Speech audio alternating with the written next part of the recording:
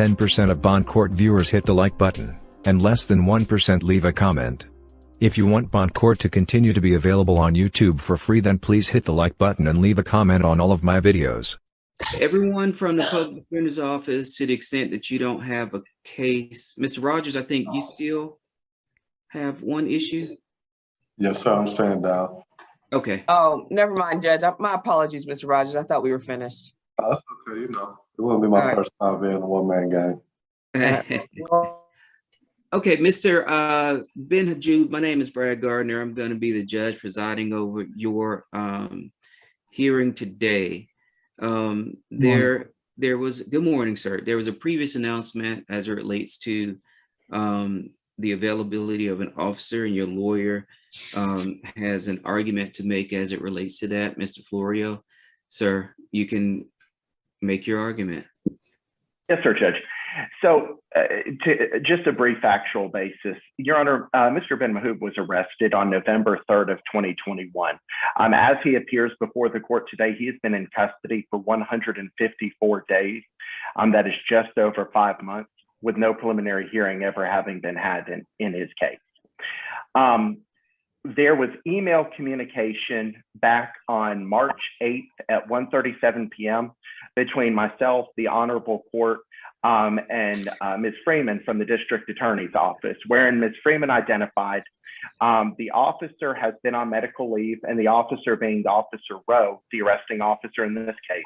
The officer has been on medical leave since December 16th of 2022. I believe she meant 2021. His medical leave is scheduled to go through March 18th of 2022.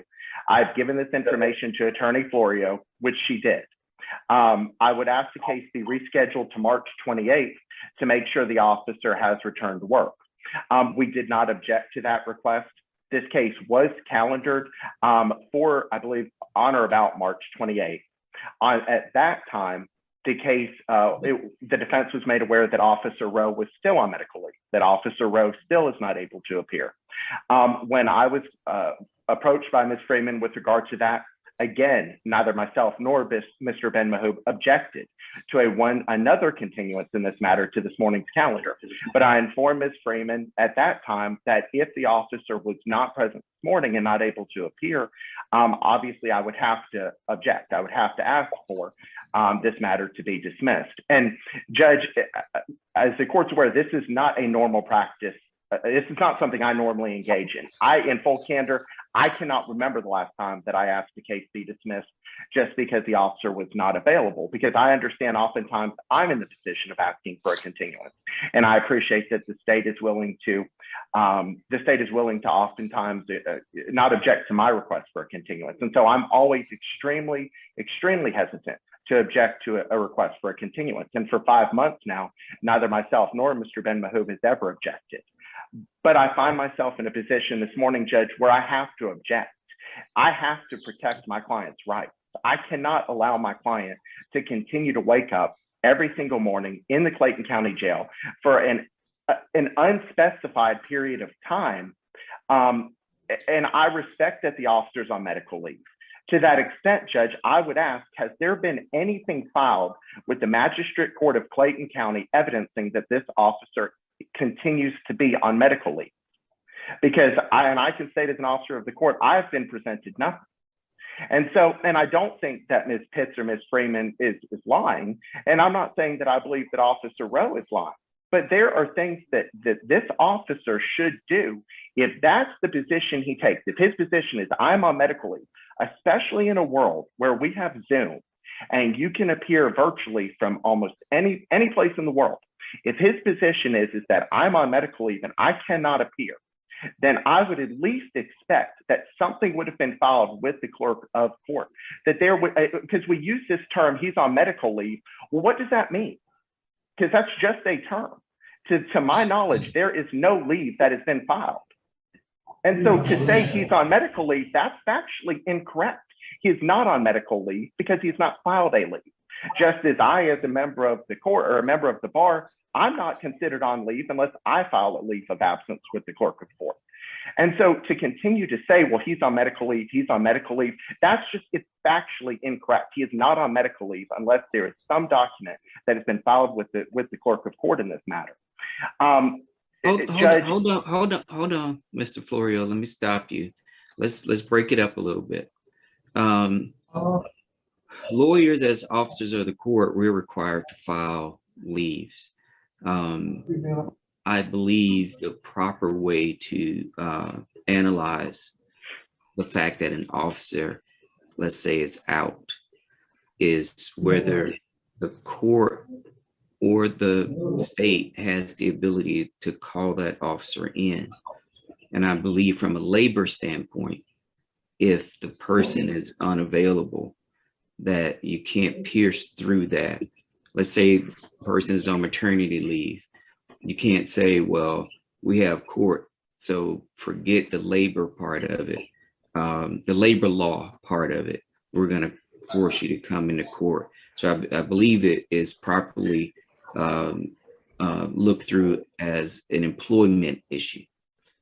So I don't disagree with the court. I think the court's correct. Then to that, I would ask, then what is the issue? Has he filed, is he on medical leave with the City of Lake City Police Department? Has there been documents filed with the City of Lake City Police Department? I mean, Mr. Florio, I'm going to let you advocate for your client, but as it relates to these issues, that's the sort of the threshold, is whether this person is still on medical leave. Because as a judge, I then determine what is fair for both sides. Your client with his constitutional rights and the state with their ability to move forward. So I think that's I hear your argument, and that's a threshold issue that I think we can get into a deeper conversation when we first have that question answered. So Ms. Pitts, can you answer that threshold issue? Your Honor, I have documentation insofar as an email that was had between our office and Anthony Whitmire, who's the Chief of Police of Lake City Police Department, that states simply that the officer is out on medical leave. So insofar as filing with his agency, it does appear that he has done that. Okay. And that's dated March 29th of 2022 at 2:27 p.m. Which is fine, and I accept both the representations. Now we move to the next issue as it relates to me and trying to filter this out. If the officer was in a situation where, let's say, the officer was deceased or unable to testify, the state will be placed in a position of deciding what they're going to do with the case.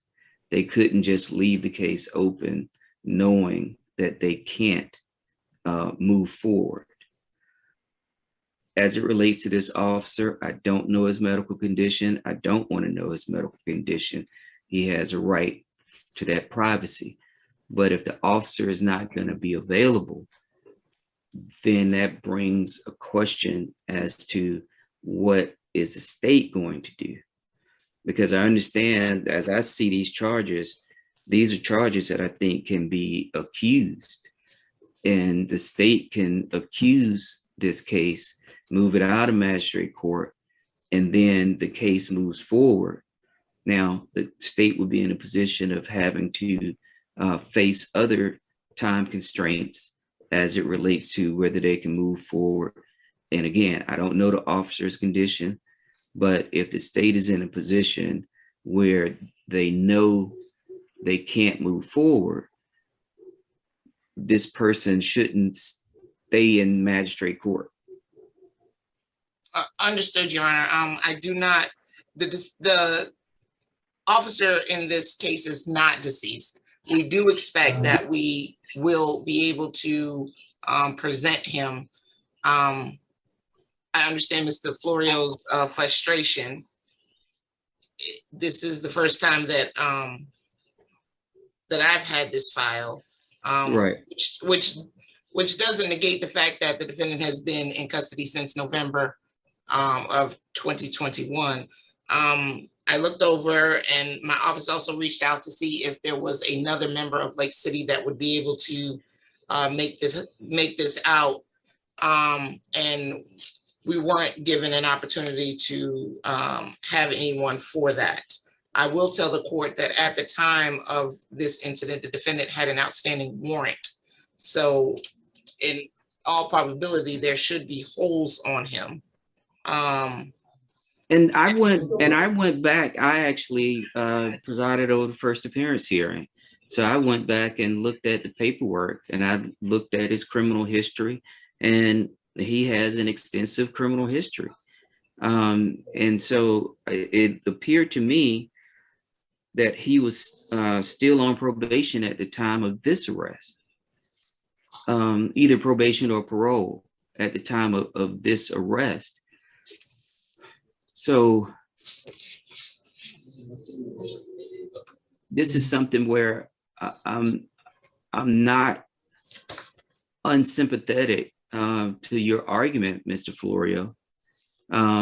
Your client shouldn't be sitting here with no action on the case, and that's where I currently stand.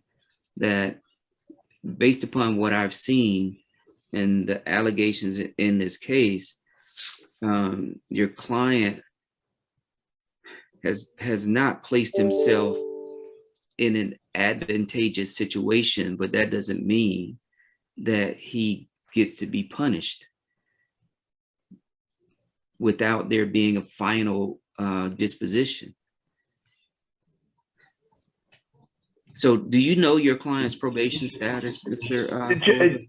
Yes, Judge. There is a probation hold for him out of Superior Court. There was a probation warrant for him at the time that he was arrested. They're for technical violations and this new arrest.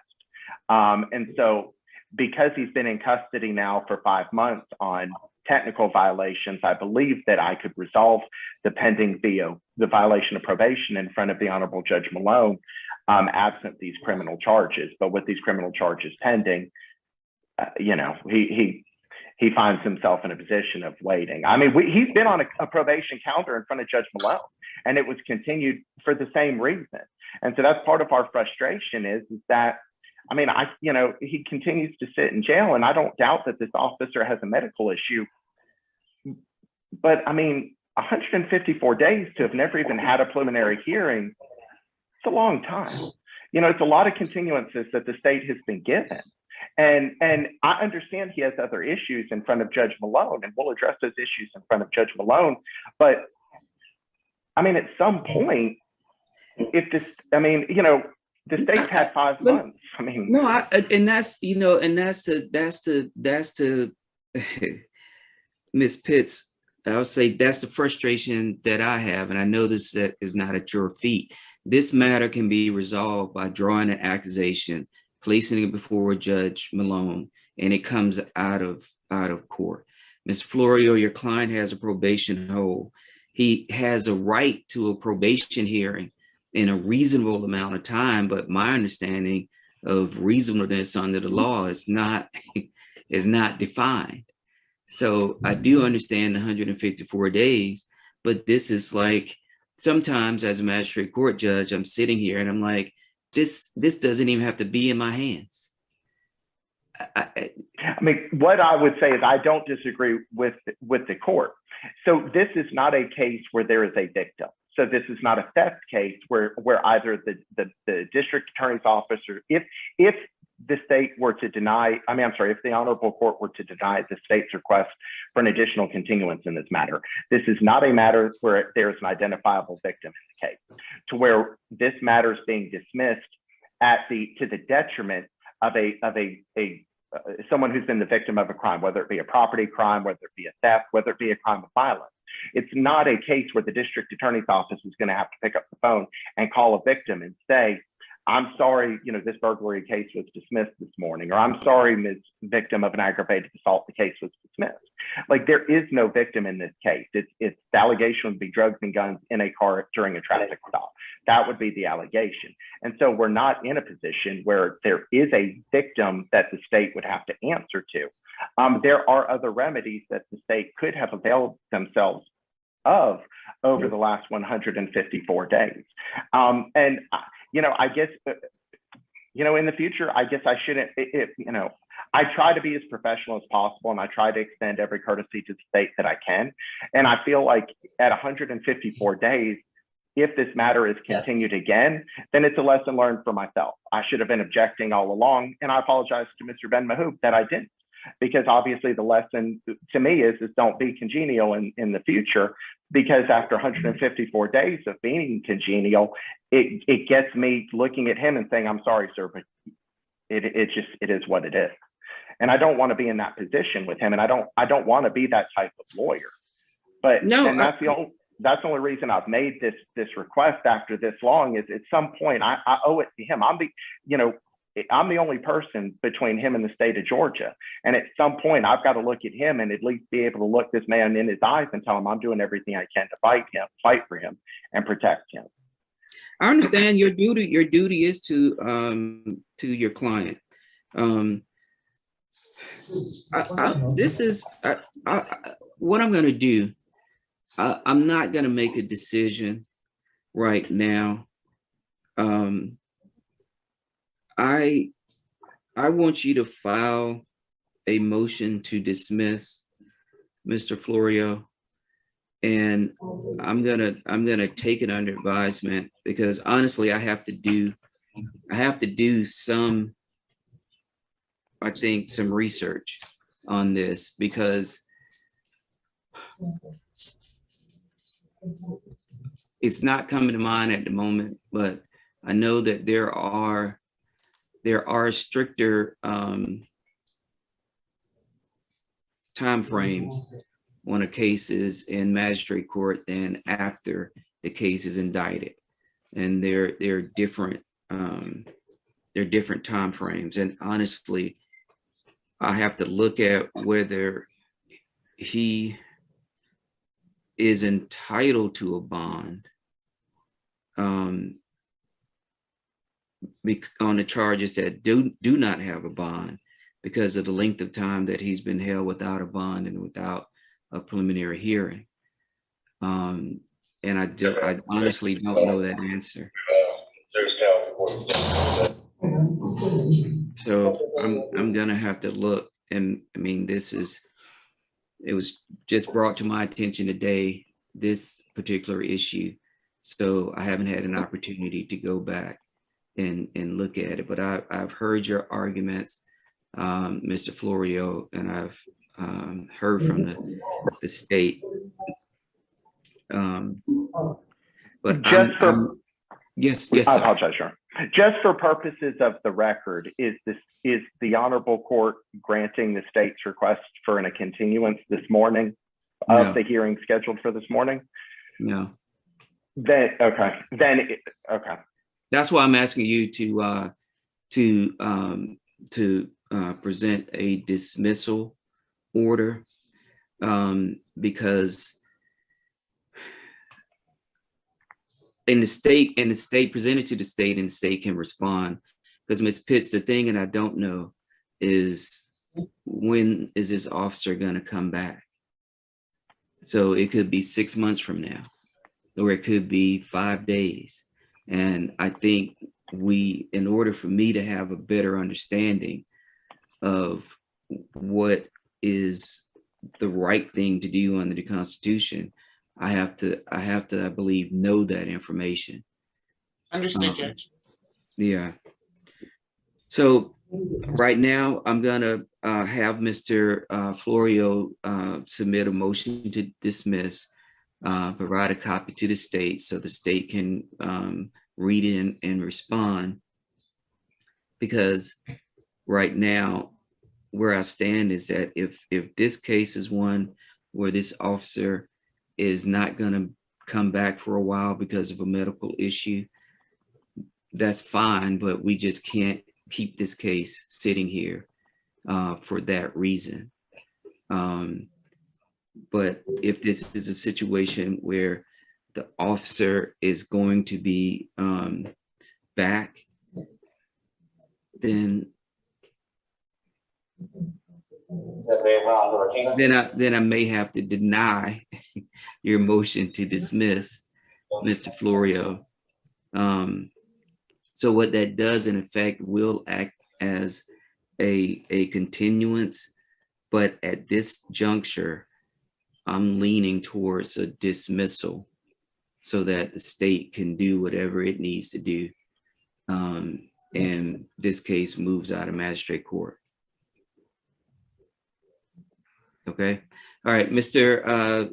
Ben Mahjood, remain in contact with your lawyer. That's going to be the ruling of the court as it relates to this matter. And your lawyer will update you when I issue a decision. Okay. Next case, are we ready for Mr. Tucker, Ms. Pitts? Yes, Your Honor. Officer Milligan is online. Okay. Let's see. All right, Mr. Ben Hadjoud can go back. Let's bring up Mr. Tucker. He's good to go. Tucker in 7. Yeah, he's going back. Yeah.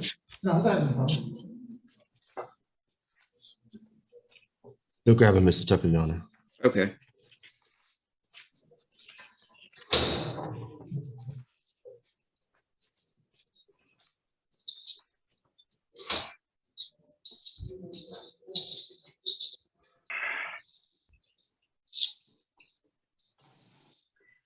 Okay, Mr. Tucker, my name is Brad Gardner. I'm going to be the judge presiding over your preliminary hearing today. For the record, this is the case of State of Georgia versus Eric Bernard Tucker Jr. He's charged in warrant number 2022 WA 03879 with committing the offense of battery. He's also charged in warrant number 2022 WA 03880 with committing the offense of false imprisonment. Mr. Tucker is present. He's being represented by Mr. Florio, and Ms. Pitts is here on behalf of the state. Ms. Pitts, you can swear in your witness and begin your examination. Thank you. Officer Milligan, if you would turn on your camera and take yourself off mute. Thank you. Please raise your right hand. Do you solemnly swear and affirm that the testimony that you will give in this case will be the truth, the whole truth, and nothing but the truth to help you God? I swear. Okay, you put your hand down. State your name and your agency, please. Micah Milligan, police officer with Clayton County Police Department. How long have you been with Clayton County Police Department? I'm about to close out my 2nd year. Okay. And what is your position with the Clayton County Police Department? Patrolman. And as a patrolman, would you tell the court what your duties are? Respond to calls for service. And I mean, that's the bulk of it. There is some proactivity involved, but the easy answer is calls for service. And are you post-certified? Yes, ma'am. On February 25th of 2022, were you working in your official capacity as a police officer with the Clayton County Police Department? Yes, ma'am. Did you have an occasion to respond to the incident location of 7828 North Main Street in Jonesboro? Yes, ma'am. And is that located within Clayton County? Yes. And what was that call for? And tell the court what you did. We got we were notified that a citizen needed to file a report at our sector watch office, which isn't too far from the alleged incident location. She came to the sector watch office and I spoke with her and she said that there was essentially a domestic incident between her and Mr. Tucker. There was a physical altercation involved where he allegedly wouldn't let her leave. She did have visible injuries. After speaking with her, she said she advised where his most likely location would be, which would be the Woods Motel on North Main. So after doing our investigation, what investigation we could at the time, identified him, learned that he had some warrants, and we went and made contact with him at the North Main location. Okay, and the individual that made the complaint, was that a Taylor Smith? Yes, ma'am. And what was her relation? What did she identify her relationship with Mr. Tucker to be? I believe they were just dating. Okay. And you said that she had visible injuries. Were those injuries that you observed? Yes, her injuries were also photographed to go in with the case file. Okay. And were they consistent with what she indicated occurred between her and Mr. Tucker? I believe so. Yes, ma'am. Okay. And at some point, did you make contact with Mr. Tucker? Yes. Okay. And was it at the incident location? Was it at the location that Ms. Smith indicated was the incident location? Yes. Okay. During your investigation, did Ms. Smith indicate to you that at some point she was trying to leave the presence or the place with Mr. Tucker? Objection leading. At some point during your investigation, did Ms. Smith? It's a yes or no question, Judge. Not leading. Well, I was going to say you can rephrase it as to what did he learn as it relates to. I'm sustaining your objection, Mr. Florio, and I'm just asking Ms. Pitts to rephrase the question. At any point, Officer Milligan, did Ms. Smith make a statement about her ability to leave or not to leave? Say that one more time. I'm sorry. At any point during your investigation, did you take warrants out for false imprisonment? Yes, he was charged with it utilizing a WAA. I'm sorry. He said WAA. Yes. A warrantless arrest affidavit. Right. Oh, okay. And what were the circumstances surrounding that charge, the false imprisonment? During the altercation, Smith was saying that she wanted to leave and Mr. Tucker wouldn't let her. Okay. I have nothing further, Judge. Ms. Florio? So let's go back. I understood you to say that you received a call that you were to report to the sector watch office. Is that correct? That is correct. And which sector was that, please, sir? Clayton County PD Sector 4 Precinct. Okay. And who asked you to report to Sector 4? Do you remember? If I'm not mistaken, one of my supervisors made contact with her first, because at the time we didn't have anybody stationed in our watch office. So I responded and made contact with her at that point. Okay. And when you made contact with her, that was in person at Sector 4. Is that correct? That is correct.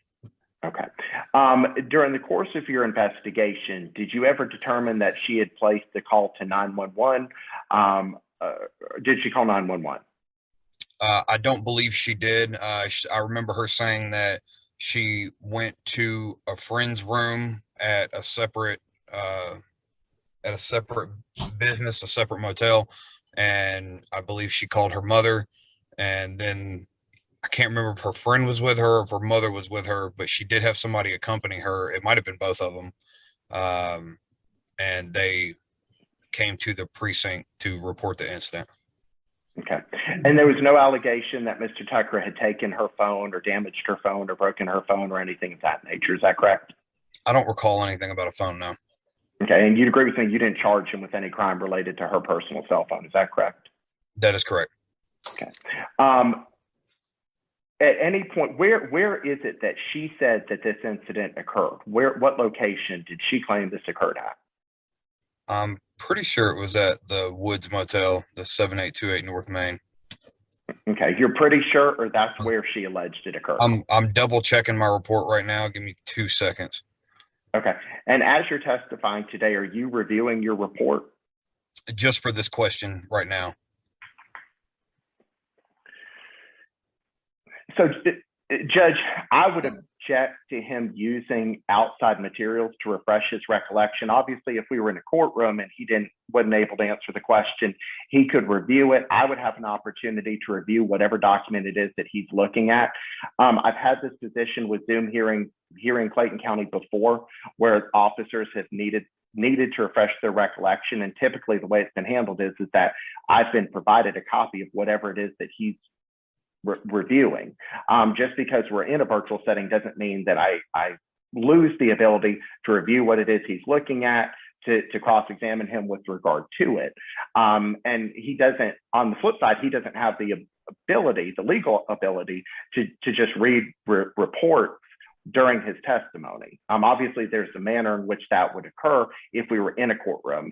And just because we're in a virtual setting doesn't mean that we lose, that the rules of evidence are somehow changed. And Your Honor, insofar as, I'm sorry. Hold on. So, Mr. Florio, you asked the question. If he doesn't recall, his answer is he doesn't recall. If it's important to you, you can ask him to refresh his recollection. So it's your choice, Mr. Florio. Either he doesn't recall or you give him the opportunity to refresh his recollection. If he doesn't recall, then I'm okay with that. Okay. Do you recall, Officer Milligan? I don't. Okay. Next question, Mr. Florio. Okay. I understood you to say that the alleged victim, informed you that Mr. Tucker normally stays at the Woods Motel. Is that correct? That is correct. Okay. And at some point, did you go to the Woods Motel to conduct an investigation? That is correct. Okay. Did you speak with a leasing office or a manager about whether or not there was a room rented at that motel by Mr. Eric Tucker? We did. I don't recall if it was under his name or not. Okay. Did you ask if there was a room rented by the alleged victim, Ms. Kayla Smith? I don't recall who the room was rented to at all. Okay. When you got there, did you make contact or did you find Mr. Eric Tucker? Yes. Okay. And did you speak with Mr. Eric Tucker? Yes. Okay. And what did Mr. Eric Tucker tell you? So after contact was made, he was advised of his Miranda rights, at which point he decided that he didn't want to speak with me. While I was compiling my paperwork to process through the incident, he began asking me questions, at which point I informed him of why his Miranda rights were being advised to him. He proceeded to agree to speak with me. He told me that there was not a physical altercation, and from my recollection, that was pretty much the gist of it. Okay. And so while you spoke with Ms. Smith at Sector 4 Watch Office, she relayed to you that certain events had occurred at the Woods Motel. Is that correct? Or had occurred, excuse me. Is that correct? Yes, that is correct. Okay. And she told you that Mr. Tucker had put his hands on her. Is that correct? That is correct. Okay. Specifically, what did she allege Mr. Tucker had done? I know she mentioned that he choked her. I don't remember the specifics beyond that of the physical altercation. I just remember that she had visible injuries, I want to say to her arm and her face, if I'm not mistaken. Okay. Was your body cam working on this day? Absolutely. Okay. And it was in good working proper order? It recorded this conversation. Is that correct? Of course. Okay. And it's been uploaded to your system, and so it's been preserved for future court hearings. Is that correct? Yes, sir. Okay. I also understood you to say that there were pictures taken. Was that correct? Yes. And who took those pictures? I did. Okay. And were those taken on a county cell phone, or were they taken on some other? What did you use to take the pictures? It was recorded with my cell phone and uploaded with the case file documents. Okay. When you relocated to the Woods Motel, were there any witnesses, any independent witnesses that you were able to speak to with regard to this matter? There was another gentleman on scene. I do not recall him having anything to say pertaining to the incident between Ms. Smith and Mr. Tucker. Okay. And so there was no one that reported. Judge, my client, there's something he wants to say to me. Obviously, if we were in a courtroom, I could bend down and say, Eric, what is it, son? But we're not because of the virtual setting. May I be placed in a breakout room? I know it delays the hearing, but unfortunately, I'll get it. Ms. Florio, you know you have me at word 1, so you don't have to use word 5. I will grant your request. All right, we're switching to Orange County. This is Malik Gillian's announcement for the record of counsel. Yes, Judge Dean Bartsokas on behalf of the firm of Ali and Blagner. Go ahead. You want to be heard on bond, I assume? Yes, Judge, we just asked for the standard bond. I did review the affidavit. In this case, I do find probable cause. There's 2,500 on the carrying it concealed, and then there's the standard no bond on the fleeing and eluding. I do find probable cause having reviewed the affidavit. State, do you want to be heard on bond on this case? No, Your Honor. All right. So I'll stay the bond on the, well, I actually want to flip these bonds. On the carrying it concealed, I'll set the bond at 1,000, and on the fleeing and eluding, I'll set the bond at 2,500. Thank you, Your Honor. Thank you. Maybe excuse, Judge. Yes, sir. Have a good day. Great day, Your Honor. Good to see you.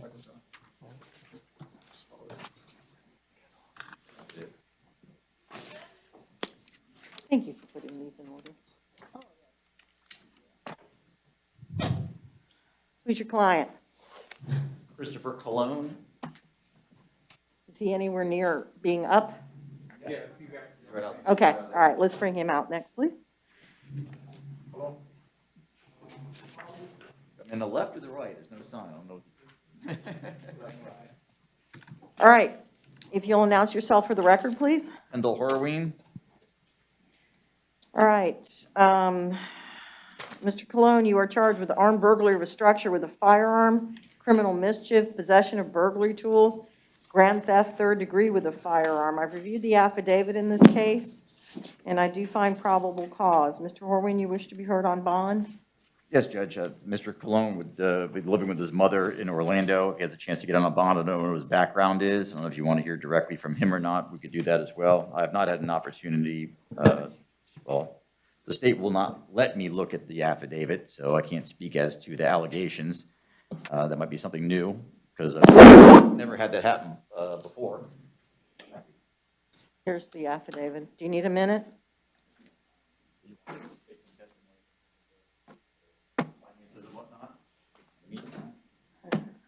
Not really, but Okay. I mean, if you want to call him.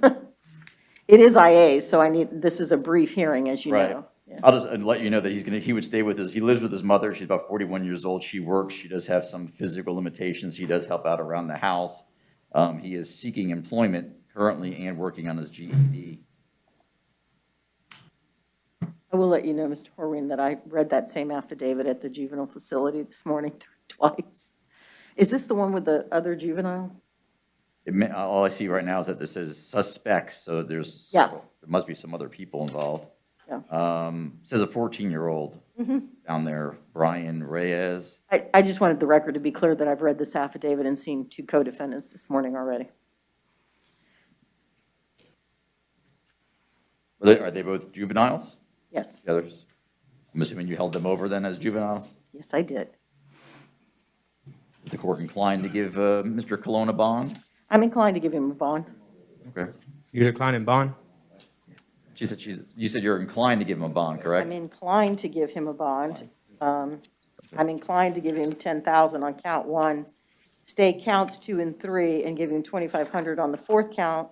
State you wish to be heard on the bond. I haven't ruled yet. That's just my inclination. I'll defer to the court, Your Honor. Okay.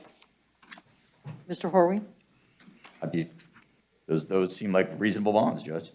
I have a hard time saying something in response. In that case, that's what I'm going to do. I do find probable cause. I'm going to set his bonds at $10,000 on count 1, the armed burglary, stay the bonds on count 2 and 3, and set bond at $2,500 on count 4. No weapons, no firearms, no return to the scene where this occurred, and no contact with your co-defendants of any kind. No contact means you can't text them, TikTok with them, Snapchat with them, or anything else that is developed between now and the time this case ends. Instagram, and you can't have anybody else do it for you. You understand me? Understand. If you violate your bond conditions, you're going to end up back in jail on a no bond. Got it? All right. Thank you, Mr. Horween. Can I have my paperwork back? Do you have any problem with my taking a picture of this? I do not have a problem with you taking a picture of the affidavit.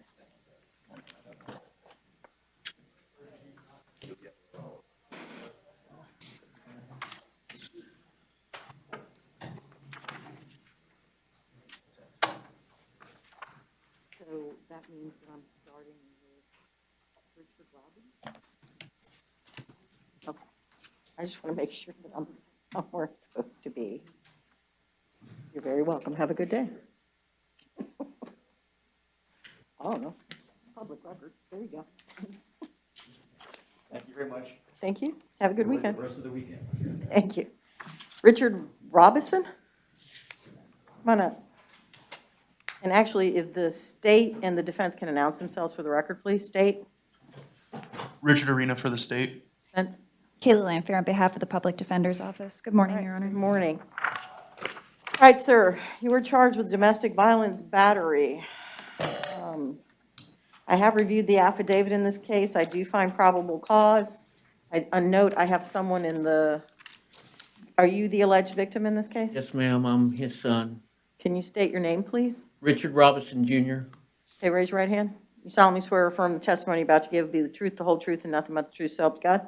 Yes, ma'am. All right, what do you want to tell me about bond? I just want everything dropped and where he can be able to come home. Are you afraid of him? No, ma'am. If this happens again, will you call the police? I can settle it one way or another. I can take care. Okay. Do you have any fear about him coming home? No, ma'am. State, you have anything you want to ask?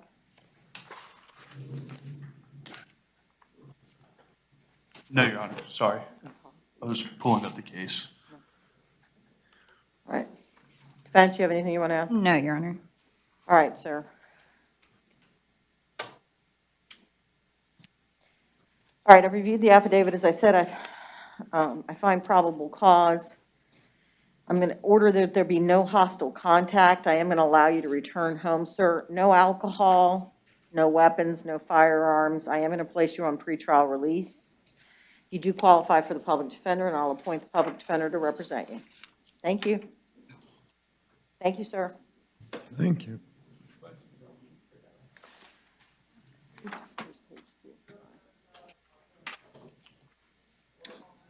Terrence Brooks? Do we have anyone here for Terrence Brooks? No, Your Honor. All right. All right, sir, you're here on a failure to appear. Bond's been set at $250. You do qualify for the public defender, so I'll appoint the public defender to represent you. I can't hear you. I can't understand what you're saying. Failure to appear on what charges, ma'am? Trespass on property other than a structure. All right, thank you, sir. Failure to appear on property other than what, ma'am? A structure. Okay, ma'am, I have attorney Cindy Caldwell. She'll be appointed on the case on the Still can't hear a word you're saying. 2019. Don't apply to me. I'm not a. Sir, this is just appearances. You'll need to tell your attorney all this. Adam Krisnar. Is that you, sir? Oh, he's medical, Your Honor. He's what? He's medical. He's medical. Likely to return by tomorrow, or do I need to roll him to Monday? I'll just say he may not make it tomorrow. He's medical. So roll him to Monday? Yeah. Okay. So.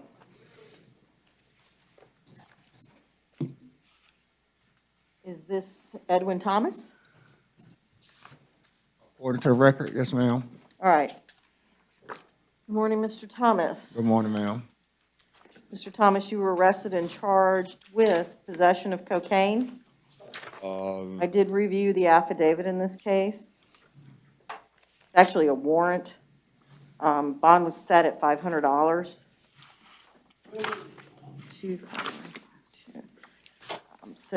And you're out on bond on domestic violence battery and resisting an officer without violence. It's 21 CF 4872. A domestic violence?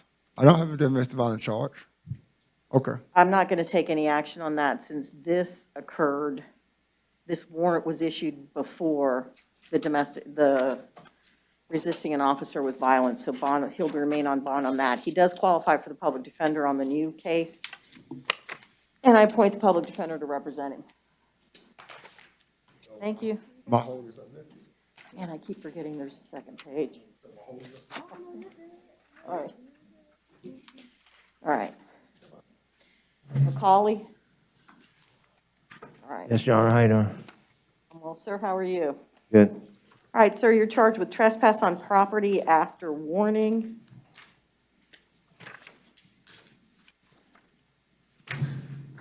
I did review the affidavit in this case. I do find probable cause. This is a repeat offense. I'm going to stay the bond in this case. You do qualify for the public defender, and I'll appoint the public defender to represent you. Thank you, sir. I'm sorry, Judge, what was the bond? I'm sorry? The bond for the trespass? Oh, it was 500. Sorry, I couldn't tell who was talking to me. Let me push the screen a little bit. There we go. All right, Glenn Wells. Are you Mr. Wells? All right.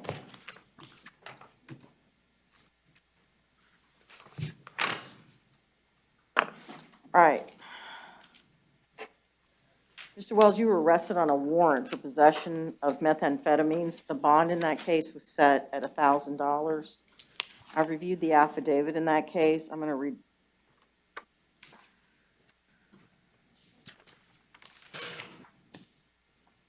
He doesn't qualify for PTR, right? No, Your Honor. All right. You do qualify for the public defender. I'm going to appoint the public defender to represent you, and I'll stay your bond at $1,000. I have a question. You want to ask your lawyer first. Thanks. Your Honor, can you repeat what case this is? That was Welts.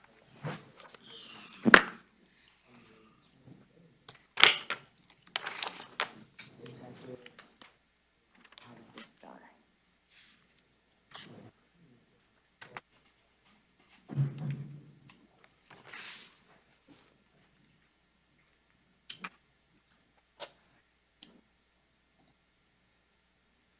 Get that credit? Let the picture. Are you sure? Yeah. You know about my case? You know about the cane here? Rachel Dawes.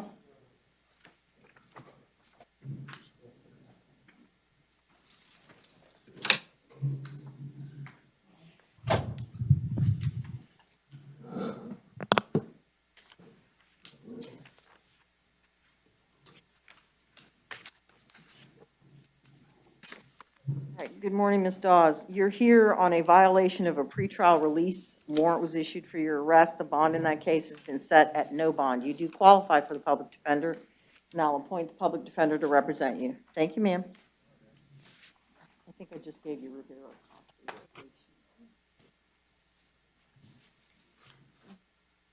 This is causing me more trouble than anything else. I can do the rest of it. I can't do this. All right. Are you Wilfredo Rivera Costa? Yes, ma'am. All right. All right, sir, you're charged, and you have two cases. You are charged by warrant on violation of probation for domestic violence, battery, and possession of drug paraphernalia. In that case, your bond has been set at no bond. You are also charged with possession of drug paraphernalia in 22 MM 2270. I've reviewed the affidavit in that case. I do find probable cause. I'm going to set your bond in that case at $100. And then lastly, you're out on bond in case 22 MM 1843 for domestic violence, battery, and possession of drug paraphernalia.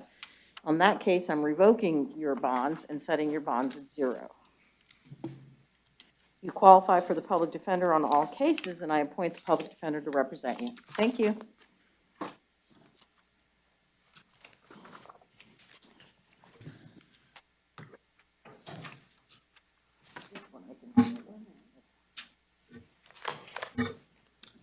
Next up, I have Benny Daniels. Is that you, sir? All right, good morning, sir. Still morning. All right, sir, you are charged with domestic battery by strangulation, aggravated battery, tampering with a witness, and false imprisonment. You were arrested on a warrant for those. The bonds are set on counts 2, 3, and 4 on the warrant. On count 1, what? There's a victim? All right. All right. Ma'am, are you the victim in this case? Yes, ma'am. Can you tell me your name, please? Rakita Taylor. Raise your right hand.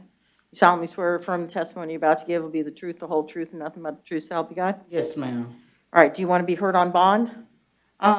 Yes, I feel like he shouldn't be charged with all that because I put the blame on me. I was drunk and I was on my oxycodones at that time.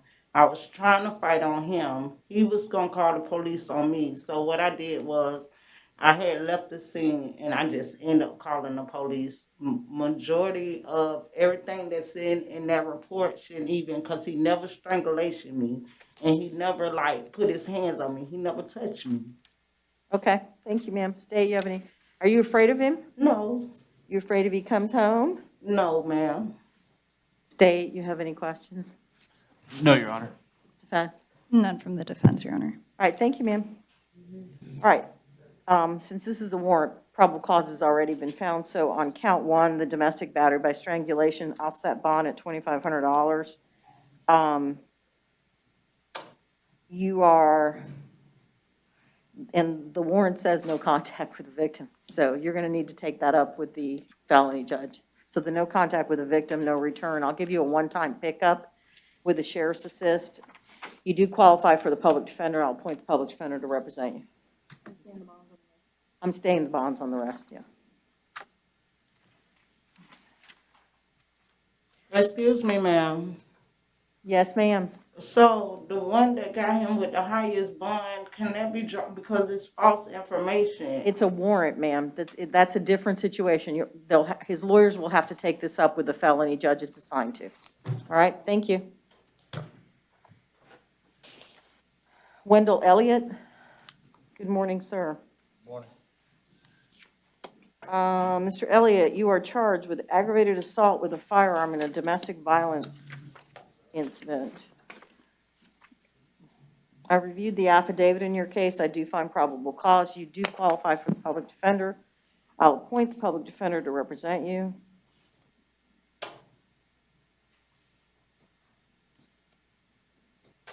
I'm going to set bond in your case at $5,000. No weapons, no firearms, no contact with the victim, no return to the place where this occurred. You all don't live together, correct? That's my home where it occurred at, Your Honor. I'm sorry?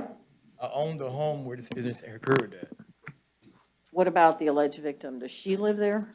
No. No? Okay, so you It came can. to my property. All right, so you can return to the place where it occurred. You can't have any contact with the victim, no weapons, no firearms. Yes, Your Honor. And if I didn't appoint the public defender is appointed to represent you. Andres Olivero. Your Honor. Morning, sir. You are charged with carrying a concealed firearm and possession of firearm and ammunition subject when you have been subject to a domestic violence injunction and ordered not to possess that. Yes, ma'am. Yes, Look Your like you Honor, want to I say do have a something. probable cause challenge as to count 2 only. The statute doesn't apply to dating violence, and he is currently under a dating violence injunction. Under the statute, it's 790.233. It says that the statute that it applies to is domestic violence injunctions under 741.30. And according to the dating violence injunction in this case, the statute is 784.046, so I don't believe this actually applies to him. Response, state.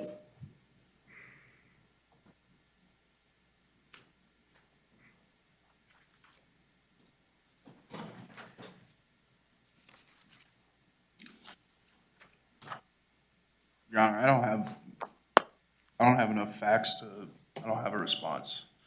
You want me to roll it for 24 hours? Reset for 24 hours. So Here's what I was unable to see, which is whether the injunction, I'm just having trouble with my computer this morning, and I can't see whether the injunction itself orders him not to possess firearms. I can tell you I was able to see it, and it does not include anything about weapons or firearms, but if we're I have to give resetting the state the 24 hours, so Yes, Your Honor. I'll roll this to tomorrow. I do find probable cause on count 1. Yes, Your Honor. And I'll stay the bond on that. He does qualify for the public defender, so I'll appoint the PD to represent him, and we'll do count 2 tomorrow.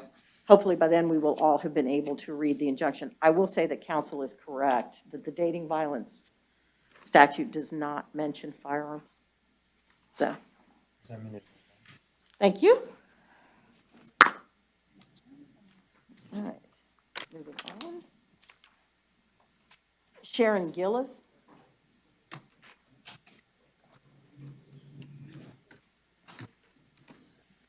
Good morning, Ms. Gillis. Ms. Gillis, you're charged with dating violence, battery. I've reviewed the affidavit in your case. I do find probable cause. You do not qualify for the public defender, so you'll have to hire your own attorney. You do qualify for pretrial release. I'm going to place you on pretrial release.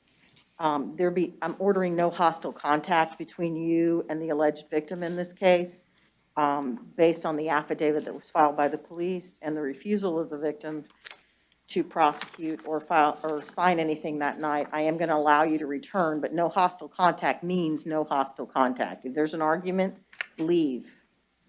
Don't do what you did this go round. Okay, don't say anything about the facts of your case because you're on the record. All right, good luck to you, ma'am. Thank you. Huey Kinsey. Yes. Good morning, sir. Good morning. Mr. Kinsey, you're charged with domestic violence battery. I've reviewed the affidavit in your case. I do find probable cause. You do qualify for the public defender. I'll appoint the public defender to represent you. I'm going to set your bond at $1,000. You may have no contact with the victim in this case. You may not return to the place where this occurred. I'll give you a one-time pickup with a sheriff's assist for your belongings. No weapons, no firearms. Thank you, sir.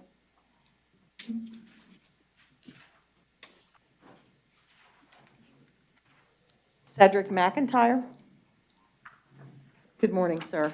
Mr. McIntyre, you are charged with domestic violence, dating violence battery. I reviewed the affidavit in your case. I do find probable cause. You do qualify for the public defender. I'm appointing the PD to represent you. I'm going to place you on pretrial release as a condition, no contact with the victim, no return to the place where this occurred, no alcohol, no weapons, no firearms. And if you need a one-time sheriff's assist to pick up your belongings, I'll give you that. Thank you.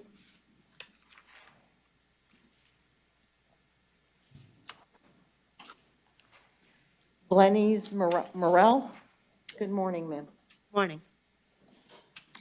Good morning, sir. All right, ma'am, you're charged with domestic violence battery. I did review the affidavit in your case. I do find probable cause. Sir, can you tell me your name, please? Good morning, Judge. Wanda Morrell. Are you the alleged victim in this case? Yes. Can you raise your right hand, please? Do you solemnly swear affirm the testimony you're about to give is the truth, the whole truth, and nothing but the truth, so help you God? Yes, ma'am. All right, what do you want to say to me about release and bond? No, it's my little sister. I'm here on vacation. We had a couple, we went out downtown showing me off, and it led to a little argument. I love my little sister, so. You afraid of her? No. Do you want to have contact with her? Please. You think you're in any danger from her? Oh, ma'am. Did you guys have a little too much to drink? Yeah, All right, ma'am. As I said, you qualify for the public defender. I'll appoint the public defender to represent you. I'm going to place you on pretrial release. No hostile contact with your brother. And that means the next time you get mad at him, don't hit him. Okay? All right. Thank you. Thank you.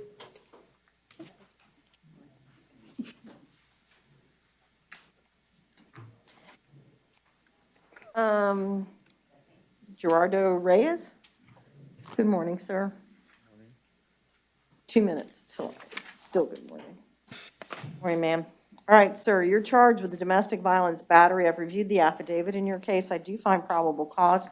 You do qualify for the public defender, and I'm going to appoint the public defender to represent you. Ma'am, what's your name? Pamela Reyes. Are you the alleged victim in this case? Yes, ma'am. Can you raise your right hand, please?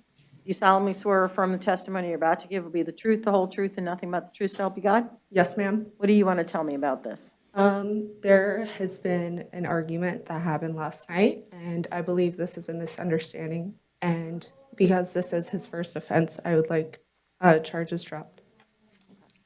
This is first appearances, ma'am, so all I can do is set the conditions of release at this. You'll have to talk to the state attorney's office. Yes, ma'am. State, you have any questions for her? No, Your Honor. Defense? No, Your Honor. All right, sir. I'm going to place you on pretrial release. no violence, okay? No more hostile contact, meaning no more incidents involved. Y'all can argue, you just can't hit. You understand? All right, thank you, sir. Good luck. Thank you, ma'am. Thank you. So I do this?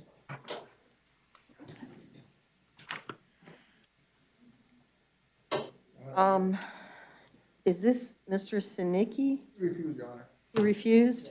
All right, I'm going to find he waived first appearance. So he has been charged with domestic violence battery and criminal mischief in case 22 MM 2290. I do find probable cause on that case. I'm going to set bond on the domestic violence battery at 1,000 and. There is a victim, I'm sorry. There is a victim, but he refused. Oh, I'm sorry. Thank you. All right. Good morning, ma'am. Can you tell me your name, please? Grażyna Synek. All right. Can you raise your right hand? Do you solemnly swear from the testimony you're about to give will be the truth, the whole truth, and nothing but the truth, so help you God? Yes, I do. All right. What do you want to tell me about this? This is case of my son.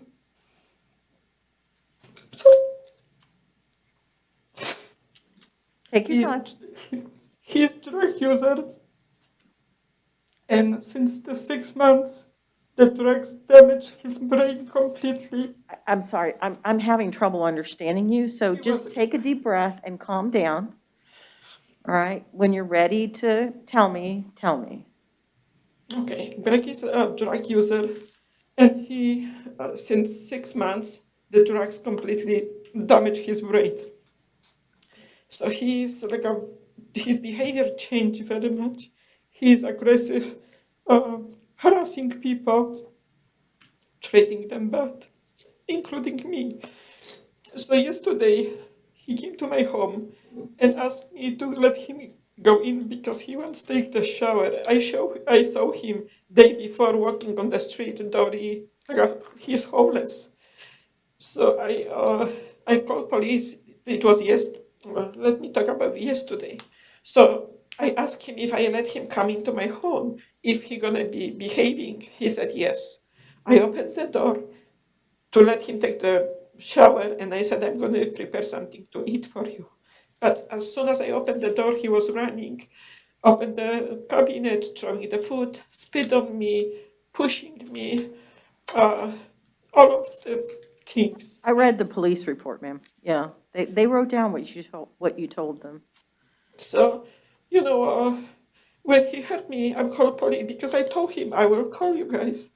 So when he find out about that, he start putting clothes and walking away. On outside, he kicked a few times my husband's car. He was so upset and he go away.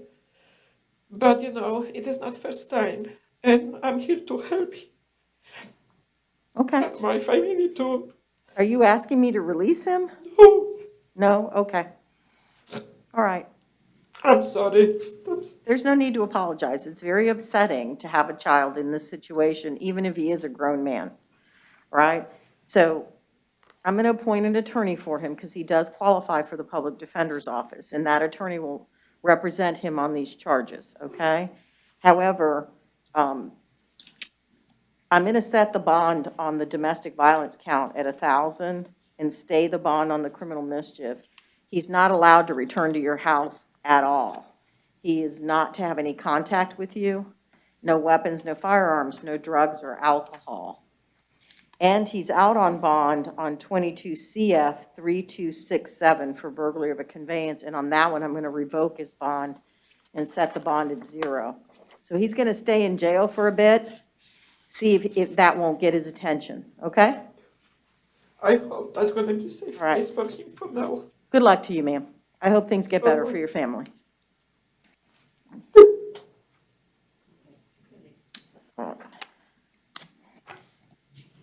Are you Mr., is it Belusmar? Yes, ma'am. Okay. If I didn't appoint the PD on the last gentleman, I do. All right, sir. You're charged with a domestic violence battery. I've reviewed the affidavit in your case. I do find probable cause. I don't have any PD paperwork, but I'll appoint the PD subject to you filling out the paperwork to qualify for the public defender. And I'm going to place you on pretrial release. No contact with the victim, no return to the place where this occurred, no weapons, no firearms. I will give you a one-time pickup with the sheriff's assist. Thank you, sir. Cassandra Turner.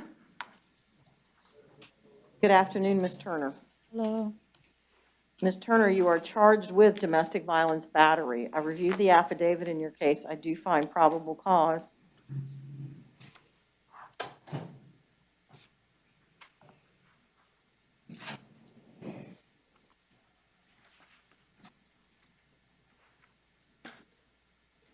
Tell me why she doesn't qualify for pretrial release? Yeah, they wasn't able to verify her community ties. Oh, okay.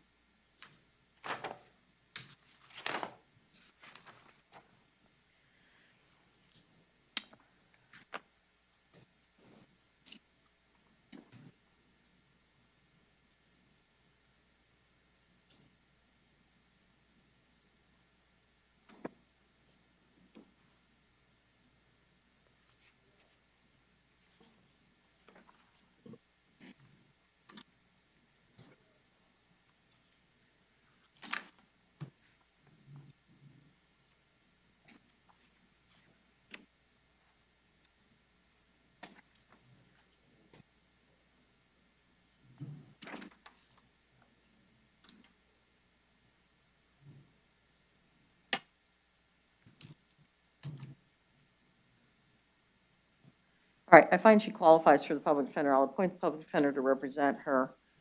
I don't know about, well, I'll set bond in this one at $500. The court notes that the alleged victim in this case was APS'd for a battery on her. So I don't know what actually happened here, but at this point, you're the one in front of me. So no contact, no return, one-time pickup with the sheriff's assist.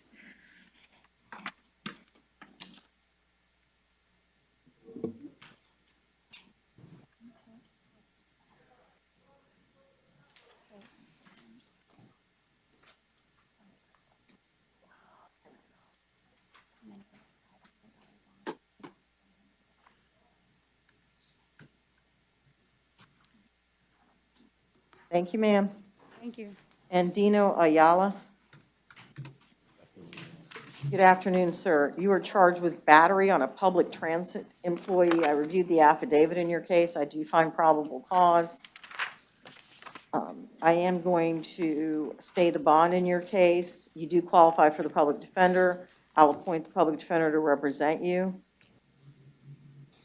3988. There's 2 counts of the battery on a public transit employee. So I did find probable cause on both cases and stayed the bond on both cases, appointing the PD on both cases. Thank you, sir. Good luck.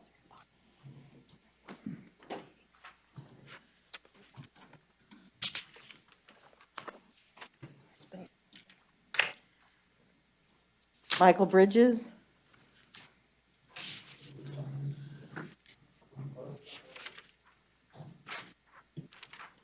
Mr. Bridges, good afternoon. You are charged with possession of cannabis with intent to sell or deliver, possession of methamphetamines, possession of oxycodone, possession of a firearm in commission of a felony, possession of drug paraphernalia, and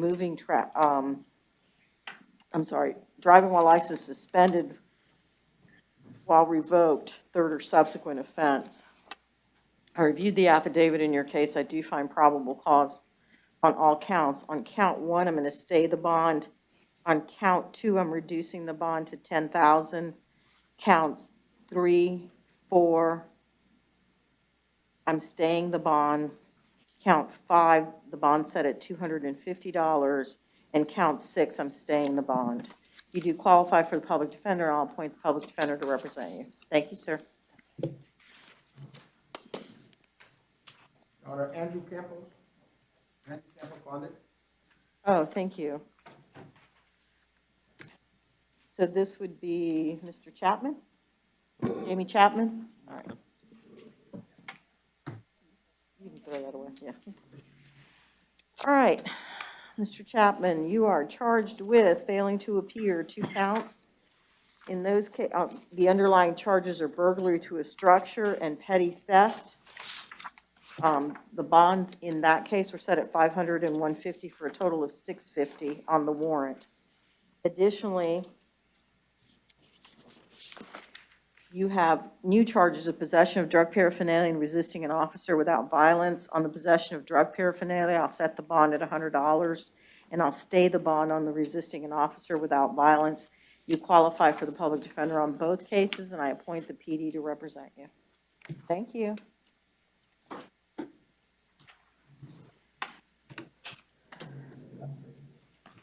Rashad Fisher? Yes. Good afternoon, sir. Mr. Fisher? Good afternoon. You were arrested and charged with battery on a uniform licensed security officer, battery, and trespass on property after warning. I've reviewed the affidavit in that case. I do find probable cause. You do qualify for the public defender. I'm appointing the public defender to represent you.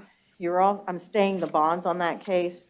You also are out on bond on 22 MM 1992 in that case. You're ROR'd on that case. I'm revoking your ROR and ordering you held without bond. Thank you. Joshua Frias. Morning. Good afternoon, sir. How are you? All right, sir, you're charged with aggravated battery on a person 65 years of age or older. I've reviewed the affidavit in your case. I do find probable cause.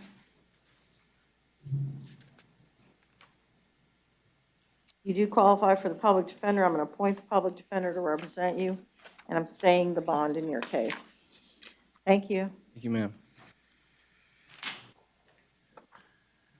Oops, here's his third page. Sorry. Siddiqui Johnson? Okay. Is this Kelvin Houston? Yes, Your Honor. All right, here's Siddiqui's paperwork. So this is Kelvin Houston, not James Jones? Okay. Sorry, give me 1 second to get my paperwork in the correct order.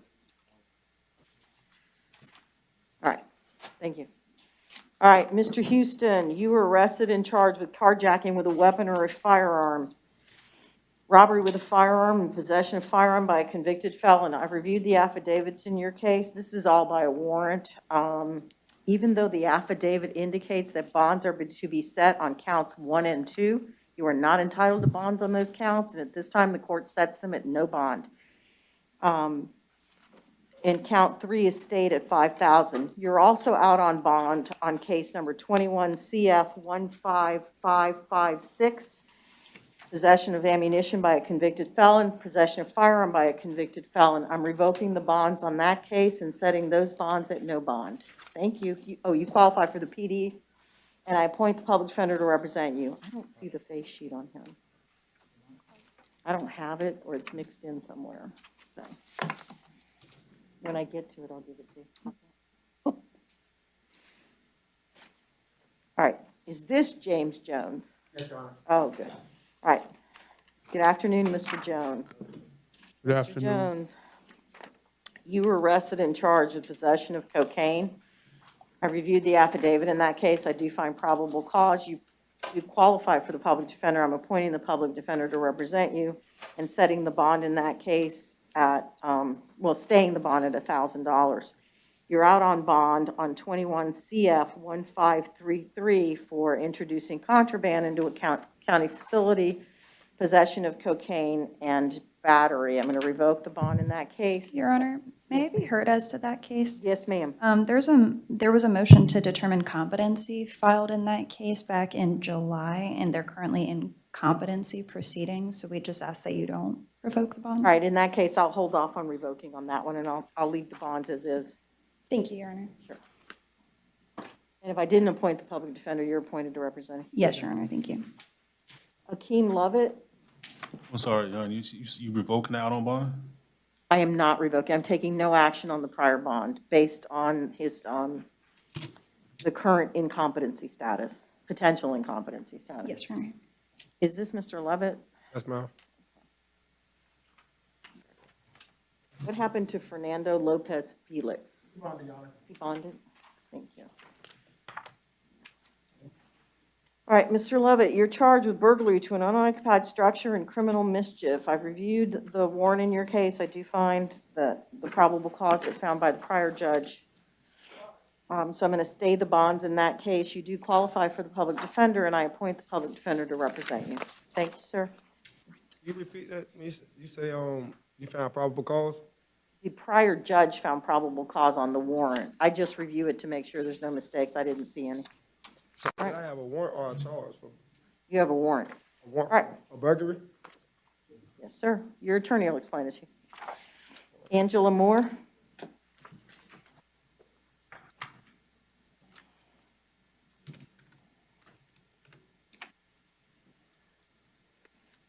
All right.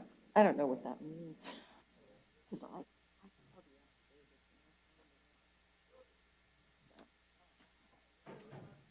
yeah, but they gave me an arrest affidavit also, so, all right. Good afternoon, Ms. Moore. All right, this is case 22 CF 4006. I'm going to clarify a couple of things. You were arrested, apparently now on an arrest warrant that's been attached here for grand theft, third degree, and driving while license suspended and revoked as a habitual offender. I received and signed a warrant for her arrest last night that an affidavit was attached to. Although I have a note here saying they don't have an affidavit for that warrant, I read the affidavit and signed the warrant setting those bonds. So I'm going to stay the bonds as they're set. So she's now apparently, I don't know what y'all are going to do with the arrest warrant that's out, but that arrest warrant, and I don't know what happened to the affidavit that was attached to the arrest warrant. So I'm going to stay the bonds in those cases. She does qualify for the public defender. I'll appoint the public defender to represent her. You're also out on bond on 21 CF 13788. When you're not out on bond, you're out on ROR in possession of cocaine. I'm revoking that ROR and setting that at no bond. Thank you. No bond? Yes, ma'am. Oh my God. George Morales. It's a different judge. Mr. Morales. We'll waive reading of the charges, Your Honor. Okay. Mr. Morales, you were arrested on a warrant. The warrant says bond to be set by the IA judge based on the charges. State, you want to be heard on the amount of the bond? State would ask for no bond, Your Honor, based on the charge. Defense? We'd leave it in the court's discretion, Your Honor. We'd ask for a reasonable bond. Yeah, this is not a automatically bondable offense. I'm going to leave it at no bond at this time. I don't feel that I have sufficient facts to do anything else. Yes, Your Honor. You're also out on bond on 22 CF 2341, robbery by sudden snatching, battery, and petty theft. Your bond in that case is revoked and set at no bond. You do qualify for the public defender. I'll appoint the public defender to represent you. Thank you.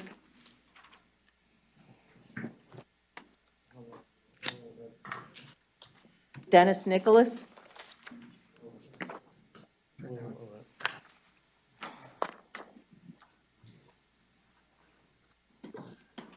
Good afternoon, Mr. Nicholas. Mr. Nicholas, you're charged with burglary of an occupied structure, resisting an officer without violence, and petty theft. I've reviewed the affidavit in your case.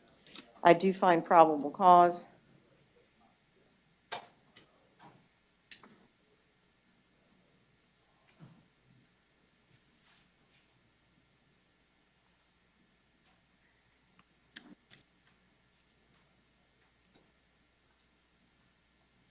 State, I have a question for you. He's got an out-of-state conviction for criminal sexual conduct, second degree. I don't know what that means. Do you have any further information? Because that might make him a violent felony offender. That's the only information I have as well, Your Honor. All right. So in that case, having found probable cause on all counts, I'm going to stay the bonds in this case. You do qualify for the public defender. I'm going to appoint the public defender to represent you.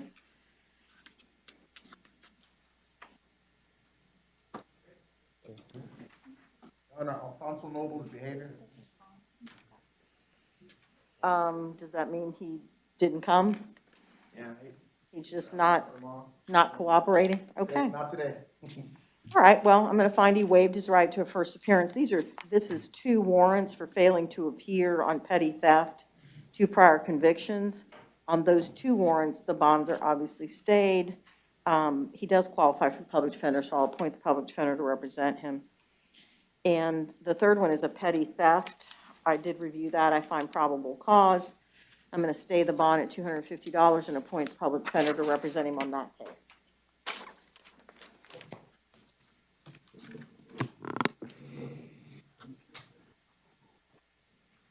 James Pollard. Yes, ma'am. Good afternoon, Mr. Pollard. Mr. Pollard, you are charged with, I have one more case? I did 3. I did the petty theft. I did 2 warrants and 1 petty theft. Is that right? Okay. Sure. All right, back to Mr. Pollard. Mr. Pollard, you're charged with possession of methamphetamines and tampering with physical evidence. Warrants were issued in this case setting each one of those bonds at $1,000 with a special condition of no possession or consumption of drugs without a valid prescription. You do qualify for the public defender on those charges, so I'm going to appoint the public defender to represent you. You're out on bond on 21 CF 14756.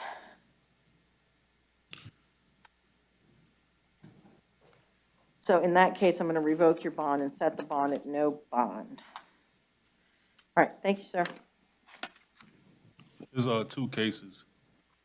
There's a 2021 CF 01508.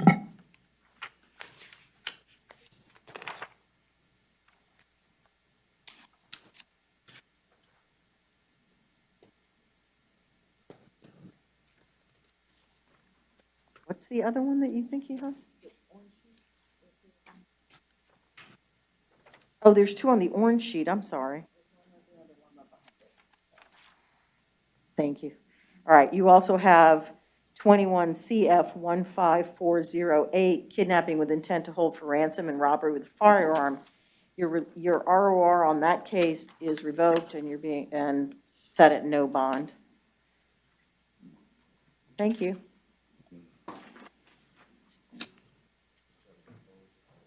Jeffrey Reese? We'll waive reading of the charges, Your Honor. All right. Good afternoon, Mr. Reese. Mr. Reese, I reviewed the affidavit in your arrest warrants. You do, the judge has previously found probable cause and asked the court to set bonds in this case. You do not qualify for the public defender, so you're going to have to hire your own attorney. On count 1, I'm setting the bond at $250,000. On count 2, I'm setting the bond at $250,000. You may have absolutely no contact with the victims or their families in this case. You may not return to the scene where this occurred. You may have contact with no one under the age of 18 without an adult supervising you. Thank you, sir. Your Honor, Justin Taggart Davis refused. Justin who? Oh, Taga. Tussig Davis. It's I'm just going to announce the case number. It's TAUSSIG and then DAVIS. I think it's 2 names. It's 22 CF 3957. Having refused to come to IAs, the court finds he waived his initial appearance. He's charged with burglary of a dwelling with damage. I reviewed the affidavit in this and criminal mischief. I'm sorry. I reviewed the affidavit in that case. I do find probable cause. I'm going to provisionally appoint the public defender subject to him filling out the paperwork and stay the bonds in this matter.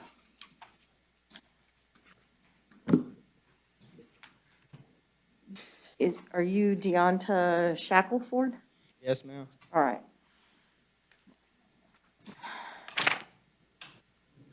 All right, you were arrested and charged with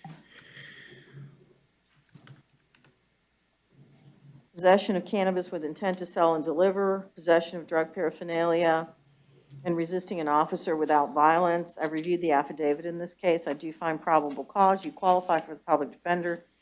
I'm going to appoint the public defender to represent you. You're in pretrial diversion on 20 CF 3542. That's a state attorney issue, so I'm not taking any action on that one. State, that's up to you. I'm staying the bonds on his case.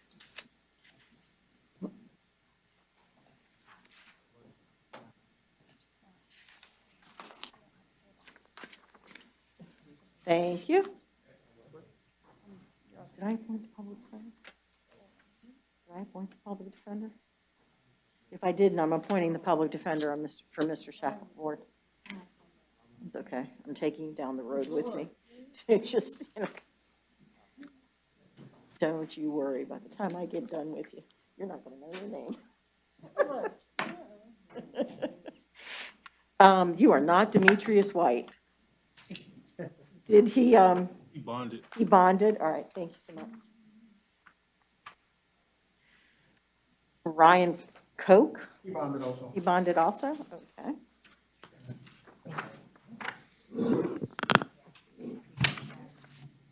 Let me make sure I've got the right, yeah. You probably called Dan Newland. Did you read his voting report? Oh. Yeah. Okay.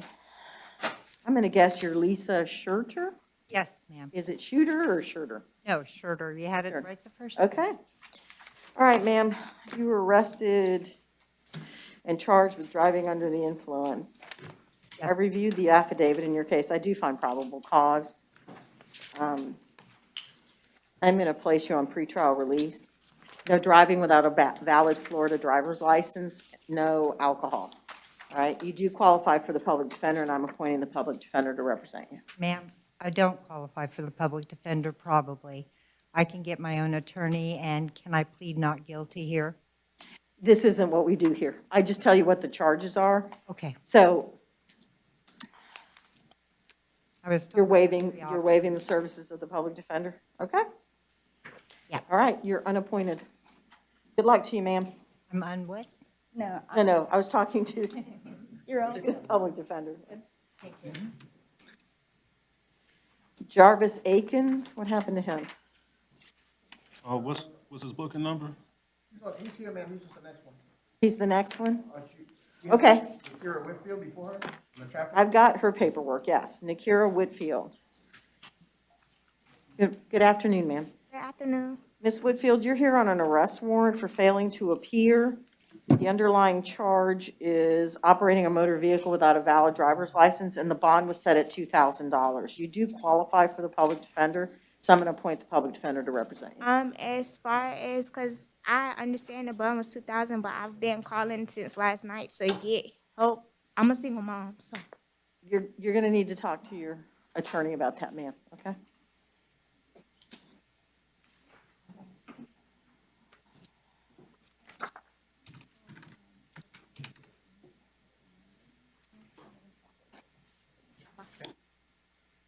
Jarvis Akins? All right, good afternoon, sir. Mr. Akins, you've been arrested and charged with criminal mischief. I reviewed the affidavit in your case. I do find probable cause. You do qualify for the public defender. I'm going to appoint the public defender to represent you, and I'm going to stay the bond in that case. You're out on bond on aggravated assault on a pregnant person, 22 CF 2428, and grand theft third degree of a motor vehicle, 22 CF 1493. On both those cases, I'm revoking your bond, setting them at 0. You do qualify for the PD, and I'm appointing the PD to represent you in all cases. Thank you, sir. Into the bond, ma'am? Walk into the bond.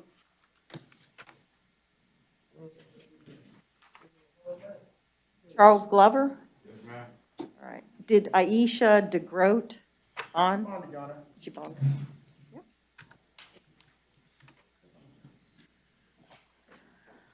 Glover, you were arrested and charged with trespass on property after warning. I did review the affidavit in your case. I do find probable cause. I'm going to set the bond at $100. You do qualify for the public defender. I'll appoint the public defender to represent you. Thank you, sir.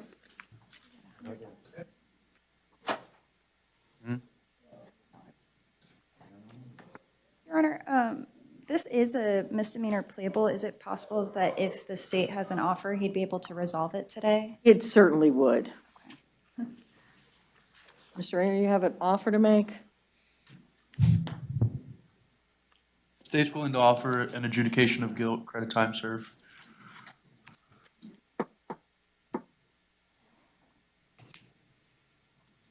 So you want to take that deal?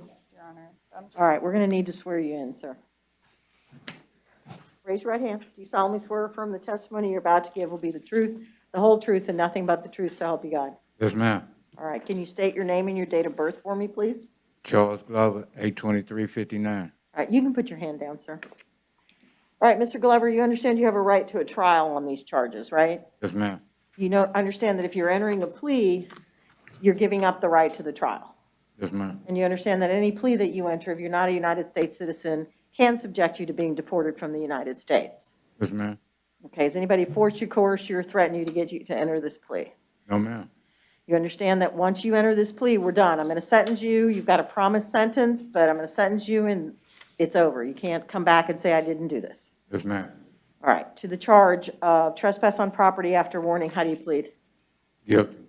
All right, I'll accept your plea. I find you're alert and intelligent. You understand the nature of the charges against you, the consequence of entering your plea, and the rights you're giving up by entering this plea. You've been represented by counsel, and you've indicated that you wish to enter the plea. You understand the consequences of it. So, any legal reason I can't pronounce sentence? No, Your Honor. All right, at this time, I'm going to adjudicate you to be guilty, sentence you to 2 days in jail with credit for 2 days served. All court costs and fines are waived. Thank you, Your Due Honor. to his indigent status. Good luck to you, sir. And there, for the record, there is a plea form that's attached to this. D'Angelo, yeah. D'Angelo Allen. Yeah. Good afternoon. Good afternoon. All right, sir, you're here on an out-of-county warrant for violation of probation on a reckless driving offense. The warrant is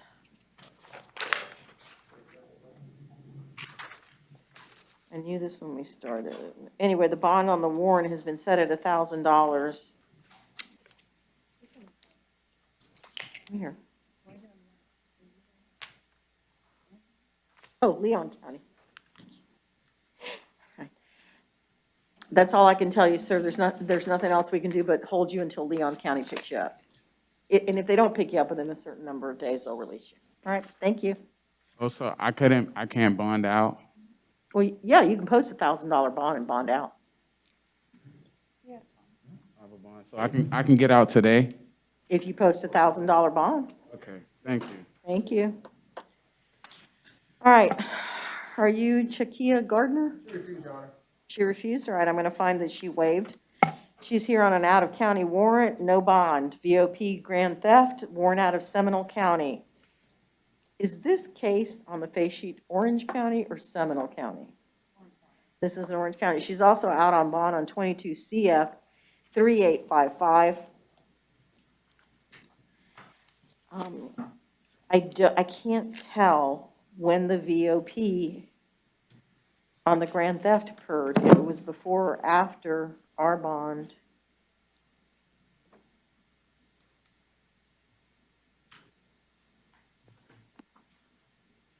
So at this time, I'm not going to take any action on our case, since I can't really tell if it occurred before or after.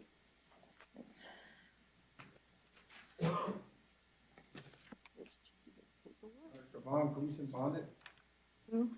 Gleason, bonded? Yes, Your Honor. The next one, Ledesma, also bonded? Well, this is going quite quickly. There we go. Is this Mr. Martinez? Robert Martinez. Good afternoon, Mr. Martinez. Good afternoon to you too. Mr. Martinez, you're here on an out-of-county warrant from Volusia County, violation of probation on a drug offender, and they've set your bond at no bond. Set my bond at what? No bond. Oh, okay, I kind of figured that. All right, so we'll hold you till they come get you. You know how long that's gonna be? Okay. I don't have a clue, sir. All right. Thank you. You too. Reginald Stevens. Yes. Good afternoon, sir. Mr. Stevens, you are, oh, this is Kimberly Reeves. Here he is, okay. I'll get back to her in a minute. Apparently, you and I have a different group than everyone else. All right, Reginald Stevens, you are here on an out-of-county warrant, sir, out of Hillsborough County. It's listed, it's not clear what the warrant is, whether it's VOP. It appears to be a VOP or fugitive, but either way, your bond was set at $1,000 on the out-of-county warrant. I thought it was for child support, Your Honor. I thought I read that in the affidavit. It doesn't tell me he can purge, so I don't want to tell him something that may be incorrect. Yes, Your Honor. It doesn't say. Oh, it is for child support, but the teletype doesn't indicate if he can purge. Normally, you can purge. It's for child support. Normally, if you pay the $1,000, you can get out. It's a purge, okay? Good luck to you, sir. All right, what happened to Kimberly, to Kimberly Reeves? She refused. She refused? All right, she's waived her right to initial appearance. She's on an out-of-county warrant, violation of probation for driving while license suspended. Bond is set at no bond.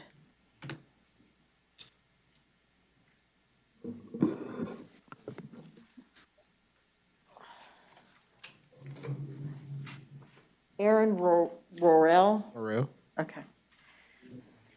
Good afternoon, sir. Sir, you're here on an out-of-county warrant. Yes, ma'am. No motor vehicle registration and driving while license canceled. The bonds are set at no bond on both counts. It's out of Brevard County. They gave me no bond because 2 of those were, I was in here for court. I have no control over an out-of-county warrant, sir, but yes, they gave you no bonds on this. All right, good luck to you. Your Honor, Clark LaFranc is in the hospital. Clark LaFranc, do you anticipate tomorrow being out of the hospital, or should I roll it to Monday? I would say Monday, Your Honor. I'm not sure. I'm sorry?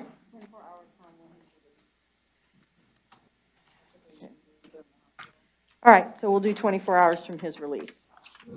Seems like a good solution. This one was a review anyway of count 1, so. Lagata Hill, refused. A lot of refusals today.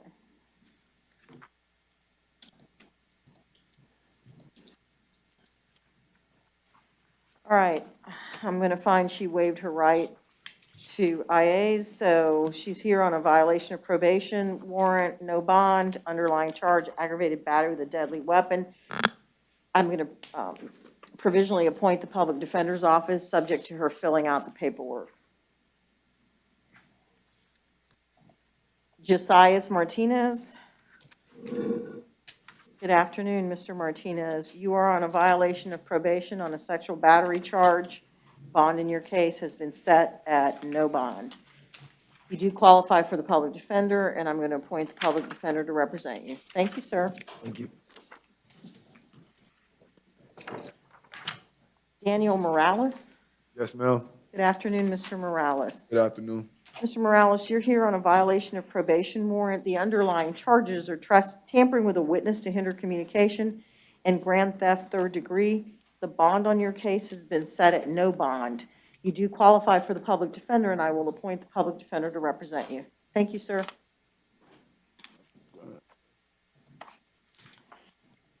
Quinones Santiago, is that you, sir? All right, sir. You have 4 cases. Case number 1, possession of fentanyl and possession of cannabis under 20 grams. I reviewed the affidavit in this case. I do find probable cause. On count 1, I'm going to set the bond at $1,000. On count 2, I'm going to set the bond at $100.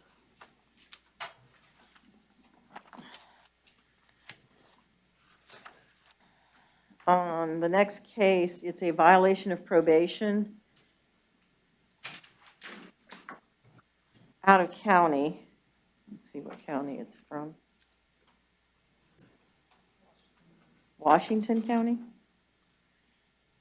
Is this Washington State or Washington County? It does. I just don't know if it's state or county. Anyway, Bond in that one is set at no bond, and that was, that's all I know about this one. Let's see.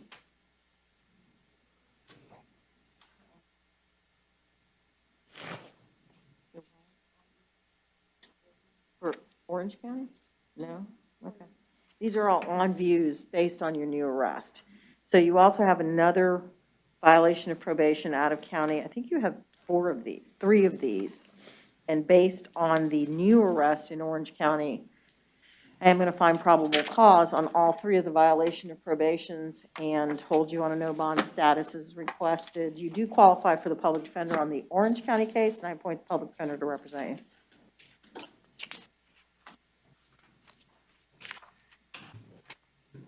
Saintville?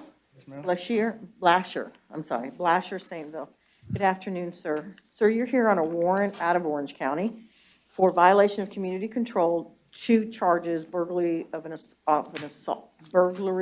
assault are the underlying charges listed here. And the judge has set bond at no bond on both counts. You do qualify for the public defender. I'm appointing the public defender to represent you. Thank you, sir.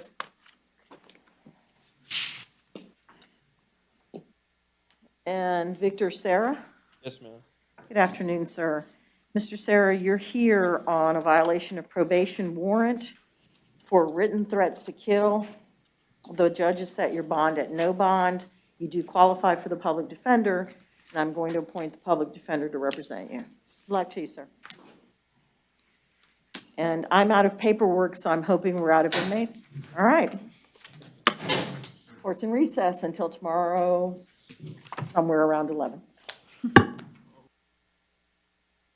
Bond court is a free service, but it takes several hours of my time every day. Less than 10% of Bond court viewers hit the like button, and less than 1% leave a comment. If you want Bond court to continue to be available on YouTube for free, then please hit the like button and leave a comment on all of my videos.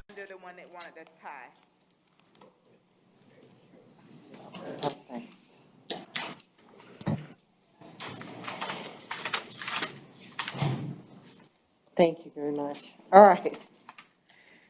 Thank you. And I have a All right. cause argument whenever the court's ready. Otorgo argumento de por causas cuando el juez esté. All right, so you're charged with trafficking in fentanyl, 4 grams or more, drug or possession of drug paraphernalia, possession of a weapon by a convicted felon, and obstructing an officer without violence. Ms. Smith? Señora, usted ha sido acusado de tráfico de fentanyl, más de 4 gramos, tenencia de accesorios para el uso de drogas y haber tenido un arma por un felón condenado y obstruir a un oficial. El argumento de la defensa, está preguntando la juez. My argument is as to the possession of the weapon by a convicted felon. There's no mention of him being a convicted felon that will rise to probable cause for the possession. Es en cuanto a la acusación de tenencia de un arma por un felón condenado, no hay argumento que se haya presentado que respalde esto. State response. Respuesta de la fiscalía. State would ask for a 24-hour reset. El fiscal pide que se aplace por 24 horas. All right. I'll give you the 24-hour reset on count 3 because the court notes the defense is correct. There's no mention of a conviction in there. So I do find probable cause as to the other 3 counts. That would be counts 1, 2, and 4. On count 1, I'm setting the bond at $50,000. On count 2, I'm setting the bond at $250, and on count 4, the obstructing an officer without violence, I'm setting bond at $1,000. At this point, there is no PC on count 3, but I am giving the state 24 hours to develop that. La juez le está dando. Sorry, Madam Interpreter, go ahead. La juez le está dando fianza en 3 de los cargos. En la primera causa, $50,000. En la segunda causa, $250. En la cuarta causa, $1,000. En el caso de tenencia de un arma por un felón condenado, La juez le va a permitir 24 horas a la fiscalía. Está sin fianza en ese caso. All right, you do qualify for the public defender, and I'm going to appoint the public defender to represent you. Usted es elegible para el defensor público, el cual se lo voy a designar para que les represente. You are out on bond on case 22 CF 949. Usted estaba bajo fianza en el caso 22 CF 949. In that case, that charge is possession of fentanyl with intent to sell or deliver. Esa acusación es tenencia de fentanol con intención de entregar o vender. I'm going to revoke your bond in that case and set it at no bond. En ese caso que estaba bajo fianza, le voy a revocar esa fianza y queda detenido sin fianza.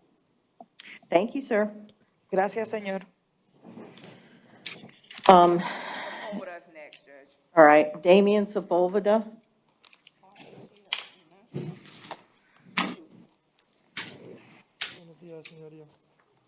Good morning, Your Honor. Good morning, sir. Buenos días, señor. Sir, you were arrested and charged with petty theft. Señor, usted fue arrestado y acusado de hurto menor. I reviewed the affidavit in your case, and I do find probable cause. Yo he repasado la affidavit acusatoria y hallo que hay causas que respaldan la acusación. I'm going to set. I'm sorry, Your Honor. He's stating he can't hear the interpreter. She can speak up, please. All right. Se le ha acusado de hurto menor. La jueza halla que hay causas que respaldan la acusación. I'm going to stay the bond at $250. He does qualify for the public defender, and I appoint the public defender to represent him. Se le da una fianza de $250. Usted es elegible para el defensor público y se le designa el defensor público para que le represente. Thank you. Gracias. Your bond is $250.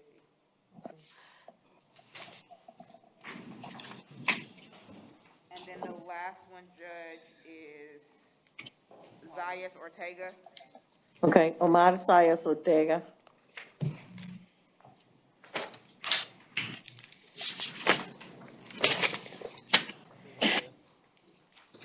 All right, good morning, sir. You've been charged with battery. I reviewed the affidavit in your case. I do find probable cause.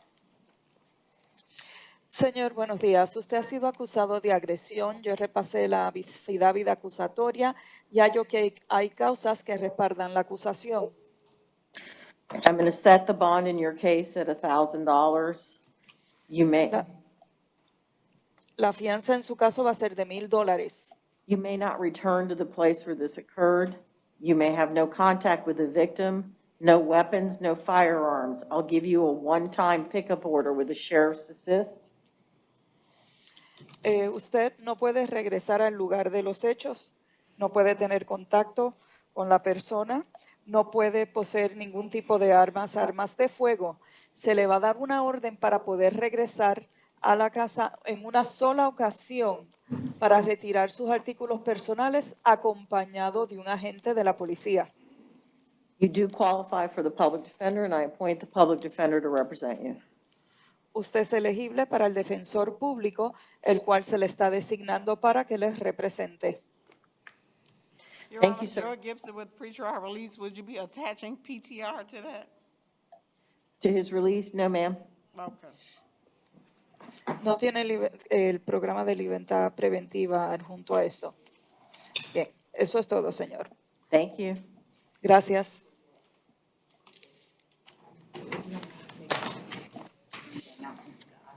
Would that be it for Osceola, Your Honor? Yeah. All right, Ms. Murrah, can you ask if anyone else in Osceola needs the interpreter, please? The Spanish Yes. interpreter, yeah. Yes. ¿Hay alguna otra persona que vaya a necesitar los servicios de un intérprete? Ahí en Osceola, por favor, levanten su mano si hay alguien más que necesite intérprete. Anybody, Ms. Smith? See no hands, Judge. All right, thank you, Madam Interpreter, have a good Sunday. We have one for Orange. And we don't correct? need you for Orange. Do we need her for Orange? We do not need you for Orange. Okay, well, Right. thank you. You have Thank a good you. afternoon. You too. Thank you. All right. Nathaniel Cooper? Yes, ma'am.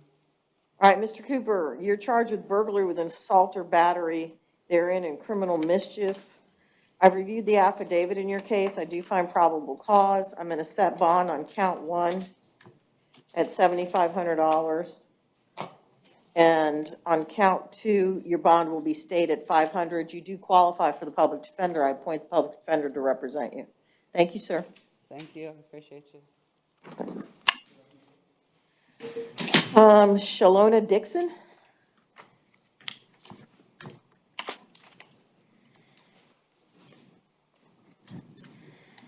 Good morning, Ms. Dixon.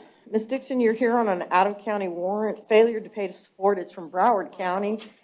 It's set at $764.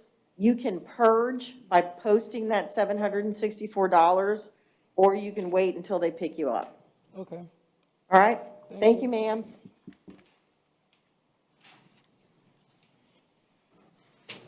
Roger Fischel, or Fischel? He's gonna hire a private judge. Okay, thank you. Good morning, sir. Good morning, Your Honor. You're charged with battery. I reviewed the affidavit in the case. I do find probable cause. I'm going to set your bond at $1,000. You may not return to the place where this occurred. You may have no contact with the victim, no alcohol, no weapons, no firearms. I will give you a one-time pickup with the sheriff's assist.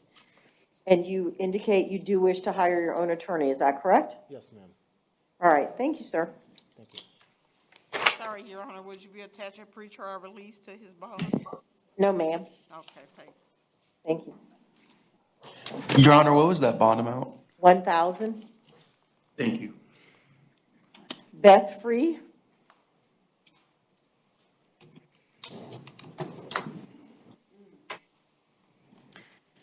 Good morning, ma'am. Ms. Free, you've been picked up on a Broward County warrant. I'm sorry, a Sarasota County warrant. Charges are fraudulent use of a credit card, fraudulent use of personal ID. The bonds have been set by Sarasota at no bond. Thank you, ma'am.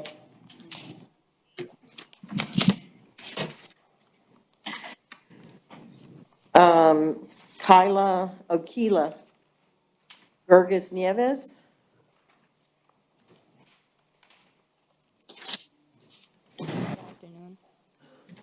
Good afternoon, ma'am. Ma'am, you're charged with battery. I reviewed the affidavit in your case. I do find probable cause.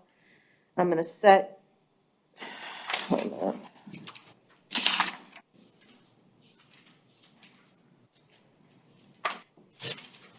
Why doesn't she qualify for PTR?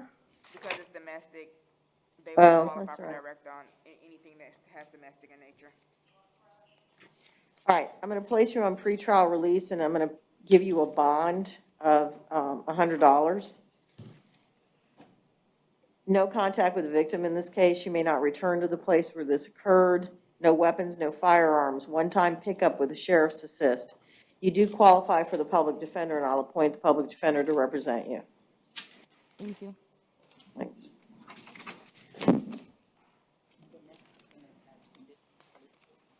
Okay. Lorenzo Green. Thank you. And he has 3, Judge. He does. Okay, I've got the violation, the domestic violence violation. I have a driving while license suspended and 2 counts of possession. Is that correct? Okay. Yes, Judge. All right, sir. Mr. Green, let me start with, you've been picked up on a warrant from Osceola County for violating the conditions of your pretrial release. That bond is set at 0 on that warrant. No. You do qualify for the public defender. I'll appoint the public defender to represent you on that. That's the only one I see. Cover sheet on that indicates it's to be set at IA's, Judge, so would the court be setting a bond after that one? No, I will not, because I don't have an affidavit. I don't know enough about the case. I'm going to leave him at a no bond status and let you set a hearing. I'm sorry, Your Honor, this is Joe Gibson for pretrial release. I sent over a copy of that warrant. Oh, did you? No, Judge, I responded to her email, what actually came over with the information sheet. We never got the warrant. Yeah, we still don't have the warrant. We just have the information sheet on it. And because it's a domestic violence, I'm not willing, without seeing what it is. It said with bond conditions, no contact with a victim or witnesses. The allegations are about text messages, Judge, but I understand the court doesn't have it. Well, I've never known you to lie to me, Ms. Smith. Do you have the affidavit there? Yes, Judge. What is the allegation? I'm sorry. The allegation is that he was released in February of 2018. Following that, he started messaging her through Instagram. The officer supposedly saw copies of those messages. So essentially, the allegation is about Instagram messages, him contacting her through Messenger. All right. Mr. Arena, you want to weigh in on this? No, Your Honor. All right. All right, in that case, what I'm going to do is I'm going to go ahead and set your bond on that one. I'll set the bond at $2,500. Listen to me. You are to have no contact with the victim. No contact means no texting, no emails, no blogging, no Facebook, no Instagram, no anything. And you cannot have a third person contact her. Do you have any questions about what I mean? Yes. Do you have questions about what no contact means? Yes. That's all I want to. No, my question, I wanted to see, like, I work in a public attraction park. The question is about no contact. Do you understand what no contact means in terms of messaging? You're on the record, sir. Anything you say can be used against you. So if you have any other questions, you need to ask your lawyer. I mean, there's really nothing. I mean, I've done everything I've done with my DTR. Do you understand what the no contact means in terms of no texting, no messaging? Yes, I've done everything perfectly. Okay. Okay. So you also have, you've also been arrested and charged with driving while license revoked. I've reviewed the affidavit in that case. I do find probable cause. I'm going to set bond in that one at $250. And you have a third case where you charged with possession of controlled substance, cocaine, possession of a controlled substance, methamphetamines, I think, and possession of marijuana over 20 grams. I reviewed the affidavit in that case. I do find probable cause. I'm going to set the bonds on count 1 at $1,000, count 2, $500, count 3, $250. You do qualify for the public defender on all 3 cases. And I appoint the public defender to represent you. You're out on bond on 22 MM 358 and 21 MM 3372. Both of those are battery charges. I'm going to revoke the bonds on those cases and double the original bonds that you were set on each case. So, yeah, I was about to ask, can you all give me the bond amounts on 22 MM 358? Yeah, sure. The original? 1 second.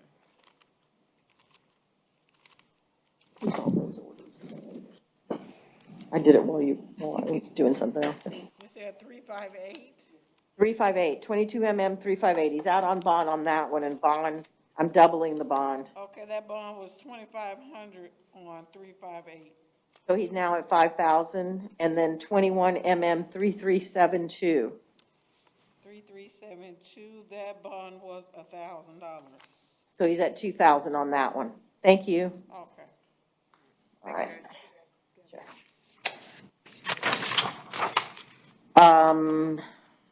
Kevin Googly Mini, I'm sorry. I know I didn't pronounce that correctly.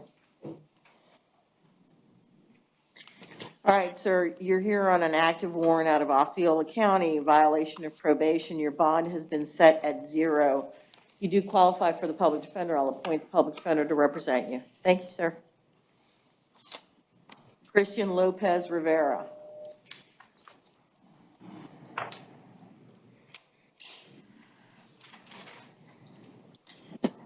Good morning, sir. You're charged with battery. Excuse me. I've reviewed the affidavit in this case. I do find probable cause.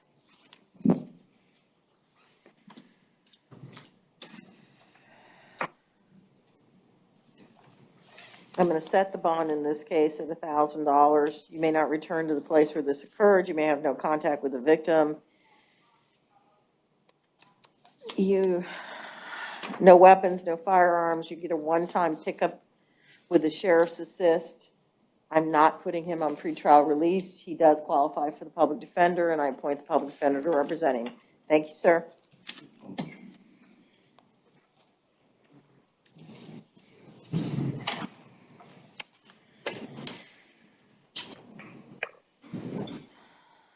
Jamniel Machuca Ortiz.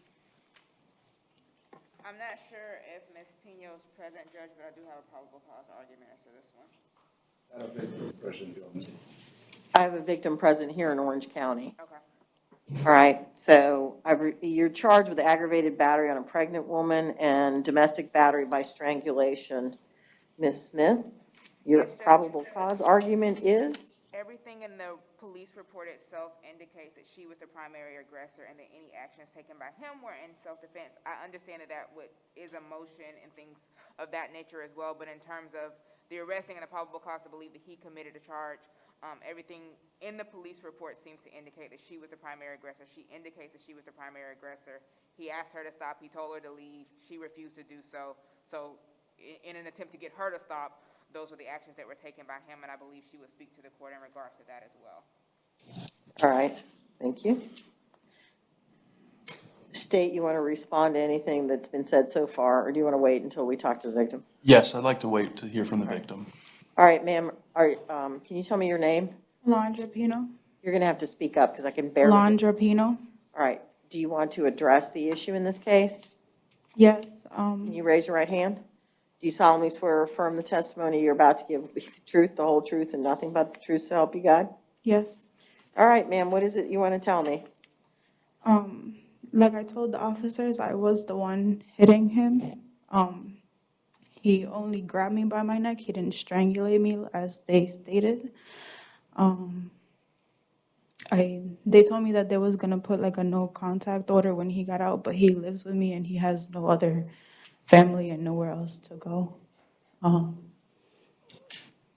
you willing to have him come back to the house? Yes.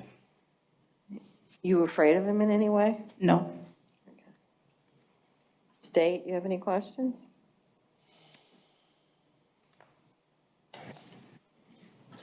No, Your Honor. Ms. Smith, do you have any questions? No, Judge, I guess I would just add that based off her statement, that there would be no probable cause for the DV bat by strangulation for count 2. State, do you want to address that? Do you want to address the fact that based on her current statement, there's no DV bat by strangulation? I mean, I agree. All right. All right. I did review the affidavit. I do find probable cause on the aggravated battery. I do note for the record that she was the primary aggressor in this case. So, but this is IAs. You'll have to file motions on all of this, Ms. Smith. I am going to find there is no probable cause based on the statement given by the victim today on the domestic battery by strangulation, which is count 2. I'm ordering him released on his own recognizance on that count. On count 1, I'm going to set his bond at $100 plus pretrial release. No hostile contact between the two of you. Sir, the next time she starts a fight, leave. Yes, ma'am. All right. I'll just call the cops if anything. You do, hold on. You do qualify for the public defender. I'll appoint the public defender to represent you. Thank you. Yes, Thank you, ma'am. Thank you, Judge. Robert Middleton.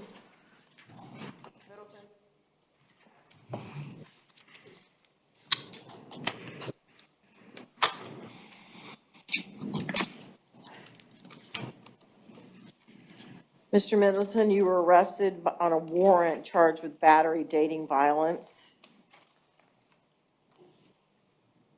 I reviewed the warrant, the facts of the warrants for purposes of setting a bond at IA. The previous judge found probable cause.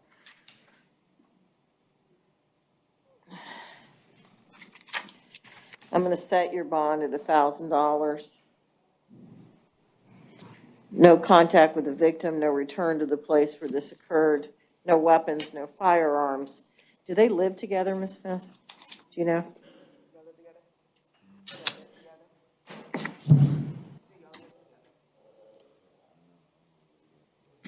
No, Judge. All right. So he doesn't need to go back there for any reason. You do qualify for the public defender. I'll appoint the public defender to represent you. Thank you, sir. Nelson Moore.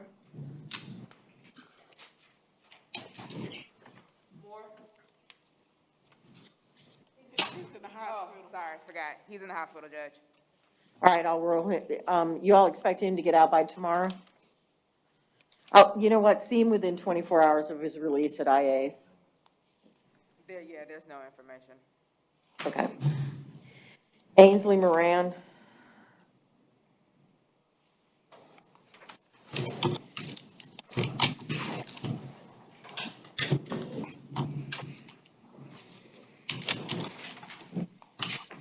Good morning.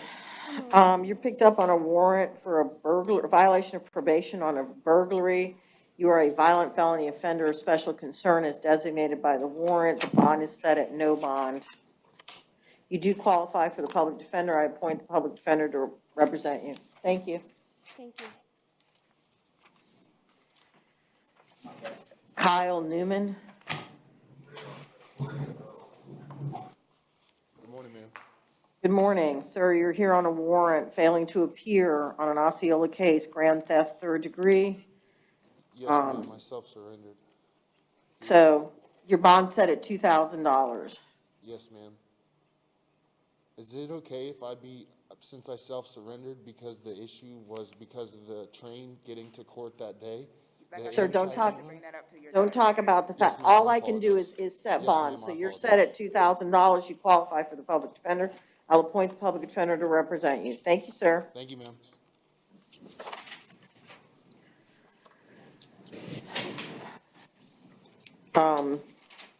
Jagdish Prasad.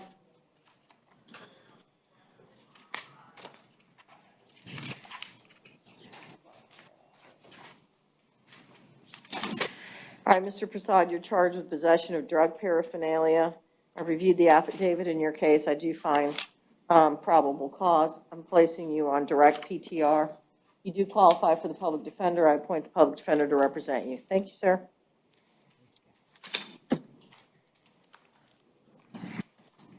Keneal Torres Fernandez.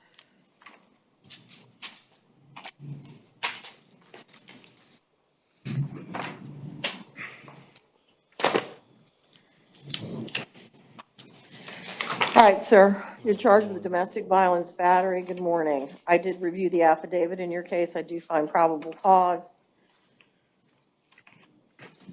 I'm going to place you, wait a minute.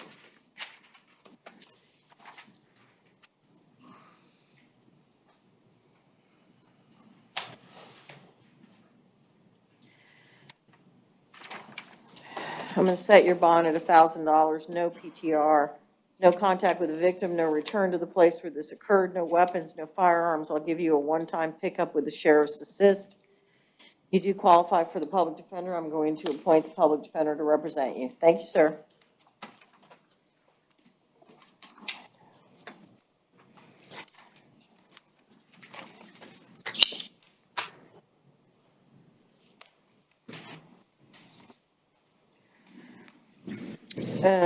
Jacob Walters. He's gonna hire his own attorney, Judge. Thank you.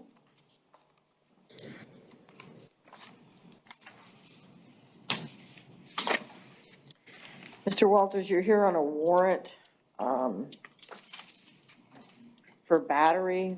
The warrant sets the bond at no bond. I don't have a copy of an affidavit. I know nothing other than to set the bond at no bond. And I don't have it either, Judge, because, yeah, it didn't have a case number. I think it was signed yesterday. Could we Okay. reset him for tomorrow so that? Yes, you can roll into tomorrow till the warrant or the affidavit comes through. All right, thank you, sir. And he does qualify for the PD, so I'll go ahead and appoint you all, Ms. Smith. He's not gonna qualify based off income. So Oh, I'm sorry. He does not qualify? Okay, thank you. All right, Sean Christopher Jewell. He was reset because he was in detox. Yeah, he's here. All right.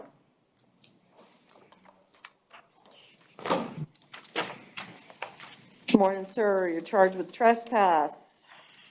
on property, not a structure or conveyance. Your bond's been set at $150. I do find probable cause. Stay your bond. You qualify for the public defender. I'm appointing the public defender to represent you. Thank you, sir.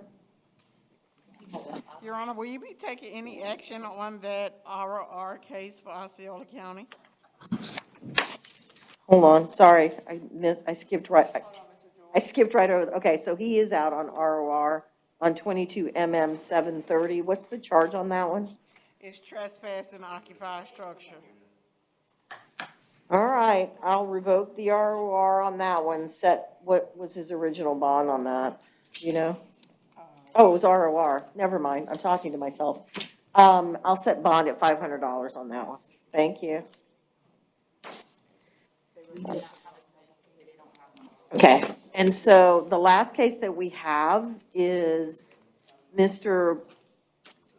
Panomaj. We do not have a Thai interpreter available. We've checked. So we're going to need to roll him to tomorrow for a Thai interpreter. I'm sorry, we just don't have one. He understands some English, Judge, but I understand. Given the charges, I really would prefer that we have an interpreter here. And I understand that, Judge, because I had a Right, PG argument yes. account too. Okay, so I'll roll him to tomorrow. All right, I think that's it for Osceola. Yes, Judge. Y'all have a good rest of the Sunday. Thank you very much. Nice to see you again, Judge, or hear you. Good seeing you.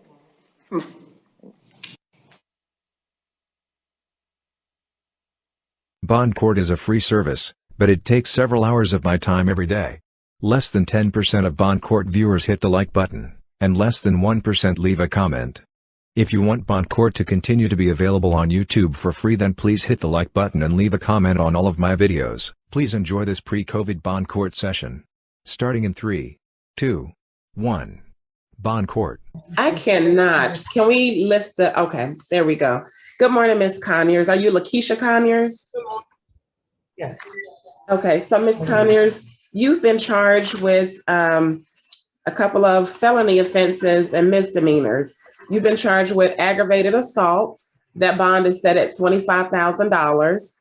You've also been charged with felony kidnapping. That bond is set at $20,000. You've also been charged with theft by taking. That bond is set at $2,000. And you've also been charged with the theft by taking is a misdemeanor. And then you've also been charged with misdemeanor reckless conduct. That bond is set at $8,000. So your total bond between all four offenses is $55,000.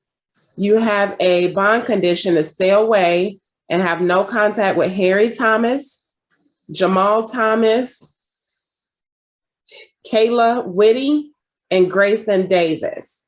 And I am not allowing you to return to 320 Commons Drive in Jonesboro, Georgia. If that is a shared residence, you can go back accompanied with the sheriff's officer from Clayton County to schedule an appointment within 10 days of being released to collect any personal belongings that you may have at that residence. Do you understand what I've mentioned as far as your bond and the special conditions? Yes, ma'am. Okay. Now, I've scheduled your next court date, which is your preliminary hearing date for May 4th, 2022 at 8:30 a.m., and it will be conducted by Zoom video conference. I also received your application for a court-appointed attorney, and I am appointing an attorney to represent you. Do you have any questions for me, Ms. Conyers? I have one question. Me and Harry Thomas, we work at the same facility. So am I allowed to still go to work? But he's all the way in the kitchen and I'm at the bar.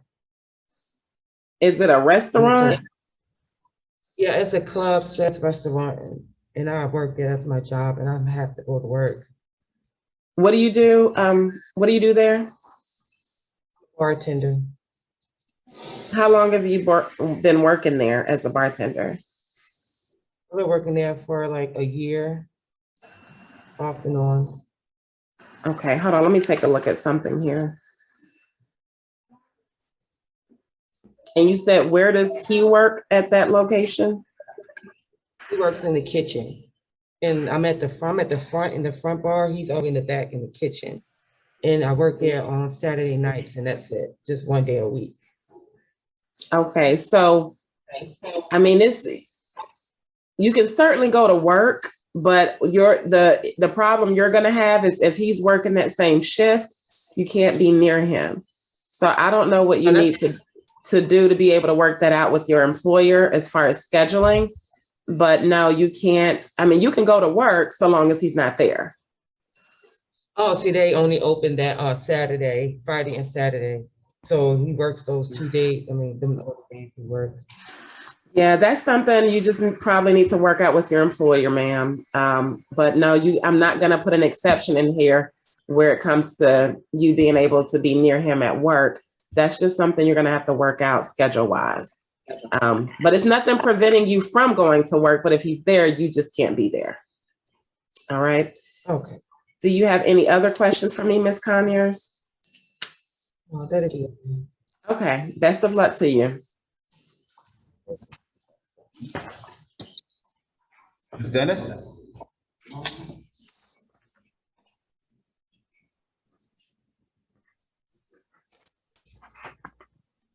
Good morning. Are you Sierra Dennis? Yes, ma'am. Okay, so Ms. Dennis, you have been charged with one count of felony robbery, and that bond is set at $7,000, as well as one count of felony false imprisonment. That bond is set at $7,000. So your total bond amount is $14,000. And there's a special condition to this bond is that you cannot have any contact with Raven Holsey while this case is pending and this bond order is in place. Do you understand what I mentioned as far as your charges and your bond and the special condition to your bond? Yes, ma'am. Okay, so I've scheduled your next court date, your preliminary hearing date for May 4th, 2022 at 8:30 a.m. And that preliminary hearing will take place by Zoom video conference. If you bond out, that court date goes away. You'll receive a new court date in the mail. I did receive your application for a court-appointed attorney, and I've granted your request to have an attorney appointed to represent you. Do you have any questions for me, Ms. Dennis? Oh, ma'am. Okay, you may be excused, ma'am.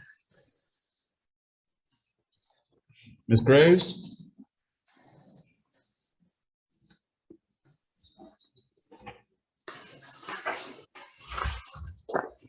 Good morning. Are you Corey Graves? Morning, yeah. Okay, so, all right, Ms. Graves, you've been charged with several misdemeanor offenses. You have a speeding violation, that bond is $1,500. Reckless driving, that bond is $1,500. Violation of the seatbelt law, that bond is $500.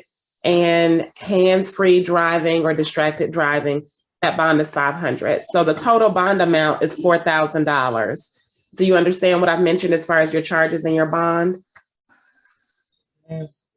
Okay, your next court date is scheduled for May 3rd, 2022 at 8:30 a.m. If you bond out, that preliminary hearing date is waived and you'll receive a new court date in the mail to come back for arraignment. Do you understand that? Okay. I did see your application for a court-appointed attorney. I'm not sure if you're requesting an attorney. You mentioned that you have a job, but you didn't list your income. Do you want to be considered for a court-appointed attorney, or do you plan to hire your own or represent yourself? Yeah, I hire my own. Okay. So I'm going to indicate on here that you plan to hire your own attorney, and that you decline having a court-appointed attorney. Did you have any questions for me? No, ma'am. Okay, you may be excused, ma'am. Ms. Harrison?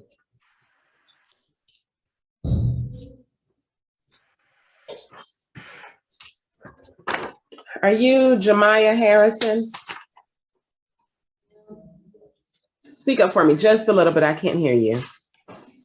Ma'am. Okay. All right. So, Ms. Harrison, you have been charged with 3 misdemeanor offenses. The first one is contributing to the delinquency or deprivation of a minor. That bond is $2,500. You also have a possession of marijuana less than an ounce. That bond is $1,500. And you also have a loitering or prowling misdemeanor offense. That bond is set at $1,000. So your total bond between all three offenses is $5,000. Do you understand what I've mentioned as far as your charges and your bond? Yes, ma'am. Okay, so your Yes, ma'am. next court date is going to be May 3rd, 2022 at 8:30 a.m. and it will be conducted by Zoom video conference. If you bond out, however, that court date will be waived and you'll receive a new court date in the mail to come back for arraignment. I did receive your application for a court-appointed attorney, but you didn't indicate whether or not you were employed. Do you work? Okay. I will grant your request, and I have appointed an attorney to represent you in this case who will be present in court with you. Do you have any questions for me? No, ma'am. Okay, you may be excused. Thomas. What do you want? Rashonda? Thomas.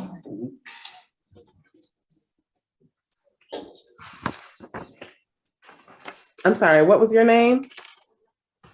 Rashonda Thomas, ma'am. Okay, give me 1 second.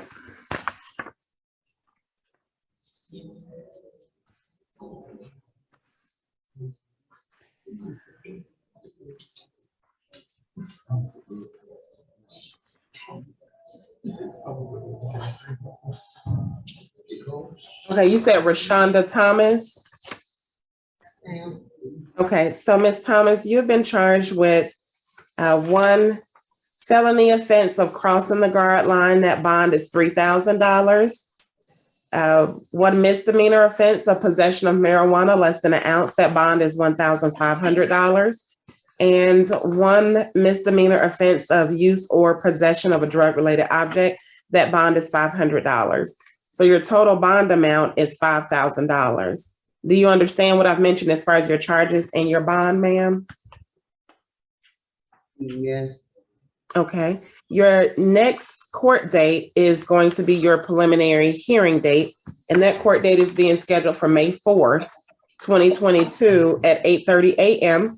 It will be conducted by Zoom video conference, but if you bond out, that court date will be waived and you'll receive a new court date in the mail. I've also approved your request for a court-appointed attorney, so you'll have an attorney present to represent you. Do you have any questions for me, Ms. Thomas? On the paper about the court-appointed attorney, I have put my address that's on my ID. I thought I was supposed to put the address on my ID and not my home address. So I put the wrong address. Okay, do you want to give me the correct address to put on here for you? Yes.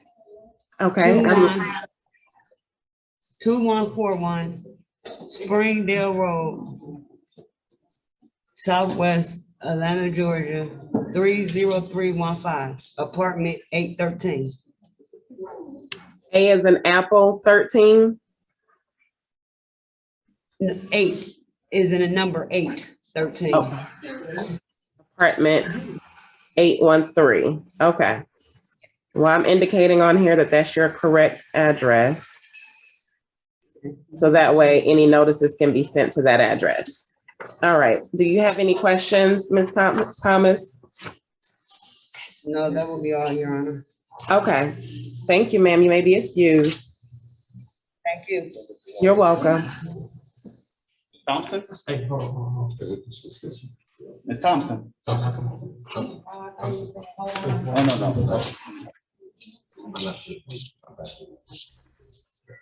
Good morning. Are you Erica Thompson? Good morning.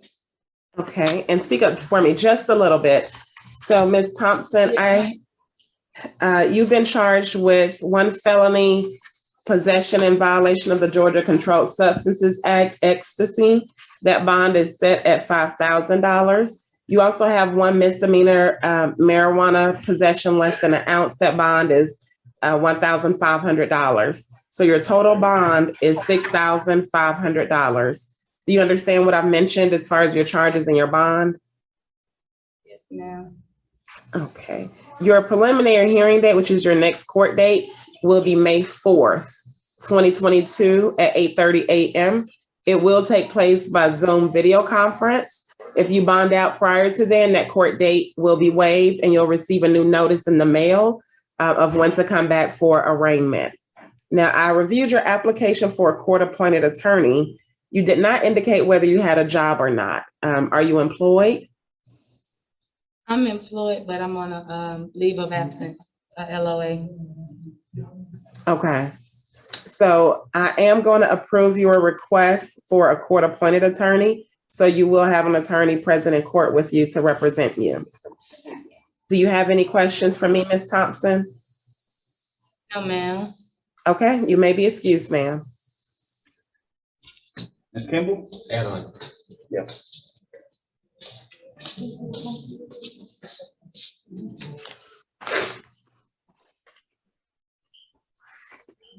Good morning. Are you Jennifer Kimball? Ma'am. Okay. Ms. Kimball, when were you arrested? On the 8th at like 4 o'clock in the morning. On the 8th at 4 o'clock? Okay. Because I am missing some paperwork for you. I don't have a bond order for you. I need to get a bond order in order to set bond for you. So what I want to do, deputies, if we could just hold Ms. Kimball to the very end. I need to call my staff and see if I can get a bond order for her today. Because if I can't, I'm going to have to continue Ms. Kimball to the calendar for tomorrow. But I want to be able to see if I can handle her case today. So if you can hold her to the end, I'll take the male inmates and then I'll take a break and see what I can do about her. So just hang on, Ms. Kimball, okay? I'll call you back. Thank you. All right, I think those were all the ladies, is that right? Yes, Your Honor. Okay, so I'll go ahead and start with the gentleman. I have Mr. Berry present. Okay. All right, good morning, Mr. Berry. Give me 1 second here, let me get to your file.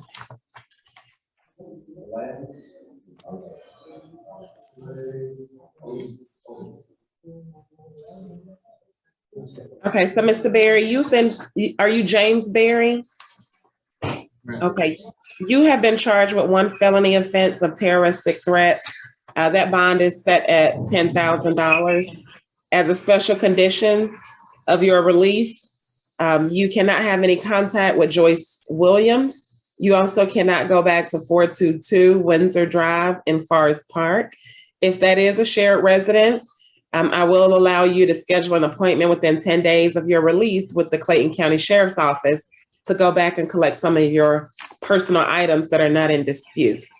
Do you understand what I mentioned as far as your charge, your bond, and those special conditions? Okay, I've scheduled your next court date of May 4th, 2022 at 8:30 a.m. It will take place by Zoom video conference. If you bond out prior to that date, that court date will be waived and you'll receive a new court date in the mail of when to come back for arraignment. I also received your application for a court-appointed attorney, and I am approving your request to have an attorney represent you in this case. Do you have any questions for me, sir? No, ma'am. Okay, you speak up for me. Did make bond today? The 10,000. Yes, I'm signing the bond order today. So if you're able to make arrangements, regarding your bond today, you can certainly make bond today, sir. All right. Any other questions for me, Mr. Berry? I didn't hear you. No, ma'am. Okay. No, ma'am. You may be excused. Next in line. Mr. Coleman. Good morning. Are you DeMarcus Coleman? No. Okay, Mr. Coleman, you've been charged with one misdemeanor offense of battery family violence. I've set that bond at $8,000. As a special condition, you are to stay away and have no contact with Alicia Jones.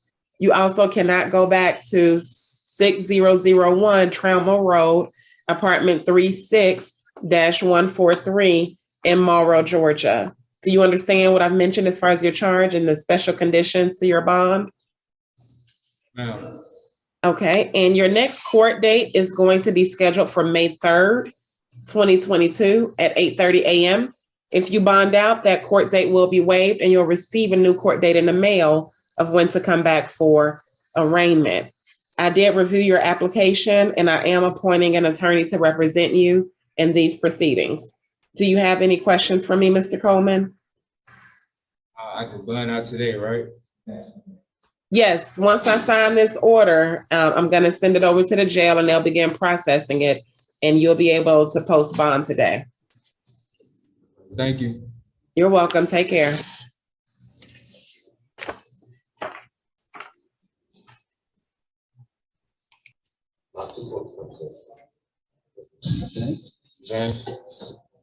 Okay. All right. Good morning, Mr. Elliott. You've been charged with a red light violation. That bond is $500, and driving on a suspended license. That bond is $1,500. So your total bond amount is $2,000. Do you understand what I've mentioned as far as your bond and your charges? Did you say yes or no? Yes. Okay. Yes, ma'am. All right. Your next court date is your preliminary hearing date. That will be scheduled for May 3rd at 8:30 a.m. and it will be conducted by Zoom video conference. If you bond out before then, that court date will be waived and you'll receive a new court date in the mail of when you can come back for arraignment. I did receive your application for a court-appointed attorney, and I have appointed an attorney to represent you in court. Do you have any questions for me, Mr. Elliott? No, ma'am. Okay, you may be excused, sir.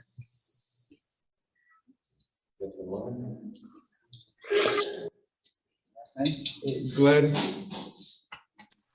Okay, is it Cedric Gladden? Yes, ma'am. Okay, Mr. Gladden, you have been charged with one misdemeanor offense of being in possession of a handgun under the age of 18. Your bond is set at $3,000. Do you understand what you've been charged with and what I've mentioned as far as your bond? Yes, ma'am. Okay. Your next court date is going to be May 3rd at 8:30 a.m. And that will be conducted by Zoom video conference. But if you bond out, that court date will be waived and you'll receive a new court date in the mail of when you come back for arraignment. I did receive your application for a court-appointed attorney, and I am appointing an attorney to represent you in this case. Do you have any questions for me, sir? No, ma'am. Okay, you may be excused. You're welcome. Who's Graves? That's female. You're home. Where's Corey Graves? Huh? It's a female. Okay. Yeah. All right. Go ahead. Come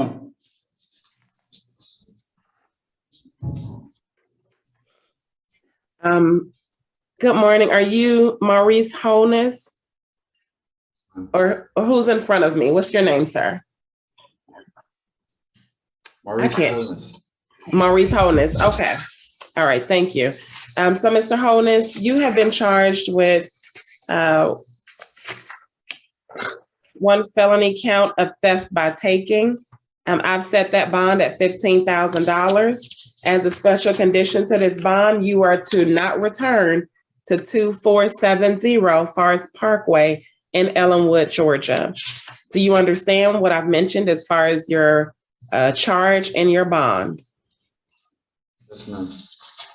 Okay, your next court date is being scheduled for May 4th, 2022 at 8:30 a.m. It will be conducted by Zoom video conference, but if you bond out prior to then, that court date will be waived and you'll receive a new court date in the mail of when to return for arraignment. I received your application for a court-appointed attorney. You did indicate that you are self-employed and you're working. However, you did not indicate how much you make per month.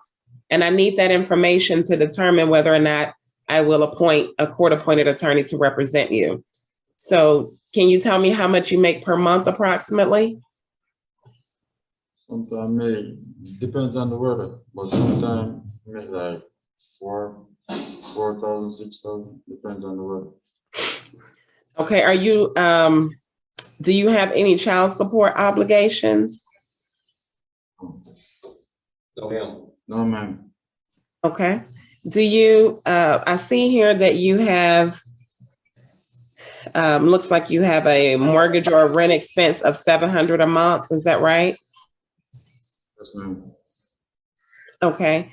And you also indicated that you have a family member that could assist you with retaining an attorney. Is that correct? Yes, ma'am.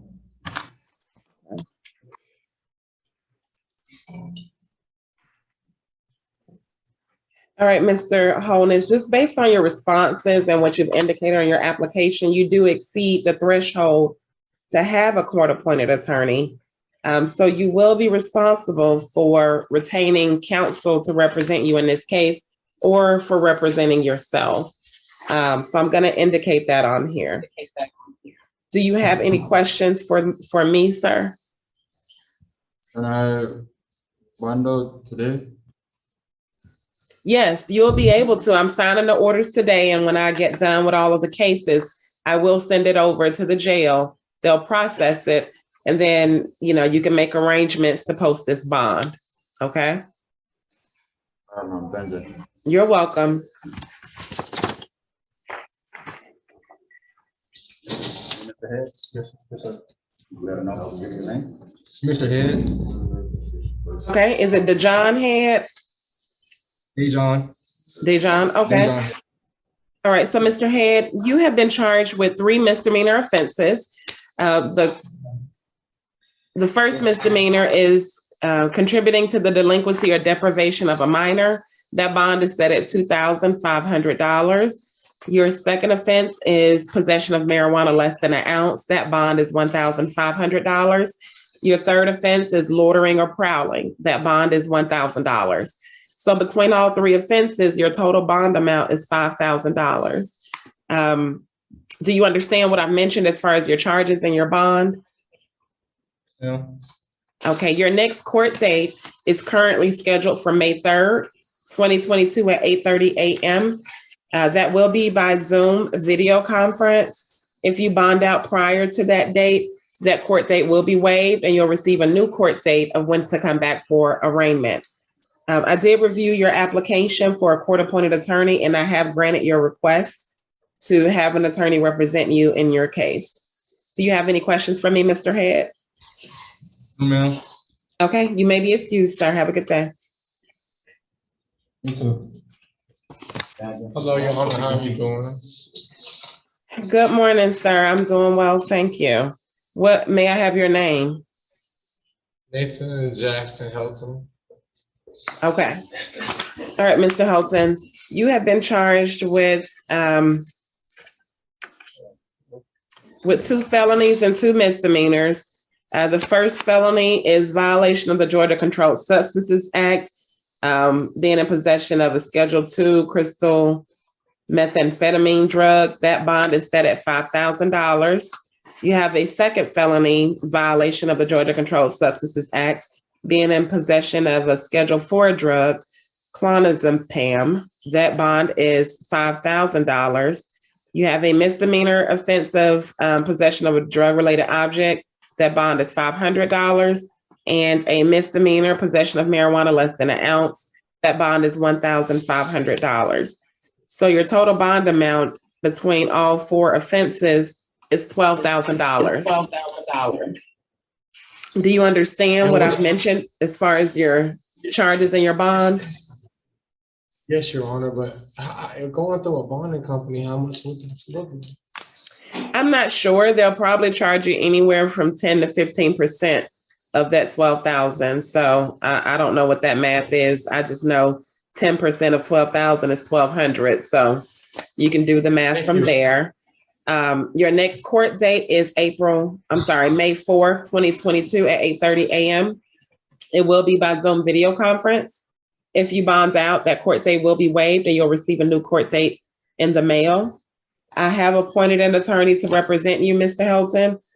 Do you have any other questions for me? Just thank you, Your Honor, for, granting me an attorney, and I just appreciate it. Okay, you're welcome, sir. Best of luck to you. You may be excused.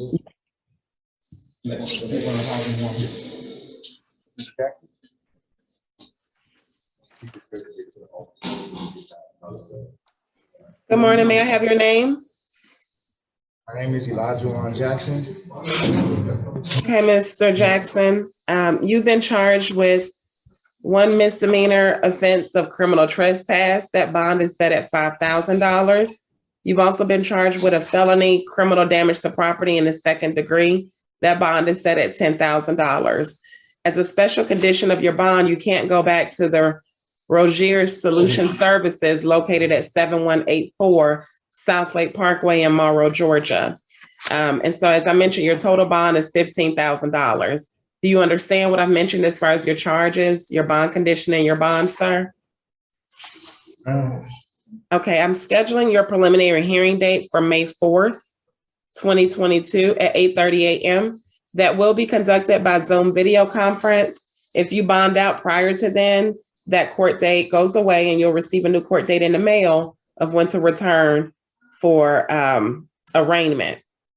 I did review your application for a court-appointed attorney. You did not indicate whether you have a job. Are you requesting a court-appointed attorney? I want to represent myself. Okay, so I'm going to indicate on here that you do plan to represent yourself in these proceedings. Do you have any questions for me, sir?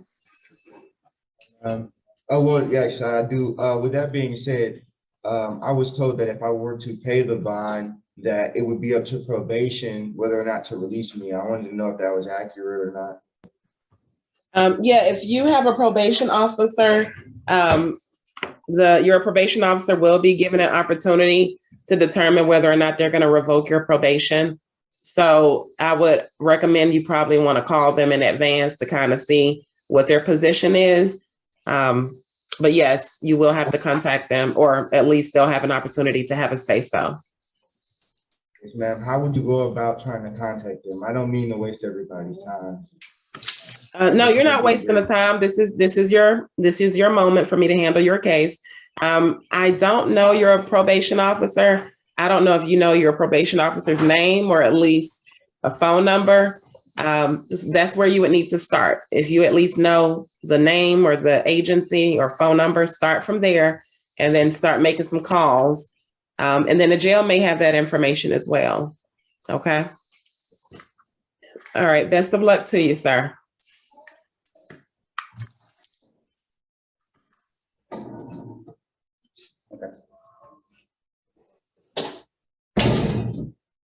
Please. Please, master the pen right back.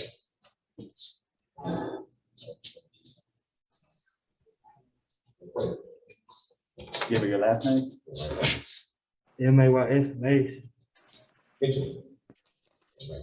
Okay. Is it, are you Dayon Mays? Is that correct? No. Okay. So, Mr. Mays, you've been charged with a violation of the Georgia Controlled Substances Act of being in possession of marijuana over an ounce. That bond is set at $3,000. Also, felony possession of a firearm during the commission of a crime. That bond is set at $5,000. And carrying a concealed weapon, that bond is set at $3,000. I'm sorry, excuse me, $5,000. So $3,000, $5,000, $5,000. Your total bond amount is $13,000. Do you understand what I've mentioned as far as your charges and your bond, sir? You can repeat that one more time. Yes, you want me to repeat the bond or the charges? One more time, please. Your felony, excuse me, the first one is a felony, possession of marijuana over an ounce. $3,000 is that bond. Your second offense is a felony. That's possession of a firearm during the commission of a crime. That bond is $5,000. Your third offense is a misdemeanor. That's being in possession of a concealed weapon without having a valid carry license. That bond is set at $5,000. So the total is $13,000 between all three offenses. I am scheduling your preliminary hearing date for May 4th, 2022 at 8:30 a.m. That will take place by Zoom video conference. If you bond out, that court date goes away and you'll receive a new court date in the mail of when to return for arraignment. I did receive your application for a court-appointed attorney, and I am approving that request. So you will have a court-appointed attorney representing you in court. Do you have any questions for me, Mr. Mays? If I bring a lawyer, with that court-appointed lawyer come, is that all right? Yeah, if you decide to hire a private attorney, just let the court-appointed attorney know. If your private attorney comes onto the case, they'll file what they need to file with the court to notify the court that they're representing you. So then the court-appointed attorney will just come off of the case and your private attorney can take it from there. All right. All right. You may be excused, Mr. Hayes, or Mays, I'm sorry. Come on, sir. Give the judge your last name, please. McCray. Okay. Good morning, Mr. McCray. You have been charged with one misdemeanor simple assault offense. Your bond is being set at $3,000. And as a special condition to your bond, you are to stay away and have no contact with Connie Ward. Do you understand what I've mentioned as far as your charges, your bond amount, and your bond condition? You gotta speak up, can't hear you. Okay, listen, we just moved up in together. So where am I stay? Hang on, I can't hear you. Let me turn up the volume on my computer. Hold on. Okay, what'd you say again? We just moved up here together. And got this house together from Alabama. I'm saying, where am I to go? You said you all live together? We just moved up here together from another state. Okay, so are you in the same household with Ms. Ward at 820 Pixley Drive in Riverdale, Georgia? Okay, well, since you can't have any contact with her, you won't be able to reside in the same household with her. So I will, hold on one second. Hold on, let me indicate on here. Is it Pixley Drive, Pixley? Oh. Yes, ma'am. Okay, so what I will indicate is you can go back and collect some of your personal belongings. But while this bond order is in place, given the nature of your offense of simple assault against Ms. Ward, I cannot allow you to return back to that location. So you will have to make other arrangements when it comes to your living situation. But if you contact the sheriff's office within 10 days of being released, you can go back to that premises just to collect some of your personal belongings while this case is still open and pending. I'm scheduling your court date for May 3rd, 2022 at 8:30 a.m. and that will take place by Zoom video conference. If you bond out, that court date will be waived and you'll receive a new court date. So you'll have to make sure that you provide some information as far as a forwarding address. Now, I am appointing an attorney to represent you in this case. I highly recommend that you talk to the court-appointed attorney about what your options are as far as these bond conditions. And hopefully your attorney will be able to assist you. Do you have any further questions for me, sir? How much you said the bond was? $3,000. You have any other questions, Mr. McCray? I'm just trying to figure it out because, like I said, we just moved up in together, and you guys just put me on the street right now. Yeah, you'll just have to make other arrangements. I just can't let you go back there when it says that you place your hands around her neck and that you admitted to pushing her. That's what it states on the warrantless arrest affidavit. So at this juncture, my job is to maintain the peace and consider the protection of the public and the victim. So I cannot allow you to go back, Mr. McCray. Best of luck to you, sir, okay?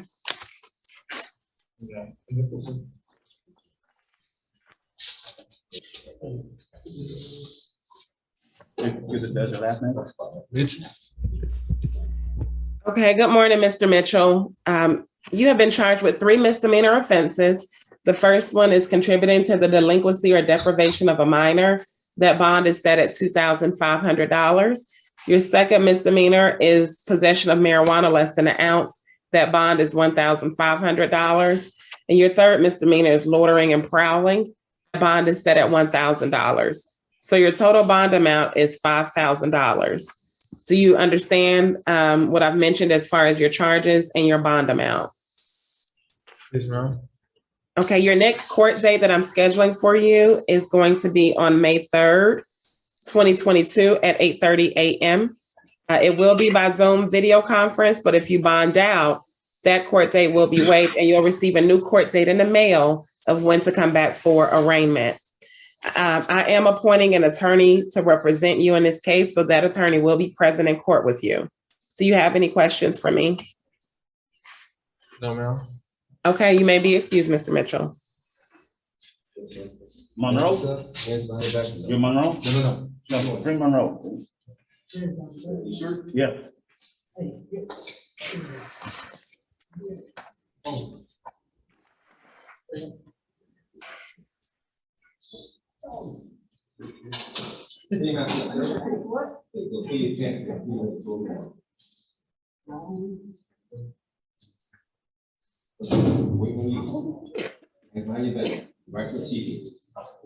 Come on.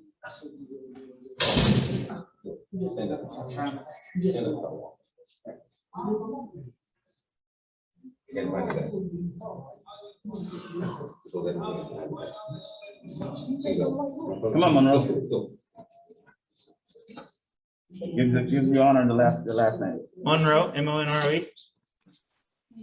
Okay, so Mr. Monroe, you've been charged with 1 misdemeanor theft by shoplifting.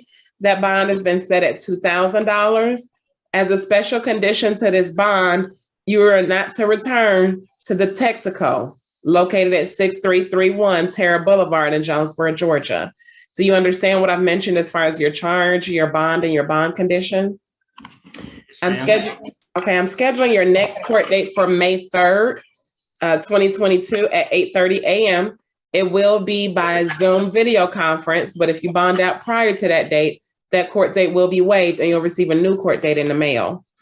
I am approving your request for a court-appointed attorney, so you will have an attorney present with you in court.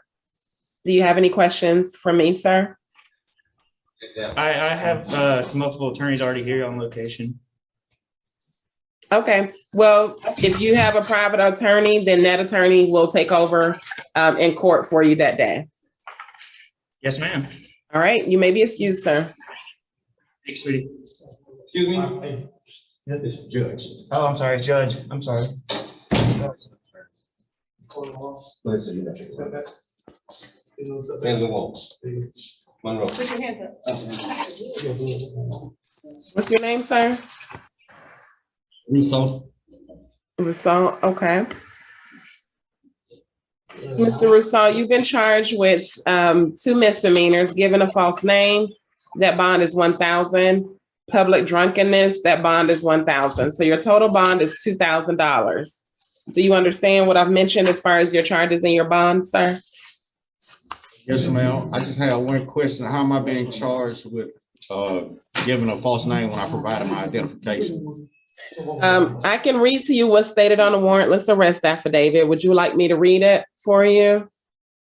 Yes, ma'am. It says that you committed the act of giving a false name to law enforcement when you provided law enforcement. Give me 1 second. I'm trying to read the handwriting of the officer.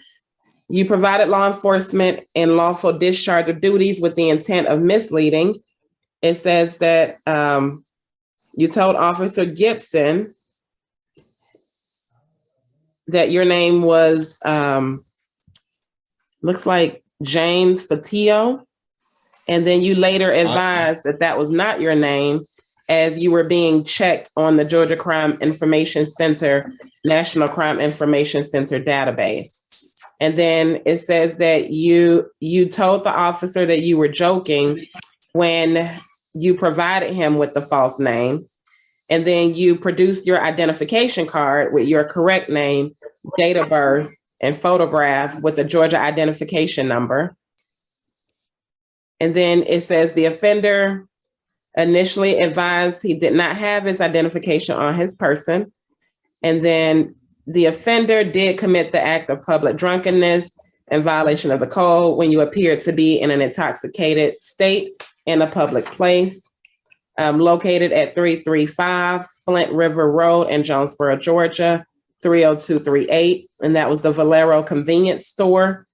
It says Officer Gibson observed you using profanity and utilizing the N-word towards the store clerk, and the offender had a strong odor of alcohol emitting from your person, and the offender was observed to be slurred. He had to tell you to stop using profanity and other obscene language, and you were disrupting the business while the clerks were assisting other customers. So that is what was indicated on the warrantless arrest affidavit. And that's what led to your 2 offenses.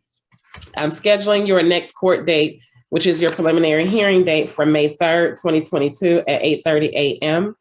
If you bond out, that court date will be waived and you'll receive a new court date in the mail. I am also approving your request to have a court-appointed attorney. So you will have an attorney present to represent you in court. Do you have any other questions for me, Mr. Rousseau? Yes, is there any way I can see my attorney before my court date?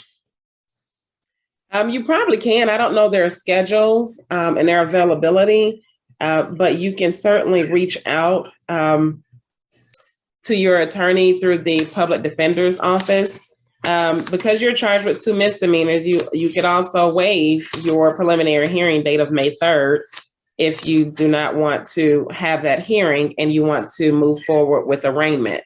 Do you want to waive that court date of May 3rd, or do you want to leave it scheduled in case you bond out? If you bond out, it's automatically waived. Well, what I'm asking is, would I have an earlier court date if I waive the preliminary? Generally, you do, yes. And that would be your arraignment. I'm sorry. What day would my arraignment?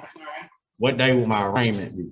That I don't know. I don't have that schedule on that calendar. So I don't know what day your arraignment would be.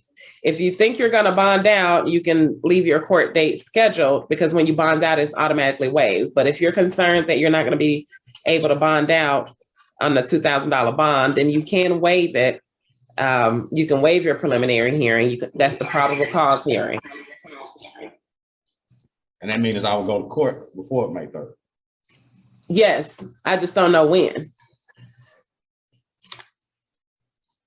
Okay, yeah, I'll wait. Okay, so deputies, if y'all can give Mr. Rousseau a waiver form, and then I'm going to indicate on his bond order that he has elected to waive his preliminary hearing. And so you'll receive, if you're still incarcerated, Mr. Rousseau, you'll receive a new court date through the jail.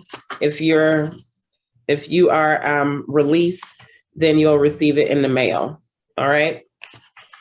You have any other questions? So there's a possibility I may get before my court date. Is that what you're saying?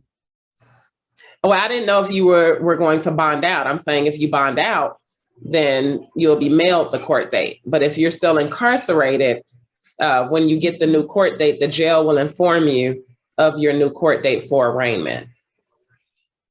Okay. Okay. All right. So go ahead and sign that waiver form. And best of luck to you. All right. Thank you. You're welcome. Good morning. My name is James Smith. Good morning, Mr. Smith. You've been charged with 2 misdemeanor offenses. Battery, Family violence is your first offense. That bond is set at $5,000. As a special condition to that bond, you cannot have any contact with Ellen Perkins. And you cannot go back to the location at Waterwheel Way. I think it's 7835. Is that where you live? You said yes? Yeah, well, my stuff is there. I no longer live there. Okay. So is it 7835 or 7385? 7835. Okay. So I will indicate on here that you can go back and collect some of your personal belongings. You just have to make an appointment with the sheriff's office within 10 days of being released. And you can go back and collect those personal items. You cannot go back on your own. You have to have a sheriff accompany you. So your bond on your battery is $5,000 and your bond for your criminal trespass charge is $2,000. So the total bond amount is $7,000. Do you understand what I mentioned as far as your bond and those special conditions? Okay, I am scheduling your preliminary hearing date for May 3rd, 8:30 a.m. It will be by Zoom video conference. If you bond out prior to May 3rd, you'll receive a new court date in the mail. So just make sure that you provide the court with your updated address where you can receive mail. I did review your application for a court-appointed attorney, and I have appointed an attorney to represent you in this case. You have any questions for me, Mr. Smith? Any questions, sir? Okay, you may be excused. Have a good day. Your Honor? Yes. Mr. Russo decided that he doesn't want to sign his preliminary waiver. Okay, so you, all right, Mr. Hang on, let me get back to your paperwork, Mr. Russo. Hang on.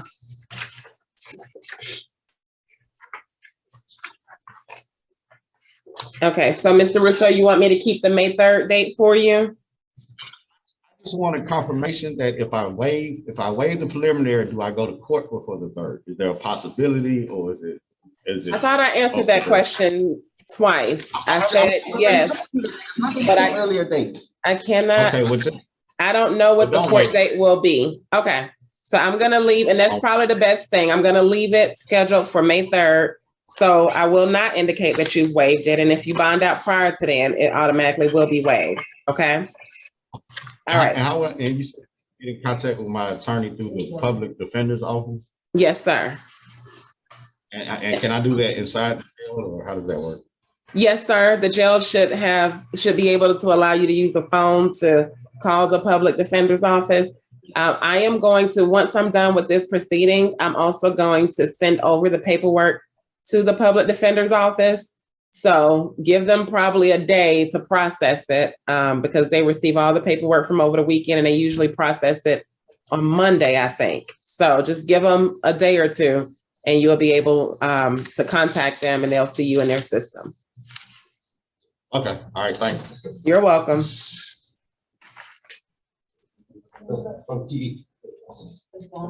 Give her your last name. Last name is Taylor, first name Darnell. Okay. Good morning, Mr. Taylor. Let me get to your paperwork 1 second.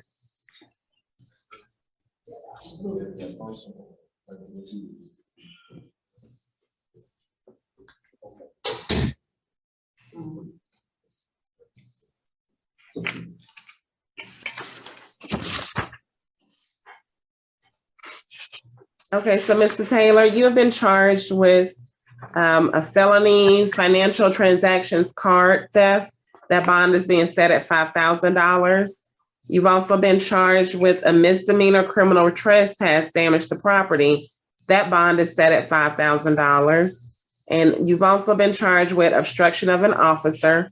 That bond is being set at $2,000. You were charged with a felony terroristic threats.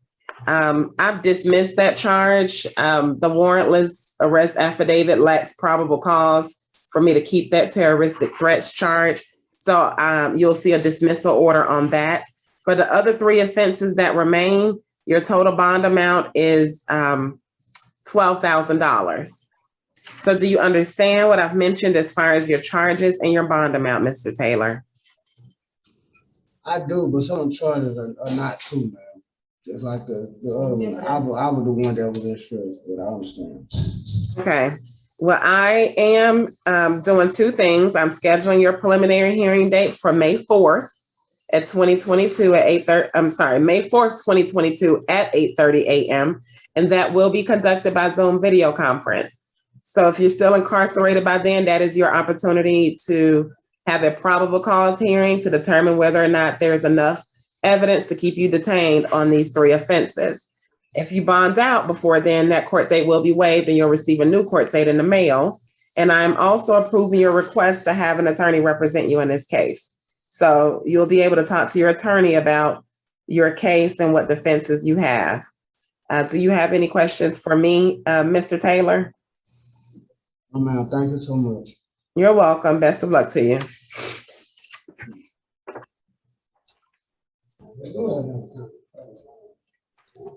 Good morning, Your Honor.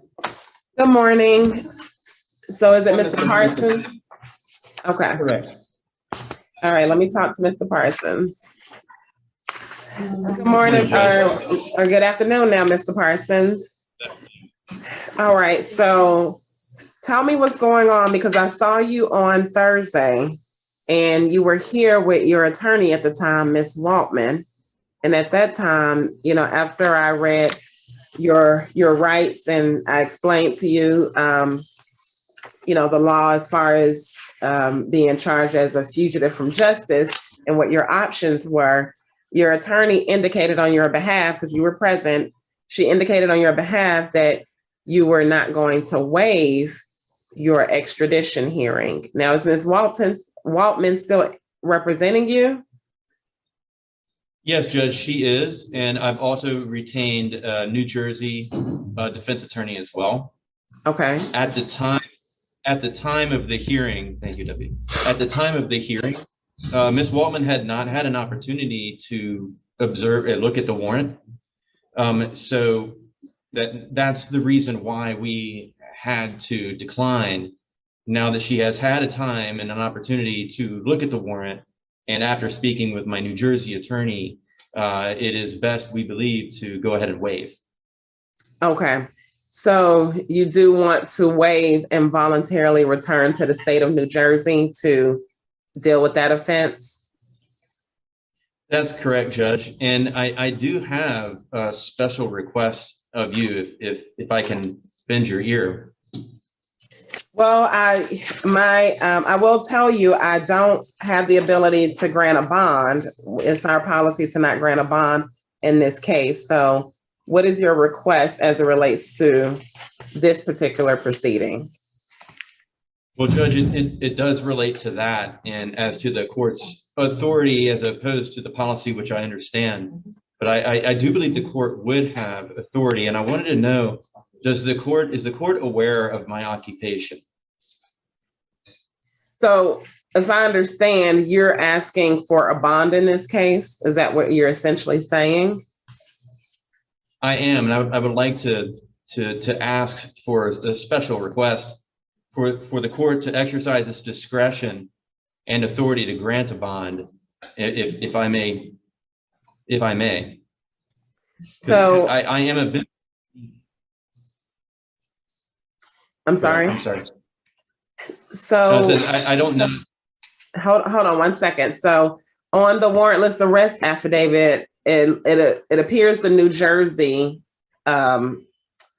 office there, the law enforcement there did indicate that they would extradite.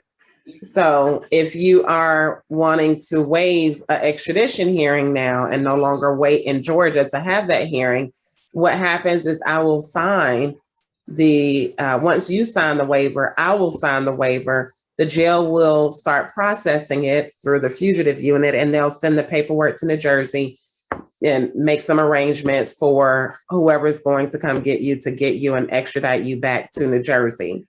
Although I am authorized to exercise my discretion in determining whether or not to allow you to post bond.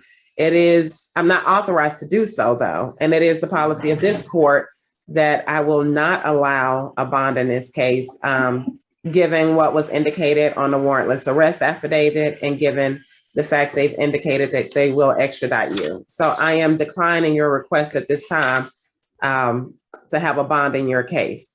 I just want to confirm, do you still want to move forward with waiving the extradition hearing? Yes, Judge. Okay, so you will receive several forms there if you haven't already to sign the waiver. Once you sign it, it will be sent over to me. I will sign it as well and send it back today, and the jail will begin processing it. I highly advise that you stay in contact with your New Jersey attorney. Thank you, Judge. You're welcome. If you don't have any other questions, you may be excused, Mr. Parsons. Thank you.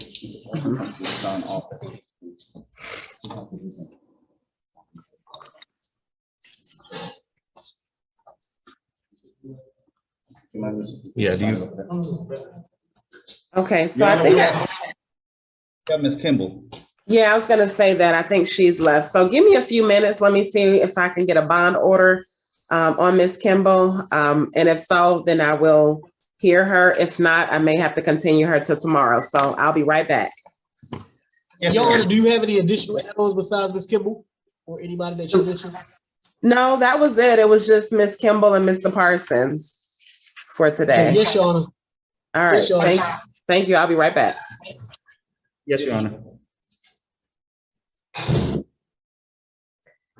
Okay, deputies, I'm back and I am ready for Ms. Kimball. I'll go ahead and conduct her first appearance today.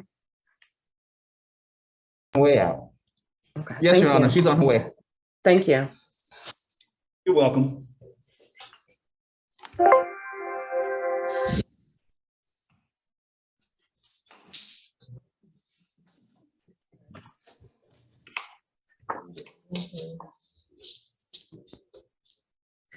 All right, are you Jennifer Kimball?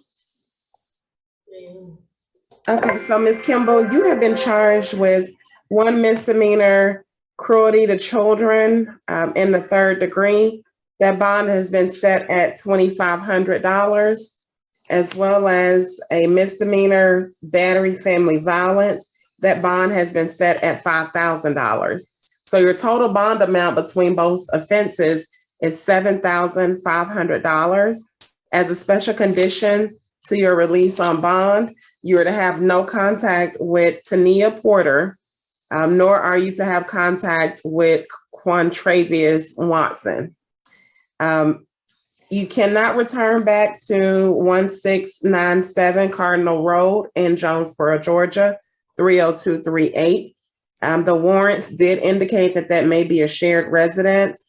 In that instance, you can go back within 10 days of being released by making an appointment with the Clayton County Sheriff's Office to accompany you back to that residence to collect any of your personal belongings that are not in dispute.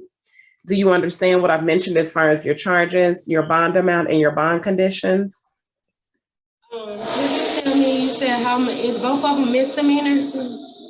Yes, both charges are misdemeanors. The battery family violence is a misdemeanor, and the cruelty to children is a misdemeanor as well. And you said how much was it altogether? 7,000? Yes, the total is $7,500 is the total between both of them. I'm scheduling your preliminary hearing date for May 3rd, 2022 at 8:30 a.m. That hearing date will be conducted by Zoom video conference. In the event you bond out prior to then, that court date will be waived and you'll receive a new court date in the mail. I'll also receive your application for a court-appointed attorney, and I am appointing an attorney to represent you. Do you have any? You don't have to worry about it. I have a paid lawyer. His name's Eddie. His name's Khalil Eddie. Okay, so what you'll have to, well, what your attorney will do is once your attorney notifies the court that he's representing you, then the public defender's office will turn the case over to him, okay? But at least you qualify in the event that something happens. I've just indicated that you at least qualify for a court-appointed attorney, okay? Do you have any other questions? Okay, you may be excused, Ms. Kimball. Thank you, Your Honor. That's all. Bond court is a free service, but it takes several hours of my time every day. Less than 10% of bond court viewers hit the like button, and less than 1% leave a comment. If you want bond court to continue to be available on YouTube for free, then please hit the like button and leave a comment on all of my videos. Good morning, Ms. Barnett. You have been charged with the misdemeanor offense of battery family violence. Your bond is set at $3,000, and you have a special condition to stay away and have no contact with Juanita Barnett Broadnax. And you can't go back to 934 Garden Walk Boulevard, apartment 108 in Atlanta, Georgia.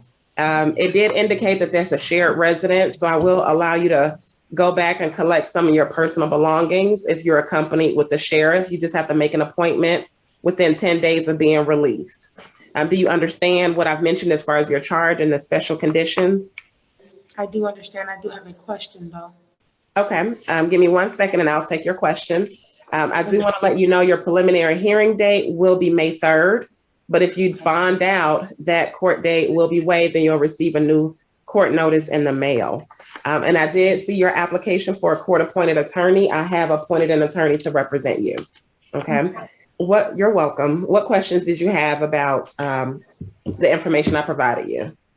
Yes, my mom is disabled, which is also mentioned every time that I get arrested or am in a police vehicle. Yet I have had kidney disease, continue to have kidney issues. I've missed several appointments with Leo Avaji, which is my kidney specialist in Conyers, Georgia. And I have had several scratches by Diane Taylor, who has also bit me. Okay, what's your question, Ms. Barnett? For my attorney. My question is, why am I always being detained when that individual is also disabled when I have kidney disease? Okay, well, that's not something that I can answer. I have no idea about your medical condition, but I did appoint an attorney to represent you. So certainly speak with your lawyer, okay? And verify that I have kidney disease. Okay. Your Honor, did you have a time Yes. for the May 3rd? Oh, May 3rd at 8:30 a.m. and it will be conducted by Zoom. Okay. You're welcome. You may be excused. You can go sit on the steps right there. Ms. Hutchinson.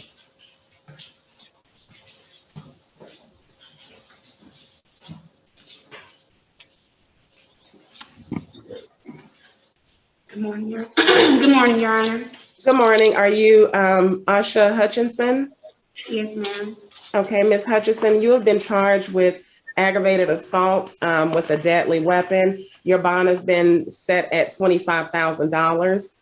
You are to, as a special condition to your bond, you are to stay away and have no contact with Timothy Daniels. Do you understand what I've mentioned as far as your charge and your bond amount? Yes. Okay. Your preliminary hearing date is being scheduled for May 4th. 2022 at 8:30 a.m. and it will be conducted by Zoom. If you have bonded out by then, your court date will be automatically waived and you'll receive a new court date in the mail. I did review your application and I have appointed an attorney to represent you. Do you have any questions? No, ma'am. Thank you so much. You're welcome. Have a good day. You too. Thank you. Ms. Mitchell.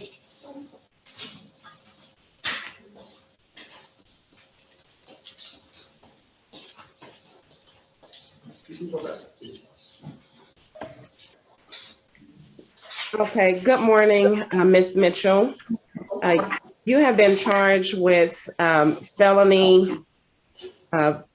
three felonies: violation of the Georgia Controlled Substances Act for possession of a Schedule III controlled substance. That bond is set at $15,000. You've also been charged with another count of violation of the Georgia Controlled Substances Act for possession of marijuana with the intent to distribute. That bond is set at $15,000. And your third felony is violation of the Georgia Controlled Substances Act, possession with intent to distribute in MDMA, ecstasy. And that bond is set at $10,000. I'm sorry, give me 1 second. Let me make sure I'm giving you the correct bond amounts.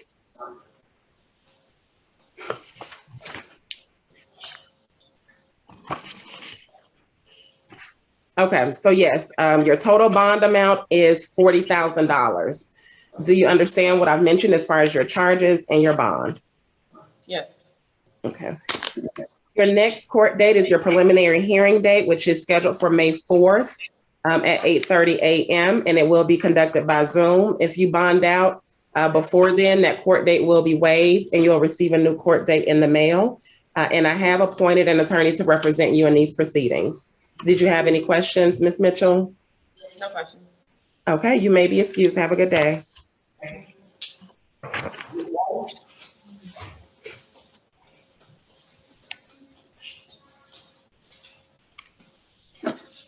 Good morning. Are you Keosha Wallace? Yes, good morning. Okay, so Ms. Wallace, you've been charged with one misdemeanor simple battery. That bond is $5,000. And you have one misdemeanor disorderly conduct. That bond is $1,500. So your total bond amount is $6,500. And you do have a special condition to stay away and have no contact with Alexis Watson.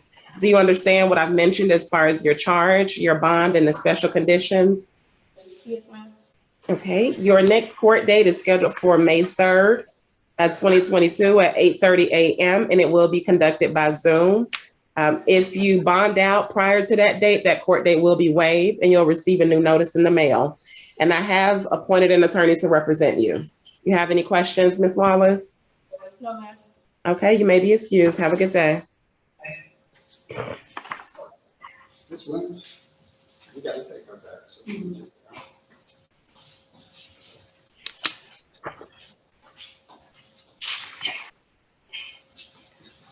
Good morning.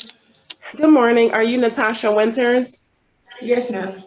Okay, so Ms. Winters, you were charged with one misdemeanor criminal trespass, family violence. I have denied that warrantless arrest affidavit due to insufficient probable cause. So I have dismissed that charge. Once I sign the order, you'll be free to go. Did you have any questions for the court? No, thank you. Okay, you may be excused. All right, have a good day. You too. That's the final one for the females, Your Honor. Okay, thank you, Deputy. We'll go ahead and get started with the male inmates, and I will save the, we'll do the regular male inmates, and then we'll do the two fugitives after that, and then we'll save the other two that we discussed towards the end. Yes, Your Honor. Branch. Good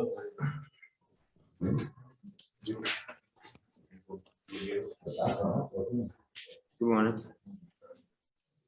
Good morning. Are you Brandon Branch? Yes, ma'am. Okay, so Mr. Branch, you've been charged with 4 felony offenses. Yes, ma'am. The first one is violation of the Georgia Controlled Substances Act. That is the bond is $15,000. The second offense is another violation of the Georgia Controlled Substances Act. That bond amount is $15,000. Your third offense is violation of the Georgia Controlled Substances Act, possession of Schedule 1 controlled substance. That bond is $10,000. The fourth offense is a violation of the Georgia Controlled Substances Act, possession of Schedule 1 controlled substance, and that bond is $10,000. So your total bond amount is $50,000. Do you understand what I've mentioned as far as your charges and your bond, sir? Yes, ma'am. Okay, your preliminary hearing date is being scheduled for May 4th, 2022 at 8:30 a.m. It will be conducted by Zoom video conference. If you bond out before then, that court date will be waived and you'll receive a new court date in the mail. I see on your court-appointed application that you refused to fill it out. Did you plan on hiring your own attorney? Yes, ma'am. Okay, so I'm just going to indicate that you're going to hire your own attorney on here. Do you have any questions about what I've mentioned to you, sir? Okay, you may be excused. Have a good day, Mr. Branch.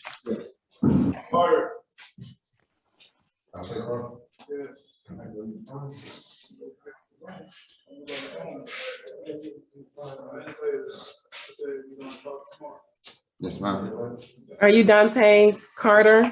Yes, ma'am. Okay, so Mr. Carter, you've been charged with felony aggravated assault by strangulation. I've denied bond on that offense. You've also been charged with the felony burglary. I've denied bond on that offense. You have a misdemeanor charge of battery, and that bond is $10,000. You do have a special condition to stay away and have no contact with Ruth Wolf, and you cannot go back to 259 Arrowhead Boulevard, Suite A2 in Jonesboro, Georgia. Do you understand what I've mentioned as far as your charges, the status of your bond, and these special conditions? Yes, ma'am. That place has been just towed down, ma'am. I have a contract on the building. I'm a contractor. They was working for me. They was working for me. That place has it's been shut down, ma'am. Mr. Carter, did you understand what I've mentioned though, as far as your bond and the special conditions? Yes, ma'am. Is there okay? So hang on. Remember, I mentioned. Let me get some information out to you, and then I'll ask if you have any questions. Okay. Yes, ma'am. So your next court date is your preliminary hearing date, and that court date will be May 4th, 2022 at 8:30 a.m. and that will be by Zoom. And then I'm also giving you a bond hearing date because since I'm not granting bond here today. You can have your bond hearing on May 6th, 2022. And that's 8:30 a.m. and that will be conducted by Zoom video conference as well. And I did review your court appointed application. I'm appointing an attorney to represent you in this case. All right. So what questions did you have for me? Not statements, because I want to caution you about getting into the facts of your case. These are very serious charges. So did you have a question? Yes, I was trying to see, is there anything you can do for us me getting a bond? I turned myself in. I'm a contractor. By me being out of work, there's 6 more other people that won't have a job. I turned myself in. I'm no flight risk. I'm no flight risk, ma'am. I turned myself in, and I'm a contractor over 6 more employees. If I'm out of work, they're out of work. It just doesn't affect me. It affects 6 more other people. That's dependent on me for a payroll. Okay, Mr. Carter, let me answer your question because your question was, can I consider your bond? So give me an opportunity to answer your question. And in determining bond, what I had to do was look at your criminal history. You have a very extensive criminal history. My life have changed. Let me answer your question. Okay, so you can understand the court's position on this. You have a very extensive criminal history. I see that this warrant has been outstanding since 2020. That raises some concern as well. And then given the nature of these offenses and what allegedly took place and what was written on the warrant that was signed by another judge, I have some serious concerns about these offenses. So today, Mr. Carter, I'm answering your question, sir. Today, I am denying bond on the aggravated assault by strangulation and the burglary, but I am giving you your day in court. That day is going to be May 6th. Okay, so you may have the opportunity on May 6th at 8:30 a.m. to prepare your case, to get with your lawyer, to figure out some defenses for you or to figure out some alternatives. Sometimes you can enter into a consent bond with the prosecutor prior to then. But today, I am not giving you a bond today, sir, okay? Based on what I've mentioned to you that the court has reviewed. So that is my response. Did you have any other questions, Mr. Carter? No, ma'am. No, okay. All right. Best of luck to you, sir. All right.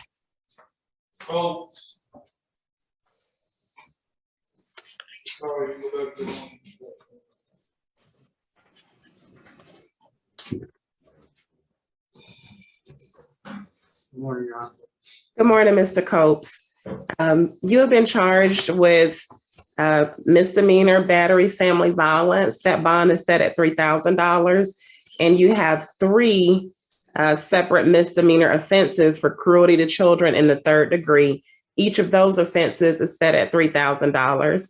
So your total bond amount is $12,000. You do have a special condition to this bond, and that is to stay away and have no contact with Andrea Copes, Willie Copes, Paige Copes, or Haven Copes.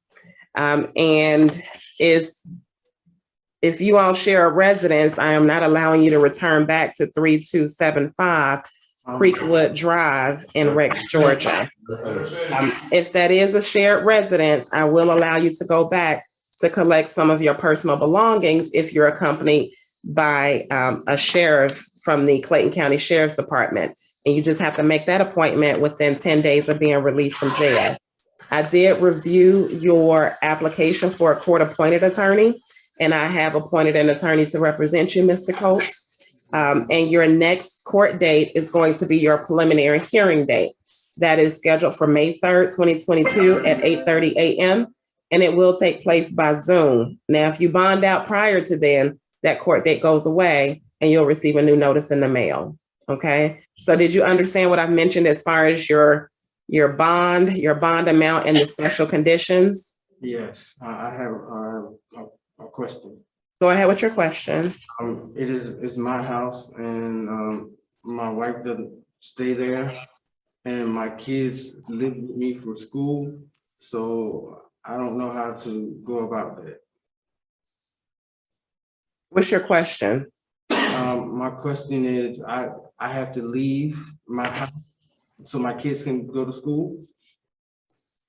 So when you say, where does Andrea Coates live?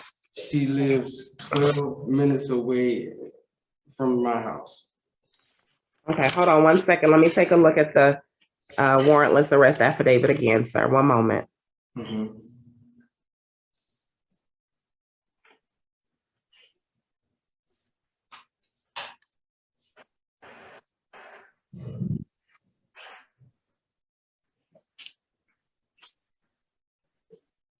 (3275) Creekwood Drive in Rex, Georgia. That's your residence, sir? Yes, ma'am. Okay, so I looked at the affidavit again, and it does not specify that you all live together. So I will remove that condition about not returning to that residence. So you can go back to your house. I'm not trying to put you out your house. So you can go back there, but I'm still going to leave this condition in here about not having any contact with Andrea Coates. And let me, 1 second.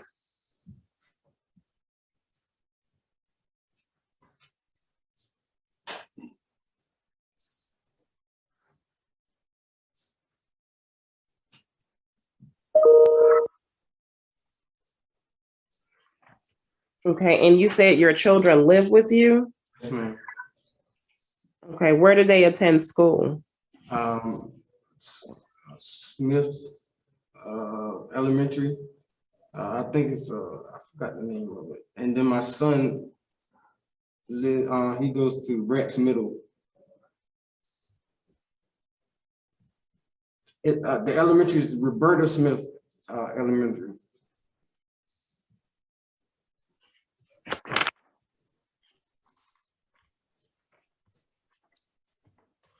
Okay, so what I'm going to do is I'm going to indicate on here that just based on your sworn testimony that your kids physically live in the same household. Is there anybody else in the household with you? No, ma'am.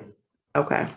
I'm going to just indicate on here that you can't have any contact with the named victim, Andrea Coates, based on your sworn testimony. So keep that in mind. I know that's your wife and you all share kids together, but you cannot contact her directly or indirectly until such time another judge modifies this bond condition.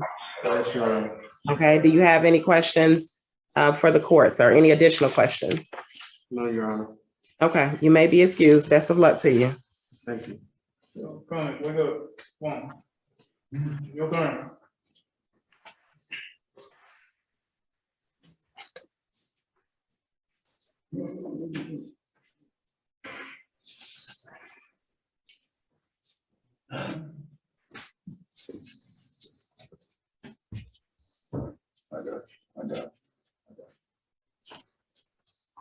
Good morning, sir. Are you Larry Cummings? Okay, so Mr. Cummings, you've been charged with 1 misdemeanor theft by taking. That bond is set at $2,000, and 1 felony removal of luggage or baggage or cargo from the airport terminal. That that is a felony offense, that bond is $5,000. Your total bond amount is $7,000. Now, you do have a special condition that you cannot go back to the Atlanta Hartsfield Jackson International Airport unless you have a valid ticket to travel. Okay, and that is while this bond condition is in place. Do you understand what I've mentioned as far as the bond, your charge, and the special condition? Yeah. Okay, your preliminary hearing date is being scheduled for May 4th, 2022 at 8:30 a.m. That will be conducted by Zoom video conference. If you bond out prior to that date, your court date will be waived and you'll receive a new court notice in the mail.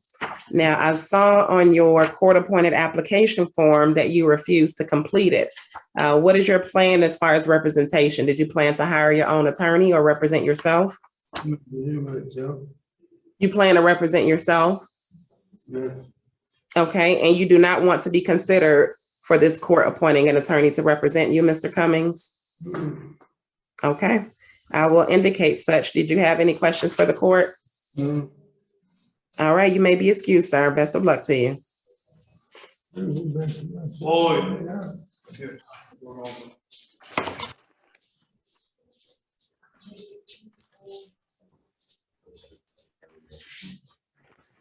morning, Your Honor. Good morning. Are you Jensen Floyd? Yes, ma'am.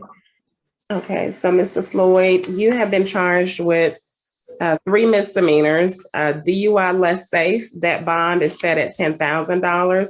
As a special condition to that bond, sir, you cannot consume any alcohol while this bond condition is in place.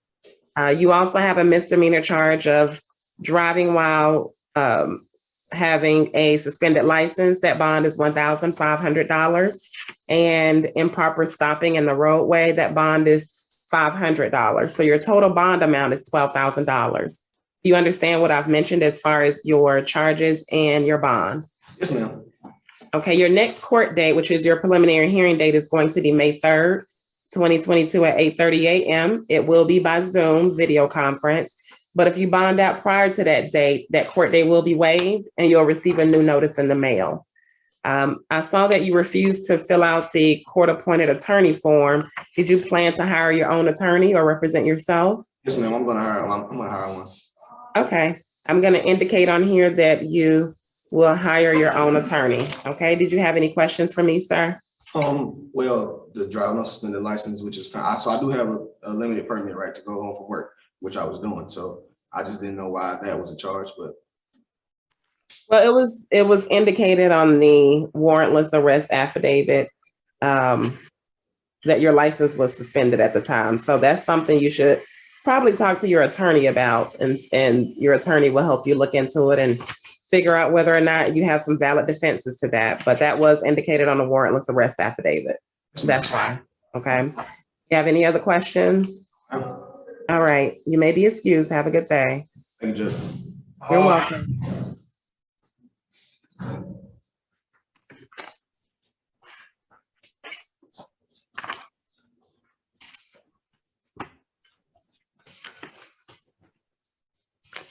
Good morning, sir. Are you Christopher Hodge?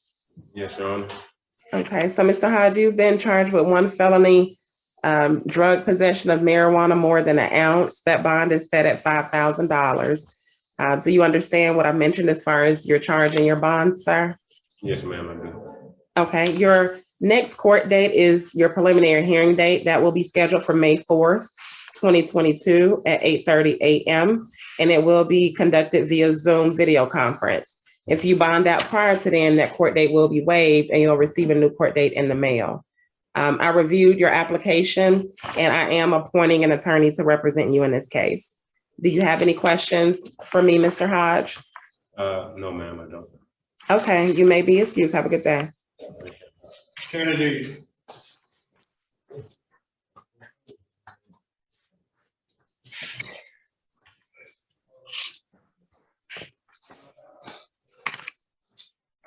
Good morning. Are you Marcel Kennedy? Yes, ma'am. Okay, so Mr. Kennedy, you've been charged with several offenses. First offense is a felony violation of the Georgia Controlled Substances Act. methamphetamine. That bond is set at $5,000. The second offense is violation of the Georgia Controlled Substances Act, Schedule 2 drug. That bond is set at $5,000. Your third offense is a misdemeanor possession of marijuana less than an ounce. That bond is set at $1,500. Your next offense is a felony possession of a firearm while in commission of a felony. That bond is set at $10,000. Your next offense is defective equipment. That's a misdemeanor. That bond is preset by schedule at $500. Your next offense is a misdemeanor, no insurance. That bond is set at $1,000. You also have a DUI less safe misdemeanor charge. That bond is set at $3,000. Your next offense, you have another possession of a firearm while in commission of a felony. That bond is set at $10,000. You have a misdemeanor invalid registration. That bond is preset at $500. And you have an open container misdemeanor offense. That bond is set at $500. So your total bond amount between all the offenses is $37,000. Do you understand what I've mentioned as far as your charges and your bond? Yes, ma'am. Okay, so your next court date, which is your preliminary hearing date, is being scheduled for May 4th, 8:30 a.m., and that will be conducted by Zoom video conference. If you bond out before then, that court date goes away and you'll receive a new court date in the mail. I did review your application for a court-appointed attorney, and I have appointed an attorney to represent you, sir. Do you have any questions about what I've mentioned? No, ma'am. Okay, you may be excused. Have a good day, sir. More.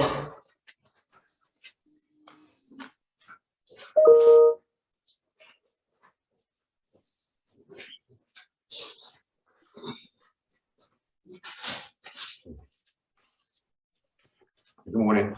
Good morning. Are you Albert Moore? Yes, ma'am. Okay, so Mr. Moore, you've been charged with one misdemeanor criminal trespass family violence offense. That bond is set at $2,000. As a special condition, you can't have any contact with Harriet Weddington. And you can't return back to 3219 Blackford Lane in Rex, Georgia. If that is a shared residence, I will allow you to go back and collect some of your undisputed personal belongings, so long as you make an appointment within 10 days with the sheriff's office once you're released from jail. Do you understand what I've mentioned as far as your bond amount, your charge, and the special conditions? Yes, ma'am. Okay. Your preliminary hearing date is scheduled for May 3rd, 2022 at 8:30 a.m. It will be conducted by Zoom video conference. If you bond out before then, your court date will be waived and you'll receive a new court date in the mail. I reviewed your application for a court-appointed attorney and I've approved it, so you will have an attorney represent you in this case. You have any questions, Mr. Moore? No, ma'am. Okay, you may be excused. Have a good day. Pearson.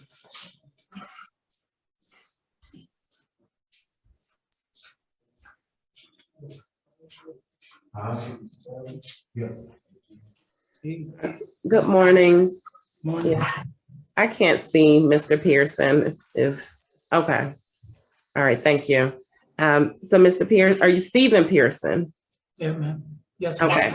Okay, so you've been charged with I'm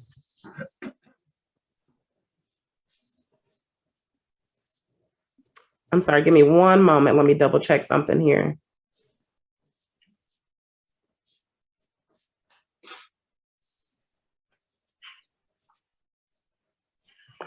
Okay, so you've been charged with a misdemeanor criminal trespass, family violence. That bond is set at $2,000. You've also been charged with a misdemeanor obstruction of an officer. That bond is set at $2,000 as well. So your total bond amount is $4,000. Do you understand what I've mentioned as far as your charges and your bond amount? Yes, ma'am. Okay. As a special condition to the criminal trespass, you cannot go back to, looks like it's your mother's residence. I believe it's 259 Laurel Creek Drive in Stockbridge, Georgia. Are you familiar with that residence? Yes, ma'am. Okay. Is it 7259 or 259? 7259. You said 7259? Yes, ma'am. Okay. Is that a shared residence? Do you need to be able to go back and get some belongings? Just most car, I believe, and then I'm good. Okay, so I'm gonna indicate on here that you can return, just make an appointment with the sheriff's office within 10 days of being released from jail, and you can collect any undisputed items that you have at that residence. And is it okay to call her to post the bond? Because I mean, that is my mother, so.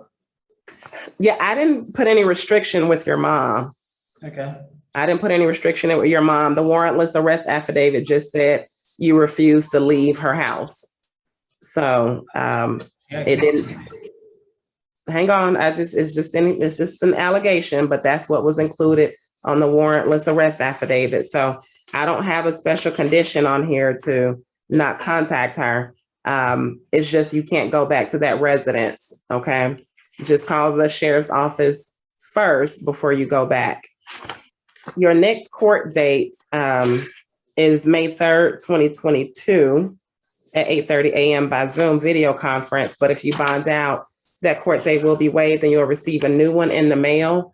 You'll just have to update your address with the court since you can't return to that residence. Now, it looks like you may be requesting a court-appointed attorney. Is that right? I'm gonna see how it goes, if I really need one or not. But I mean, we'll see. Okay, because you filled out your application, but then you didn't put your gross monthly income. And at this juncture, I could at least indicate on here whether you qualify for one. Because if you qualify for one, at least you have a court-appointed attorney. But if you decide to hire one on your own, then you can always let the court-appointed attorney know that you're hiring a private attorney. I most likely will, because I'm a business owner. That's what we were discussing, the business. I was trying to get my taxes and everything right. So she's got all the paperwork and she was supposed to be working on it. I guess she got. Okay, all right, Mr. Pearson, hang on. I just want to know whether or not you want to be considered for a court-appointed attorney. Yes or no? You could consider it, I guess. And can I change it later? Yeah, you can always change it later, but I need to know whether you qualify. Okay. So how much do you make a month? Fluctuates, I don't know, maybe 4,000. It depends. Sometimes it go up. It's just hair. So, and then the business, I got paid for that and I don't have people in there. So, you know, I got 2 bills right now. So. Okay. All right. Well, Mr. Pearson, you will have to hire your own attorney to represent you. Okay. Okay. All right. Do you have any questions for me, sir? Oh, ma'am. All right. You may be excused. Robinson.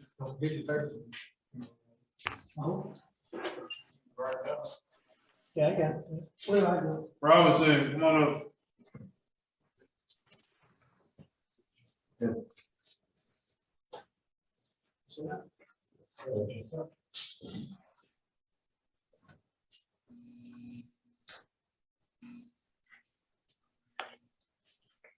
morning. Are you Leroy Robinson? Yes. Okay. So, Mr. Robinson, you have been charged with 4 misdemeanor offenses. Your first offense is DUI, alcohol less safe. That bond is set at $8,000. As a special condition to that bond, you cannot consume any alcohol while this bond condition is still in place. Your next misdemeanor offense is open container. That bond is $500.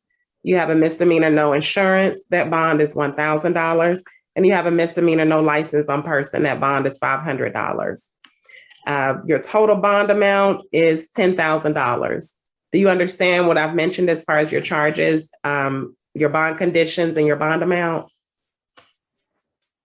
Yes, I understand. Okay. Your next court date is scheduled for May 3rd, 2022 at 8:30 a.m. by Zoom video conference. If you bond out, that court date will be waived and you'll receive a new court date in the mail. I cannot read your handwriting on this court-appointed attorney application. So can you indicate whether or not you're employed? Do you have a job? No, I'm not working. Okay. So I am appointing an attorney to represent you in this case. Do you have any questions for me? Okay, you may be excused, Mr. Robinson. Have a good day. Sarah Finn.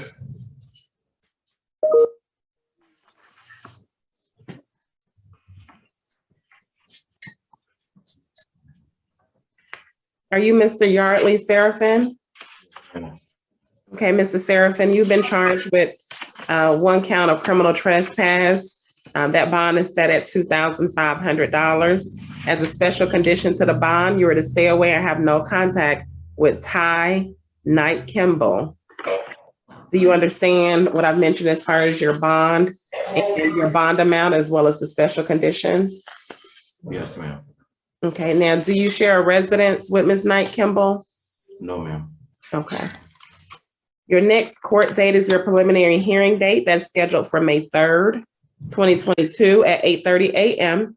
It will be by Zoom video conference.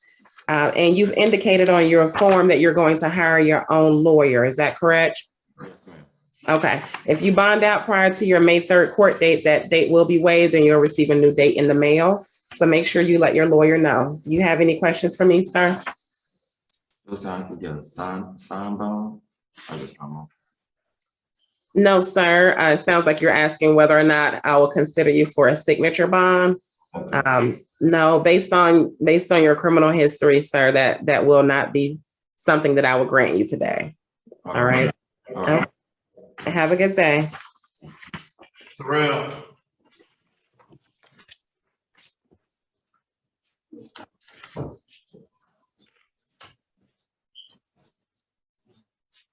Good morning. Good morning. Are you Jeffrey Terrell? Yes, ma'am.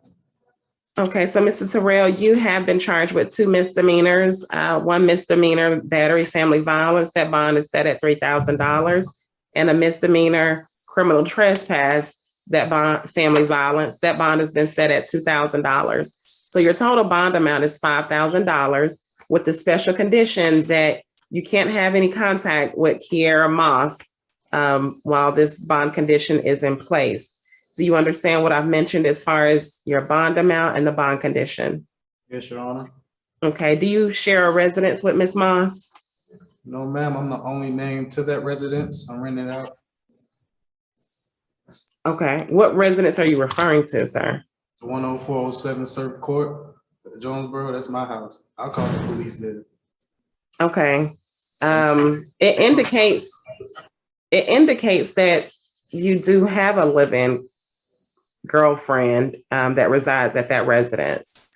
They made her leave before they brought me to the jail. They made her pack up all her stuff and gave me my key before I left. So she's not going to be there when I get out. Okay, well, I'm going to indicate on here that if she is residing there, that you can't go back there if she's residing there, because on here it says she was your live-in girlfriend at the 10407 Surf Court.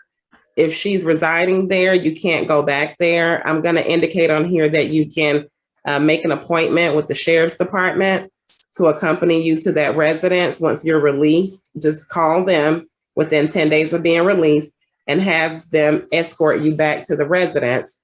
If she's still living there, you'll just have to collect your personal belongings and leave. If she's not living there, then obviously I'm not going to kick you out of your house if she's not living there. But I have indicated that on here. Do you understand what I've just mentioned? Yes, ma'am. But like I said, they had me in the back of the car and they made her take everything out my house that was hers, and they gave me my key. She has no way of getting back in the house. She never had a key from the beginning. So as a technically, I'm getting kicked out of my house. You want to be there. I'm the only name on the house. You can talk to my landlord. They will say that it's the only place I have to live. My mom. Okay. And like I mentioned, just take the sheriff with you to go back there. And I've indicated on here, if she's not living there, you can return. If she is, you cannot. Okay. Your next court date is scheduled for May 3rd, 2022 at 8:30 a.m. It will be conducted by Zoom video conference, but if you bond out before then, that court date will be waived and you'll receive a new court date in the mail. I am looking at your court-appointed attorney form. It says that you refused to complete it. What were your plans for a lawyer? Did you plan to hire your own? Yes, ma'am. Okay. I'm going to indicate on here that you plan to hire your own attorney. So make sure you let your attorney know your next court date of May 3rd. Do you have any questions about what I mentioned to you, Mr. Terrell?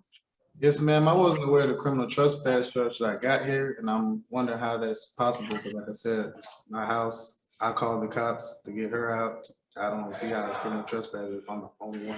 in the property. Yeah, I'll tell you what the warrantless arrest affidavit says. It says that on the date in question, April 6, 2022, that during a mutual verbal argument, you pushed victim Kiara Moss, his living girlfriend, several times to the floor and into a glass door, causing the glass window in the door to break. And the victim sustained substantial cuts to her left hand and fingers. The damage to the window was less than $500.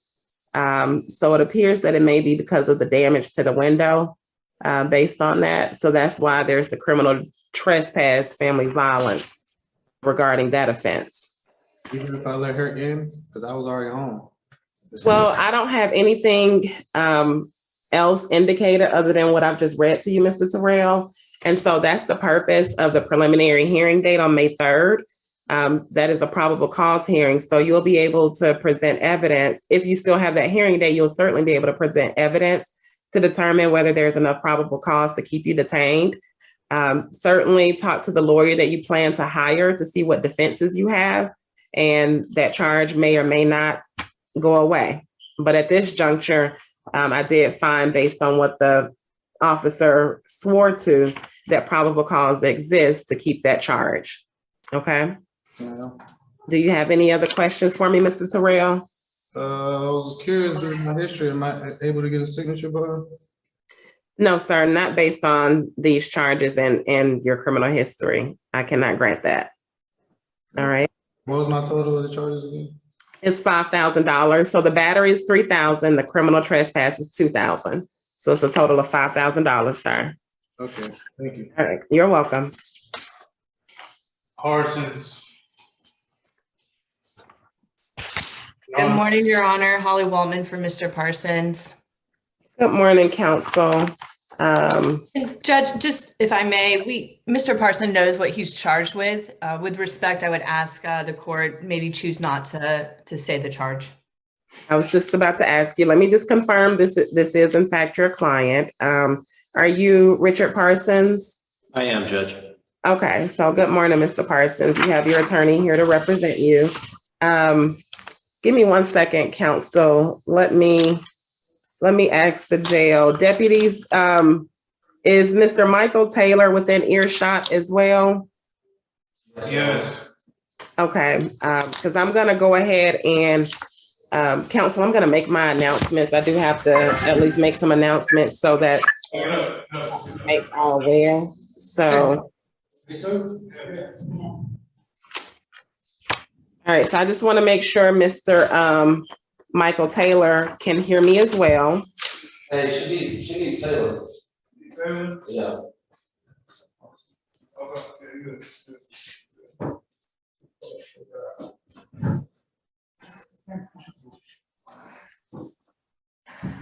But counsel, Ms. Waltman, you are aware of, I'm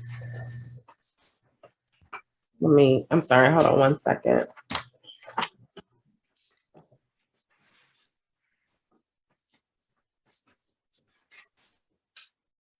Oh, okay. I see what you're saying. So, counsel, I won't mention the basis of the fugitive from justice. Thank you, Judge. And if it's possible, am I able to request a copy of that warrant to be emailed to me? Absolutely. I'd like to go over it, but he does know what he's charged with, so I know that's been covered. Okay. So I'm at least going to make my announcement about this extradition hearing, but I won't mention his offense since he knows the offense he's charged with. Is Michael Taylor within earshot as well, deputies? Yes, Your Honor. Okay. All right. So for these two individuals, Mr. Parsons, this relates to you. This hearing is a little different from what you have probably been listening to. This hearing is considered an extradition hearing. All of the rights that I advised everyone of earlier also apply in your case, but your hearing is a little different. You don't have charges pending against you here in Clayton County. You have been brought to court today because you have charges pending in another state. Your counsel has mentioned that you are aware of the charges that are pending, I think, in New Jersey. counsel. Is that correct? Okay. That's correct. All right. And so you are being charged with being a fugitive from justice. And this hearing is conducted pursuant to OCGA Title 17, Chapter 13. As you have heard, you're alleged to have charges in the state of New Jersey, and you have a choice as to whether you wish to contest extradition or waive extradition and be returned to the other state without going through the formal extradition process. If you decide that you wish to contest the extradition, the court may commit you to the county jail for an initial period of 30 days. And during that time, a warrant will be prepared under the governor's signature for your extradition to the other state. The court may consider allowing you to post a bond, but it is this court's policy to not allow bonds in a case where the inmate is a fugitive from justice, since you are wanted by another jurisdiction. So I am not setting bond at this time in your case. If you do not wish to voluntarily return to the state of New Jersey, you may file what is called a writ of habeas corpus to contest the extradition. The writ of habeas corpus can only contest 4 things. The first thing being whether the extradition documents are in order on their face. The second one being whether you are charged with the crime that actually exists in the demanding state of New Jersey. The third thing that you can contest is whether you are the person named in the request for extradition. And the fourth thing is whether you are in fact a fugitive from justice. You can't contest the issue of your guilt or innocence in this state since there are no charges actually pending in this state.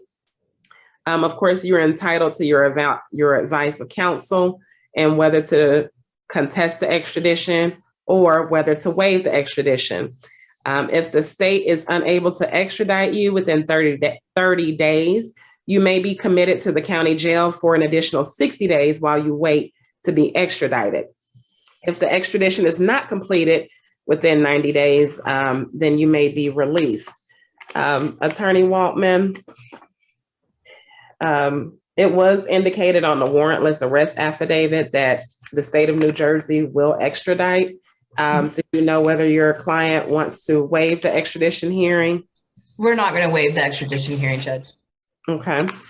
So what we're going to do is I'm going to indicate on here that he does not waive it. There will be a separate court date counsel scheduled for this. And I believe we have your information. I don't know if you filed an entry yet or if we have your contact, but if you want to leave your email with the court, then we can certainly make sure you get a copy of the signed orders and the court date. Certainly. Where should I send that email to? Ms. Thomas, can you drop your email address in the chat for Attorney Waltman? Thank you. Yes, Judge. Okay, so if you can I send it. believe I emailed her earlier as well. When I okay, I do have your email. Yes. Okay, so just reply to Ms. Thomas. She'll make sure that you get a copy of these signed orders and a copy of the scheduled court date. Okay. Thank you, All Judge. right. You're welcome. Is there anything else that you need from the court, Ms. Waltman? That is all of my business before the court. May I be excused? You may be. And Mr. Parsons, just keep in contact with your lawyer, okay? She'll update you on what happens next and your court date. Thank you, Judge. You're welcome. Have a good one. Okay, so I'll have Michael Taylor. Mr. Taylor, did you hear the announcement I made about the extradition hearing? Yes, ma'am. Okay, so you don't have any charges in this state. It indicates on the warrantless arrest affidavit that you have a charge pending in Greenville County, South Carolina for failure to appear based on a felony charge, and they will extradite you is what they've indicated. So do you have an attorney representing you in this matter? No, ma'am. Okay. Do you want to contest the extradition or do you want to waive the extradition? I'm trying to get there as soon as possible. I'm trying to sign it so they can come get me. Okay, sir. So what you'll need to do is you'll need to sign the waiver documents that you're provided with at the jail. And then as soon as you sign it, I'll add my signature to it and we'll get you processed right away, okay? Yes, ma'am, I got one question. What's your question? Do they got like 14 days or 30 days from there? So they get up to 30 days to extradite you, but they may be, requesting an additional 60 days if they can't come get you within 30 days. Okay. So I don't know how long it'll take, but the officer did indicate that South Carolina said they will extradite you. Okay, I'm signing my papers now. Okay, Mr. Taylor, do you have any other questions? No, ma'am. All right, have a good one. You right. Sign all of them. Okay, give me 1 second, Deputy. I'm going to go off live.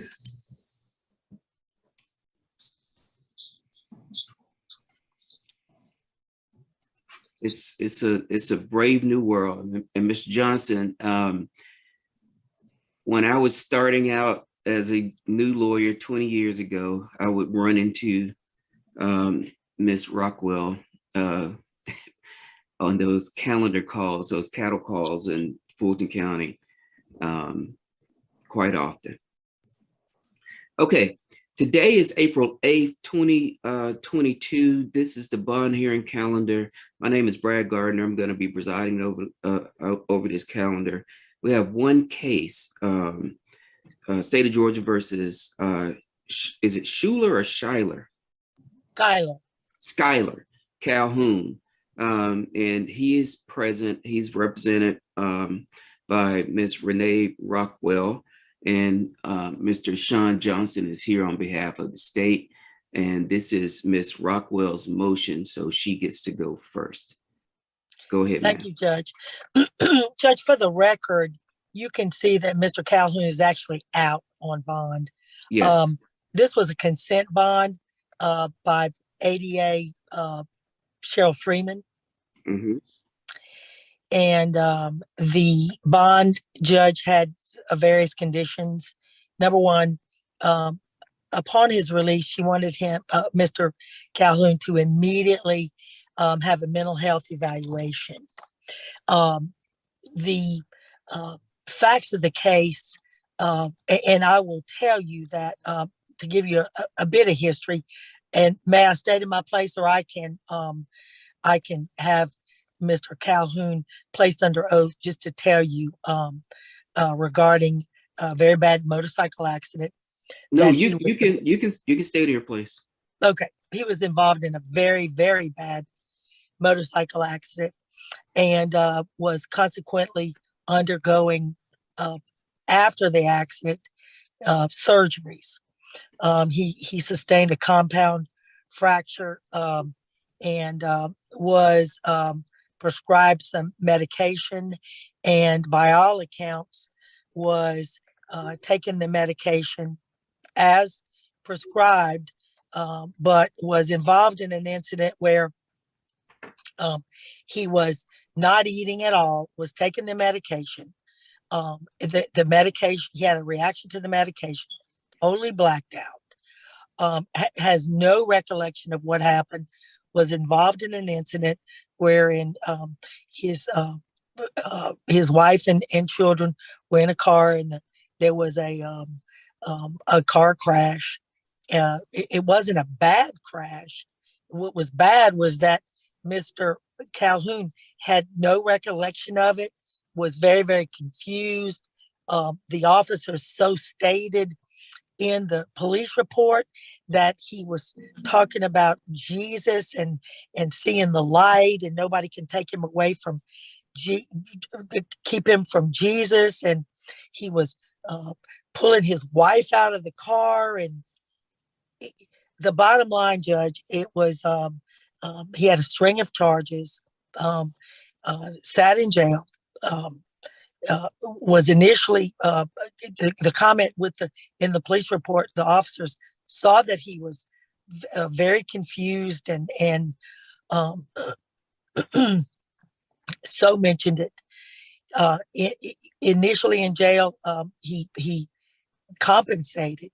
He came back, and Ms. Freeman did not want him to get out without some type of,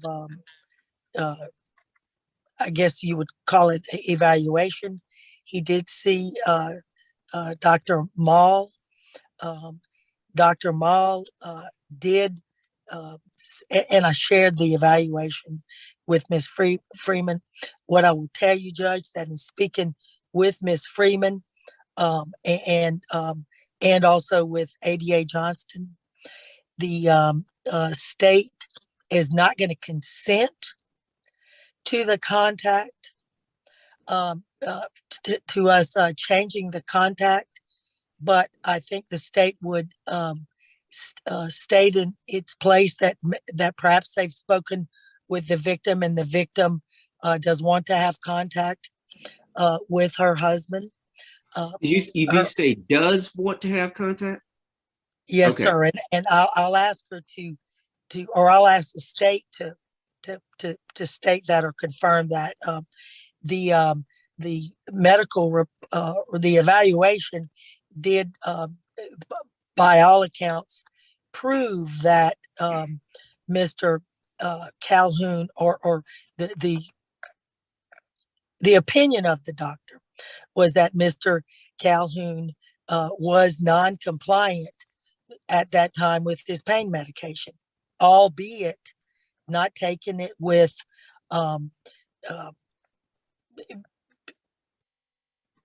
food.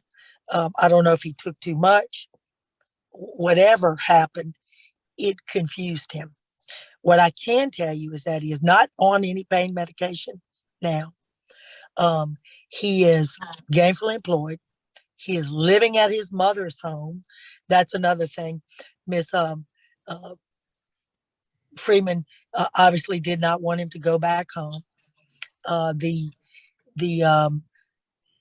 evaluation did speak of and suggest that there was family counseling, obviously, so that everybody could get back in place. I know that the children want to see their father and have contact with their father. And obviously, Judge, whatever the court feels safe with, in other words, a step up type of reconnection if the court feels more comfortable. But all in all, he is gainfully employed. He works at the Crown. I'm sorry, what is the name of the hotel? Mr. Crown Plaza in Midtown. A good friend of mine used to work there, Judge, a long time ago. I will tell you about him. You'd remember him. He was a security guard there. Mr. Calhoun is about to get even a bigger promotion. He is a chef by trade. He is the lead cook. He is in charge of the kitchen when he is on staff. He is in charge of the banquets for the hotel and is about to be the head banquet coordinator. He is just under the sous chef, and he has also promised me that he's going to cook me a meal at some point when he's not juggling all that. I think that perhaps I would like to proceed. I know the state doesn't necessarily want to call the victim, but if the court wants to hear from the state regarding the victim's wishes about reconnecting, obviously it would be no further violent contact with the wife and the children. Mr. Calhoun is without record. He is 33 years of age. He is from Atlanta. He is he has 4 children with the victim, and also is the father figure to the victim's biological child. The victim's biological child is 17 years old. When I say victim, I'm talking about his wife. I understand. And they have 5. Well, the biological child all the way down to a 3-year-old. So there's 5 total. And I know that Ms. Hurt was planning on taking them all to Florida for spring break, but did not want to cancel the trip. Not with Mr. Calhoun, obviously. I But understand. canceled the trip because it was important for her to be present today. And obviously we're here on a Zoom here. And so she might have been able to go to Florida with her children. But if the court wants to either hear from the state regarding what the victim's wishes are, I can tell you that there is no need per the mental health evaluation for any kind of prescription medication as Now, far as. Ms. Rockwell, I want to remind you, you have another court appearance. Okay. And Can I ask a question of the state? Is there anything that Ms. Rockwell stated that you disagree with? I don't believe so, Your Honor. The state is opposing there being the bond shifting from contact to no contact, and I can further elaborate the state's position when the court wishes me to do so. Let me hear from the state as to why they're opposing. Yes, sir. So in this case, the defendant warrants were taken out, and the defendant is facing charges for 6 counts of aggravated assault. That is 2 counts of aggravated assault against his wife, Miss Brittany Hurt, who is on the Zoom call today. And then there's 1 count of aggravated assault for each of the 5 children that were in the vehicle when the crash occurred. And there are 5 counts of cruelty to children in the first degree. Again, 1 for each child that was in the car, and 1 count of simple battery for the attack on his wife. Your Honor, just a brief proffer of the facts, just to make sure that Your Honor is clear on what happened. Hold on, Mr. Johnson. Hold on 1 second. Let me ask you the question that may prevent you from having to go through all of this, the recitation of the facts. Is it the state's intention to continue the prosecution of Mr. Calhoun? Yes, Your Honor. Okay. Ms. Rockwell, if that is going to be the state's intention, I'm not going to change the condition because I would essentially be putting a witness with a person that is going to be prosecuted by the state. I understand, Judge. I just didn't, prior to him being convicted, I just didn't want the family to be in any kind of predicament where, obviously, I don't know what the state's position is regarding his capacity at that time. He remembers nothing. It was a situation where at some point with the facts as stated by the state and our position, obviously the defense is going to have a motion at the time about any kind of criminal responsibility at the time of the event. But at this point, I know that the children, and I'm not asking that he move back in, Judge. I just want there to be some type of contact with his family. And I don't know when the I do know the case will go to trial. You don't know how long it's going to be. And I do understand that, and I'm sensitive to that. The number one thing that I'm looking at is the idea that Mr. Calhoun, if this case is moving forward, would not be allowed to have contact and interactions with potential witnesses.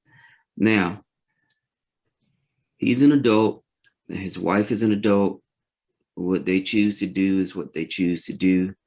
I understand that there are conditions that are in place, but I would not feel comfortable modifying this condition such that, you know, what are you going to testify about tomorrow? Hey, son, daughter, you know, you don't want dad to go to prison, do you? And I don't know where this case is going to be. I don't know to the extent that the state intends to prosecute, where it appears that they're going to have maybe witness problems. That's a decision the state gets to make. But I want to keep the bright lines in place while this case is making its way through the judicial system. I understand, Judge, and I'm in connection with ADA Freeman, who is she's on top of everything regarding the mental health evaluation. I know that the doctor that he evaluated with is in charge of his Family 360, who thinks that there needs to be some counseling with group counseling. That's going to be difficult with a no contact clause. Right. And I know Ms. Freeman is out, and I just don't want to set him up for any type of failure. I don't want this to be a complete division in the family.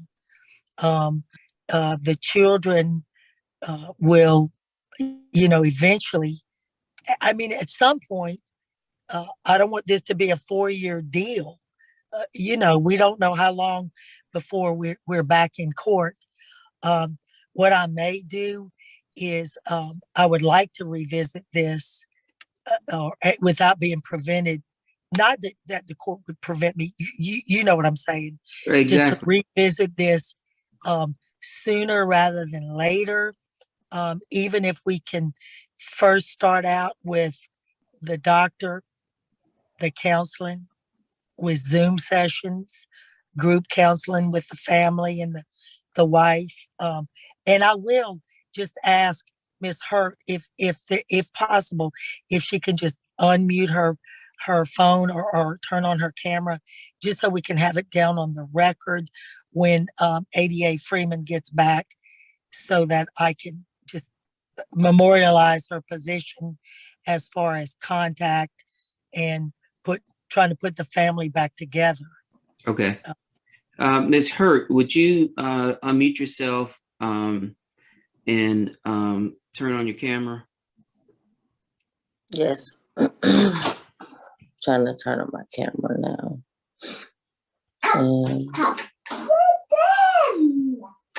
Hold on 1 second.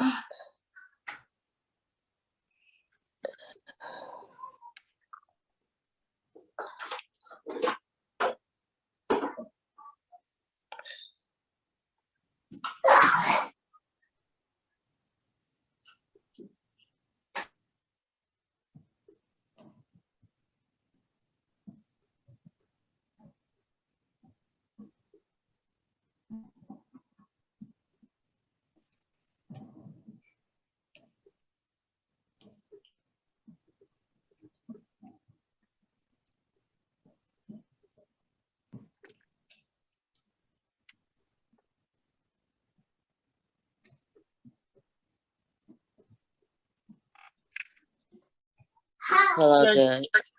Okay. I'm going to, it looks like you have changed devices. Is that correct?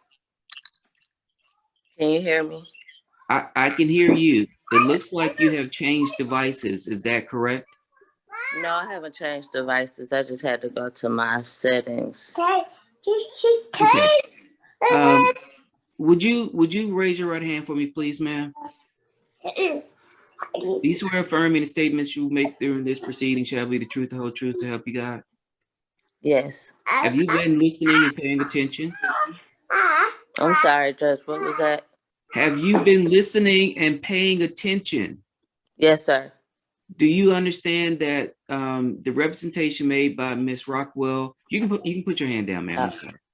that the representation made by Ms. Rockwell is that you would like this bond condition to be removed or modified so that your husband can come back into the home. Yes, and I totally agree. Do you understand that at this point, I am not going to remove that condition? I do understand. Ms. Rockwell, I am totally okay with revisiting this issue. I do believe that families should be together, but I also believe that that there can at times be situations where families shouldn't be together.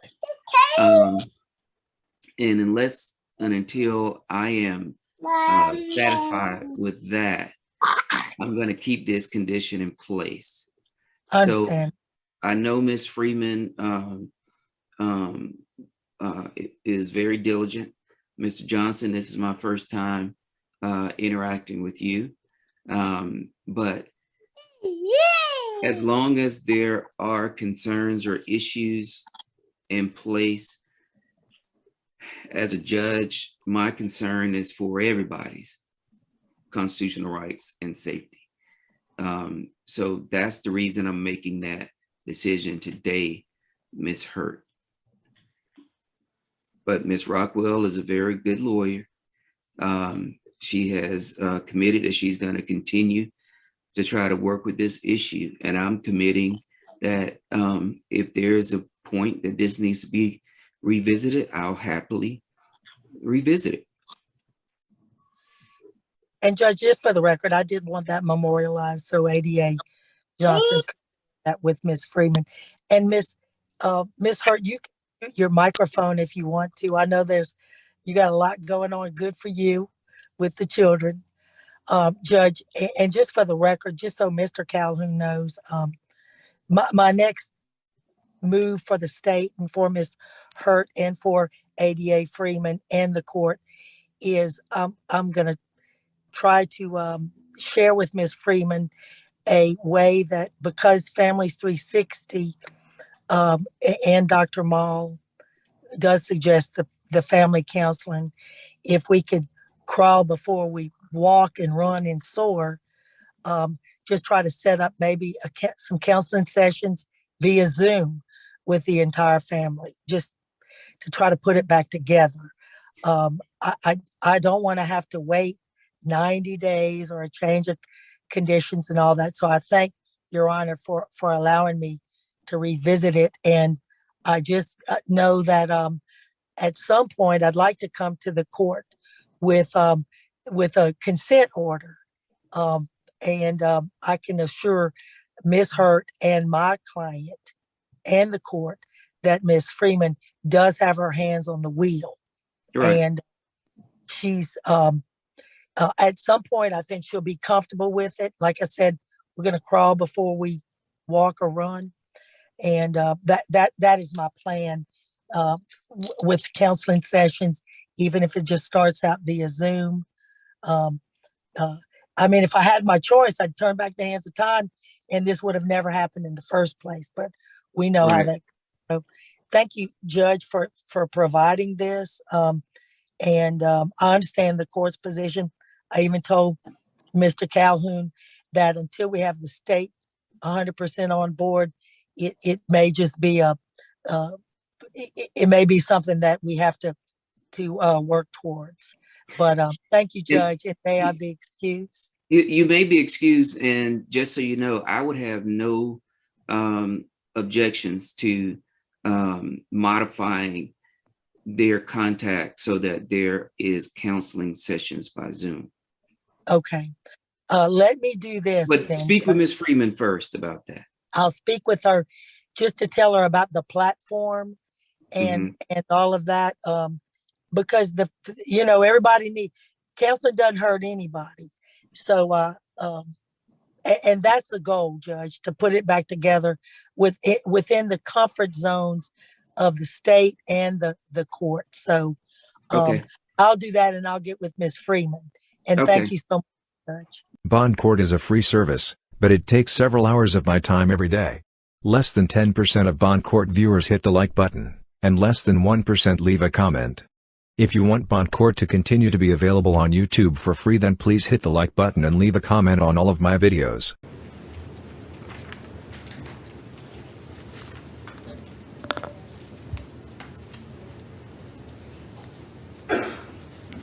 Good morning, sir. Your name? Carl Wilson. Huh.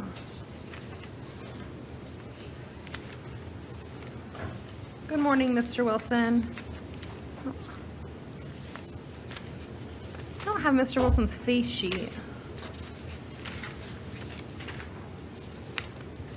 you have one right there for me?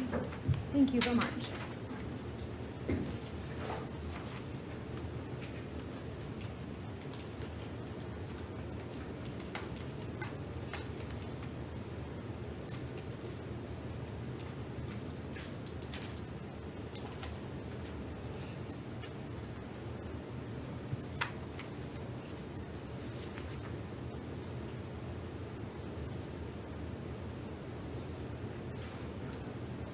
Mr. Wilson, are you living at Safe Haven at Maxwell Gardens? Yes, ma'am. Okay. This is case number 19 CF 5742. Sir, you were arrested for tampering with physical evidence, possession of drug paraphernalia, and soliciting without a permit. I do find probable cause. I'm going to appoint the public defender's office to represent you.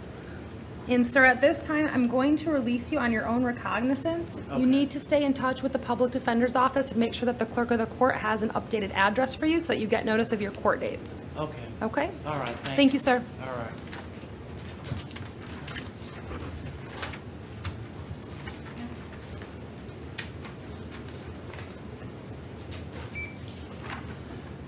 Good morning, sir. Your name?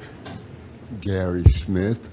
Mr. Smith, this is case number 19MO739. You were arrested for camping. I do find probable cause. Did you want a lawyer to help you with your case this morning, sir? With camping? Yes. Did you want a lawyer, or do you want to see what the state's offer is? What is the state offering, ma'am? Ms. Bush, is there an offer for Mr. Smith? Yes, Your Honor. It's an adjudication, 4 days, 2 days credit time served. Did you hear that, Mr. Smith? Yes, ma'am. Okay. Would you like to accept the offer? Yes, ma'am. All right. Please sign the plea form.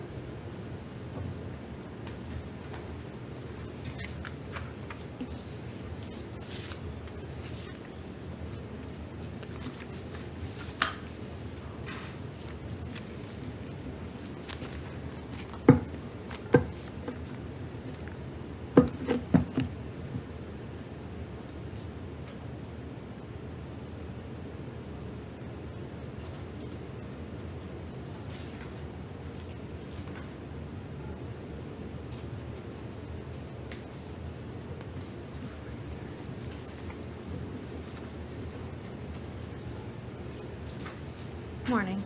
Thank you. Mr. Smith, did you read this plea form before you signed it? Yes, ma'am. Do you have any questions about any of the rights that you're giving up? No, ma'am. Are you on probation? No, ma'am. Do you understand if you're not a United States citizen that this plea will subject you to deportation? Yes, I do, but I'm a citizen now. Okay. Have you taken any drugs, alcohol, or medication that would affect your ability to understand what's happening in court this morning? No, ma'am. Sir, I will accept your plea. I'm going to adjudicate you guilty, sentence you to 4 days in the Orange County Jail with credit for 2 days time served. You'll need to pay court costs. Those need to be paid by April 30th of 2020, and you have 30 days to appeal the judgment and sentence of the court in writing, sir. Thank you. Yes, ma'am.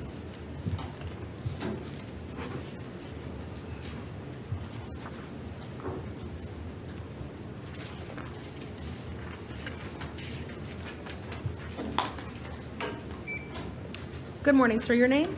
Weaver. Mr. Weaver, this is case number 19MO741. You were arrested for being in a park after hours. I do find probable cause, sir. I'll appoint the public defender's office to represent you. Is there an offer for Mr. Weaver? Yes, Your Honor, there was. It's an adjudication, 4 days Orange County Jail, 2 days credit time served. You'd like to accept that, Mr. Weaver? Yes, he would like to accept that offer, Your Honor. All right, sir, just sign the plea form, please.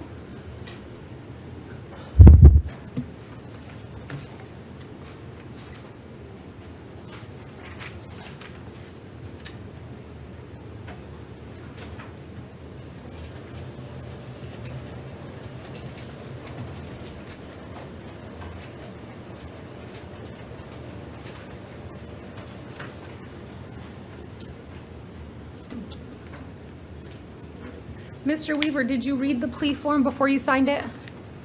Yes, ma'am. Do you have any questions about any of the rights you're giving up? No, Sir, are you on probation? no, ain't no probation. Pardon me? No, ma'am. Okay. Do you understand if you're not a United States citizen that this plea will subject you to deportation? Ma'am. Have you taken any drugs, alcohol, or medication that would affect your ability to understand what's happening in court this morning? No, ma'am. I'll accept your plea, sir. I'm going to adjudicate you guilty, sentence you to 4 days in the Orange County Jail with credit for 2 days time served. You'll also have to pay court costs. Those need to be paid by April 30th of 2020, and you have 30 days to appeal the judgment and sentence of the court in writing. All right. Sir, and then in case number 18 CF 8061, I will take no action at this time. Thank you.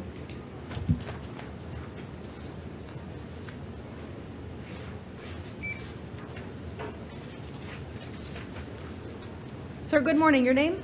Oh, Yerby, ma'am. Mr. Yerby, this is case number 19MO742. You were arrested for open container. I do find probable cause. I'll appoint the public defender's office to represent you. Is there an offer for Mr. Yerby? Yes, Your Honor, I believe the offer was adjudication of guilt, 3 days with credit for 2. Okay. And Mr. Yerby would like to accept that offer. All right, just need the plea form.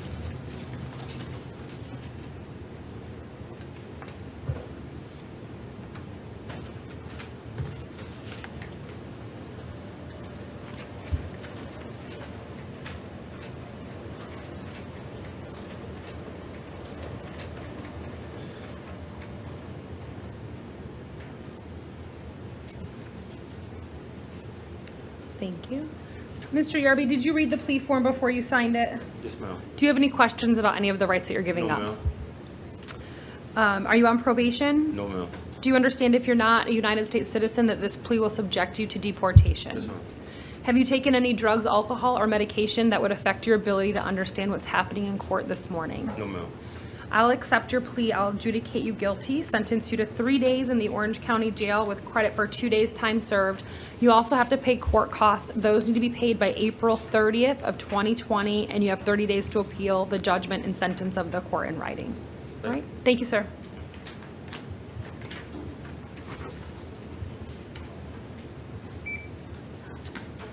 Good morning, sir. Your name? Jean Antoine. Mr. Antoine, this is case number 19MM3394. You were arrested for petty theft. I do find probable cause. Did you want a lawyer to help you with your case this morning? No contest. Ms. Bush, is there an offer for Mr. Anton? Yes, Your Honor. It's an adjudication, 5 days. Orange County Jail, 2 days credit time served, no return to the Walmart at 5734 South Orange Blossom Trail. Abide by trespass warnings and court costs. Okay. Did you hear that, Mr. Anton? Yes, ma'am. Okay. No contest.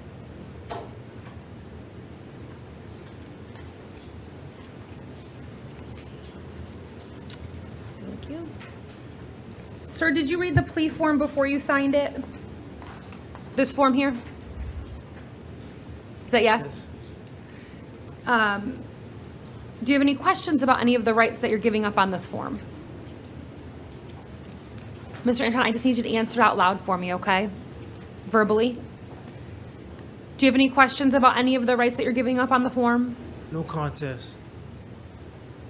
Okay, Mr. Anton, I want you to listen to my question before you answer, okay? I know that you want to plead no contest, but I'm asking you if you have any questions about any of the rights on this form.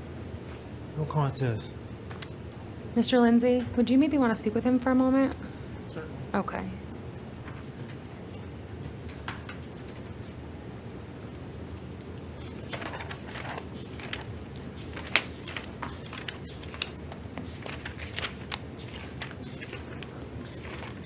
I don't think my face sheets are in the right order.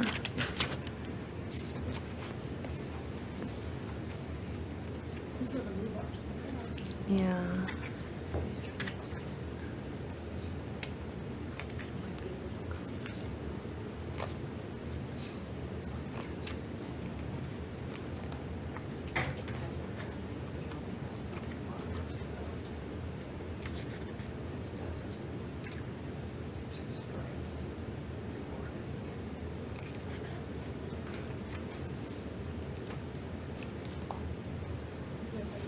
Mm-mm.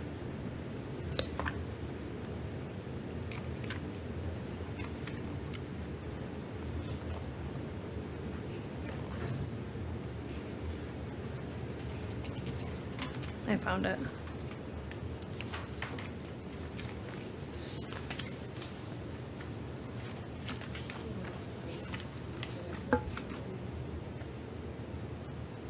Hmm? Oh, this way. Right. Okay, Mr. Anton, I want to ask you again, if you read this form before you signed it. Yes, ma'am. Okay, do you have any questions about any of the rights on this form? No, ma'am.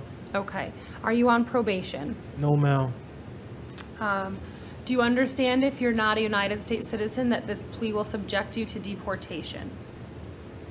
Yes, ma'am. Okay. Have you taken any drugs, alcohol, or medication that would affect your ability to understand what's happening in court this morning? No, ma'am. Okay. And do you have any questions about anything at all this morning? No, ma'am. Okay. Mr. Anton, I'm going to accept your plea, adjudicate you guilty, sentence you to 5 days in the Orange County Jail with credit for 2 days' time served. You can't return to the Walmart at 5734 South Orange Blossom Trail. You need to abide by any trespass warnings. You'll also have to pay court costs. Those need to be paid by April 30th of 2020, and you have 30 days to appeal the judgment and sentence of the court in writing, sir. All right? Thank you, sir.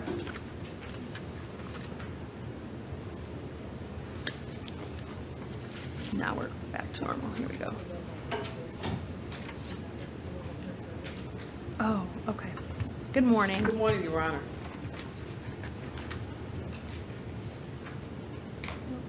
There we go.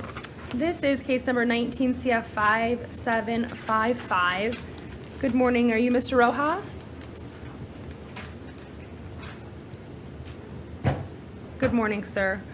You were arrested, sir, pursuant to a warrant or probable cause was previously found for possession of a firearm by a convicted felon, possession of ammunition by a convicted felon, use of a firearm or weapon in the commission of a felony, and open carry of a weapon, sir. You're represented here by counsel this morning. For the record, Your Honor, I'm Attorney Merrill Glover Gambles. Yes, ma'am. Mr. Rojas had been previously arrested in the same case. For some reason, an out on bond hold was placed on him. It should not have been. Okay. They're just add-on charges. It's not a new situation. Okay, I was wondering about that. I actually had it flagged because I saw the offense date is the same as the out on bond form. And Your Honor, that the state concurs that it is the same event, and it was an ongoing investigation, and these are add-on. Okay. So at this time, I'll just set the bond on the new offenses that came in on the warrant. Sir, you're not to possess any weapons or any firearms while you're out on bond. And as these are additional add-on offenses, I'm going to treat them as subsidiary offenses in terms of the bond. Yes. So count one, the bond is going to be $150. Count two will be $150. Count three will be $150, and count four will be $100. And thank you very much. Yes, Your Honor. Or thank you. Yes.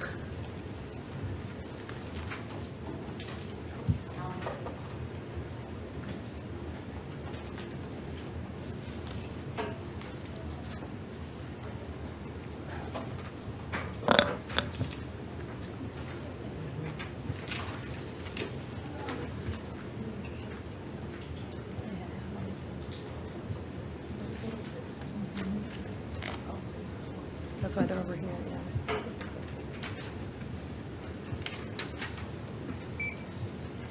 Good morning, ma'am. Your name? Good morning, Your Honor. Maria Alvarez. Ms. Alvarez, you're here in case number 19 CF 5733. You were arrested for grand theft third degree. I do find probable cause. I'm going to appoint the public defender's office to represent you. Your bond is going to be $1,000. You are not to return, ma'am, to 8200 Vinland Road, which is the premium outlets. And in case number 19 CF 1089, I'm going to revoke your bond at this time, and that will be set at none. And she was also on PTR for another case, Your Honor, as well. Would that be revoked too? And which? It was added right before court. Yeah. Is it the 1108? Yes, that's correct, Your Honor. Yes. Your Honor, in this matter, I would request that the court consider the fact that Ms. Alvarez has 5 children who she takes care of, the fact that they are currently without her care in the community. Would request that the court reconsider and set bond or leave bond in the case 2019 CF 108980. That request will be denied at this time. Would the court consider setting the bond in this case at $500? No. Thank you.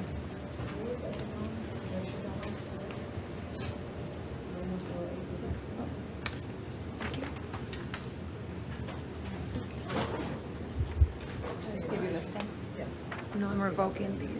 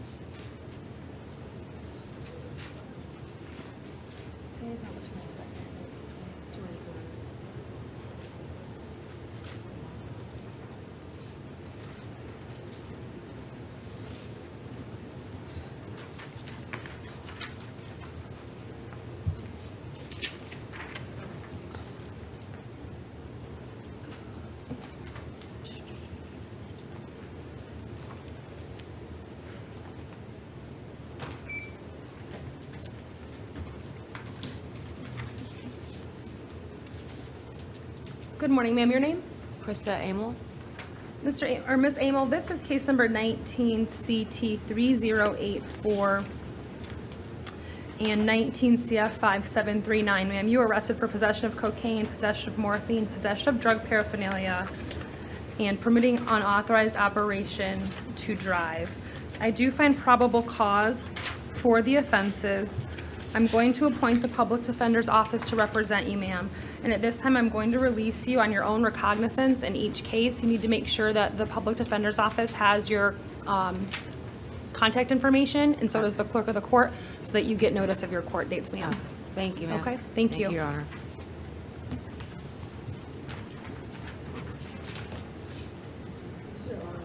Yep.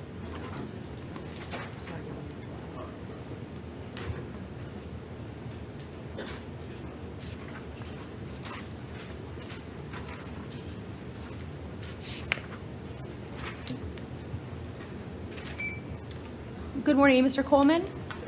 Mr. Coleman, this is case number 18 CF 16262. You failed to appear for pretrial conference on March 20th of this year, sir. Your bond in that matter is currently set at none. And in 18 CF 17642, I'll take no action. Did you have the public defender's office, sir, on the other case? Okay. They'll be in contact with you, sir. Thank you.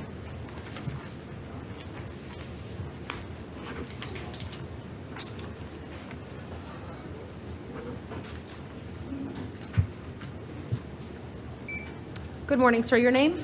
Shannon Kemp, Lee Courtney. Mr. Courtney, this is case number 18 CF 15297, sir. You were indicted for first-degree murder with a firearm. I will appoint the public defender's office to represent you, and your bond is currently set at none. Thank you, sir.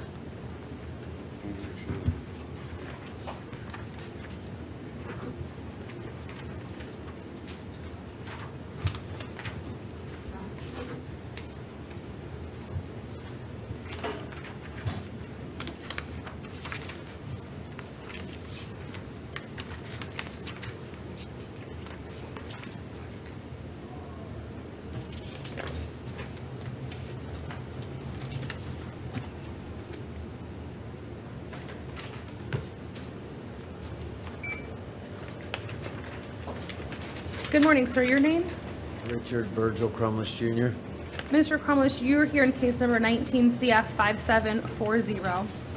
You were arrested for possession of tetrahydrocannabis. I do find probable cause for that offense. You were also here in case number 19 CT 3085.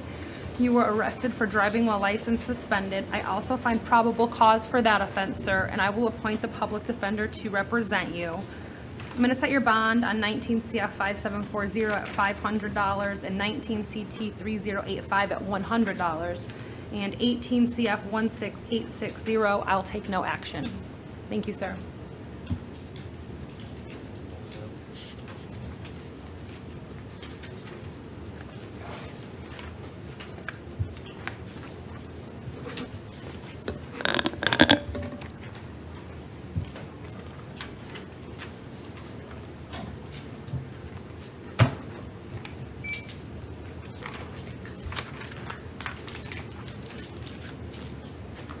Good morning, ma'am. Your name? I'm Chastity Eller. Ms. Eller, this is case number 19 CF 5721. You were arrested for possession of methamphetamine. I find probable cause. I'll appoint the public defender. Your bond is $500. In case number 19 CF 5211, I'll take no action. Thank you, ma'am. Could we be appointed in that case as well, Your Honor? On the auto bond case? Yes. Your Yes. Honor. Thank you.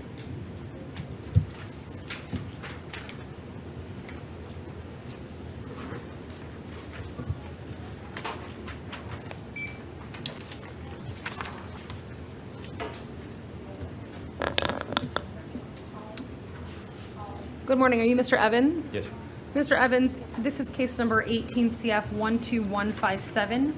You were arrested pursuant to a probable cause capias for the offenses of grand theft, third degree, dealing in stolen property, receiving money from pawnbroker by false verification or ownership, dealing in stolen property, another count of receiving money from a pawnbroker by false verification or ownership, dealing in stolen property, and again, receiving money from a pawnbroker by false verification or ownership. I will appoint the public defender's office to represent you. Your bond on counts 1, 3, 4, 5, 6, 7 is $100, and your bond on count 2 is $2,500. Thank you, sir.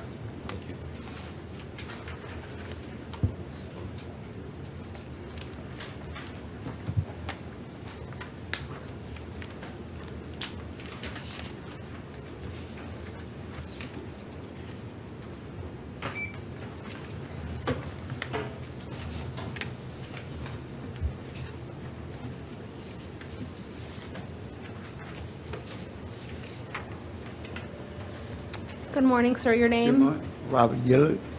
Mr. Gillard, this is case number 19 CF 5734, sir. You were arrested for possession of cocaine and possession of drug paraphernalia. I do find probable cause. I'll appoint the public defender's office to represent you, sir. Yes, ma'am.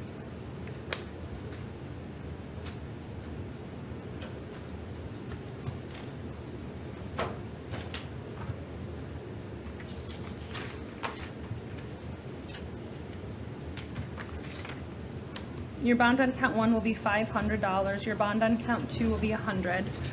And 19 CF 4116, I'll take no action. Thank you, sir.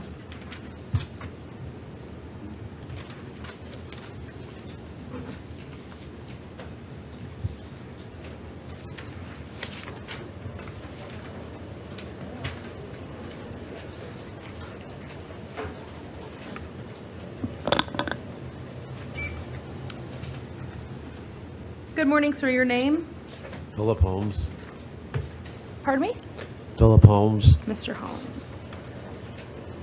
What about Mr. Gonzalez? Okay.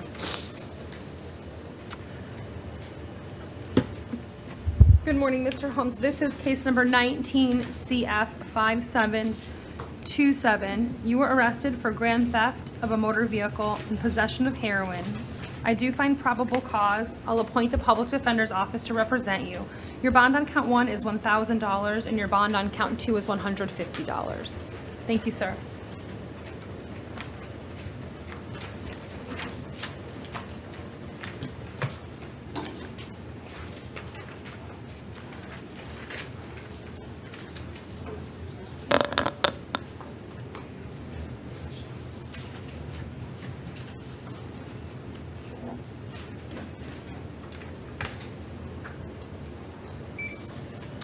Good morning, sir. Your name? Calvin Jackson. Mr. Jackson, this is case number 19 CF 5112. You were arrested pursuant to a probable cause capias for the offense of aggravated child abuse. I will appoint the public defender to represent you. You're not to have any contact directly with the victim or any witnesses. You're to maintain a separate residence from the alleged victim. You're not to possess or consume any alcohol, illegal drugs, or controlled substances without a valid prescription. You're not to possess any weapons or any firearms, and you're not to have any, contact with the alleged victim. And at this time, sir, your bond will be $15,000. Thank you.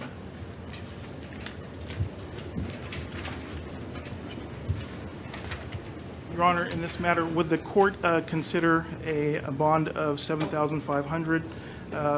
Mr. Jackson works in food service. He financially, he would not be able to likely afford a bond of $15,000. Would the court consider $7,500? Not at this time. No. Thank you.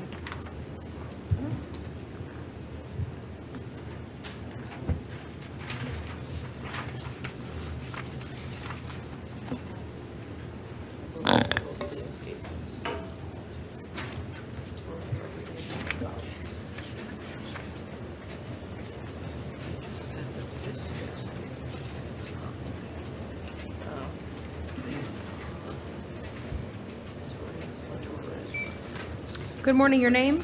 Burnett Knight. Miss Knight, this is case number 19 CF 2868. You were arrested pursuant to a warrant where probable cause was previously found for the offenses of grand theft, third degree, conspiracy to commit grand theft, use of an anti-shoplifting control device, possession of an anti-shoplifting inventory control device, and resisting a merchant. I will appoint the public defender's office to represent you. Your bond on count 1 is $2,500. Your bond on count 2 is $1,500. Your bond on count 3 is $100. Your bond on count 4, $1,000. Your bond on count 4 is $1,000. Your bond on count 5 is $500.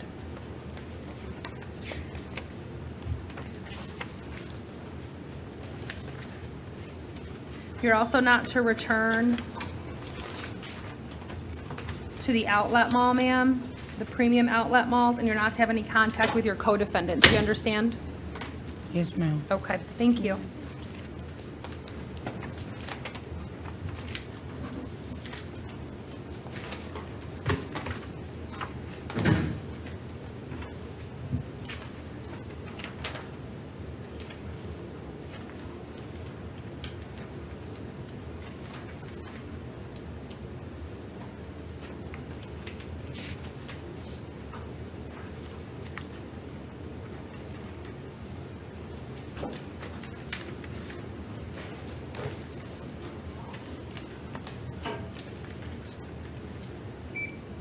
Good morning. Are you Mr. Matthews? Yes, ma'am. Good morning. Mr. Matthews, this is case number 19 CF 5732. And case number 19 CT 425. In that matter, you were arrested for driving under the influence as well as possession of cocaine, possession of olazapam, and possession of drug paraphernalia. I will appoint the Public Defender's Office to represent you, sir, and at this time I'm going to order pretrial release. Okay, thank you.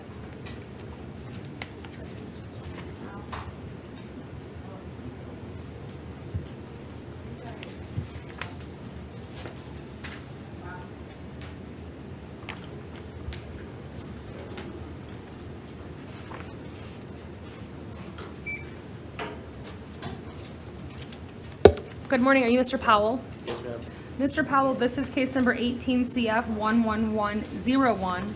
You failed to appear on February 18th for sentencing. I was supposed to take a plea. Your bond is currently set at none, sir.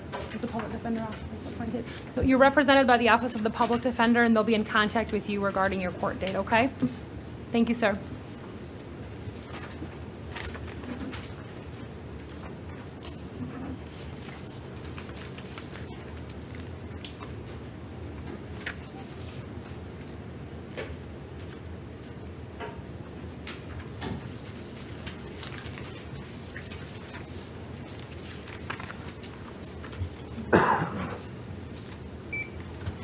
Good morning, your name? Daniel Robinson. Mr. Robinson, this is case number 19 CF 5686. You were arrested for burglary of a structure, possession of burglary tools, criminal mischief, and grand theft third degree. I do find probable cause, and I will appoint the Public Defender's Office to represent you. You also have case number 19 CF 5685, where you were arrested for battery on a law enforcement officer. I do find probable cause for that offense as well, sir. And the Public Defender's Office will be appointed on both cases. Your bond on count 1 in 19 CF 5686 is $3,500. Count 2, $150, count 3, $100, count 4, $150. And in 19 CF 5685, your bond will be $500. Thank you, sir. And Your Honor, in 5686, may we have a no return to the scene? Yes, sir. You're not allowed to return to the Celtronics at 68704 City Road. Thank you.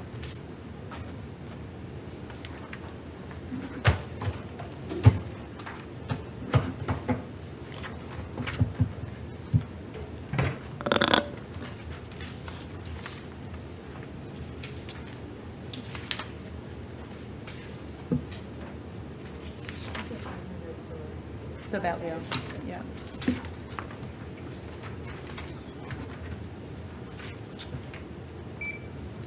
Good morning, your name? Jamar Size. Mr. Size, this is case number 19 CF 5725. You were arrested for grand theft, third degree of a motor vehicle, possession of heroin, burglary to an unoccupied structure, and possession of drug paraphernalia. I find probable cause. I'll appoint the Public Defender's Office to represent you. Your bond on count 1 will be $2,500. Your bond on count 2, $150. Your bond on count 3, $150, and your bond on count 4, $100. Thank you, sir.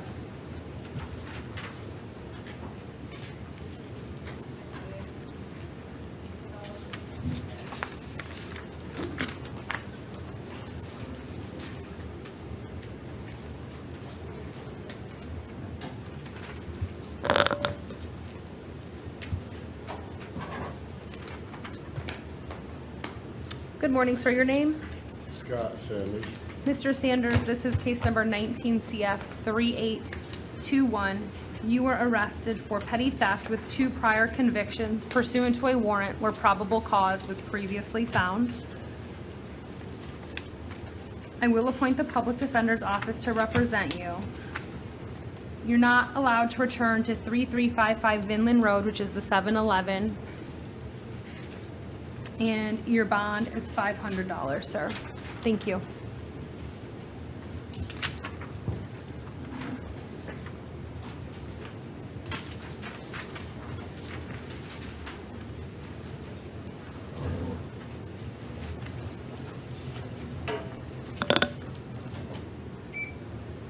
Sir, good morning. Your name? My name is Eric Kevin Smith Reyes. Mr. Smith Reyes, this is case number 18 CF 1564. You were arrested pursuant to a probable cause capias for the offenses of burglary of a dwelling, grand theft third degree, and criminal mischief. You are not to have any contact with the victim in this matter, and you're not to return to the scene. That would be Alicia Hart and 5010 Rosamond Drive.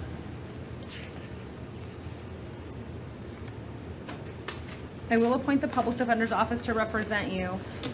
Your bond on count 1 is $5,000, your bond on count 2 is $150, and your bond on count 3 is $100. Thank you, sir.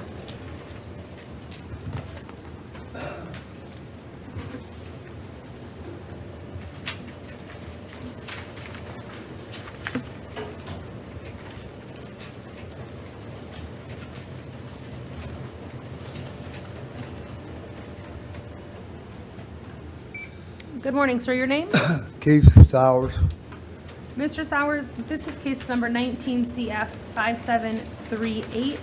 You were arrested for fleeing and attempting to elude. I do find probable cause. I will appoint the public defender's office to represent you. We also have case number 19 CF 5736, driving while license suspended with 2 prior convictions. I do find probable cause for that offense. Your bond in that matter is $2,500, and I'll also appoint the public defender in that case.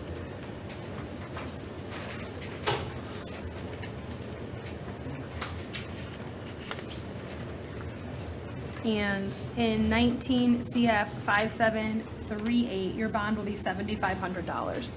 I got a bond on both. Yes, sir. On the first one and $2,500 on the second. Okay. Okay, thank you.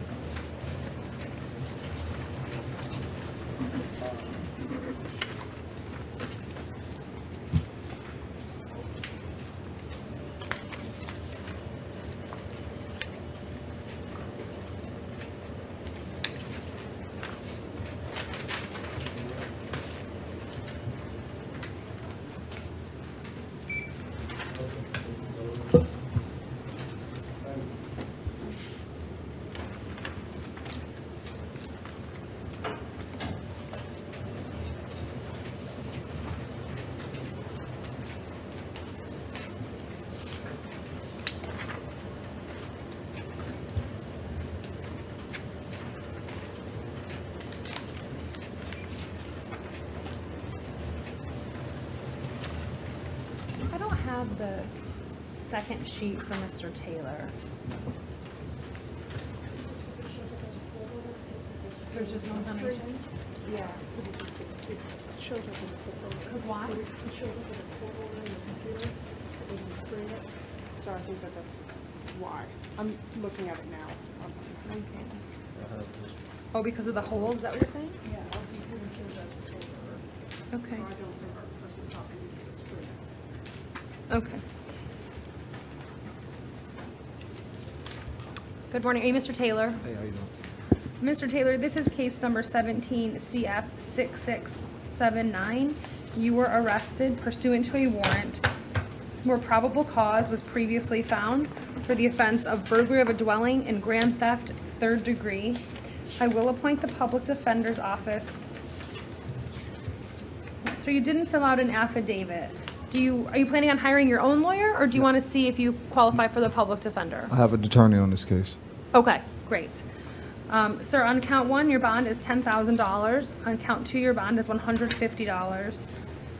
And then you also have case number 17 CF 5227.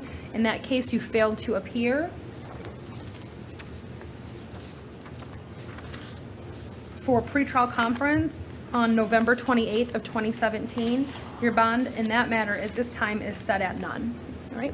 It's, that's the misdemeanor, right? No, it's for, you failed to appear for pretrial conference. It's 17 CF 5227. It was for 2 counts of burglary of a dwelling, petty theft of $100 or more, and criminal mischief. Okay, so you need to get in contact with your attorney, and then they can assist you from there, sir. All right, thank you.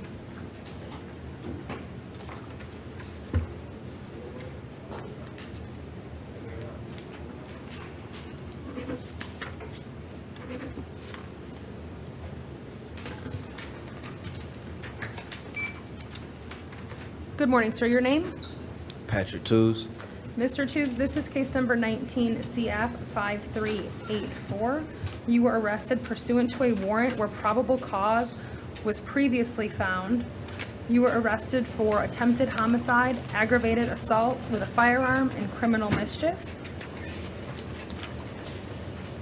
Sir, were you going to hire an attorney, or do you want to see if you qualify for the public defender? You didn't I have fill an out attorney. You have an attorney? Okay. Ms. Bush, did you want to be heard with respect to bond on count 1? I think it's a first-degree felony, not punishable by life. Your Honor, I may have just one moment. I'm showing it as a second degree because it was not charged with a firearm. The firearm would have bumped it.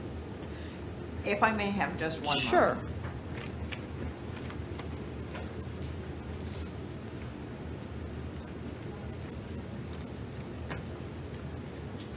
Your Honor, I'm showing it as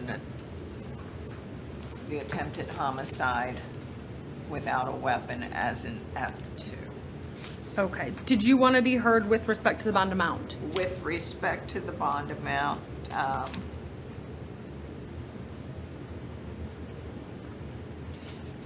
yes, Your Honor, the state would ask the court to set bond in the amount of $100,000 as to count 1, treat counts 2 and 3 as subsidiaries. Okay. Mr. Tews, I know that you said that you have a lawyer on this case, but they're not here today. Do you want me to appoint the public defender for purposes of this hearing, or do you want to proceed with the hearing now, or do you want me to reset your case for tomorrow? I want to reset for tomorrow. To have your lawyer present? Yeah. Okay, then we'll do that, sir. Okay, I So at appreciate this it. time, your bond will remain at none on counts 1 and 2. Can you repeat that? Your bond is set at none on counts 1 and 2. Mm-hmm. And then it's at 1,000 on count 3, and we'll do your initial appearance tomorrow morning with your lawyer. Okay, I appreciate Okay? it. All right, thank you, sir.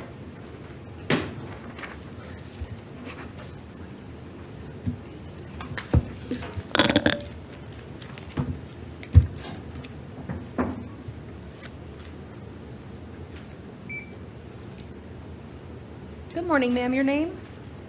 My name is Deborah Sikos. Ma'am, this is case number 19MO736. You were arrested for disorderly conduct and soliciting, ma'am, without a Who is permit. trespassed, ma'am?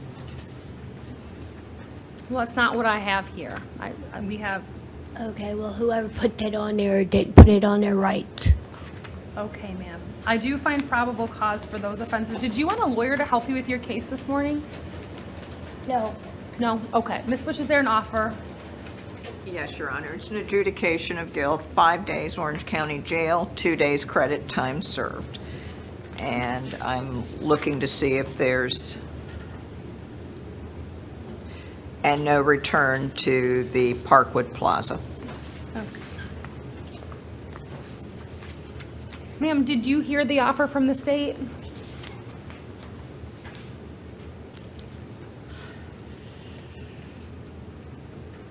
Okay. No, did you hear what she said? Yes, ma'am. Okay. Did you want to accept that offer? Yes, ma'am. Okay. I need you to sign the plea form, please.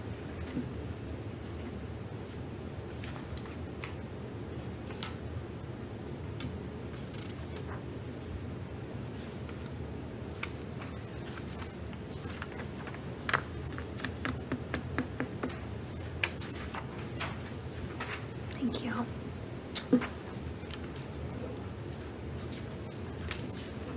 Ma'am, did you read this plea form before you signed it?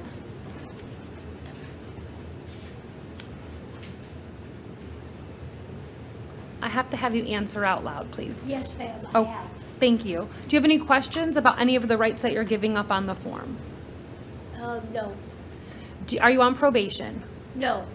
Do you understand if you're not a United States citizen that this plea will subject you to deportation?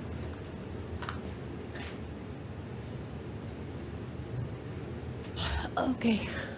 Okay. Ma'am, have you taken any drugs, alcohol, or medication that would affect your ability to understand what's happening in court this morning? No. Okay. I will accept your plea. I'll adjudicate you guilty, sentence you to 5 days in the Orange County Jail with credit for 2 days. Why so long, ma'am? Pardon me? I said, why is so long? Well, that's the offer from the state. That's what she's deemed to be appropriate. Ma'am, you're gonna also have to pay court costs. Those need to be paid. I don't have any money. Well, let me just finish what I'm telling you and then I'll explain something else, okay? Just give me a second. So you'll have to pay your court costs by April 30th of 2020. If you cannot pay and you don't have any money, you have to go down to the clerk's office and let them know. All right? Thank you, I don't ma'am. have any money. I don't have a job. I understand. Thank you, ma'am.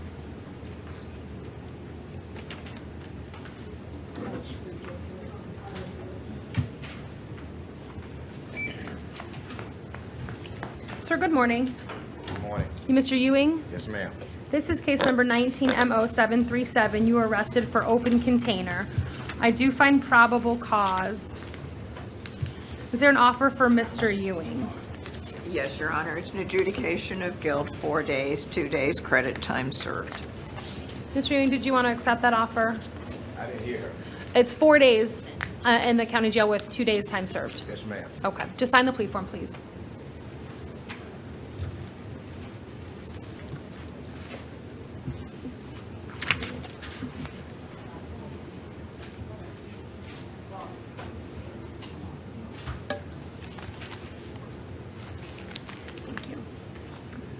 Mr. Ewing, did you read the plea form before you signed it? Yes, ma'am. Do you have any questions about any of the rights that you're giving up on the form? No, ma'am. Are you on probation? No, ma'am. Do you understand if you're not a United States citizen that this plea will subject you to deportation? Yes, ma'am. Have you taken any drugs, alcohol, or medication that would affect your ability to understand what's happening in court today? No, ma'am. I'll accept your plea, sir. I'll adjudicate you guilty, sentence you to 4 days in the Orange County Jail with credit for 2 days' time served. You'll also have to pay court costs. Those need to be paid by April 30th of 2020, and you have 30 days to appeal the judgment and sentence of the court in writing. Yes, ma'am. Thank you, sir.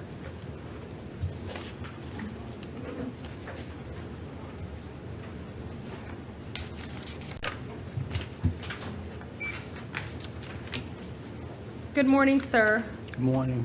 Are you Mr. Gooden? Yes, ma'am. This is case number 19MO738. You were arrested for open container. I do find probable cause. I'll appoint the public defender to represent you. Is there an offer for Mr. Gooden? Yes, Your Honor, it's an adjudication of guilt, 4 days Orange County Jail, 2 days credit time served. Mr. Gooden, did you want to accept that offer? Yes, ma'am. I would like to accept the offer.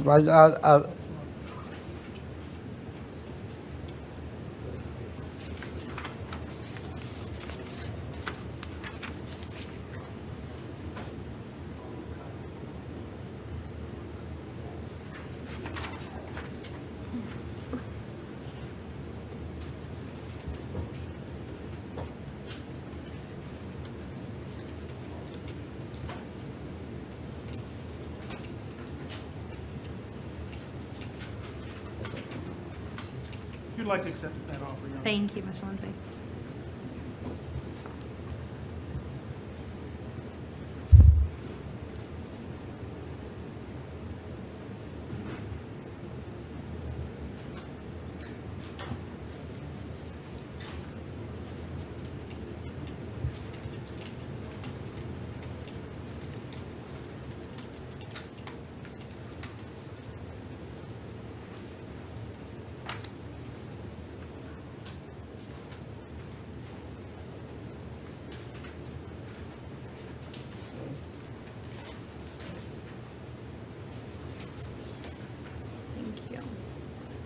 Mr. Gooden, did you read the plea form before you signed it? Yes, ma'am. Do you have any questions about any of the rights that you're giving up on the form? No, ma'am. Are you on probation? No, ma'am. Do you understand if you're not a United States citizen that this plea will subject you to deportation? Yes, ma'am. Have you taken any drugs, alcohol, or medication that would affect your ability to understand what's happening in court this morning? No, ma'am. So I'm going to accept your plea, adjudicate you guilty, sentence you to 4 days in the Orange County Jail with credit for 2 days' time served. You'll have to pay court costs. Those need to be paid by April 30th of 2020, and you have 30 days to appeal the judgment and sentence of the court in writing. Thank you, sir. And he was out on bond, Your Honor? Taking Yes, any action? 19 CF 3794. I will take no action. Thank you. Thank you, ma'am.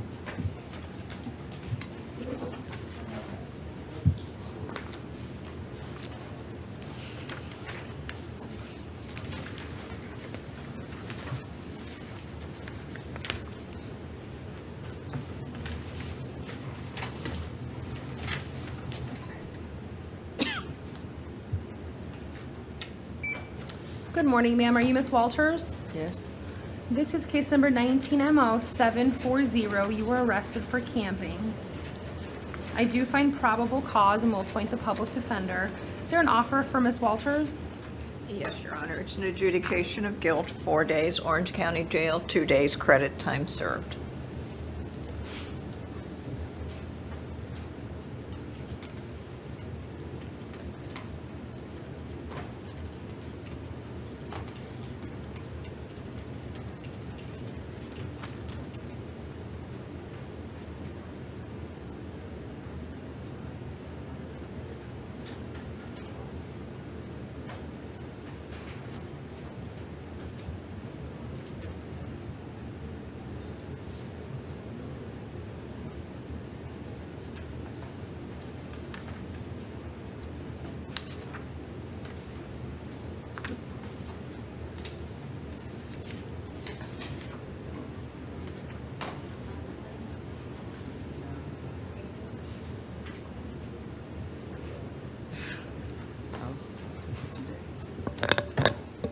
Thank you, Your Honor. She would like to accept that offer. Okay.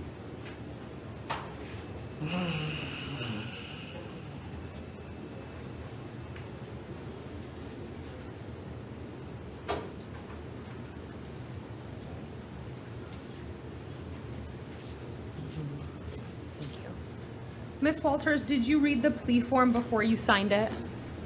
Yes. Do you have any questions about any of the rights that you're giving up on the form?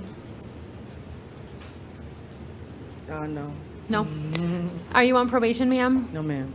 Do you understand if you are not a United States citizen that this plea will subject you to deportation? Have you taken any drugs, alcohol, or medication that would affect your ability to understand what's happening in court today? No, ma'am. I will accept your plea. I'll adjudicate you guilty, sentence you to 4 days in the Orange County Jail with credit for 2 days time served. You'll also have to pay court costs. Those need to be paid by April 30th of 2020, and you have 30 days to appeal the judgment and sentence of the court in writing. Thank you, ma'am.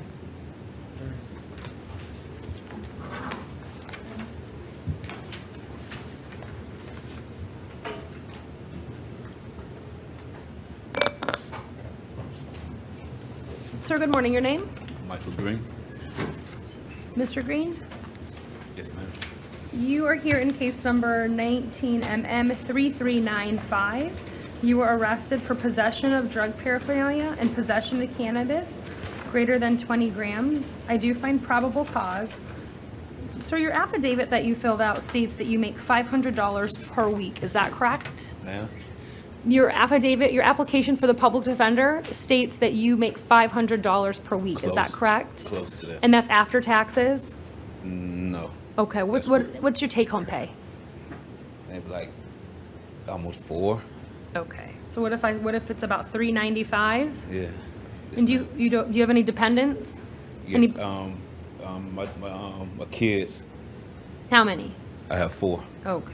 Sir, I'm gonna just make the corrections here on your affidavit, and based upon this information, I am going to appoint the public defender's office to represent you in this matter. Ms. Bush, is there an offer for Mr. Green? Yes, Your Honor. It's an adjudication of guilt, 5 days, 2 days, credit time served.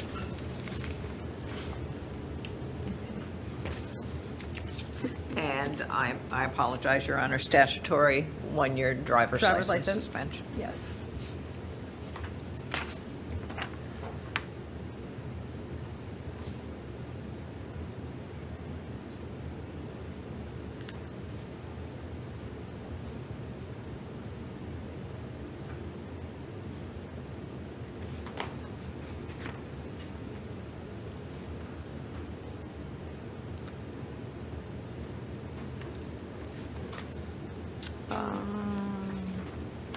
Mr. Green, are you on probation? Are you on probation? Yes, Yes, Your but I Honor. have a,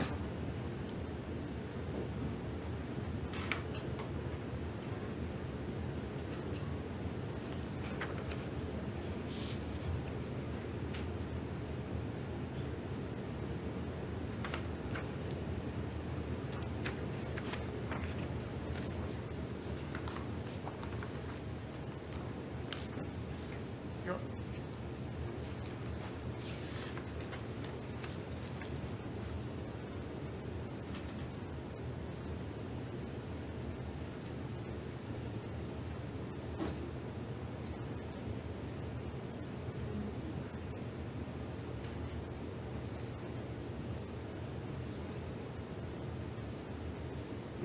Your Honor, at this time, Mr. Green will not be accepting the offer. Would the court consider releasing him on his own recognizance in this matter?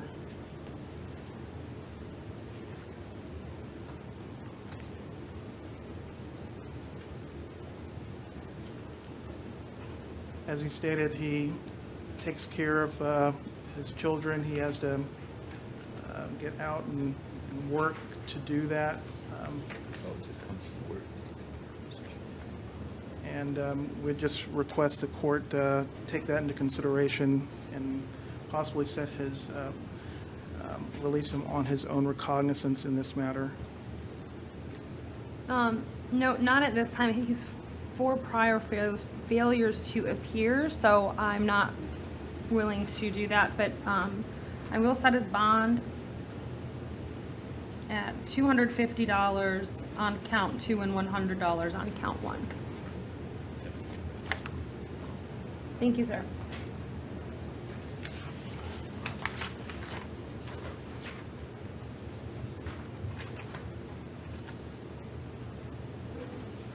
Thank you, Your Honor.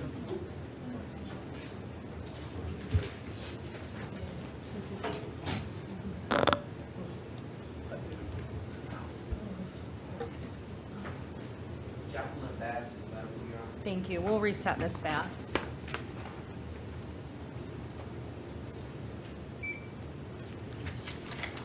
Good morning, sir. Your name? Fred Hayward.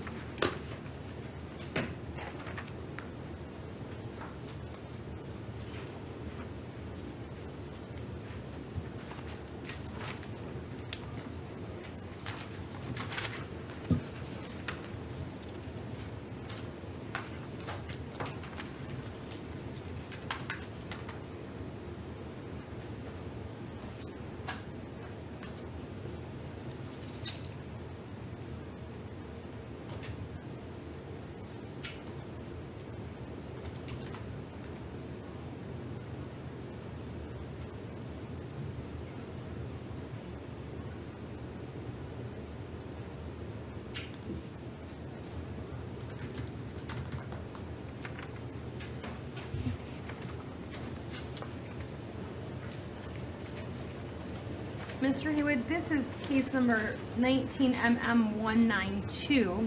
It looks like you were arrested for possession of drug paraphernalia and resisting officer without violence.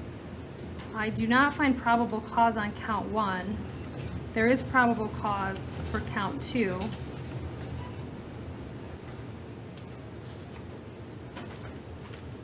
And Your Honor, may I have that case number again? Sure, it's 19MM192. It's a Witter Park case, so I think it's AE.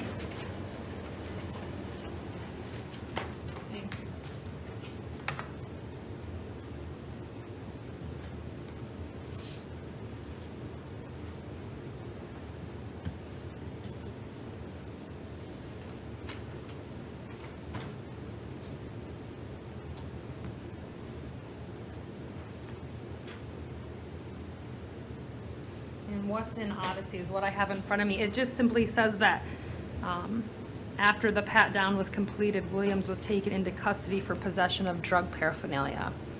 So based on that information, I don't find that there is probable cause for possession of drug paraphernalia. If you don't have the report, Ms. Bush, you're welcome to come take a look at it at the bench. Your Honor, when I got the case number, because I had no report before me, but the state's not making any request as to. Okay. So, as to count one, Mr. Haywood, you will be released ROR. And on count 2, your bond will be $500. Thank you, sir.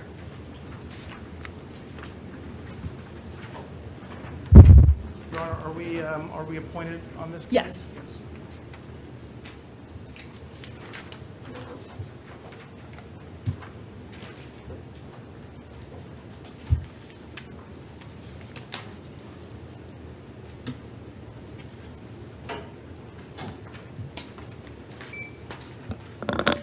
Good morning, your name? Good morning, Your Honor. Christopher Leone. Mr. Leone, this is case number 19MM396. You were arrested for trespass in an occupied structure. I do find probable cause. I will appoint the Public Defender's Office to represent you, sir. Is there an offer for Mr. Leone? No, Your Honor, as this is a private residence, I would need to speak with the. Okay. Mr. Leone, at this time, your bond is $500. You're not to return to 607 Banderas Avenue. And I will appoint the Public Defender's Office. Thank Okay. you.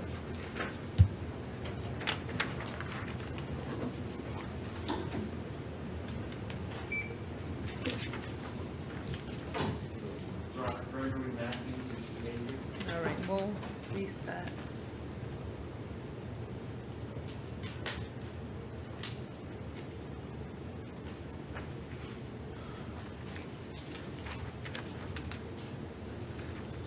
Ms. Bush, is there going to be an offer related or relayed to Mr. Matthews? Yes, Your Honor. Okay, we'll reset Mr. Matthews' case.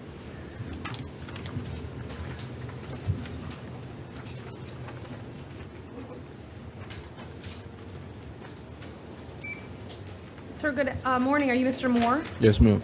This is case number 19MM3376. You were arrested for trespass on property after warning. I find probable cause. Did you want a lawyer to help you with your case this morning, sir? No, ma'am. Okay. Ms. Bush, is there an offer for Mr. Moore? Yes, it's an adjudication of guilt, 5 days, 2 days credit time served, no return to the 7-Eleven at 5281 South John Young Parkway. Abide by all trespass warnings. Okay. You want to accept that, Mr. Moore? Yes, ma'am. Okay.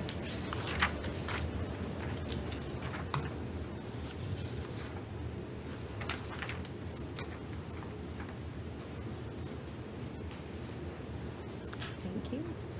Mr. Moore, did you read the plea form before you signed it? Yes, ma'am. Do you have any questions about any of the rights that you're giving up on the form? No, ma'am. Are you on probation? No, ma'am.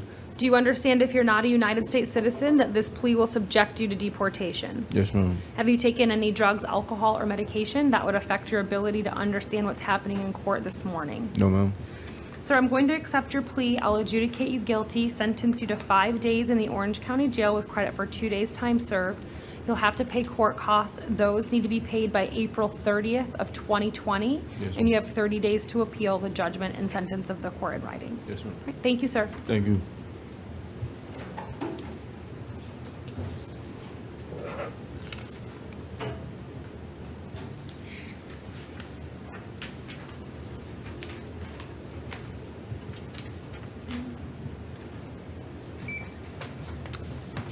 Good morning, your name? Michael Nieves Cruz. Mr. Nieves Cruz, this is case number 19MM395. You were arrested for petty theft. I do find probable cause. Did you want a lawyer to help you with your case this morning, sir? I'm all right. Excuse me? If he wants to help me, he could help me. I'm all right. Okay. Well, I'm going to appoint the Public Defender's Office to represent you based upon the charge, sir. Ms. Bush, is there an offer for Mr. Nieves Cruz?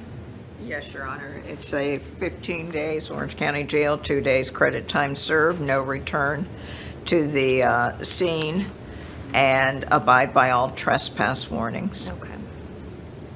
It appears that everything was recovered. Mm-hmm.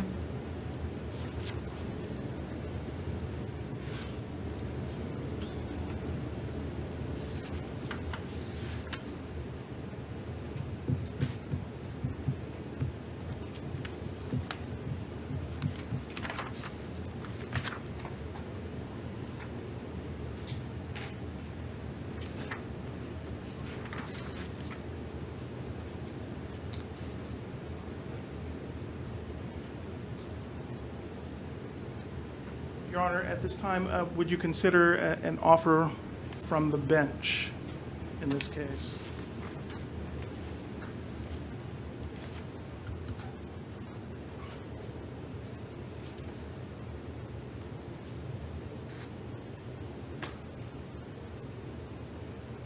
Can I say something? I wouldn't, sir. I would talk to your lawyer first, okay?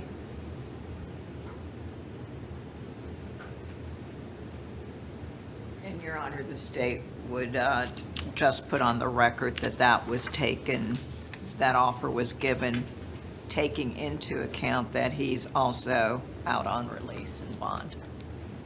Yeah, at this time, Ms. Johnson, I don't think that the offer is unreasonable, given the history and the fact that he's out on bond.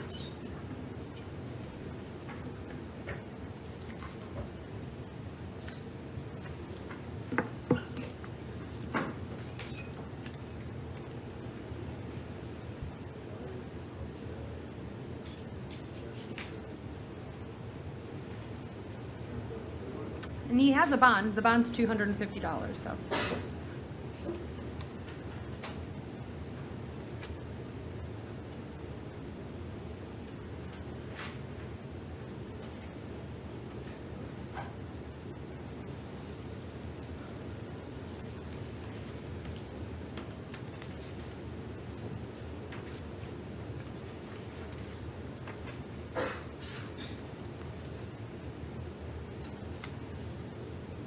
Mr. Cruz, what would you like to do?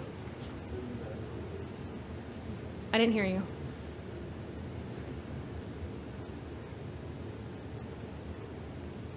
All right, so I'm just gonna leave the bond set at $250. I don't want to make him feel like he has to enter a plea. So thank you, sir.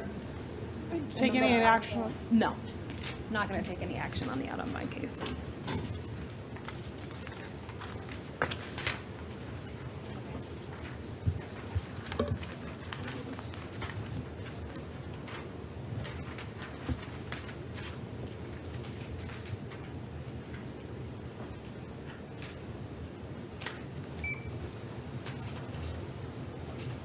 Good morning. Are you Miss Raymond? Yes, ma'am. You're here in case number 19MM3397. Yes, You were ma'am. arrested for petty theft. I find probable cause. I'll appoint the public defender.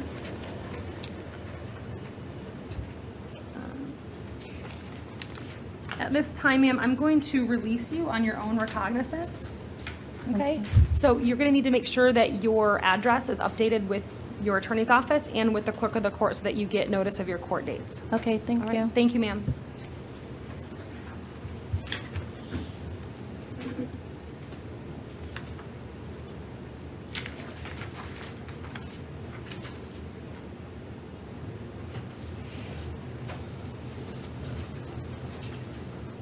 Good morning, Your Honor. Good morning, sir. Are you Mr. Shakur? Yes, ma'am. Is that right? This is case number 19MM3383. You were arrested for providing false ID to law enforcement. I do find probable cause.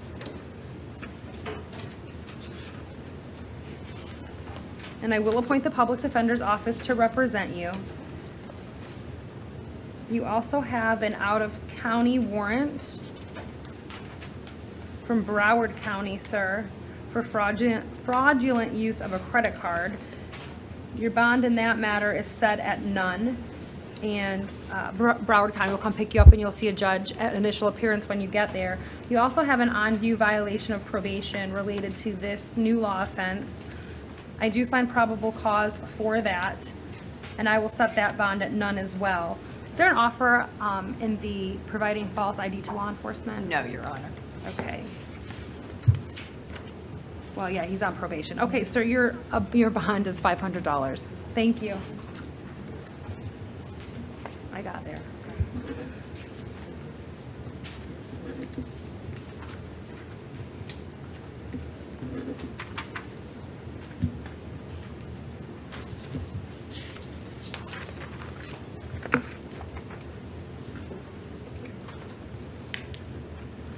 Your Honor, for the providing false ID to law enforcement, the bond was set at 500. 500?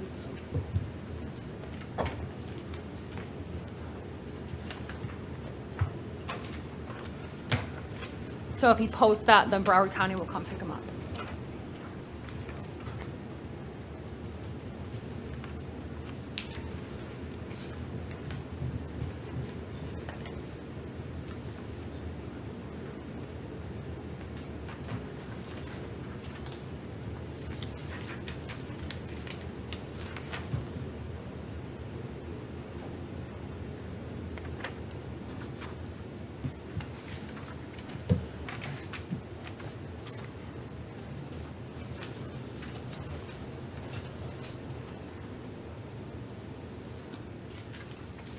Sir, good morning. Your name? Gregory Carson. Tell me your name again. Gregory Carson. Mr. Carson, you are here for an out-of-county warrant from Seminole County. This is for a violation of probation related to a burglary of an unoccupied structure. Your bond is $7,500. If you're unable to post that bond, Seminole County will come pick you up, and you'll see a judge when you get there. All right? All right. Thank you, sir.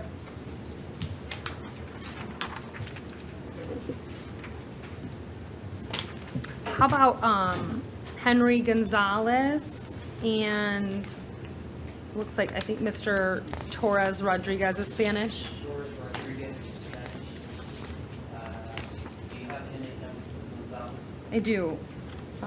190-12126.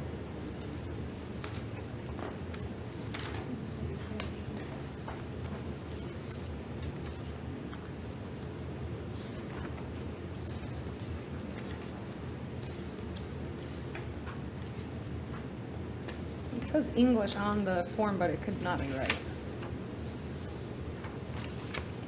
He's on the Spanish list. Okay.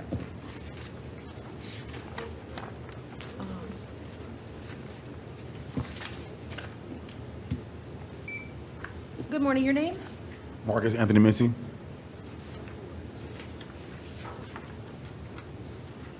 Christina Cruz is mental health. Okay, we'll reset Ms. Cruz. And Mr. Oh, go ahead. Mr. Lewis is also mental health. Okay.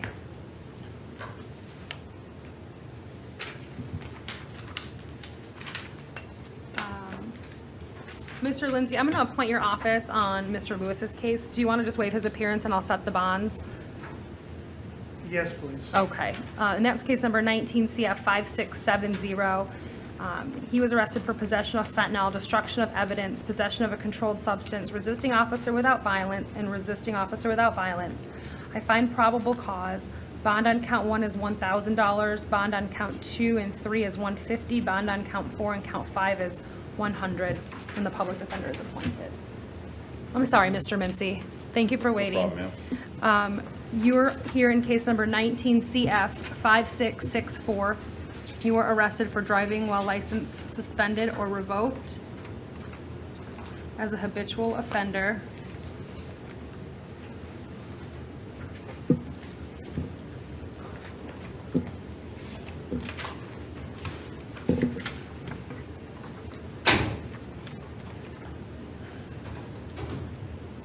I do find probable cause for that offense.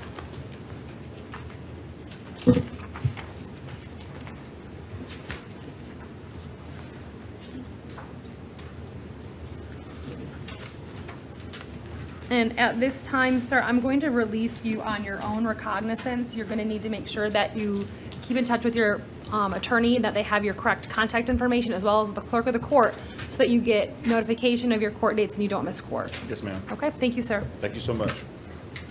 And, Your Honor, Did the court appoint the public defender in this matter?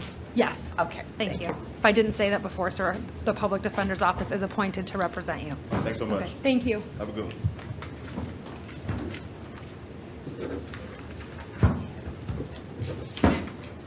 Your Honor, in the case of Christina Cruz, could we be appointed on that case as well? I don't think I did yet, I just reset it. Okay. Could we be appointed? Sure. We'll appoint the Public Defender on Ms. Cruz's case.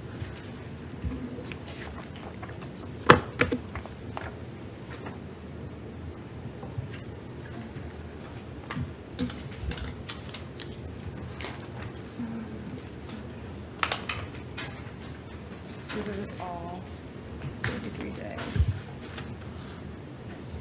Okay. And then, Ms. Bush, do you just want to let me know when you're ready on 33 day? Thank you, Your Honor. Sure. Yes.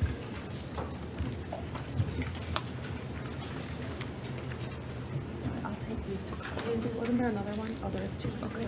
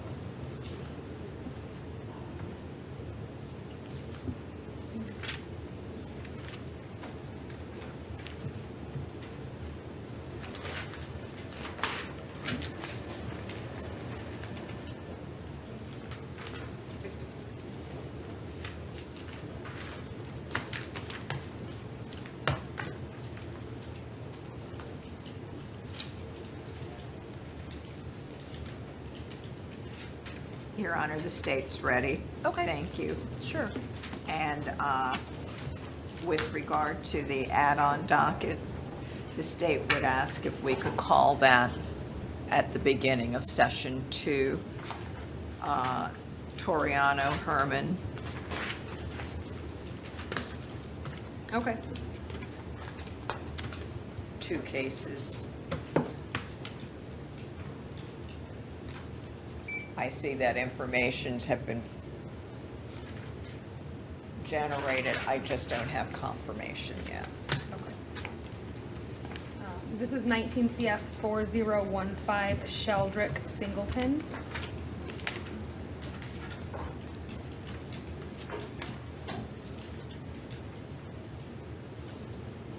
Your Honor, this is another one where the information has been filed. I just received an email from the prosecutor that says that the information was taken to the clerk's office on 4/22. I do not have confirmation if we could reset this for second session as well. Okay. 18 CF 18317 Michael Davis. And information was filed. Filing ID is 88346020. That'll be denied. 19 CF 3872 Antoine Atkins. A notice of non-filing on April 22nd. That motion will be granted. 19 CF 4002 Joel Amy. And information was filed. Filing ID is 88336935. That will be denied. 19 CF 4001 Jermaine Blanchard. A notice of non-filing on April 22nd. That'll be granted. 19 MM 197 James Miller Jr. A notice of non-filing on April 22nd. That will be granted. 19 CF 4052 Rodolfo Rico. The prosecutor says that the 33rd day is not until April 25th, 2019. The state would ask the court to not make a decision until the 33rd day. We could revisit this one as well this afternoon. This afternoon to take a look at it? Okay, Thank you. that's fine.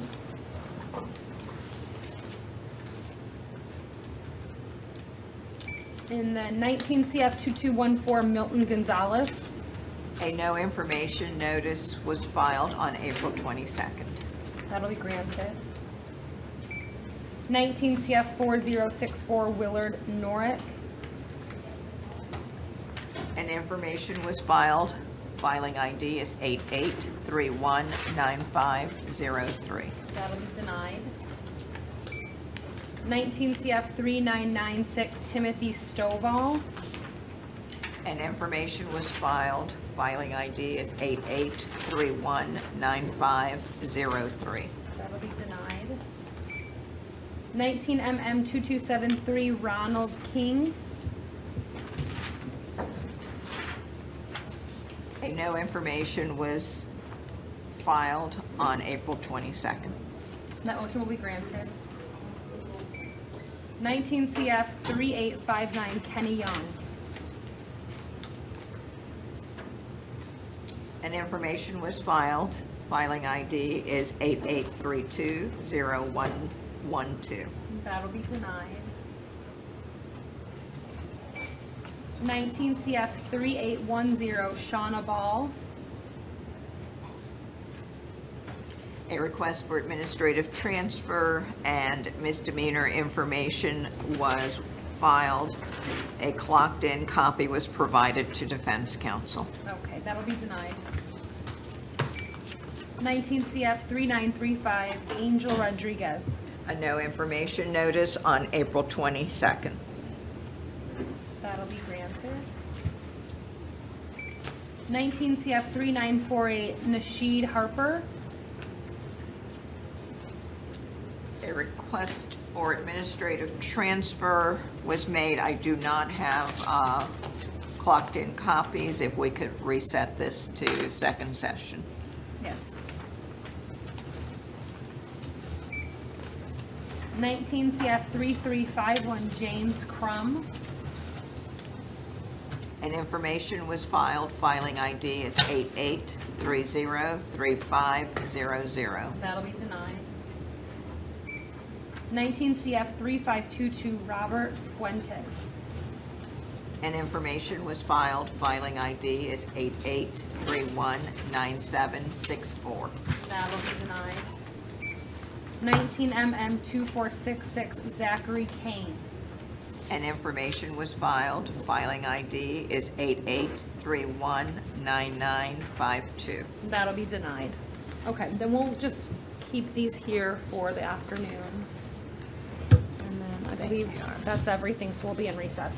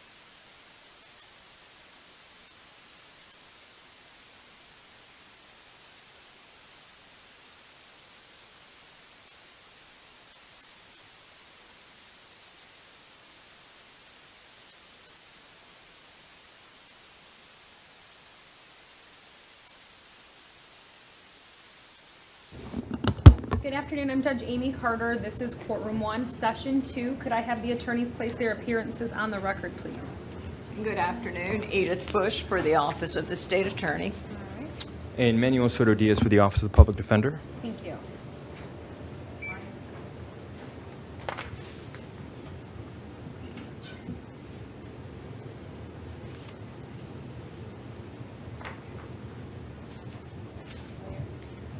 Good afternoon, your name? Ryan Aaron. Mr. Aaron, this is case number 19 CF 5751. You were arrested for possession of cannabis with intent to sell or deliver and possession of cannabis greater than 20 grams. I find probable cause. I'll appoint the public defender. Your bond on count 1 is $1,000 and your bond on count 2 is $150. Thank you, sir. Thank you.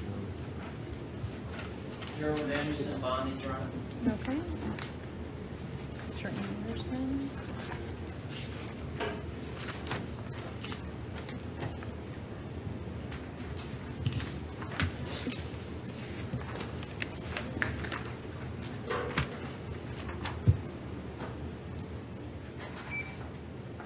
Good afternoon. Are you Mr. Blair? Yes, ma'am.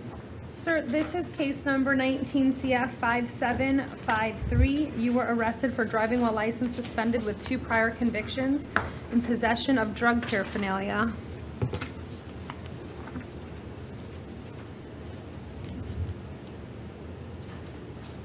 I do find probable cause for the driving while license suspended and the possession of drug paraphernalia.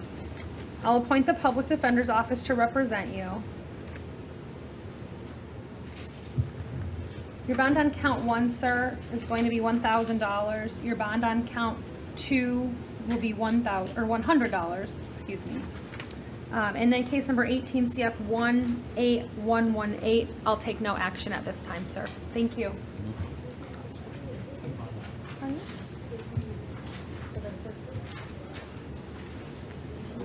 Did I take it up?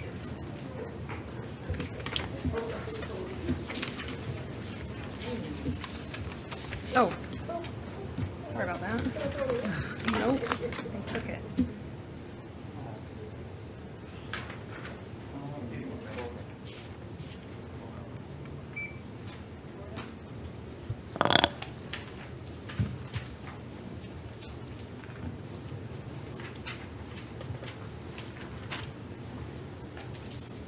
Good afternoon. Are you Mr. Bowling? Yes, ma'am. Sir, this is case number 19 CF 5696. You were arrested pursuant to a warrant where probable cause was previously found for failing to report. I will appoint the public defender's office to represent you, sir. Your bond is $2,500. And you do have reporting requirements. Thank you, sir. Okay.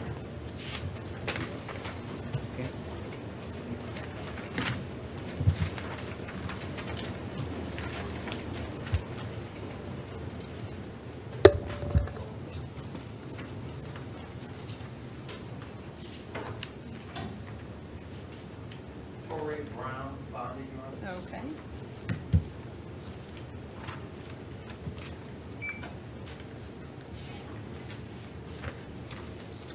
You, Mr. Gordon? Yes, ma'am. Sir, this is case number 19 CF 5503. You were arrested pursuant to a warrant where probable cause was previously found for the offense of grand theft, third degree of a motor vehicle. Were you gonna hire your own lawyer, or do you want to see if you qualify for the public defender? I refuse to call the public Excuse me? defender. I choose to represent myself, Your Honor. Okay. They'll have a hearing regarding that at a later date, sir. Is there any information on Mr. Gordon for his face sheet? I don't see anything about his history or his failures to appear. It might have been updated. Oh, thank you.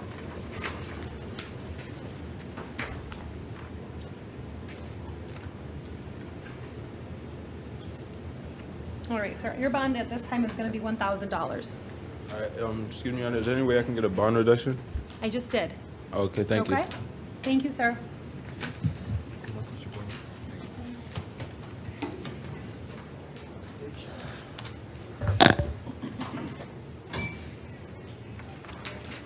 Good afternoon, ma'am. Your name? Yes. Deja Martinez. Sorry about that.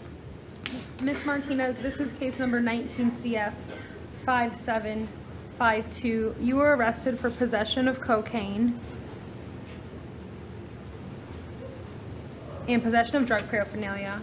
I do find probable cause. I'll appoint the public defender's office to represent you. I'm going to set your bond at $500 on count 1 and $100 on count 2. Thank you. Thank you.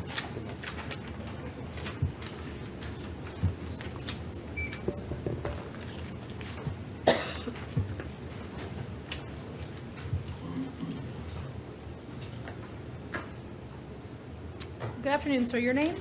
Keith McCray. Mr. McCray, this is case number 19 CF 5747. You were arrested for aggravated battery. I find probable cause and will appoint the public defender's office to represent you, sir. And at this time, your bond is $3,500. Thank you. And Your Honor, may we have a no return to the scene and no contact with the victim? Yes, sir. You are, actually, I'm going to order that you're to maintain a separate residence from Brian Rock, and you're not to have any contact with Brian Rock. Okay. Okay? All right. Thank you, sir.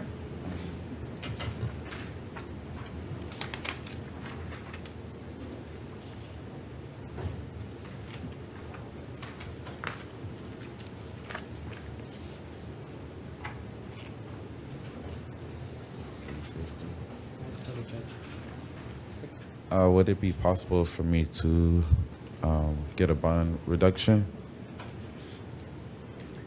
He's telling me he can probably contribute $250 to pay the premium on the bond. So he's hoping the court would lower it maybe to $2,500. Where do you work, Mr. McCray? Gringos Locos. Where? Gringos Locos. It's a restaurant. I know where it is. How long have you worked there? Just a couple months. I haven't been there long.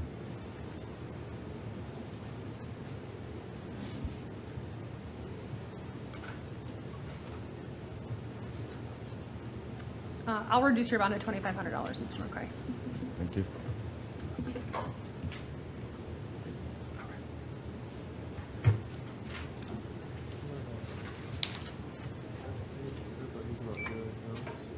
Tell the judge. Clinton Mervin. I have a paid lawyer, but he's not here right now. Okay. Wanna continue Mr. on? Mervin, you are here in a few cases. You have case number 16 CF 3895. This is for a violation of community control, sir. It's alleged that you did not make a full and truthful report to your probation officer by stating that you did not have contact with law enforcement on September 21st of 2018. You also were away from your approved residence without permission. You also have case number 15 CF 13283. It's a violation of community control with the same allegations as previously stated. Also, case number 16 CF 3897 is a violation of community control, alleging the same allegations of not making a full and truthful report to your probation officer regarding contact with law enforcement and not being home when you were supposed to be. You also have 15 CF 16870 and 15 CF 16871, alleging violations of community control with the same violation that were previously alleged. Your bond in each of the cases at this time is set at 0, okay? So you need to get in contact with your attorney. Yes, ma'am. All right, thank you, sir.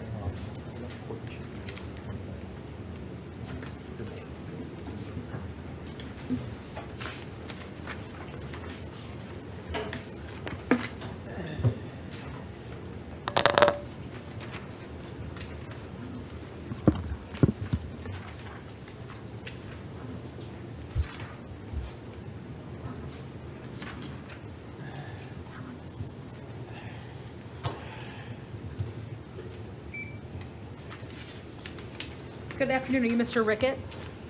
Good afternoon, Your Honor. Sir, this is case number 19 CF 5748. You were arrested for driving while license suspended. I do find probable cause.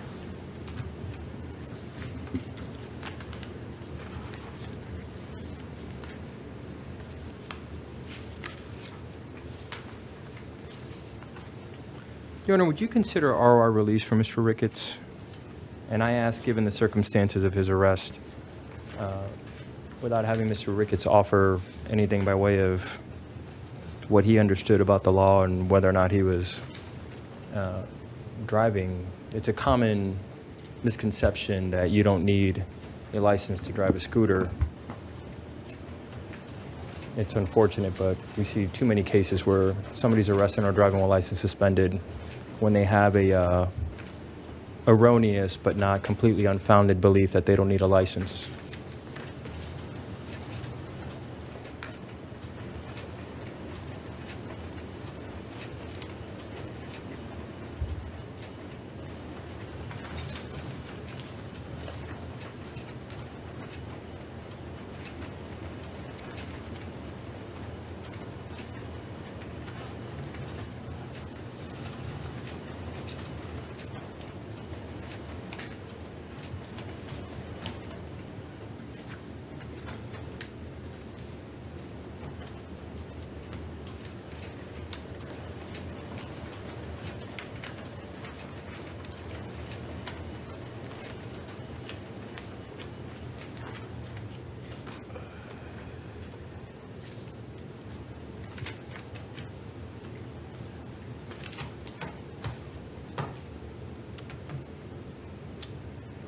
I'm going to appoint the public defender. I'll release you ROR. Mr. Ricketts, you need to make sure that your contact information is current with the clerk of the court and with your attorney's office. That way you get notice of all your court hearings and you don't miss court.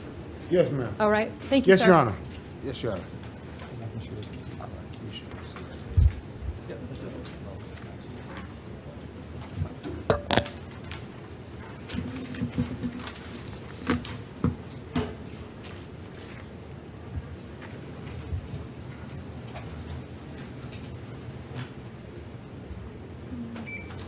Good afternoon, sir. Your name? Ronnie Powell, ma'am. Pardon me? Ronnie Powell. Okay. And what about Ms. Dakotas? She's mental health. And Rosa Mendoza also bonded. Kevin Mitchell is mental health. Okay. Ms. Dakotas will reset. Ms. Mendoza. Mitchell bonded? Mendoza bonded. Mitchell is mental health. I'm sorry, he refused. Mr. Mitchell refused? Yes. Okay. We'll reset Mr. Mitchell.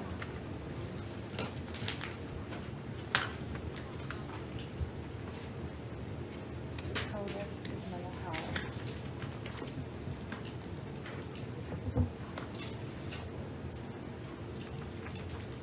Mr. Powell? Yes, ma'am. Okay. Sir, this is case number 19MM3401. You were arrested for possession of drug paraphernalia. I do find probable cause. Did you want an attorney to assist you with your case this morning, sir? I mean, this afternoon? No, I didn't. I went ahead and said I could go ahead and proceed. Ms. No, Bush, is there an offer for Mr. Powell? Yes, Your Honor. It's an adjudication of guilt, 5 days, Orange County Jail, 1 day, credit time served. Okay. Mr. Powell, did you want to accept that offer?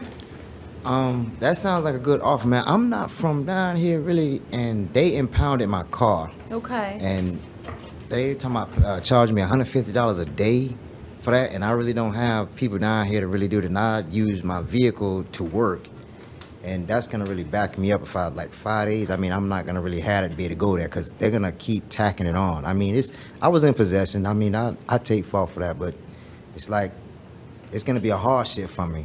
I understand. Ms. Bush?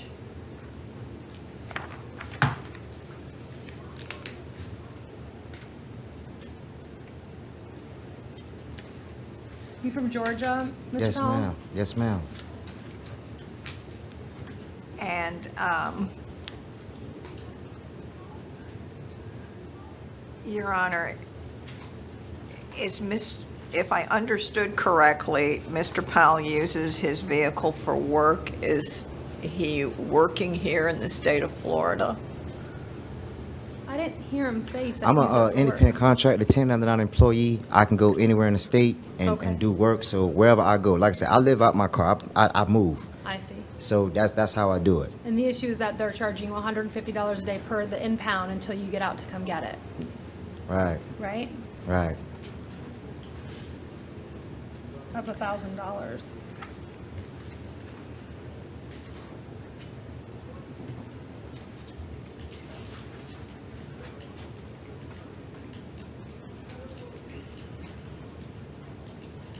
Your Honor, the state will make it a credit time served offer, adjudication credit time served. Thank you, Ms. Bush. All right, I need you to sign the plea form, sir. Okay, thank you very much, man. Oh, man, my eyes are burning, man. I can't really see.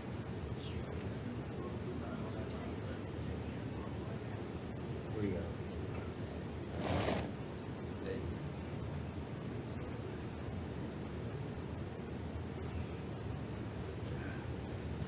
That's it? Oh, hold on, slow down.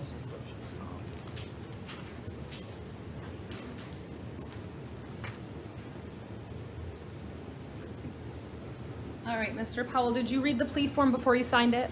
Yes, ma'am. Do you have any questions about any of the rights that you're giving up on the form? No, ma'am. Are you on probation?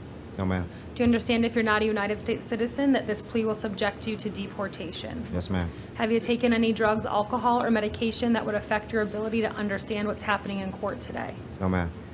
So I'm going to accept your plea. I'll adjudicate you guilty, sentence you to 1 day in the Orange County Jail with credit for 1 day time served. You're going to need to pay court costs. Those need to be paid by April 23rd of 2020. You have 30 days to appeal the judgment and sentence of the court in writing. If you don't pay those court costs, I would pay them as quickly as you can. Your license will be suspended here in the state of Florida. What date is that? You have a whole year, April 30th of 2020. Today's Oh. April 23rd of 2019. Okay. Okay? All You right. need to, but make sure you pay them or otherwise you're not going to have a license, and it sounds like you need that. Right, I definitely need. Okay? Okay. Good luck, sir. Thank you, ma'am.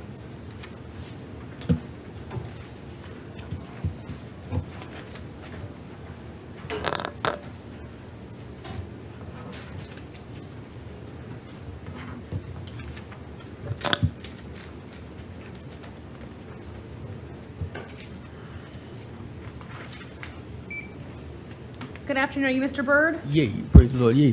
Mr. Byrd, you're here in case number 19M0743. You were arrested for camping. Yeah. I find probable cause. Did you want a lawyer to help you with your case this afternoon? Oh, me, not necessary. Okay. Ms. Bush, do you have an offer for Mr. Byrd? Yes, it's an adjudication, 3 days Orange County Jail, 1 day credit time served. You want to accept that, Mr. Byrd? Yeah, you say is it 1 day or 3? It's 3 days with credit for 1 day. You got 1 day left. Okay.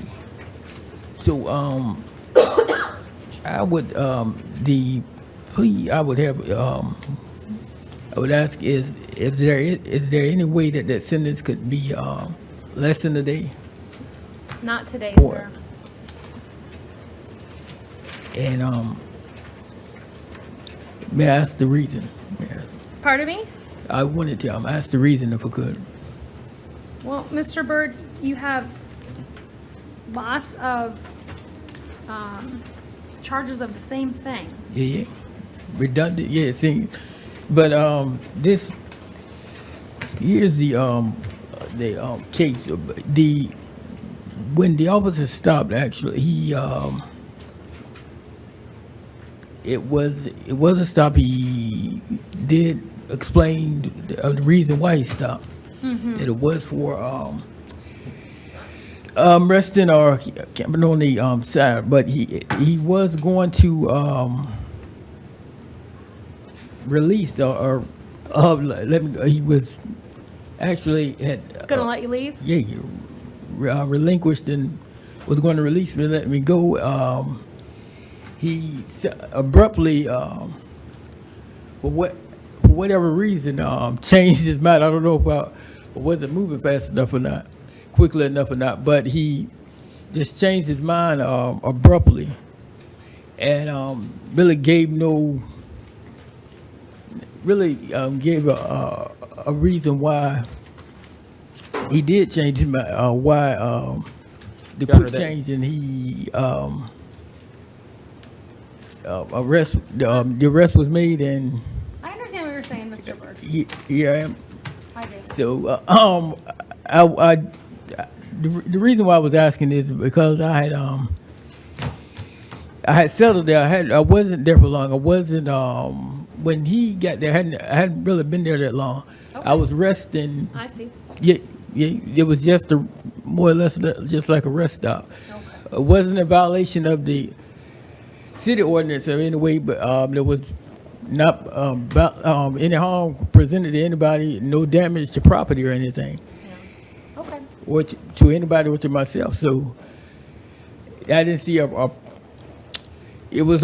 off the side of the road on the sidewalk. It's a public sidewalk. I understand, Mr. Byrd. Did So- you want to plead to the bench, Mr. Byrd?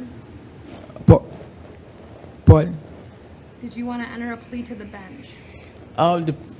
The plea. Yes, the plea is simply this is more of a mercy or clemency plea. Is because there was no probable I heard cause your as far argument, Mr. Byrd. I heard your according to the laws and the city ordinances. Yeah.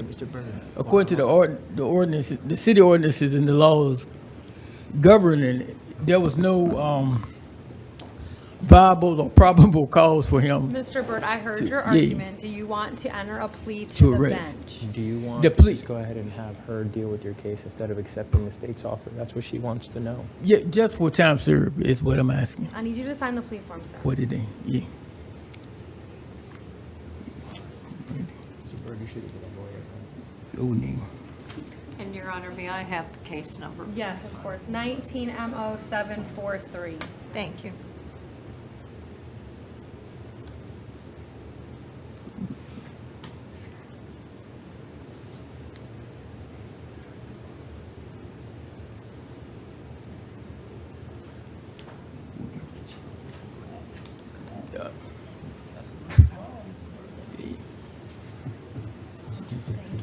All right, Mr. Byrd, did you read the plea form before you signed it? Yeah.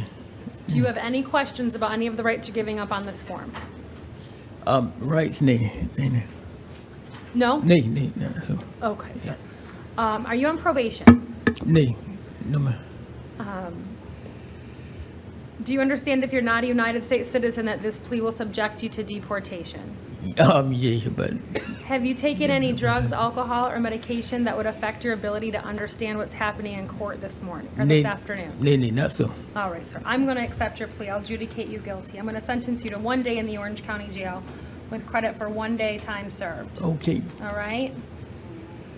You have to pay court costs. Those have to be paid by April 30th of 2020. Yes. And you have 30 days to appeal the judgment and sentence of the court in writing. Okay. Thank you. All right, sir. Thank you, Mr. Byrd. Thank you. Come on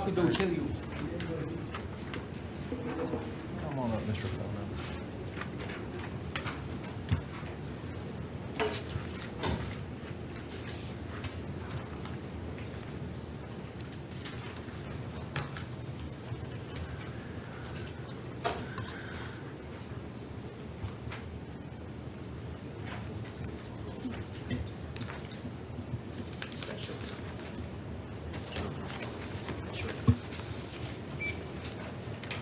Good afternoon, sir. Are you Mr. Foreman? I can't hear too good. Oh.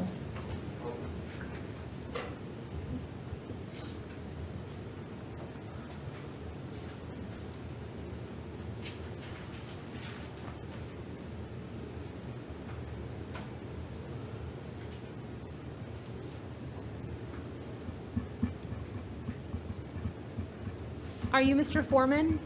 Hello. Sorry, I'm right here. Oh. Can you hear me? Nah. Okay, good. And you're Mr. Foreman? Yes. Okay. This is case number 19MO744. Sir, you were arrested for camping and being in the park after dark. I do find probable cause. Did you want a lawyer to help you with your case this afternoon, sir? I don't think so, because what was brought against me, I was up there, that's true. Okay. Ms. Bush, is there an offer for Mr. Foreman? Yes, Your Honor, it's an adjudication, 1 day credit time served. Okay. He All right, has Mr. minimal Florida history. No. Okay. You want to accept the offer, Mr. Foreman? Yes. Okay. Please sign the plea form. If I can write.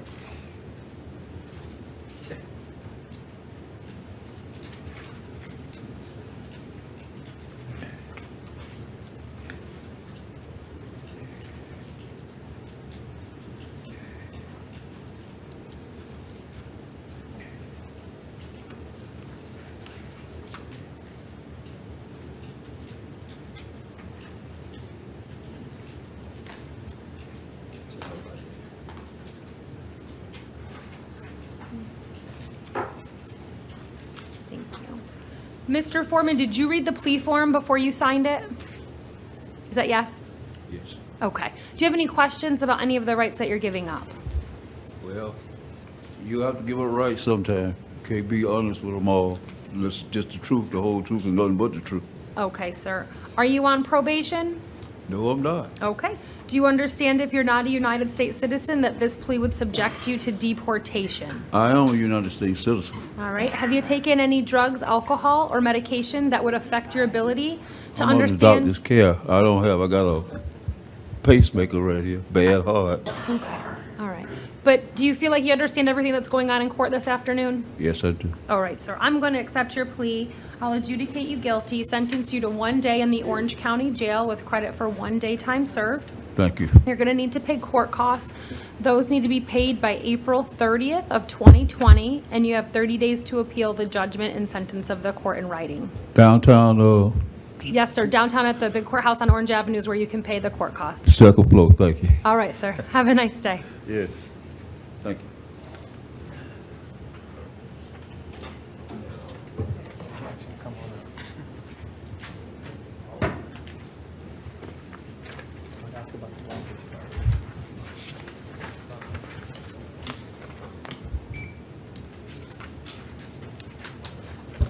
Sir, good afternoon. Are you Mr. Jackson? Yes, ma'am. Sir, this is case number 19MO745. You were arrested for camping. I do find probable cause. Did you want an attorney to help you with your case this afternoon? No, ma'am, I don't think I. Okay. Ms. Bush, is there an offer for Mr. Jackson? Yes, Your Honor. And this is taking into consideration that he's out on bond in 2018 MM 1808. The state's offer is an adjudication of guilt, 3 days, 1 day credit time served. Okay. Did you want to accept that offer, Mr. Jackson? Okay. I just need you to sign the plea form.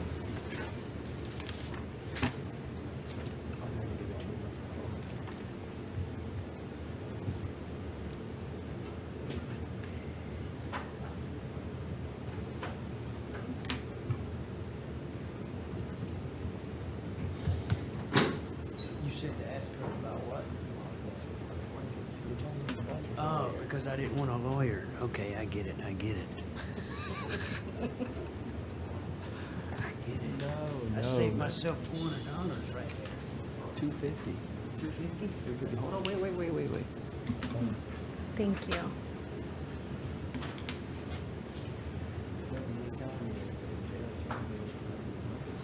They didn't. I've been here since midnight and I still haven't received the bed. We haven't received the bed. I was here since midnight last night and they didn't give me a bed. They made about 15 of us. It was about 15 Ms. Bush, of would us. it be possible to resolve his out on bond case? I saw information has been filed. It's a possession of drug paraphernalia. It could be, it would not be resolved with this offer. Correct. Would you be interested in hearing an offer to resolve your other case, sir, while you're here today? Sure, I'll hear it. Okay. The global offer, well, the offer on the other matter would be an adjudication, 7 days. And I don't know how many days credit time served he has on that. I was gonna fight that one because it was on the ground over there with a bunch of people beside us. If we wanna go for 3 days for that, I'll go for that. That's what Mr. Jackson, if you want to fight that case, you should. You can just resolve your camping charge today. Sounds like you're not interested. All right. I just need your plea form. Did I get it? Oh, here it is. Okay. Mr. Jackson, did you read the plea form before you signed it? Yes, ma'am. Okay. Do you have any questions about any of the rights you're giving up on the form? No. Okay. Are you on probation? No, ma'am. Do you understand if you're not a United States citizen that this plea will subject you to deportation? I'm a U.S. citizen, ma'am. Okay. Have you taken any drugs, alcohol, or medication that would affect your ability to understand what's happening in court today? No, ma'am. Okay. Sir, I'll accept your plea. I'll adjudicate you guilty. Sentence you to 3 days in the Orange County Jail with credit for 1 day time served. You'll also have to pay court costs. Those need to be paid by April 30th of 2020, and you have 30 days to appeal the judgment and sentence of the court in writing. Now, before I leave, just out of curiosity, will I still be out on bond or? Correct. I'm not going to revoke your ROR in 19 MM 1808. Okay. All right. Thank you, sir. Good luck.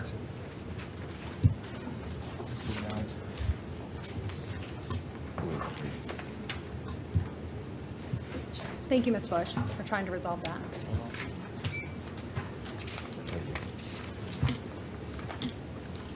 Good afternoon, are you Mr. Johnson?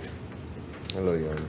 Sir, this is case number 19MO746. You were arrested for open container, littering, And was this without violence? and resisting officer without violence. I find probable cause for all of the offenses. I will appoint the public defender's office to represent you. Was there an offer for Mr. Johnson? Yes, Your Honor. It's an adjudication, 5 days, 1 day credit time served. Okay. Would you like to accept that offer, Mr. Johnson? Accepted. Okay. Just sign the plea form, please. Yes, ma'am. And Your Honor, may I have that case number?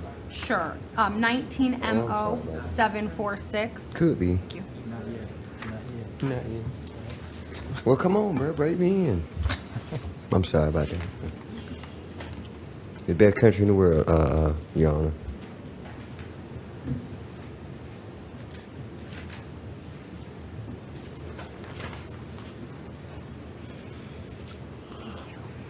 Mr. Johnson, did you read the plea form before you signed it? Yes, I do. Do you have any questions about any of the rights that you're giving up? No.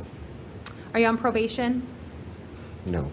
Do you understand if you're not a United States citizen that this plea would subject you to deportation? Yes. Okay.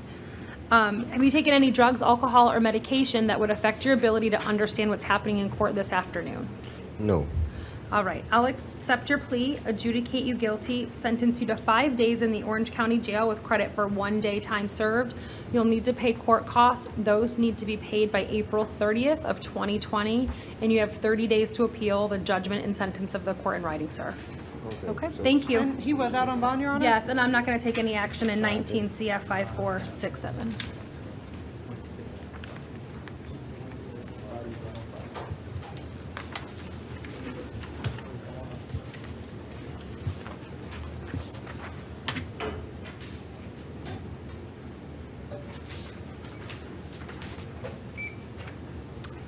Good afternoon, sir. Your name? Adam Murray. Mr. Murray, this is case number 19MO747. You were arrested for being in the park after dark and for camping. I find probable cause. Did you want a lawyer to help you with your case this afternoon, sir? No, ma'am. Okay. Ms. Bush, is there an offer for Mr. Murray? Yes, it's an adjudication, 1 day credit time served. And no return to Checker Park. Okay. Could you repeat that again? You said never return to Checker Park? No return. No return to Checker Park? Correct. I'm originally from New York. If you don't mind me speaking, is it okay? Yeah, go ahead. I'm originally from New York. I'm not familiar with Checker Park. I was underneath a bridge, somewhere on Paramore. Yes, you were. You were under the bridge on the 408 in Paramore. Yes. So maybe That's easier way to think about What they do is it. they feed the homeless consistently under the bridge. Okay. Over there in Paramore. I don't know if you're familiar with that area. I am. They feed the homeless. The church even yesterday came and brought a bunch of food out for people. Okay. I get income on Social Security, but I don't have any income. Okay. I don't have a place to stay right now. So I decided to sleep right there. I have no felonies, no problems. I slept right there. What was I going to say? I understand what you're trying to say, Mr. Murray. So here's what I'm going to do, okay? You just can't sleep under that bridge right there. Yeah. Okay? I don't have if you go anywhere there to else to sleep eat and get until I your get food, paid. that's fine, but you just can't sleep under that bridge. Yeah. You understand? I mean, the officer said that they were going around. He said the supervisor was going around, just telling people that they had somebody cited somebody doing drugs or something like that, and he was going around cleaning, things up. But there's nowhere else to stay. You guys have a bad homeless problem. There's nowhere to stay here in Florida.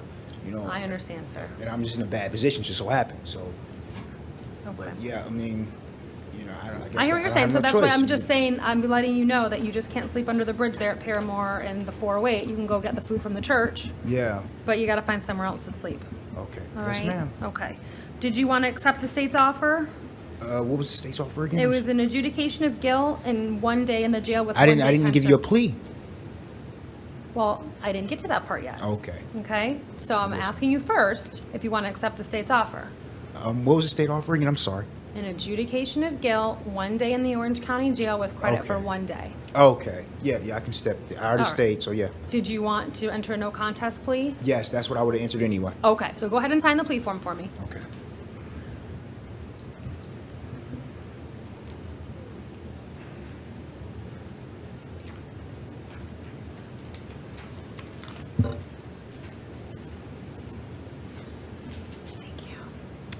Okay, Mr. Murray, did you read the plea form before you signed it? Yeah, I'm pretty familiar. Okay, but you read it. I have a lot of, let's say where I'm from, I have a lot of law officials in my family. I'm pretty familiar. Okay, so you read it before you signed I it? didn't technically read it, but I You know have it to is. read it, or I can't take your plea. Can I read it, please? You have to read it. Can you give me a second read? They just tried to give it to me in there, and I was like, I'm so familiar with it. You can stay another night and read it. I definitely don't want to stay in jail. Okay, so why don't you take a minute and I'm read going to be it? staying on the street anyway. Do we have one more? Yeah, that's fine. Okay. Or we have a couple more.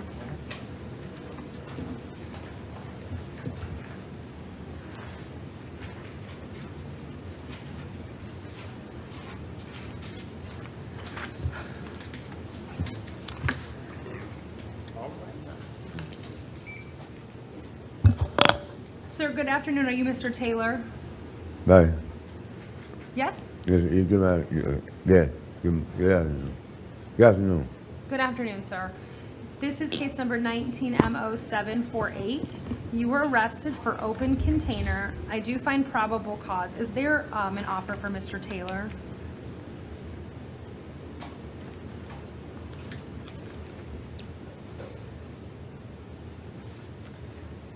Yes, Your Honor, it's an adjudication, 1 day, 1 day credit time served. All right. Mr. Taylor, did you want to accept that offer?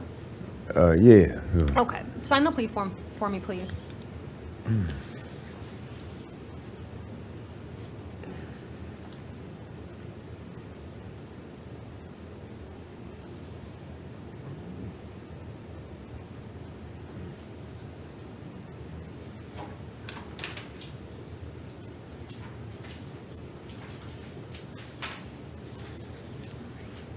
Mr. Taylor, did you read the plea form before you signed it? Yeah, it tells me about the law, guilty or not guilty. I don't have to.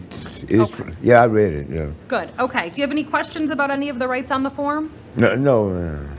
All right. So are you on probation? No, man. All right. Do you understand if you're not a United States citizen that this plea would subject you to deportation? Yeah, I realize that. And have you taken any drugs, alcohol, or medication that would affect your ability to understand what's happening in court this afternoon? No. All right. Well, then I'll accept your plea, adjudicate you guilty, sentence you to 1 day in the Orange County Jail with credit for 1 day time served. You also have to pay court costs. Those need to be paid by April 30th of 2020, and you have 30 days to appeal the judgment and sentence of the court in writing. Thank you. Thank you, sir.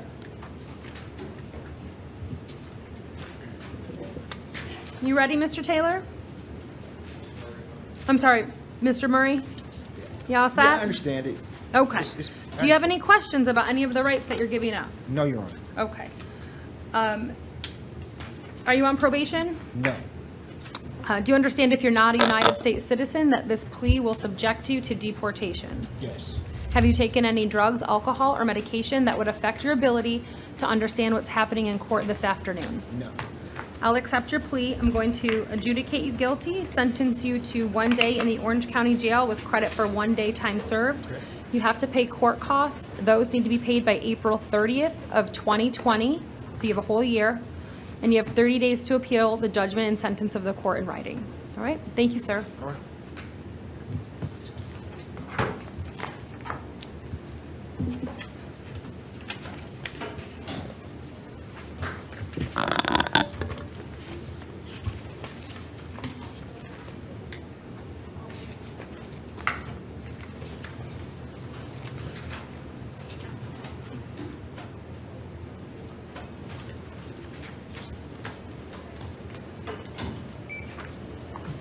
Good afternoon. Are you Mr. Matlock? Yes. Is that yes? Yes. Sir, this is case number 19 CF 5676. You were arrested for possession of drug paraphernalia, resisting officer with violence, battery on a law enforcement officer, 2 counts. I find probable cause. I'll appoint the public defender. Your bond on count 1 is $100. Your bond on count 2 is $150. Your bond on count 3 is $150, and your bond on count 4 is $2,500. Thank you, sir.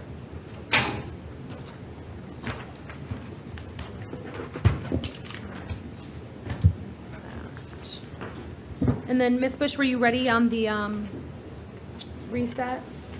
Yes, Your Honor, if I may have about 2 minutes. Sure, take your time. Just let me know when you're ready.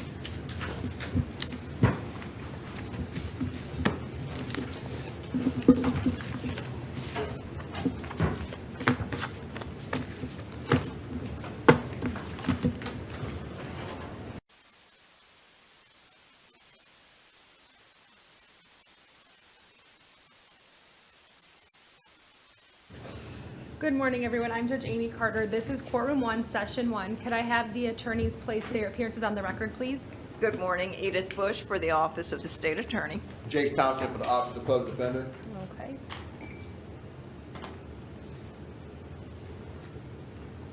I have probable cause challenges, Your Honor. I'm sorry I didn't get to write them down. That's okay. When I call the name, then just let me know and we'll address it. All right. And Mr. Your Honor, Thompson. Richard Jones is no help. And Mr. Thompson, can you at least let me know. I'll let you know. Mr. Thompson, do you want to waive Mr. Jones's appearance? It's a felony case. We can go through the probable cause and I can set the bonds. Yes, I'll waive his appearance, and in setting the bond, can I be heard as to the possession of cocaine within 1,000 feet of the convenience business? Sure. There's no intent to sell, manufacture, or deliver a controlled substance in this case. Per the arrest affidavit, he was just walking, and he happened to be in that location.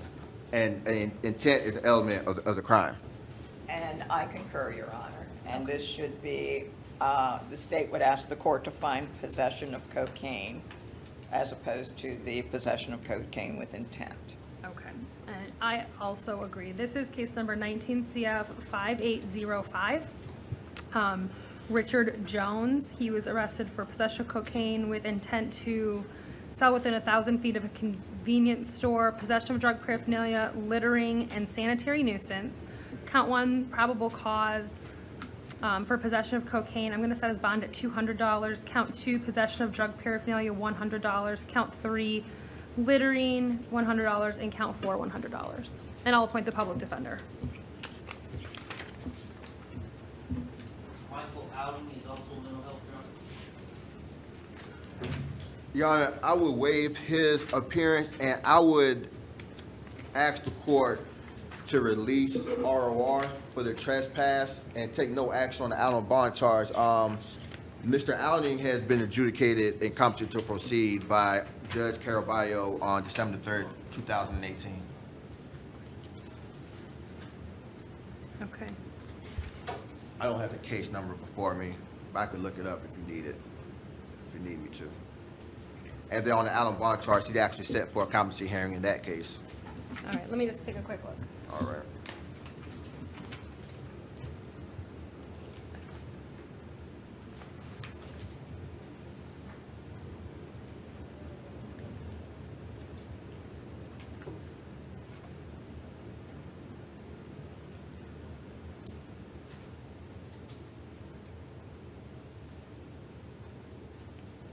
Yeah, in the case, the out on bond case, the 18MM8338, he was found incompetent to proceed and placed on conditional release on December 3rd Yes. of 2018, and it looks like they have a status hearing on May 6th of 2019. I will take no action on 18MM8338.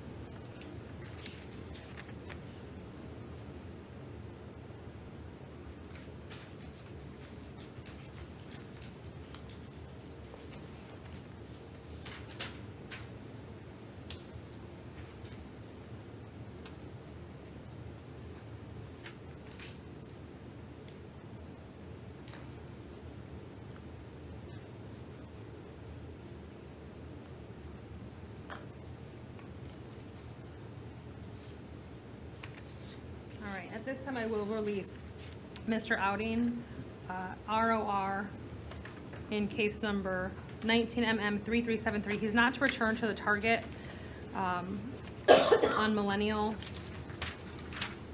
Plaza, 4750 Millennia Plaza Way. And he's to abide by the conditional release order in 18MM8338. And the public defender's office is appointed.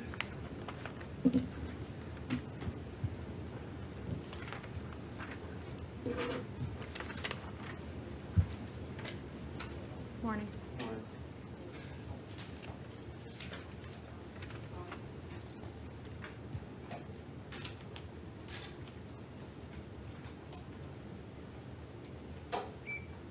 Sir, good morning. Your name? David Griffin. Mr. Griffin, this is case number 18 CF 14565. Sir, you failed to appear for pretrial conference on February 20th of this year. At this time, your bond is currently set at none, sir. In case number 19 CF 5784, you were arrested for possession of a controlled substance, obstruction by false information, and possession of drug paraphernalia. I find probable cause for those offenses, and I will appoint the public defender's office to represent you. Your bond on count 1 is $1,000. Your bond on count 2 is $100, and your bond on count 3 is $100. You also have case number 19 CF 3973, you were arrested pursuant to a warrant where probable cause was previously found for the offense of grand theft. Your bond is $500, sir. You're not allowed to return to the Home Depot located at 7022 West Colonial Drive. That offense stems from a 3/15/2019 date. You also have case number 19 CF 3646. You were arrested for grand theft, 3rd degree. Your bond is $1,000.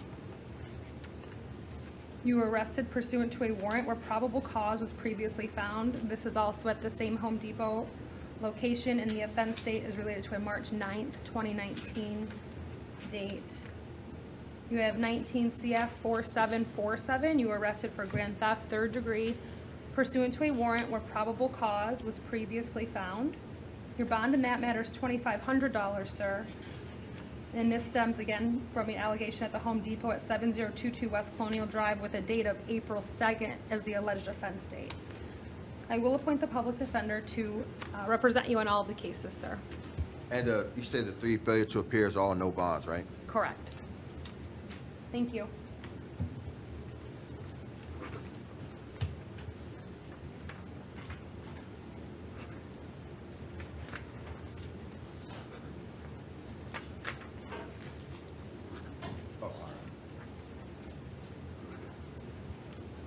Good morning, Mr. Parker. Good morning, Your Honor. How are you? Good, how are you? Fantastic, thank you. To my right stands Carl Johnson. Okay. Do you want me to proffer, or do you want me to question and answer Mr. Johnson on his? Just give me 1 second. This is case number 17 CF 9312. Was it for a failure to appear for a status hearing on March 11th, 2019? Why don't you go ahead and give me the background? Sure, Mr. Johnson's in Veterans Court, and he was having trouble making his counseling and whatnot with rides and getting buses, so he told Judge Whitehead that it would be best for him to do inpatient treatment rather than keep trying to make and miss outpatient. He was sentenced to 60 days inpatient treatment. He went to Lake Nona, but they didn't have NA or AA. They just had psychiatric help, so they discharged him after 2 weeks. He was waiting for a bed space at the Central Florida Behavioral Center.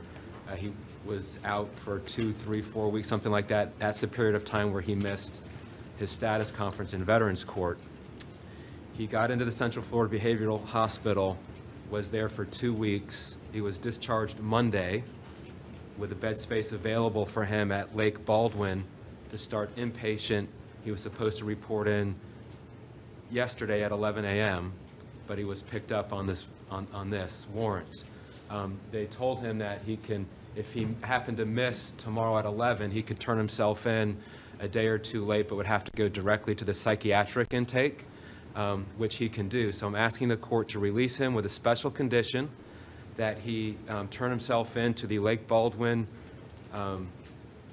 inpatient center. I don't know what time he'll be released. If the court grants this, I don't know what time he'll be released, so he has to report there by tomorrow. And then I've given him my card, so hopefully Lake Baldwin can fax or email me or call me and let me know that he's in there, so then I can do a notice of filing that he's there. So that's what we're asking the court to do. Okay. And he needs to report tomorrow by, what time you said, 11 o'clock? He had an appointment yesterday at 11. Okay. I just don't know what time he'll be released today, so I don't want to say to report today. Right. So if you repeat, can you get there by noon tomorrow? Oh, yes, Even if you're yes, released yes, ma'am. tonight at, like, say, 10 Yes, o'clock? yes, Your Honor. You could get there with a bus by noon tomorrow, safely? Easily. Okay. I just need to pack. Ms. Bush?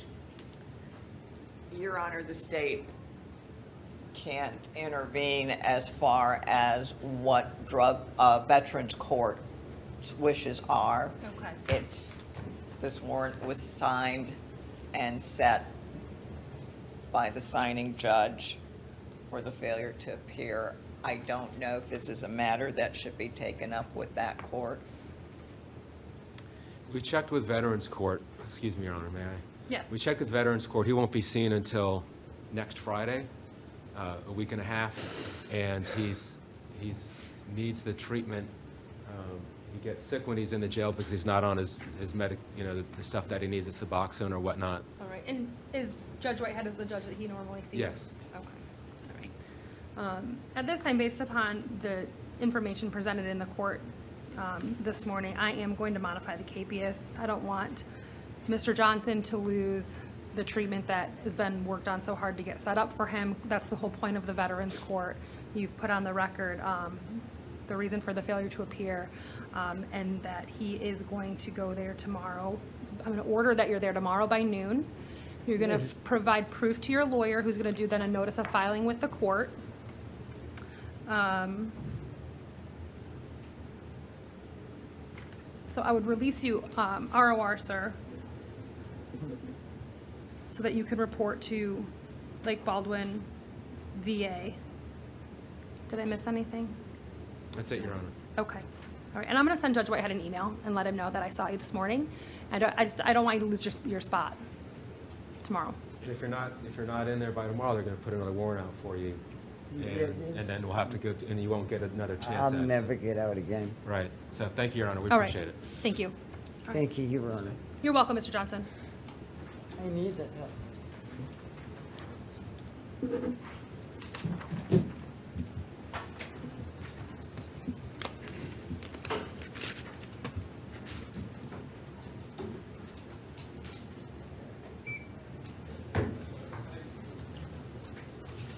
Sir, good morning. Your name? David Lane Pierce, the first.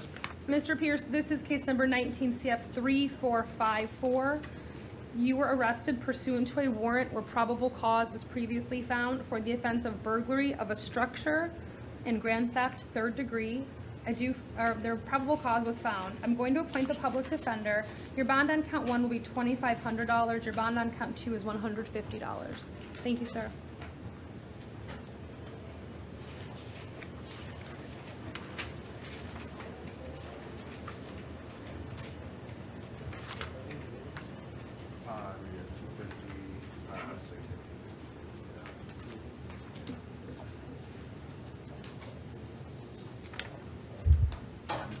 Nah, they're felonies. They're felonies.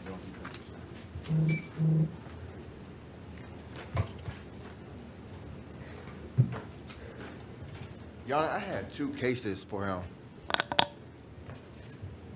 For who? Is it David Blaine Pierce? Oh, okay. There's another, yeah. Oh, no, there's a son. Oh, okay. Oh, I'm sorry. Okay, that's it. All right. And the one that we just did was the 3454. Am I correct? 19 CF Yes. 35. Okay. I think the other one's a junior. Good morning, sir. Are you Mr. Acevedo Rosado? Yes, ma'am. Sir, this is case number 19MO750. You were arrested for camping. Yes, I ma'am. do find probable cause. Did you want a lawyer to help you with your case this morning, sir? No, ma'am. No, okay. Ms. Bush, is there an offer for Mr. Acevedo Rosado? Yes, Your Honor. It's an adjudication, 4 days, 2 days credit time served. Did you want to accept the offer, sir? Yes, ma'am. All right, please sign the plea form.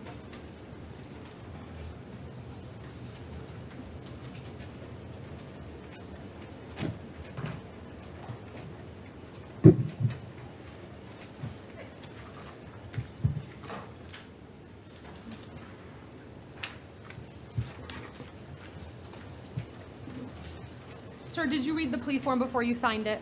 Yes, ma'am. Do you have any questions about any of the rights that you're giving up? No, ma'am. Are you on probation? No, ma'am. Do you understand if you're not a United States citizen that this plea will subject you to deportation? Yes, ma'am. Have you taken any drugs, alcohol, or medication that would affect your ability to understand what's happening in court this morning? No, ma'am. All right, sir. I'll accept your plea, adjudicate you guilty, sentence you to 4 days in the Orange County Jail with credit for 2 days, time served. You'll have to pay court costs. Those need to be paid by April 30th of 2020, and you have 30 days to appeal the judgment and sentence of the court in writing. Thank you, sir. Yes, ma'am.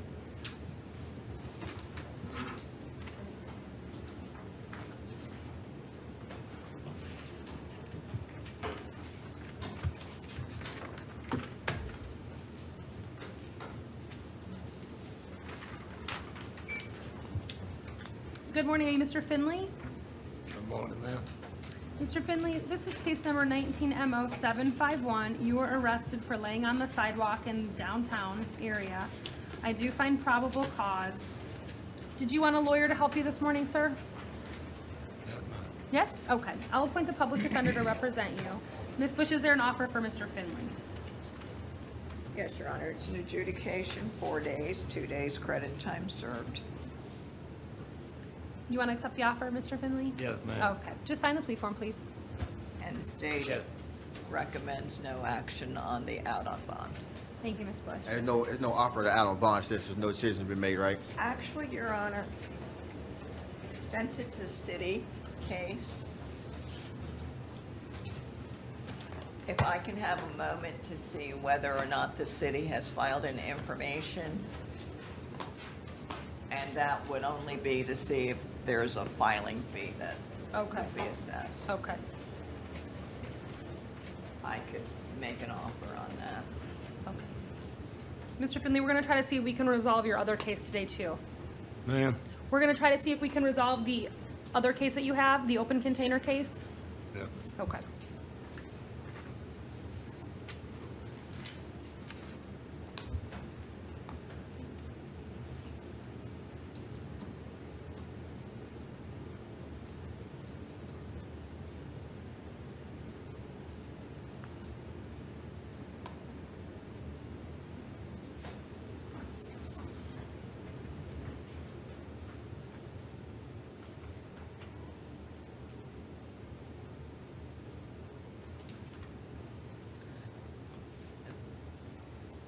The state's offer would be a global offer Okay. on both. 4 days and with credit for 2? Credit for 2 on the current case, and I don't know how much time he had. 2? Okay. All right. All right. Mr. Finley, do you want to resolve both the cases today? Yes, ma'am. Okay. Did you read the plea form before you signed it? Yes, ma'am. Do you have any questions about any of the rights that you're giving up? No, ma'am. Are you on probation? Ma'am? Are you on probation? No, ma'am. Do you understand if you're not a United States citizen that this plea will subject you to deportation? Yes, ma'am. Have you taken any drugs, alcohol, or medication that would affect your ability to understand what's happening in court this morning? No, ma'am. Sir, I'm going to accept your plea. I'll adjudicate you guilty in both cases, sentence you to 4 days in the Orange County Jail with credit for 2 days' time served. Those sentences are run concurrent to one another. You'll have to pay court costs. Those need to be paid by April 30th of 2020, and you have 30 days to appeal the judgment and sentence of the court in writing. Yes, ma'am. Thank you, sir. Thank you, ma'am.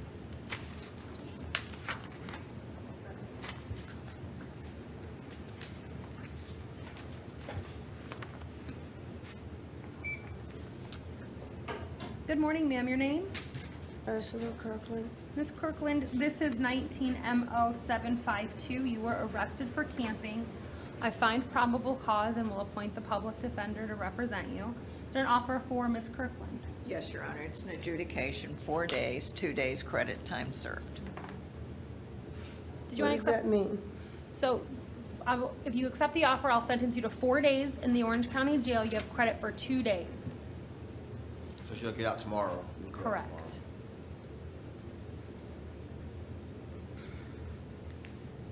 Guess I have no choice. Well, you do have a choice. You don't have to accept the I offer. really don't have a choice. No. You-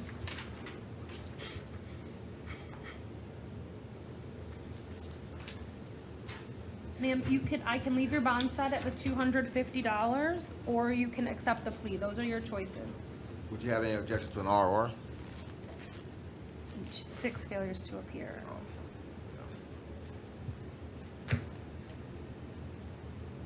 What would you like to do, ma'am? I guess I have no choice but to accept the plea. Well, I just gave you I don't two have any choices. money. I don't have no other way to get out. All I did was go to sleep. All right, well, I'm gonna reset your case for tomorrow, and I'll give you some time to think about it, okay? I'm sorry that you're so upset, but we'll reset your case and you can think about it. And if you don't wanna do it tomorrow, then you don't have to. Thank you, ma'am.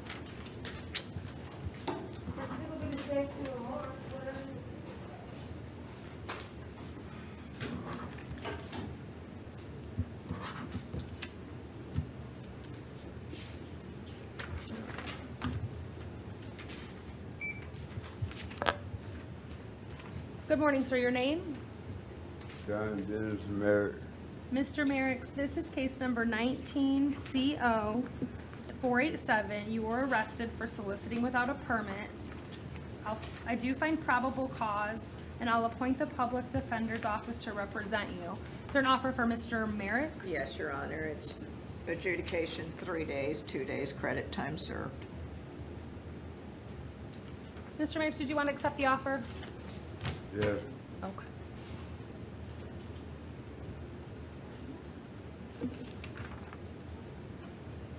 Get out today. I got it. Yeah.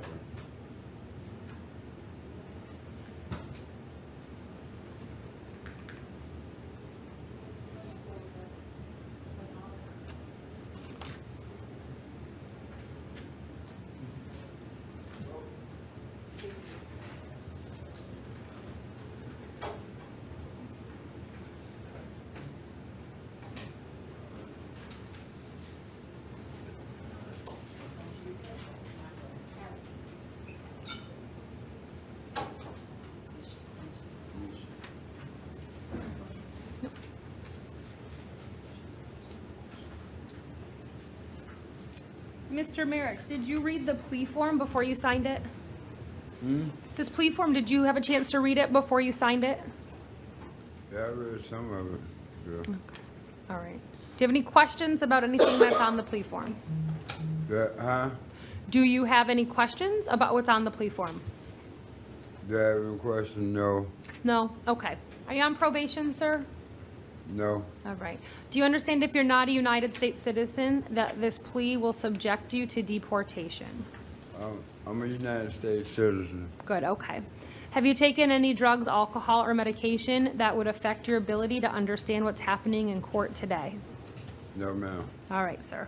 I will accept your plea, adjudicate you guilty, sentence you to 3 days in the Orange County Jail with credit for 2 days' time served. You also need to pay court costs. Those need to be paid by April 30th of 2020, and you have 30 days to appeal the judgment and sentence of the court in writing. Thank you, sir.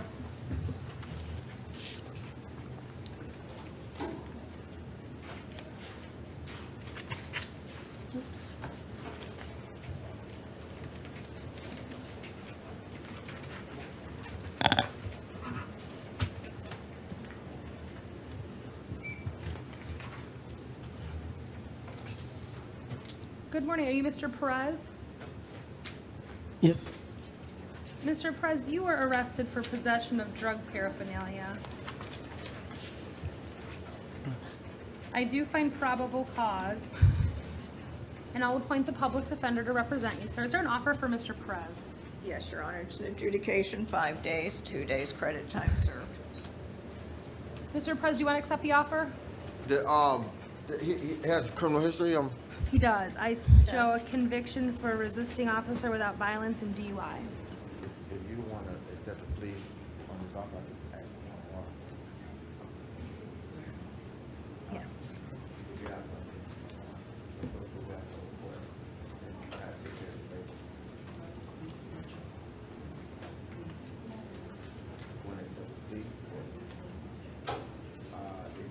If you accept the plea, you may not go home.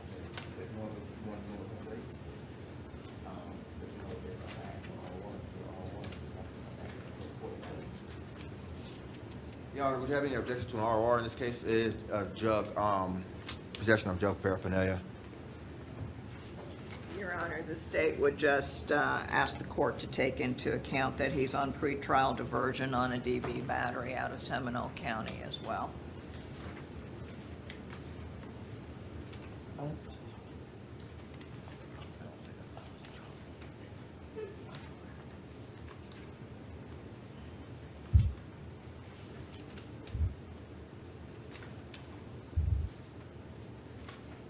All right, Mr. Perez, I'm going to release you on your own recognizance. He doesn't have any history of failing to appear, and he has limited criminal history. Sir, you need to make sure that you stay in contact with your attorney's office and that they have your correct contact information, because if you fail to show up to court, you'll be arrested. Do you understand? I'm sorry, can you say that again? I'm sorry. What I'm telling you is that I'm going to release you on your own recognizance. And you need to make sure that your contact information is current with your lawyer and the clerk's office so that you get notice of your court dates, because if you miss court, they're going to issue a warrant for your arrest. Okay? Thank you, sir.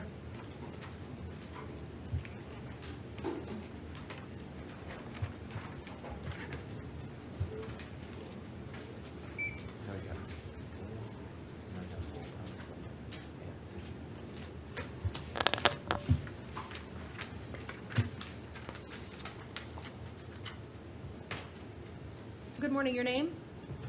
Khalid Williams. Mr. Williams, this is case number 19MM3423. You were arrested for possession of cannabis, less than 20 grams. I find probable cause. Did you want a lawyer to help you with your case this morning, sir? Yes. All right, so I'll appoint the public defender to represent you. Ms. Bush, is there an offer for Mr. Williams? Yes, it's an adjudication, 5 days, 2 days credit time served, and the statutory driver's license suspension. Oh, that's probably not a good, Mr. Okay. Your Mr. Williams? Honor, would you have any objection to a ROR in this case? For possession of cannabis less than 20 grams?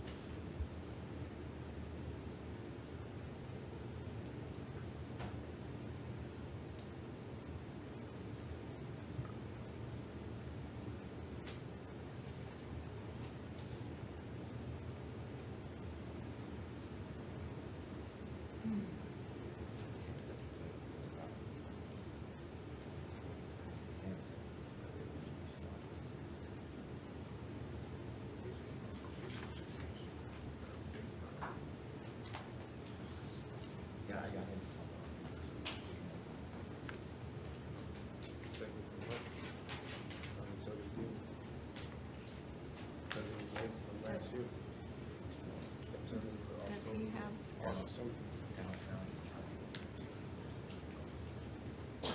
Does he have? Does he have two?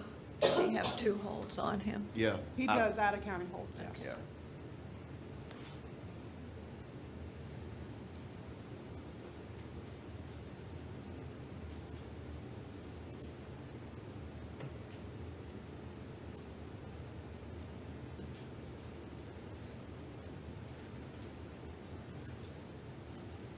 And y'all, I only suggest the ROR so he could be released from OCJ and he could be transported to Seminole or Volusia and take care of those cases.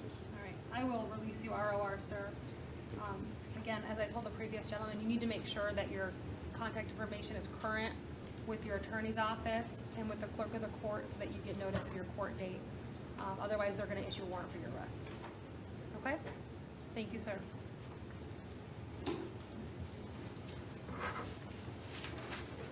Brian, this is Mr. Otis. Oh, okay. Good morning, ma'am.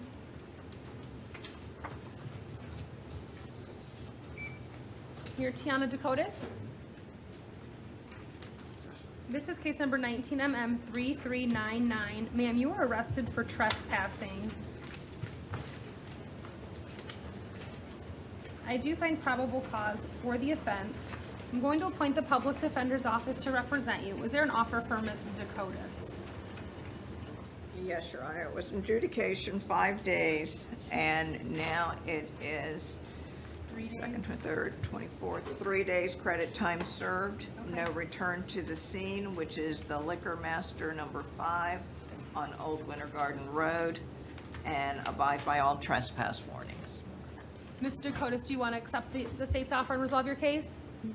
Okay. Ms. Dakotas, I'm just going to need you to answer my questions verbally and out loud because everything that we're saying in this room is recorded, okay?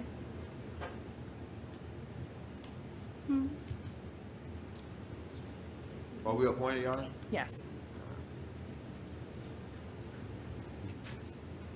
No, probation.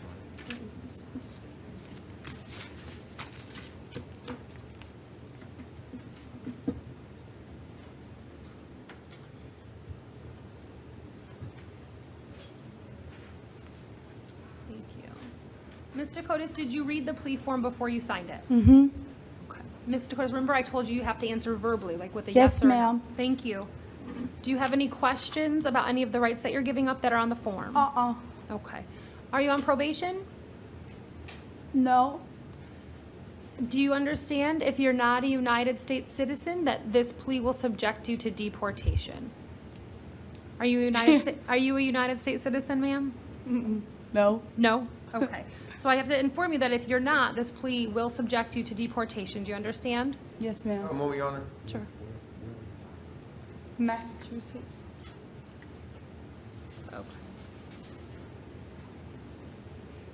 Do you know what that is? Yeah. Ma'am, have you taken any drugs, alcohol, or medication that would affect your ability to understand what's happening in court today? No.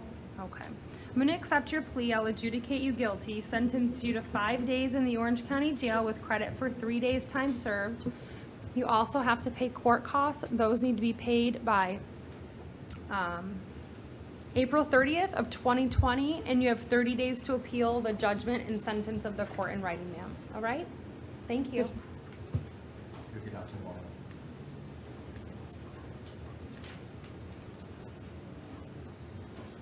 Did you look her up, Mr. Excuse me? Thompson? Did you happen to? I didn't have her sheet on me. They said she was second session, so I didn't have it. She was a move up. Okay. I just want to see.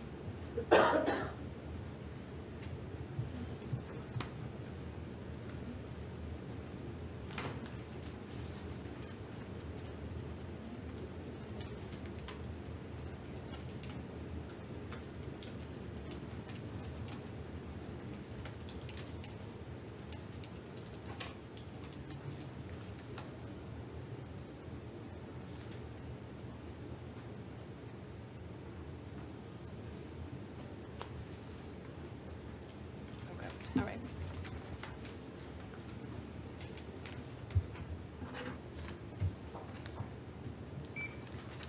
Good morning. Are you Ms. Alvarez? Good morning, Your Honor. Good morning, ma'am. This is case number 19 CF 5760. Is this an add-on from yesterday? Okay, because there's no warrant. Ms. Alvarez, this is an additional grand theft charge. I know that I saw you yesterday morning. I do find probable cause for this offense as well, and will appoint the public defender. This one is related to the Michael Kors store, ma'am. Again, you can't return to the Premium Outlet Mall at 8200 Vinland Avenue. Your bond is $500, and I'll appoint the public defender. Okay, thank you.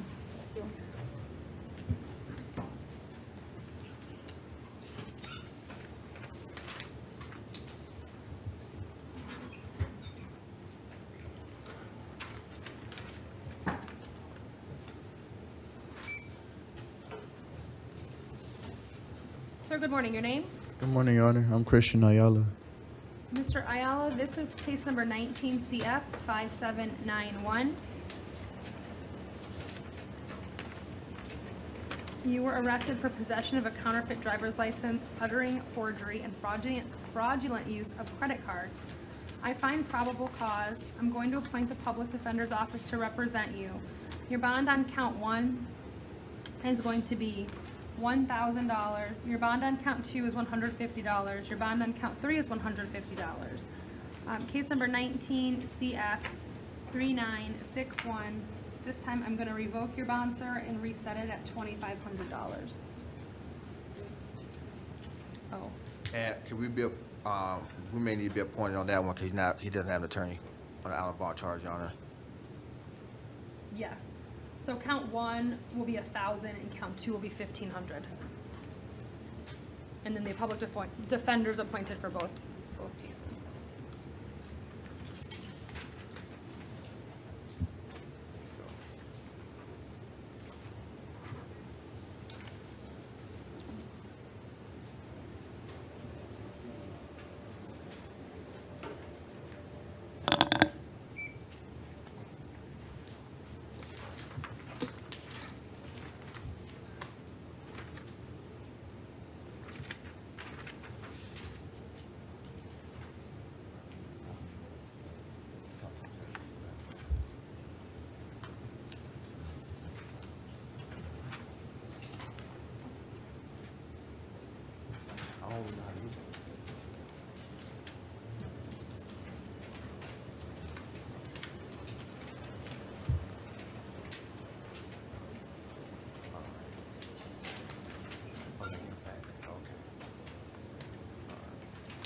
Sir, your name?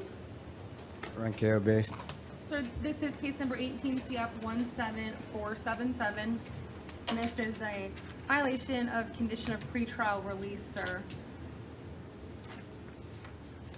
Your bond is set at $2,500 as to each count. I'll appoint the public defender if they weren't previously appointed.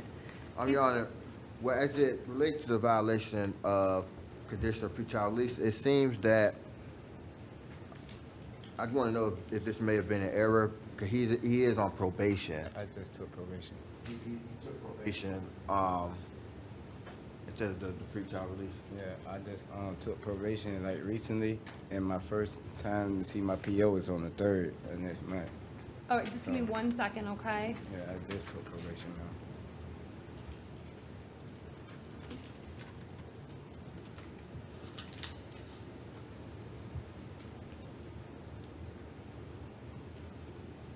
When you see your attorney, when you see the attorney for, this is Dan Cole.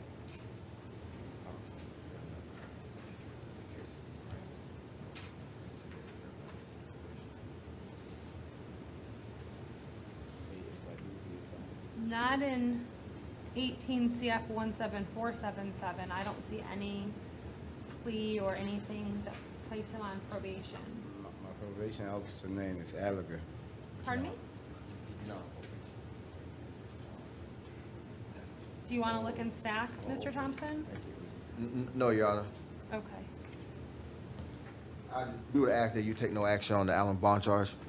I'll take no action on 19 MM 205, and the bond on the violation of pretrial release is $2,500 on each count. Thank you.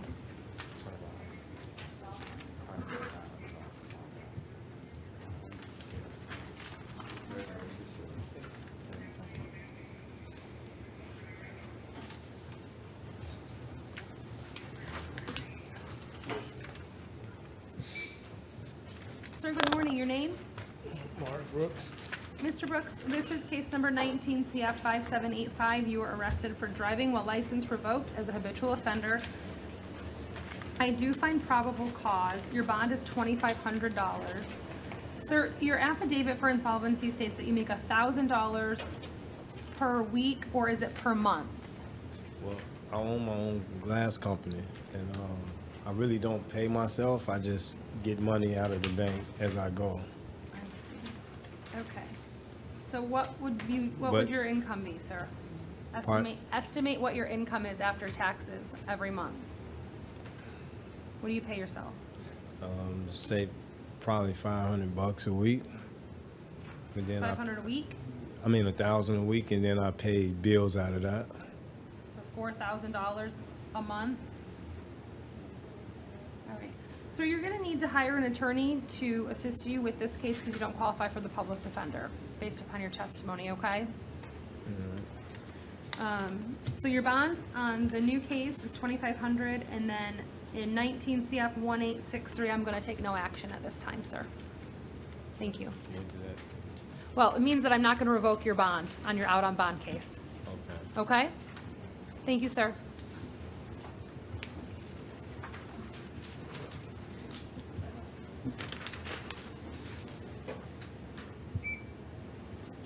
Good morning. Your name? Bill Dawson.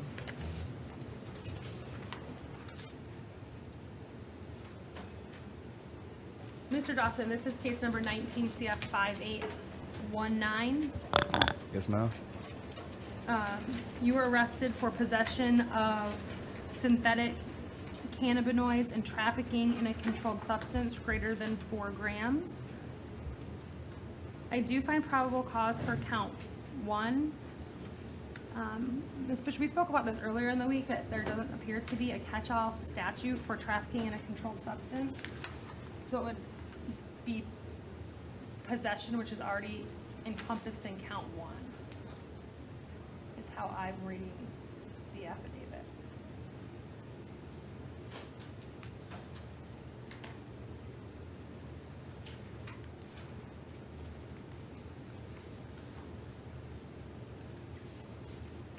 Your Honor, That's the only substance is the I 4.2. don't know if any of the polymers or isomers of the synthetic cannabinoids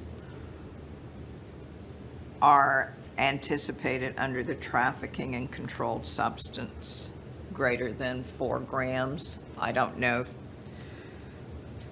Okay. I do believe that they are not scheduled for, I believe they're a higher schedule drug, which would then put them under the trafficking statute, but I don't know that for a fact. Schedule 4 drugs would not be included in the trafficking of a controlled substance. However, I believe the synthetic cannabinoids are a higher level. They're either a Schedule 3 or Schedule 2. At this time, Your Honor, the state cannot effectively address whether or not the cannabinoids are under the trafficking statute. However, the state would assert that based on the 4 corners of this affidavit, since there was greater than 4 grams of the controlled substance, it would fall under 893.1351C.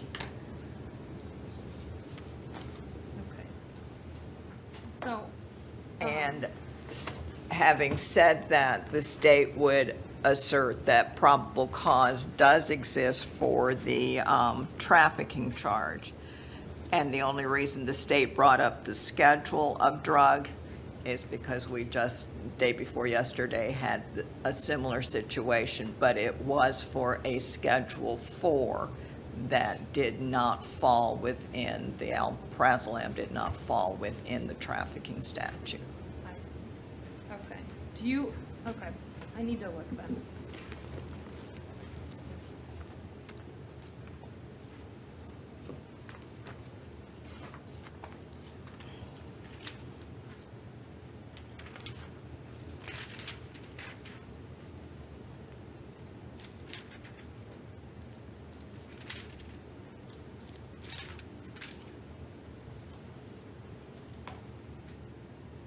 Ms. Bush, what was the subsection that you think that the cannabinoids are under?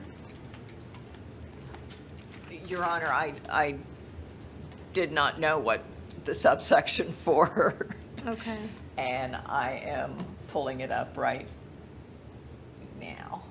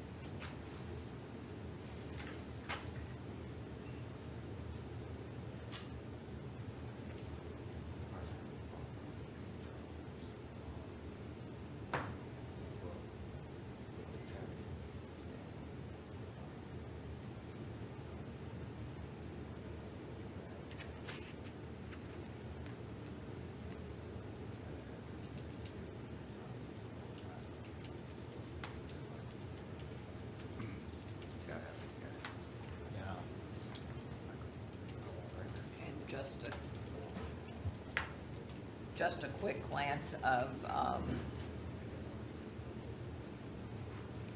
case law headers, which is a bad thing. It looks like they're Schedule 1. And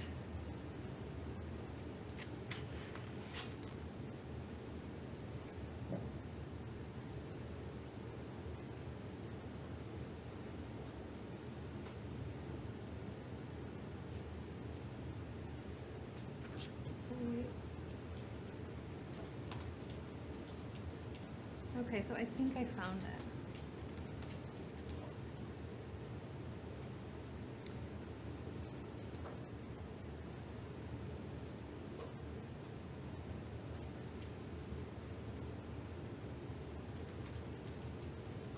So it looks like you, in order to traffic in synthetic cannabinoids, you have to have 280 grams or more, but less than 500. And I'm looking. Therefore, it would not fall under the controlled So that's substance. 893, 135.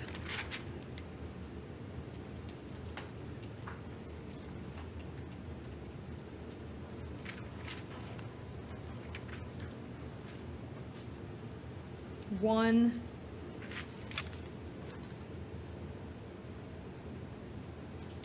M is what the statute is that tells us that.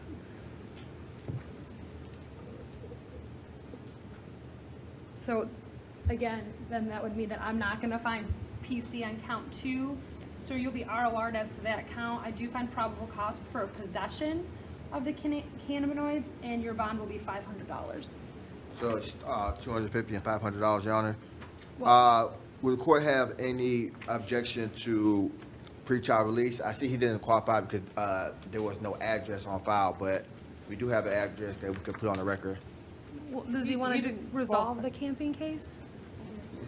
No, we don't want to resolve the Cameron case because it's time. Since you gotta go to court. That's 19M0749. No, Your Honor, we would just wanted to see if we could probably get a pretrial release. Doesn't look like he qualified for Yeah, he pretrial didn't release. qualify. Yeah, It was because No, it was for multiple reasons. It wasn't just that he didn't have an address. okay. So he can resolve it, or he can take the bond. Well, I mean, we're trying to get him out of jail, and even if he resolves the camping, we can't resolve the possession of synthetic cannabis. So That's right. All right, well, the bond's $250. Okay. Thank you. Wait a minute, hold on. I'm trying to. And Your Honor, the bond on count 1 was 500. Correct, and then ROR on count 2.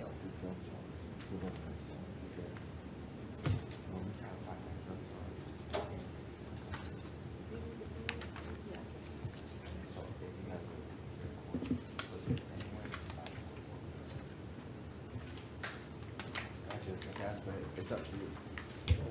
What's the deal right now? Give me what's the deal? Right now? Deal on camping. You're not getting a deal on What's the camping? What's the? Do you have an offer for the camping charge? May I have just one moment with counsel? Sure.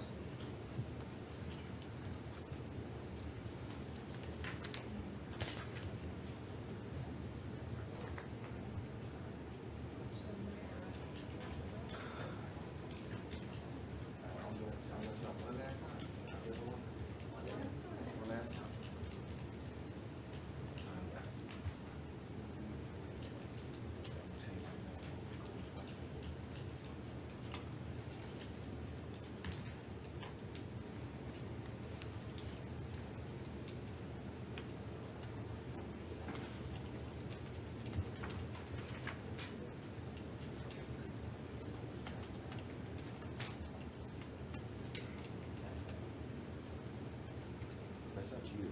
I mean, that's just my advice.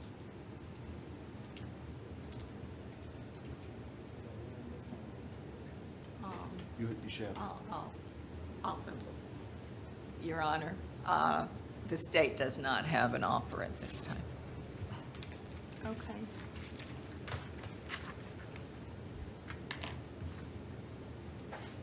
We should have a pretrial conference soon, but as I said, the attorney will be signing the case, right?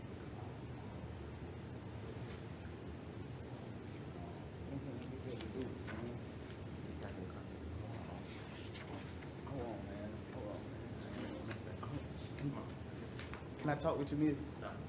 Okay, thank you, sir.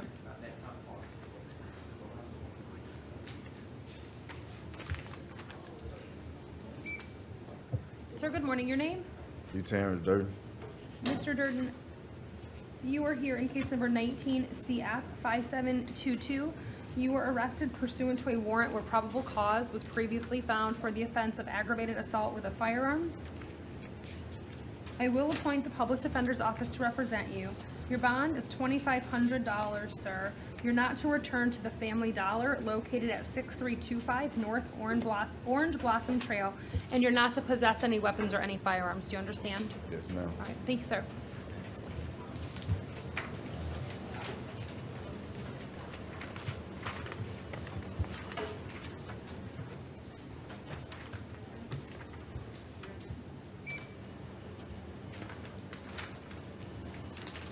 Good morning, sir. Your name? James Goff. Are you Mr. Goff? Is that correct? This is case number 18 CF 16902. Sir, you failed to appear for a plea hearing on April 15th of 2019. Your bond is currently set at none in that matter. And in case number 19 CF 838, I'll take no action at this time. Okay. Thank you, sir.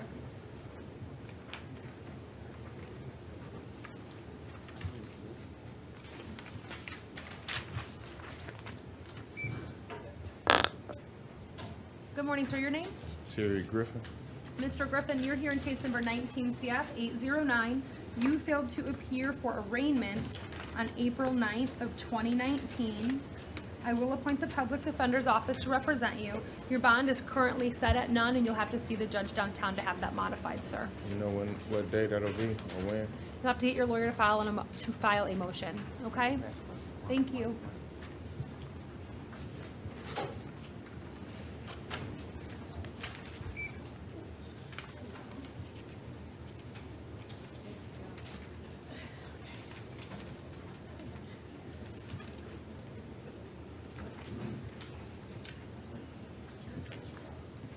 Your Honor, Yeah. with the failure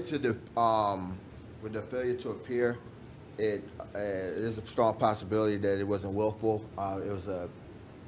It was an address problem that they didn't send to his correct address. Because of that, would you have any objection to setting a bond in this case? It's, that motion needs to be filed in the trial court. All right, He well, can present yeah. that evidence to the judge who issued the KPS. 10 days maybe at the most. Your attorney on the case should file that motion once he's seen that you're in custody now. He'll see that you're in custody now, and he'll contact you and he should file that motion. All right.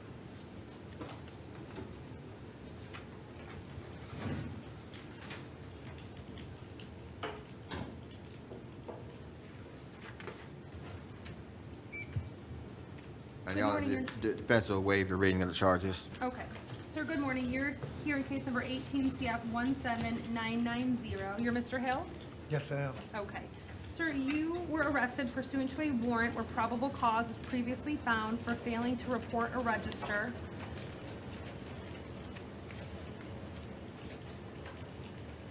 Your bond on count 1 is going to be $2,500. Your bond on count 2 will be $150. And I will appoint the public defender's office to represent you. Thank you, sir.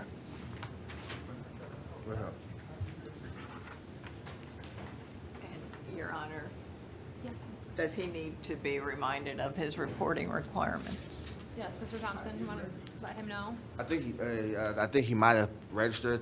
He said that he was registered. I mean, do you have any Okay, record? but I think when he leaves here, he needs to check back in. I think he said that he was already registered. While he's been here?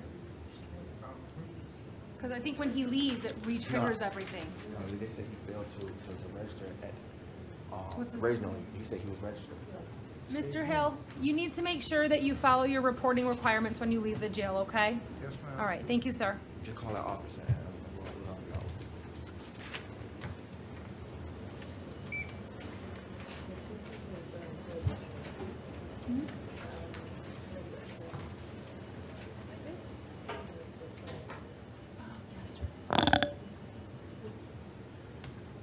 Good morning, sir. Your name? Thomas Hunt. Tell me again? Thomas Hunt. Mr. Hunt. The whole thing set up yesterday?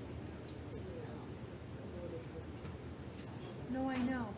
So Mr. Hollis is not going to be here? Right, no, wait, this is Mr. Hunt. I know. Is Mr. Hollis present today? Okay.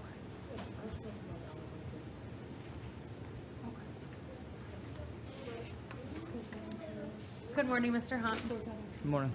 Are you, this is case number 19 CF 5790. Okay. You were arrested for possession of cocaine and possession of cannabis less than 20 grams. I find probable cause. I'll appoint the public defender to represent you. Your bond on count 1 is $1,000 and your bond on count 2 is $100. Okay. Thank you, sir.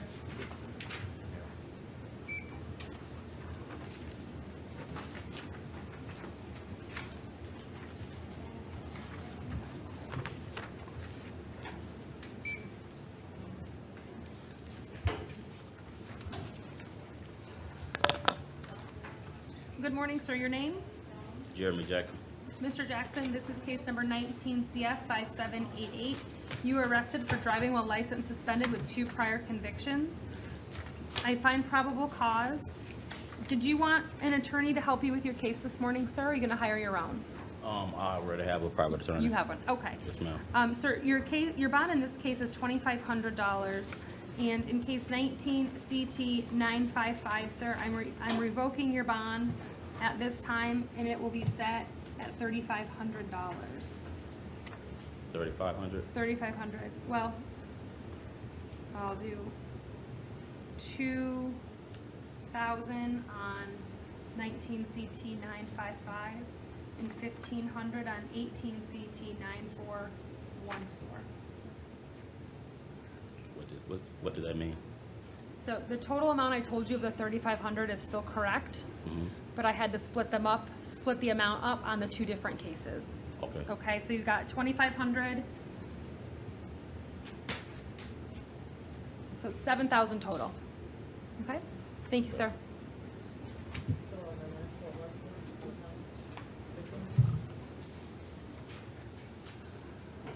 Yeah, 2,000, 1,500, and then the 20, save the other one at 25.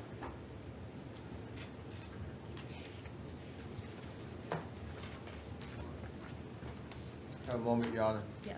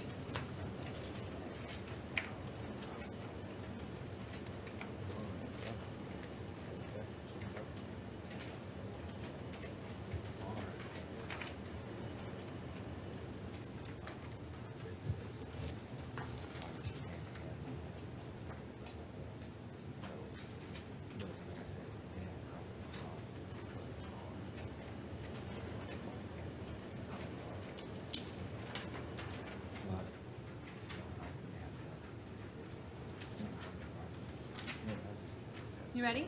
Yes, Your Honor. Okay. This is 19 CF 5806. Are you Mr. Johnson? Yes, ma'am.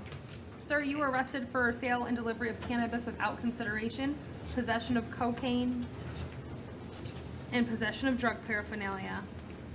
I do find probable cause. I'll appoint the public defender's office to represent you. Your bond on count 1 is 1,000, your bond on count 2 is 150, and your bond on count 3 is 100. Your Honor, as addressing for count 1, my client is unable to afford a $1,000 bond. And while I don't have a probable cause challenge, I would argue that there's not sufficient facts in the arrest affidavit to support like intent to sell. And I would ask for a bond reduction in count 1, Your Honor. Well, I don't have anything to consider for a bond reduction. Just that he can't afford it. I don't know what he can't afford. I don't have any other information, so that request will be denied. Thank you.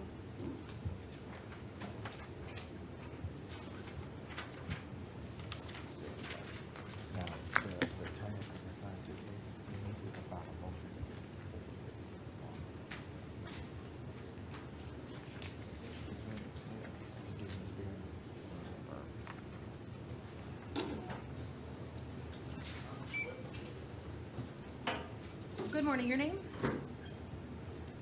Yes, your name. Malik Jones. Mr. Jones, you're here in case number 19 CF 5803. You were arrested for grand theft, 3rd degree. I do find probable cause, and I will appoint the public defender's office to represent you. So you're not to return to the Millennium Mall. And your bond in that case is $2,500. In case number 19 CF 3724 and 19 CF 3723, at this time, I'm going to revoke your bond, and that bond will be set at none. Thank you, sir. Excuse me, Your Honor, what were the bonds you said? I revoked the bonds on the out on bond case, and it's $2,500 on the new fence.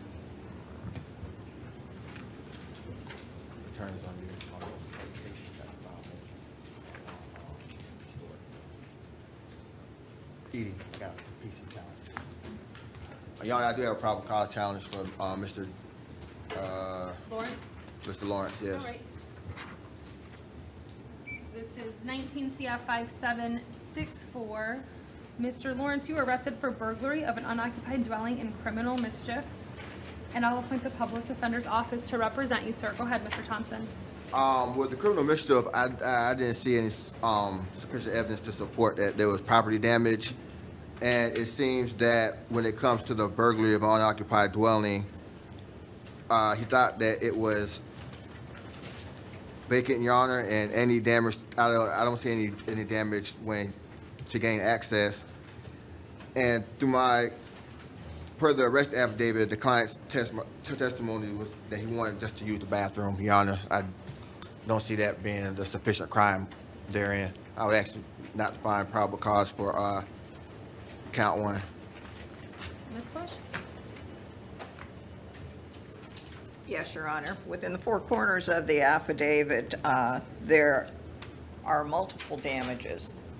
An initial damage of entering the residence, and then additional damage inside the residence, one of which was a doorknob, which may have been to the bathroom. However, within the four corners of the affidavit, there is probable cause that a burglary occurred, and the crime therein would have been the additional damage, Your Honor. I agree. I believe that there is probable cause based upon the information in the probable cause affidavit, including him stating that he kicked the door to get in, and then his sneaker print was found on the door. So there is PC with respect to count 1, also with respect to count 2. I'm gonna set bond at $2,000 on count 1 and $100 on count 2. Thank you, sir.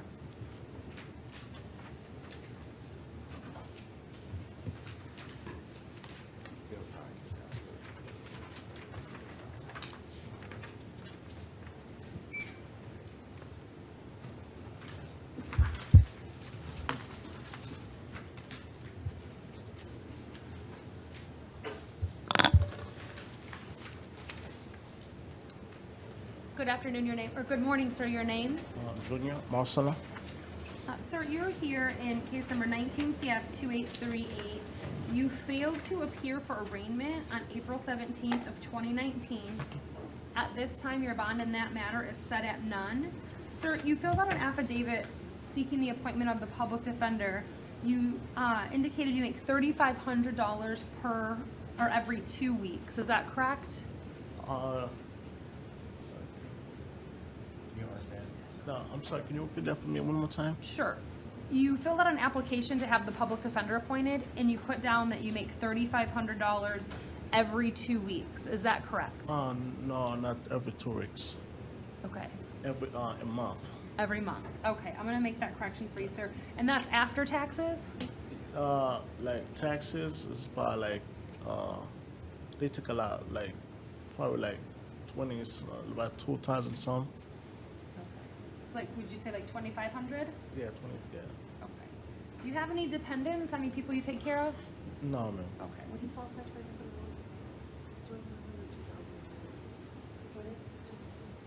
All right, sir. I'm gonna appoint the public defender to represent you. And then in case number 19 CF 2711, I'll take no action at this time. Your Honor, can we be appointed on the out on bond charge as well? Yes. Thank you, sir.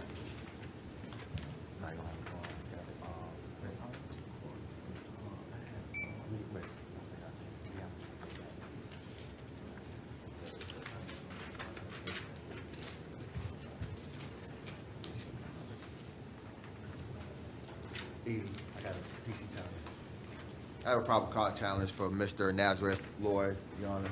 Okay. This is case number 19 CF 5780, and you're Mr. Nazareth? Yes. Okay. Sir, you were arrested for burglary of an unoccupied structure, criminal mischief, and resisting officer without violence. Go ahead, Mr. Thompson.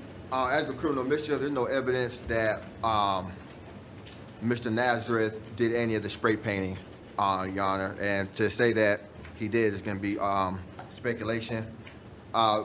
Also, it's an abandoned property. There's no admission by my client or evidence of an intent to commit a crime within it, Your Honor.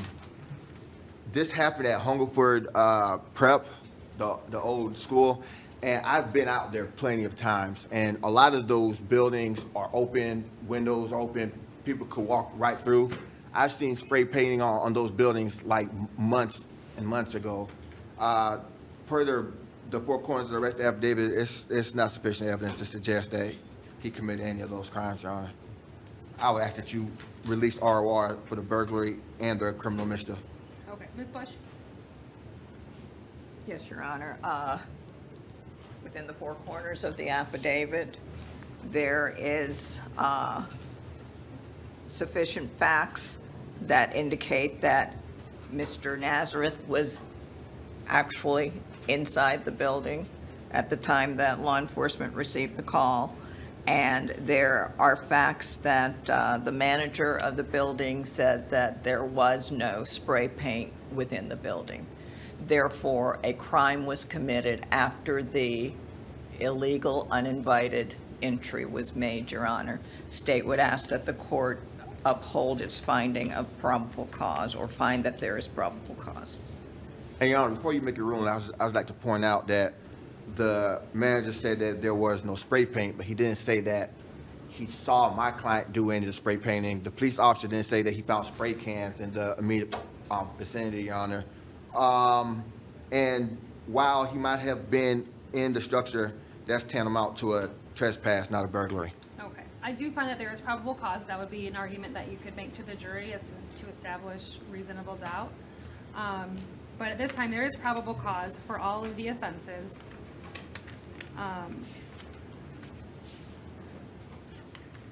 I'm gonna set bond at $2,500 on count one, $150 on count two, and $100 on count three.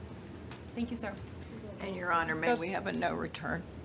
Yes, sir, you cannot return to the 100 East Kennedy Boulevard, which is the Hungerford School. You said $2,500 on count one? Correct. And he's also out on bond, Your Honor? Yes, and I'll take no action on that matter. Hey, hang on. Make sure you get in contact with your attorney.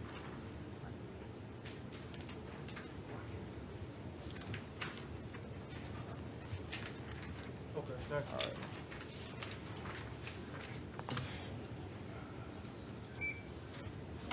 All right. Sir, good morning. Your name? David Perez. Mr. Perez, this is case number 19 CF 5794. You were arrested for grand theft third degree of a motor vehicle. I do find probable cause. I'll appoint the public defender. Your bond is $1,000, sir. Yes. Thank you.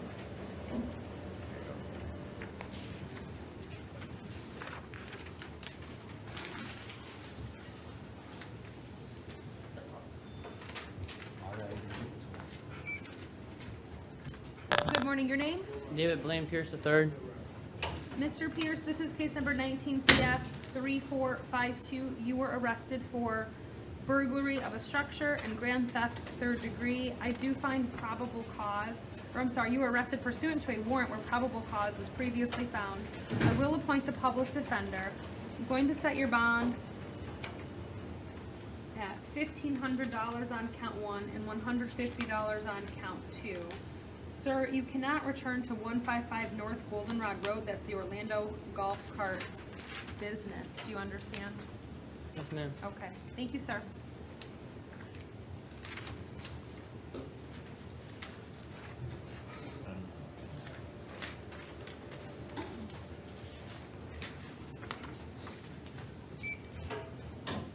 Your Honor, Bernardo Rodriguez is hospital. We can reset. Mr. Rodriguez. Mr. Sally? Yes, ma'am.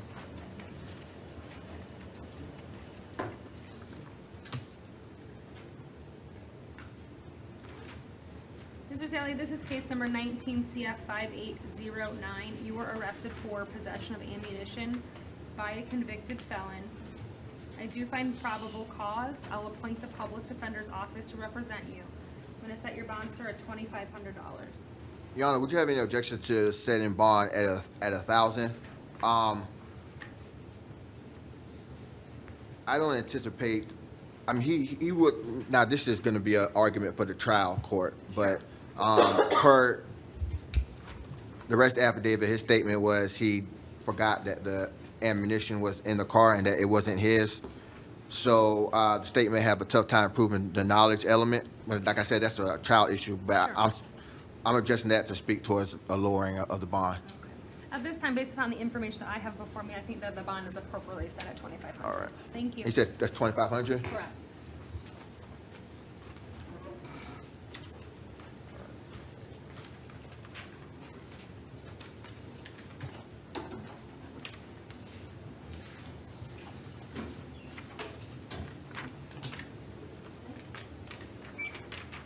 Good morning. Are you Mr. Siders? Yes, ma'am. Sir, this is case number 19 CF 159. You were arrested pursuant to a capias for failing to appear for case management conference on April 8th of this year. Your bond is currently set at none, and I'll appoint the public defender's office to represent you if they weren't previously appointed, sir. Thank you, ma'am. Thank you. Easy, I got a PC challenge. There's no bond. You said no bond, ma'am? No bond at this time. Thank you, sir. Thank you, ma'am. That's it. Yeah, I do have a probable cause challenge for Dwayne Smith. Okay. Sir, good morning. Are you Mr. Smith? Yes. No. You're not Mr. Smith? No, I got mixed up with. No, I'm not. Y'all gave me that former name. That's not my name. Okay. What's your name? My name is Jesus Christ. Okay. I own all this. Got it. This was manifest. That's not my paper. This is not my paper. None of this is my paper. I didn't manifest. This is not mine. My house is not like this. All right. Okay. Thank you, Mr. Smith. I'm going to waive Mr. Smith's appearance No, at this time. this Thank is not you. my house. I'm telling you, this is not my house. I'm going to appoint the is not public my defender's house. office, and I'm going to waive his appearance. Thank you. Mr. Thompson, did you want to be heard? I'll still conduct as IA. Okay, yeah, you can just step back. As to the attempted burglary of a dwelling, per the arrest affidavit, he was just grabbing the door handle. So there's no evidence of intent to commit a crime, like, you know, what crime was he going to commit if he would have gained access, if he intended to commit a crime, at all. And as it pertains to loitering and prowling, per the Florida statute, the state would have to prove that he was in a place at a time or manner not usual for law-abiding citizens. And I would argue that it was a house that was for sale, and he was looking at it as perfectly okay, and it's reasonable that for him to be in the place at the allotted time, and the suspicions of another person doesn't negate those facts, Your Honor.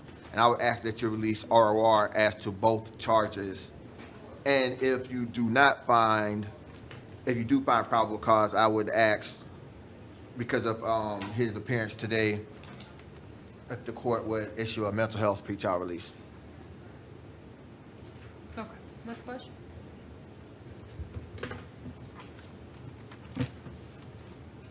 Yes, Your Honor.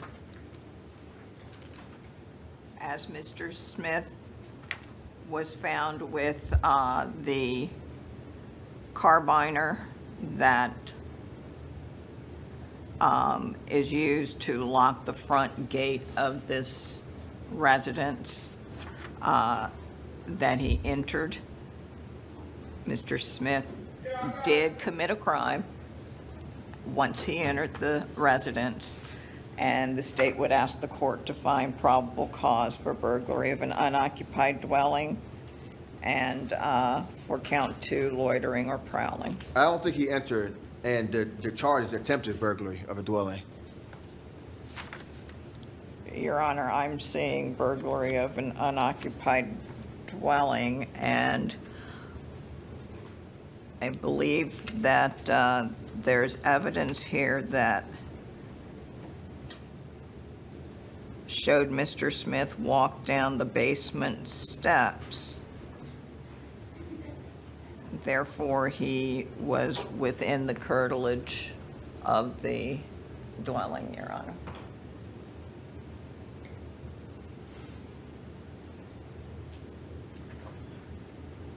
I find that there is probable cause for count 1 and count 2. But I'll certainly take into consideration the facts of the case and, Would you have any objections to a mental health pretrial release because of his outburst? no, but let me just finish, Mr. Thompson. All right. So I will set bond or mental health pretrial. I just looked at the admin order. I don't see that this charge would be one in which that would disqualify him, but he would still have to qualify, so I'll order Yeah. bond or mental health. Mental health PTR is totally different, Your Honor. What? Their qualifications are totally different. than Right, that's what I'm what's looking in at, the though. Yeah, I have no idea. So, right, so that's what I'm saying. So I'm gonna order bond or mental health pretrial release if he qualifies. And then I'm gonna set bond.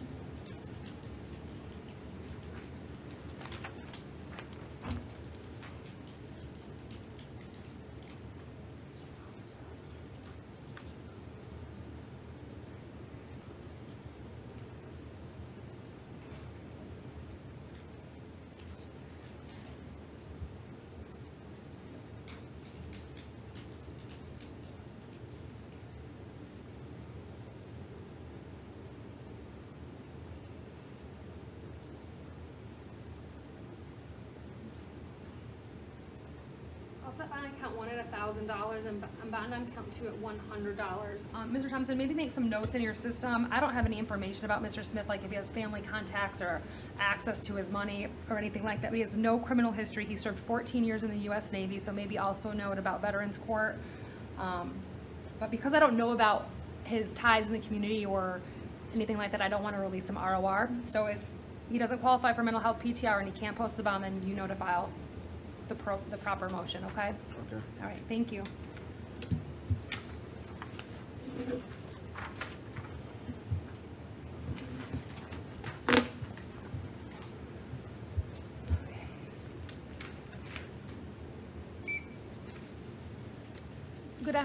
Good morning, your name? Deontay Vonador. Sir, you're here in case number 19 CF 5801. You were arrested for possession of ecstasy. I do find probable cause. I'm going to appoint the public defender's office to represent you.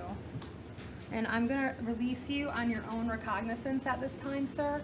So you need to make sure that your address is current with your lawyer's office and with the clerk of the court so that you make sure you get notice of all of your court dates and that a warrant is not issued for your arrest for missing court. Okay. Okay? Thank you, sir.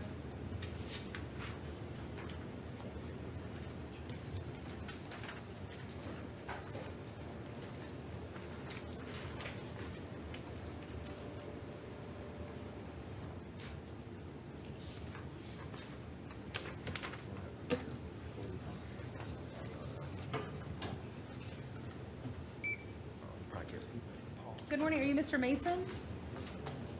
Sir? Mr. Mason is hospital, Your Honor. Oh, okay, well, we reset Mr. Mason.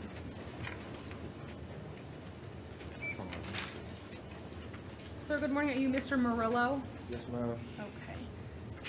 You're here in case number 19MO754. You were arrested for camping. I find probable cause. I'll appoint the public defender's office to represent you. Is there an offer for Mr. Murillo? Yes, Your Honor. It's an adjudication, 4 days, 2 days credit time served. Yeah, Yes. y'all, this is his first camping charge, I believe. Would the bench have any objections to a withholding of credit time served? Per the facts of the case, he just accidentally, he fell asleep at the park.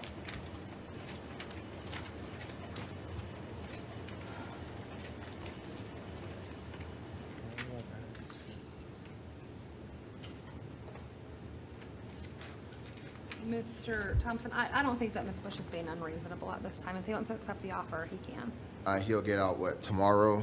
If you accept, you'll get out tomorrow. We'll accept the state's offer and enter a plea of no contest. Okay.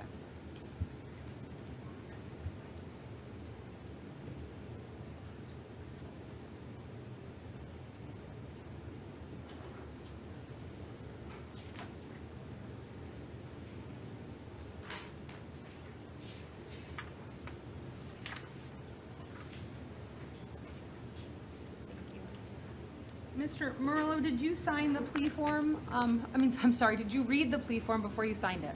Yeah. Yes? Yes, ma'am.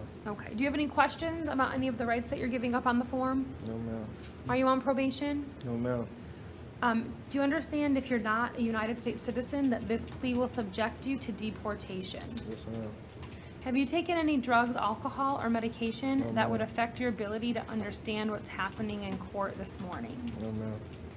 All right, sir. I'm going to accept your plea, adjudicate you guilty, sentence you to 4 days in the Orange County Jail with credit for 2 days' time served. You'll have to pay court costs. Those need to be paid by April 30th of 2020, and you have 30 days to appeal the judgment and sentence of the court in writing. So when will I be released? Tomorrow. So how much court costs will I have to pay? $273. He has a year to pay him, am I correct, Your Honor? Excuse me? He has a year to pay the court costs, right? Yes, April 30th.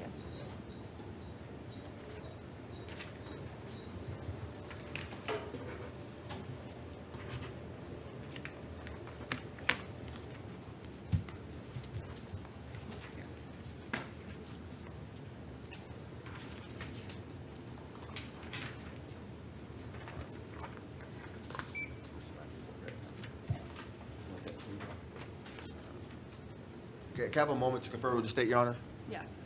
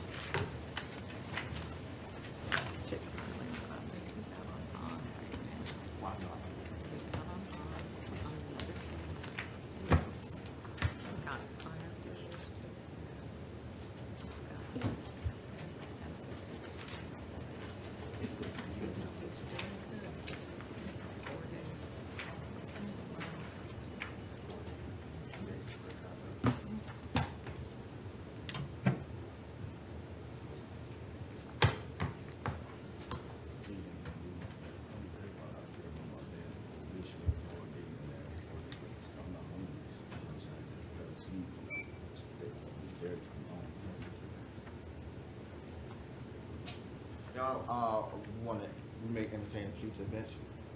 All right, this is case number 19-MO-755, and you are Mr. Williams? Yes, ma'am. Okay. Mr. Williams, you were arrested for camping. Can I have a quick moment, Your Honor? I find probable cause, and I will appoint the public defender. I just want to explain something to my client real quick, Your Honor. Okay.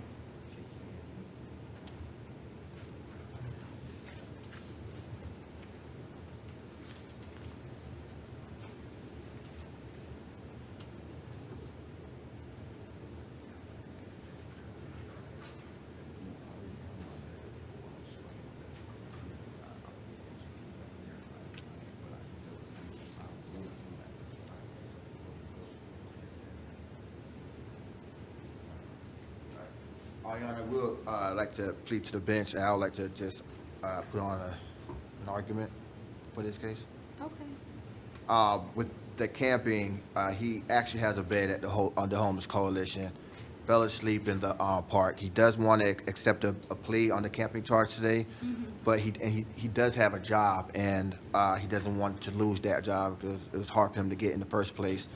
And we were just asking for a credit time served offer from the bench. Mr. Flax, where do you work? I actually do construction for Miller. For what? Like, for Miller's Electric. Oh, You're okay. I do construction. Like, really, like, how can I explain? I just started doing it, but it's like, you know how, it's like, long story short, like drywall. Like, they put up a frame of wood.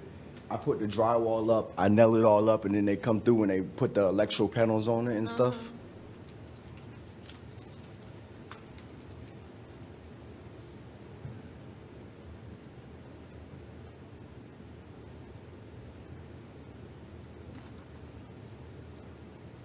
I actually just. We do. I do recognize that he is out on bond and has a criminal history, but the charge is he was arrested for falling asleep at the park. I'm not out on bond right now. What's wrong? No. I would, he can plead to the bench. I'll do an adjudication and credit time, sir. Oh.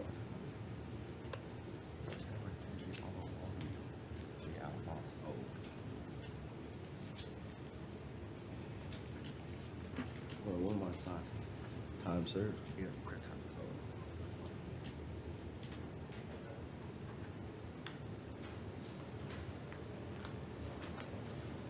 Yeah, cause I just started getting my stuff back together and stuff. I just started getting back in contact with my family.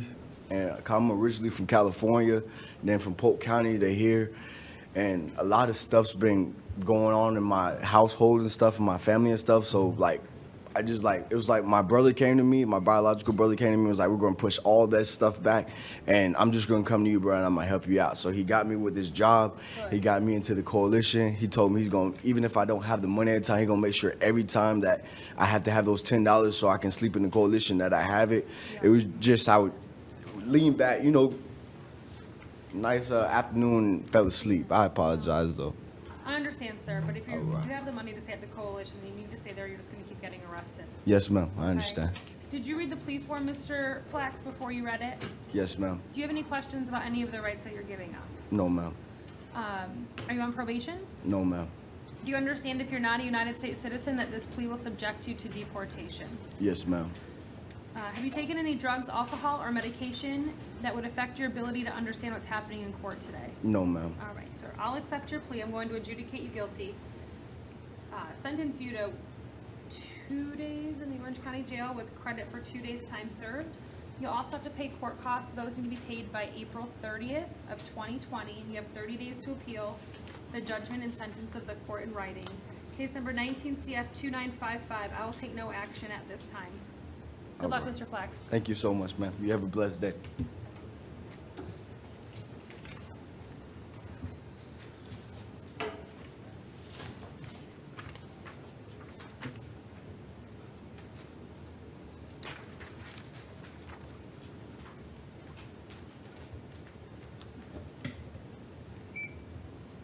Good morning. Are you Mr.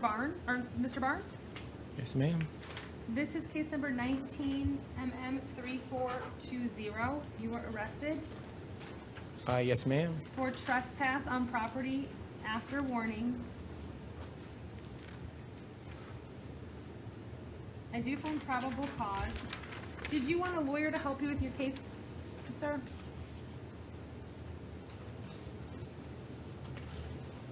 Probably not. No? Ms. Bush, is there an offer for Mr. Barnes?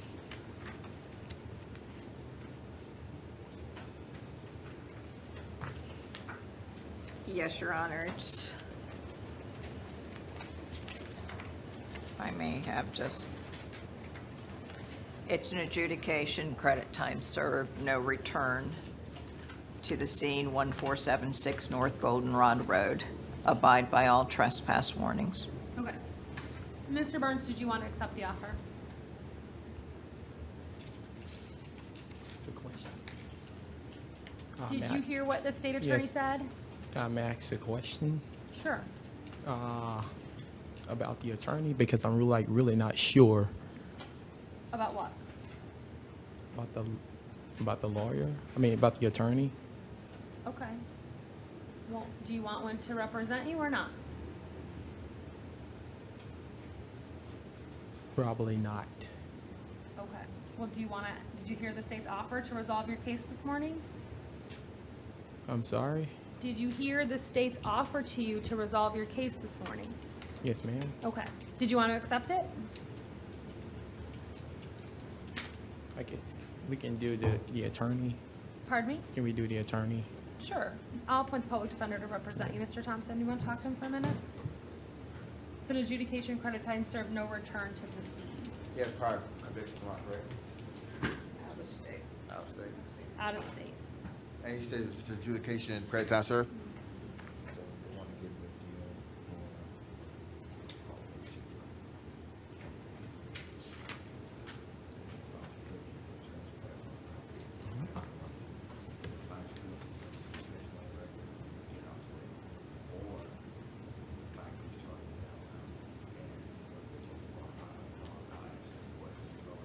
Your Honor, if we do not accept the state's offer, would the court have any objection to an ROR in this case since he has no floor determination?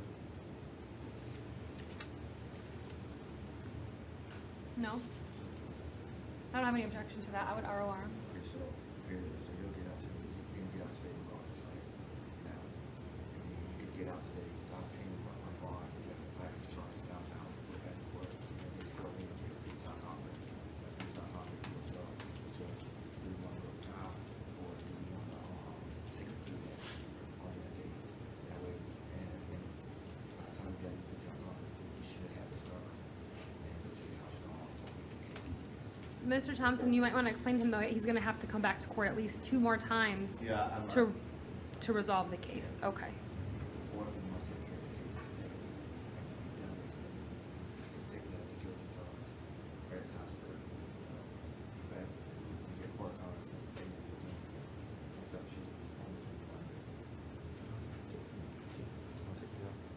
We'll accept state's offer and enter a plea of no contest. Okay.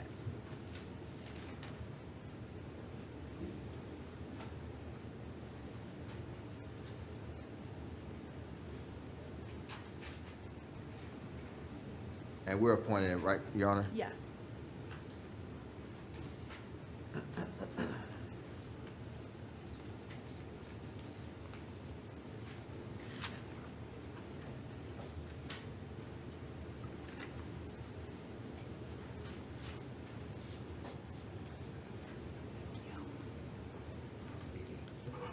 Mr. Barnes, did you read the plea form before you signed it? Yes, ma'am. Okay. Do you have any questions about any of the rights you're giving up? Not really. Okay. Are you on probation? No, ma'am. Do you understand if you're not a United States citizen that this plea will subject you to deportation? Mm-hmm. You have to answer out loud for me, please. Yes, ma'am. Okay. Have you taken any drugs, alcohol, or medication that would No. affect your ability to understand what's happening in court this morning? No, ma'am. All right. I'm going to accept your plea. I'll adjudicate you guilty, sentence you to 2 days in the Orange County Jail with credit for 2 days, time served. You'll also need to pay court costs. Those need to be paid by April 30th of 2020. You have 30 days to appeal the judgment and sentence of the court in writing. You also cannot return to 1476 North Goldenrod Road. That's the NAI Real Vest. Okay? And so don't go back there. They're going to keep calling the police every time you do, okay? Yes, ma'am. All right. Thank you, sir. Your Honor, I do have a probable cause challenge for LaTanya Bell. Okay.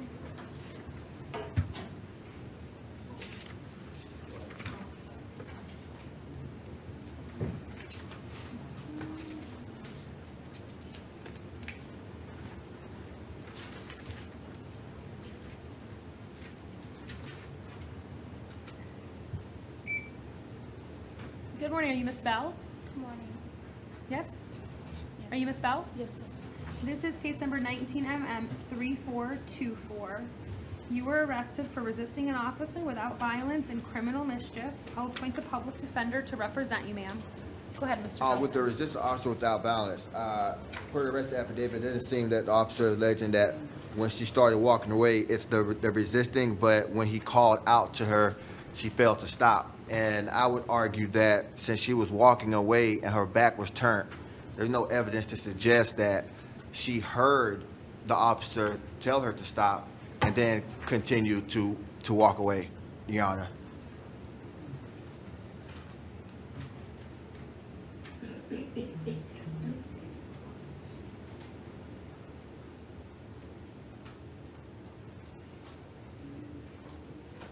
Ms. Bush? Ma'am. Yes, Your Honor.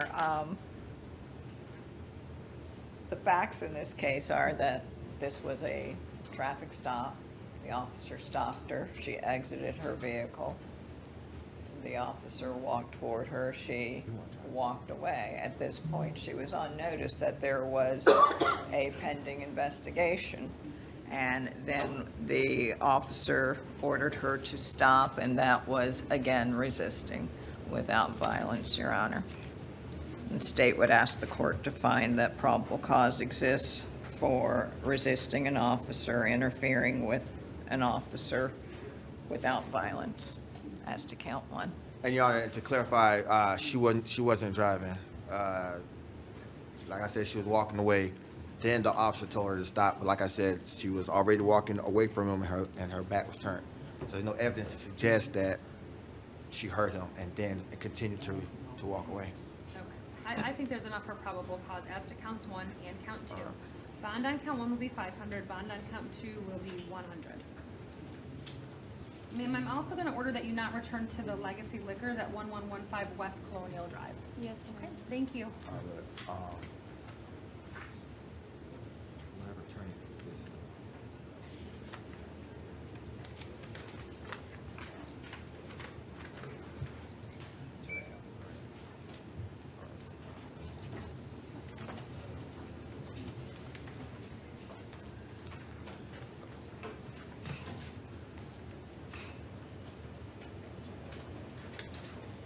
Good morning, ma'am. Are you Miss Harris? Yes, ma'am. This is case number 19 MM3422. You were arrested for trespass on property after warning. Yes, ma'am. I find probable cause. I'm going to appoint the public defender's office to represent you. Is there an offer for Miss Harris? Yes, Your Honor. It's an adjudication, 5 days, 2 days credit time served, no return to the scene, which is the Walmart on South Orange Blossom Trail. Abide by all trespass warnings. Miss Harris, did you want to accept that offer? Yes, ma'am. Okay, please sign the plea form. Wait, how much would I got? I couldn't hardly hear in my left ear. I couldn't hardly hear.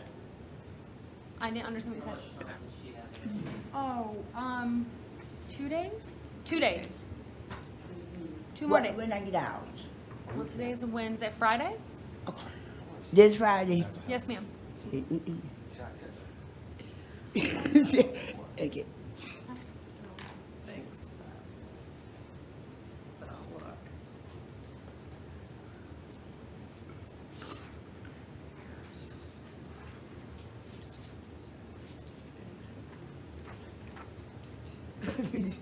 Miss Harris, did you read the plea form before you signed it?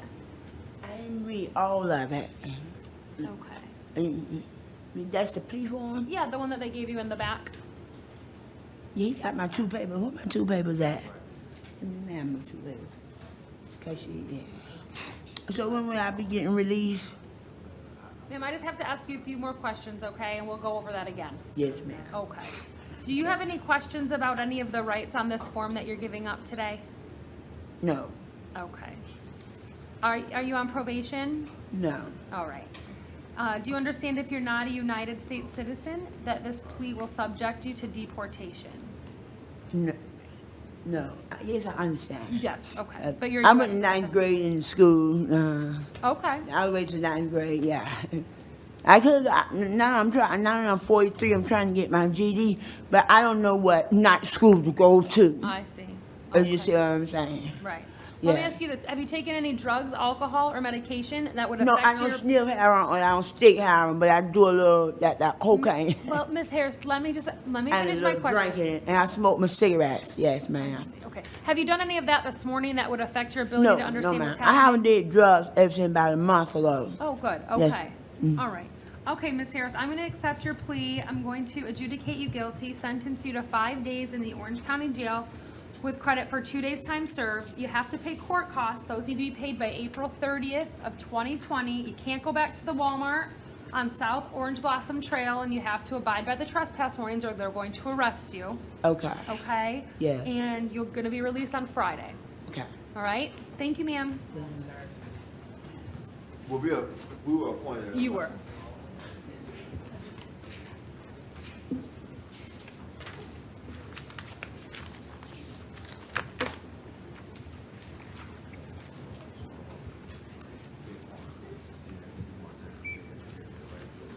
Good morning, sir. Your name?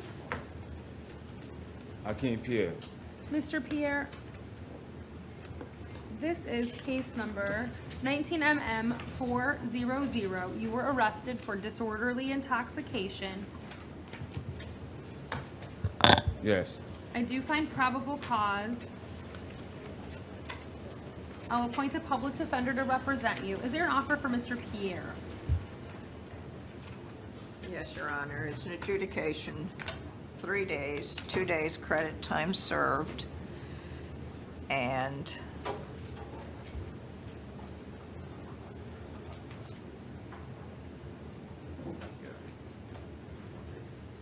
no return to 4319 Continental Boulevard. Okay. Do you want to accept that, Mr. Pierre? He'll accept the state's offer and to a plea of no contest. Okay. That means I go home today, right? Yes. No.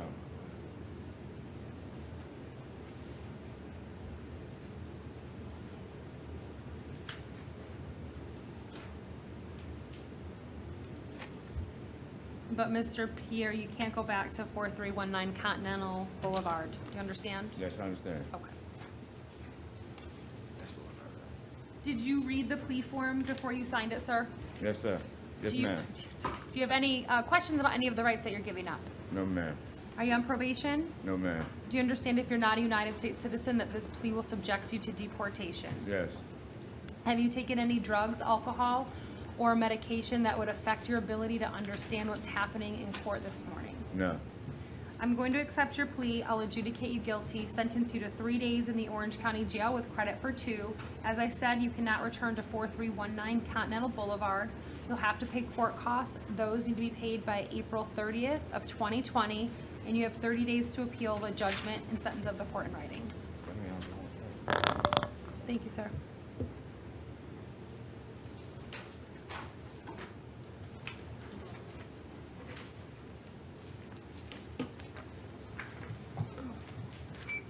Morning, Mr. Owens. Yes, good morning. Mr. Owens, this is an out-of-county warrant from Volusia County for the offense of driving while license suspended. Your bond is $323. If you can pay the bond, Volusia County will come and pick you up. Otherwise, they'll come, otherwise you can bond out. What, I'm sorry.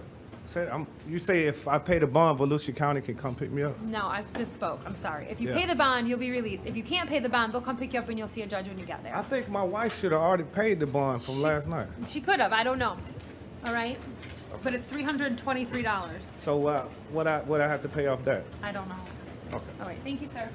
All right.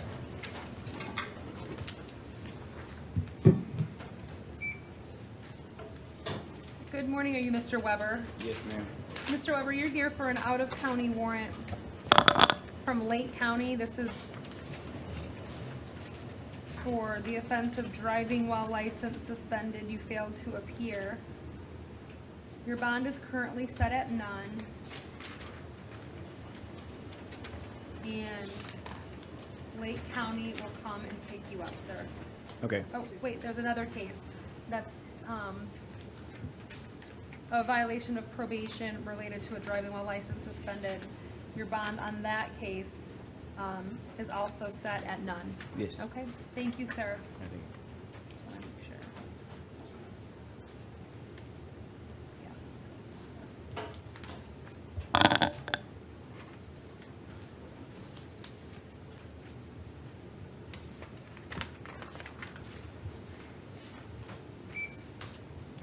morning, ma'am. Your name? Jacqueline Nicole Bass. Ms. Bass, you were here in case number 19MM3387. You were arrested for trespassing. I do find probable cause. I'll appoint the public defender. Is there an offer for Ms. Bass? Yes, Your Honor. It's an adjudication, 5 days, 3 days credit time served. No return to the Taco Bell at 7853 East Colonial Drive, and abide by all trespass warnings. I should accept, Your Honor, and enter a plea of no contest. Okay. Are we appointed? Yes.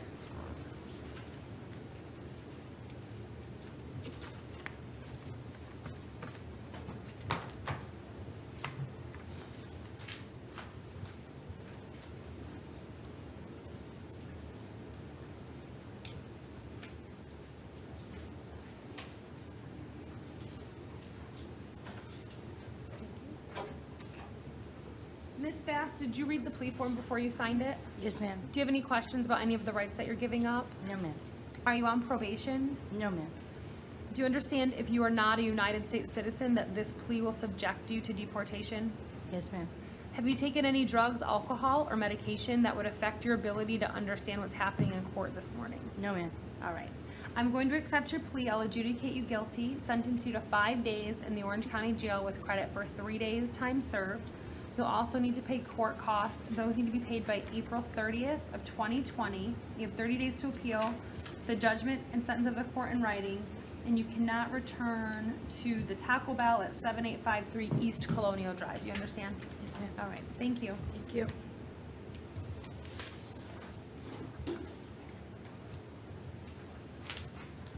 Christina Cruz is mental health care. Okay.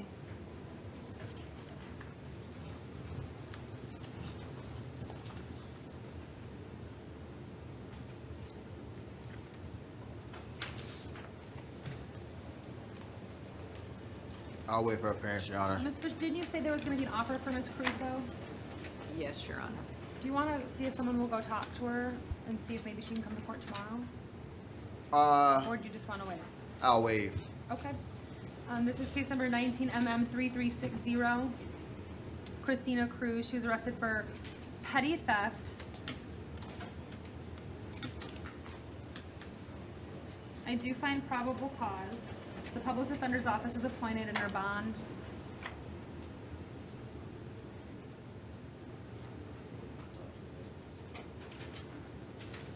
It's $500.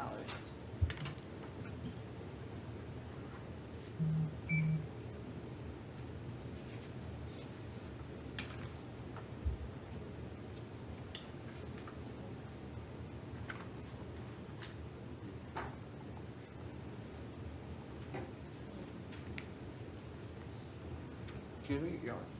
I'm sorry, Your Honor. That's okay. Mr. Gregory Matthews is medical. All right.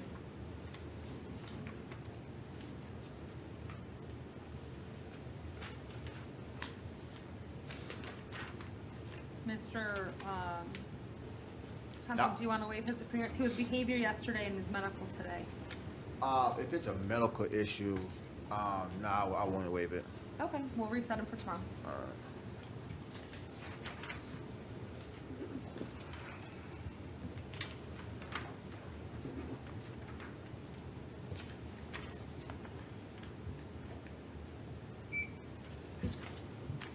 Good morning, Mr. Tews.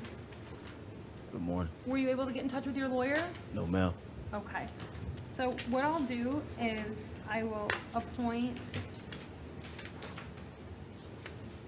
I can appoint the public defender to represent you, or I can just appoint them to represent you for purposes of this hearing. What would you like to do? Can you repeat that? Right. I can appoint the public defender to represent you. You have a violation of probation and the case I saw you for yesterday. Mm-hmm. If you still want to hire your own lawyer, I can appoint the public defender's office to just represent you for purposes of this hearing. Okay, that's fine. Would you like to do that? Yeah. You're still going to try to hire your own lawyer? Yeah. Okay. What I'll do is I'll set you for a determination of counsel hearing in a week in case you're unable to post your bond and you still don't have a lawyer. Okay. Okay? All right. And So, And Your Honor, yes, Ms. Bush? the state wishes to be heard again on the matter of bond.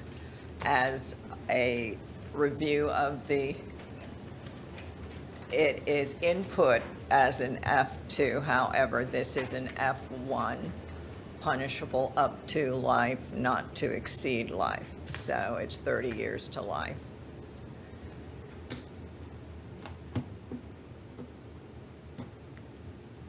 And that's pursuant to not only 782.04, but also 784.051 sub 1. Even the attempt is a first degree with a term not to exceed life in prison.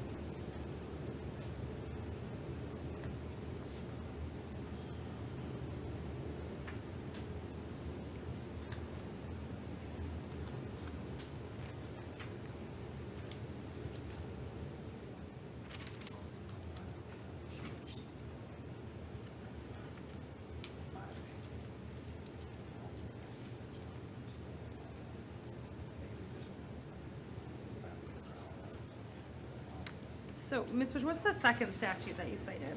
I'm sorry, Your Honor. What was the second statute that The you cited? second statute was under felony murder, 784.051, sub 1.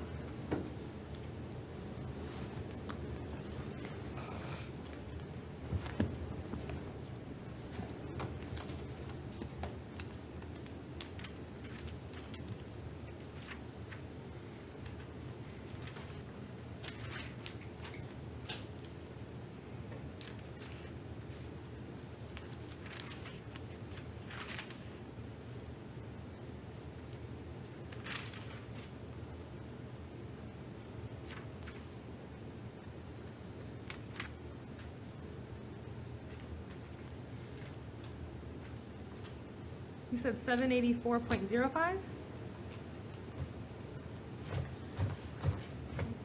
believe I wrote it down incorrectly. I had 784 point, if, 784.05 is the culpable negligence statute? yes, Your Honor, and I did write, I think that incorrectly. That was, I had 784.051, but. Because he wasn't arrested for felony murder. He was No, arrested for and attempted homicide. he was not. However, as I was looking at 782.04, the attempt also falls under, and if under 782.04 and sub 3.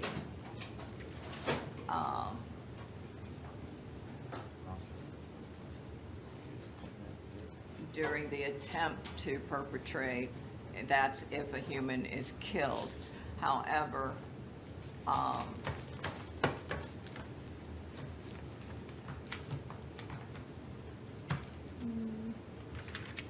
and that's what took me to the felony murder. Because under felony murder, the felony murder includes an attempt to commit a homicide, to commit a murder. And that's why the state went to the felony murder. Okay. I think it's a statute. first-degree felony, punishable by up to 30 years based upon the statute that he was arrested for, and then when you add the attempt on it, because that would be a life felony, and if you add the attempt, it knocks it down, so that would be, I'm ruling that it's a first-degree felony, punishable by 30 years, but I'll hear your recommendation for bond. Thank you, Your Honor. The state's recommendation for bond would be $100,000. And the state would ask the court to set this bond and also to take into consideration that while it would seem de minimis at this point, but there is a prior conviction of domestic violence battery. This is a domestic violence matter, Your Honor. And the state would ask the court to set bond in count 1 at $100,000. Count 2, he is entitled to a bond. And count 3, the state would ask the court to stay the bond at $1,000. And ask for a no return, no contact with the victim or witnesses, possess no weapons, firearms, or ammunition. Mr. Thompson, did you want to be heard? Yes, Your Honor. Holding my client at a $100,000 bond is going to be tantamount to holding him at no bond whatsoever. He'll basically have to stay in jail until this case is resolved. I would ask that you take into consideration when he's charged with attempted homicide. The second charge is aggravated assault with a firearm, which I think is more appropriate in this case, Your Honor. If the per the arrest affidavit, the shotgun blast impacted on the passenger side door. The alleged victim in this case was sitting in the driver's seat. I would argue that that's not intent to kill, Your Honor. You could make the argument that he was trying to scare him. Definitely, probably an aggravated assault with a firearm, but not an attempted homicide. And though I can't challenge probable cause because it's a warrant arrest, I would ask that you heavily take that into consideration while setting bond, probably an amount of $10,000. At this time, I'm going to set bond at $100,000 on count 1, $5,000 on count 2, and $1,000 on count 3. I'm going to order that you are not to possess any weapons or any firearms, sir. You are not to have any contact with Jefferson Jean or Giovanni Tooth. You are not to return to 3726 Water Oaks Drive, and you are also to maintain a separate residence from both Jefferson and Giovanni. He can file any appropriate motions in the trial court and present additional evidence and information regarding his bond amount at that time. And then he also has case number 18 CF 14757. He's on probation. I also took that into consideration when setting the bond. And at this time, I do find probable cause for the violation of probation based upon the new law offense, and bond in that matter will be set at none. And Your Honor, what was the bonds for the ag assault with a firearm and the criminal mixture? I didn't catch those. 5,000 and 1,000. 5,000 and 1,000? Yes. Can I have a moment to confer with my client? Sure. All right, so the reason why she said these bonds. And then please set a DOC.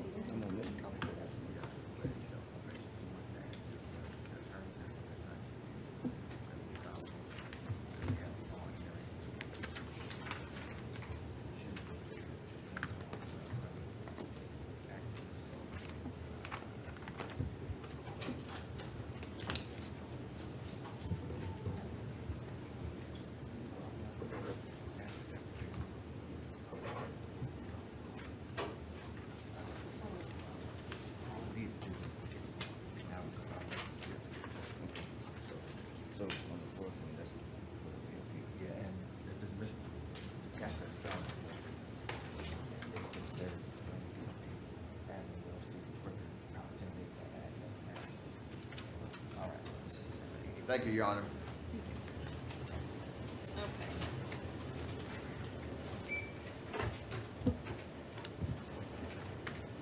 Good morning, Mr. Flores. Yes, ma'am.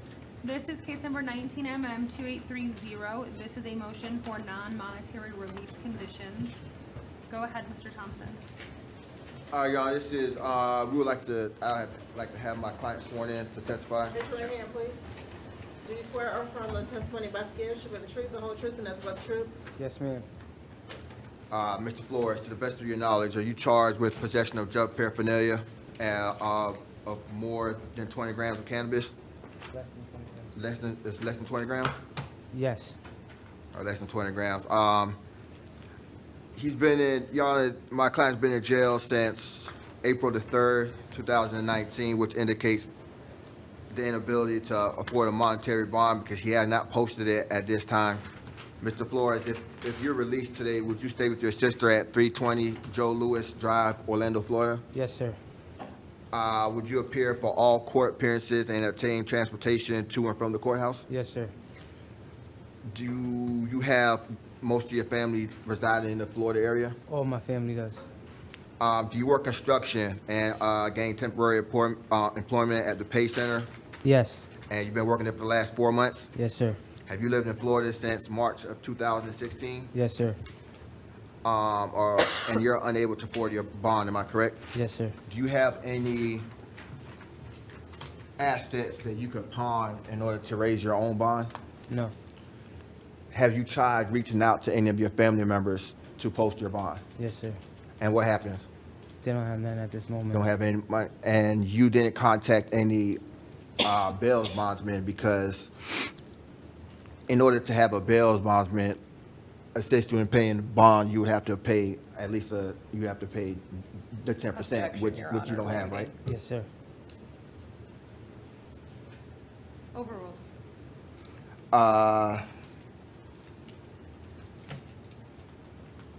To the best of your knowledge, have you ever failed to appear before a court? No, sir.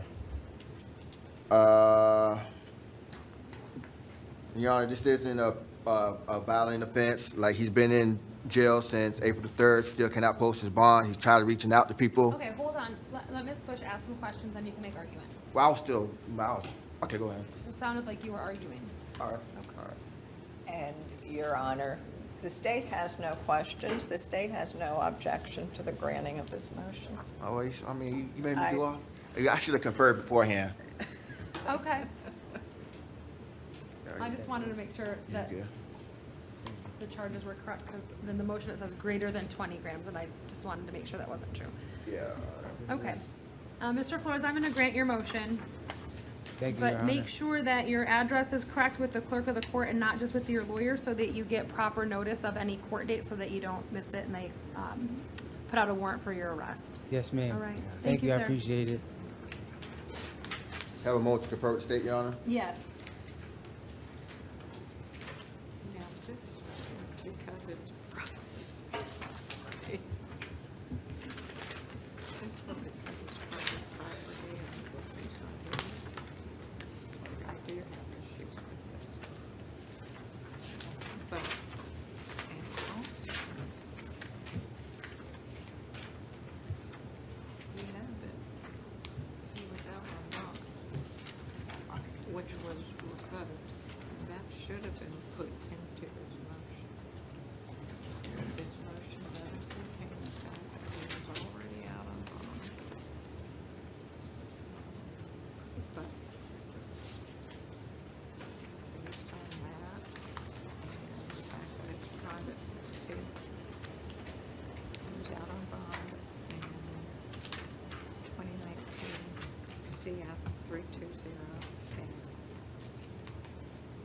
He's represented by RCC in that case.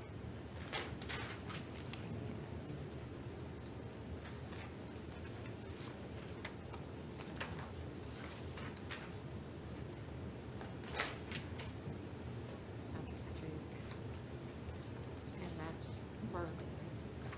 This is trespass. Fire crimes. Victim can't get worse.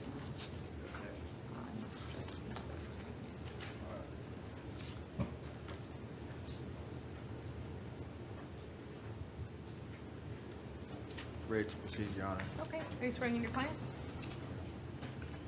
I will have my client sworn in to testify. Right now, please.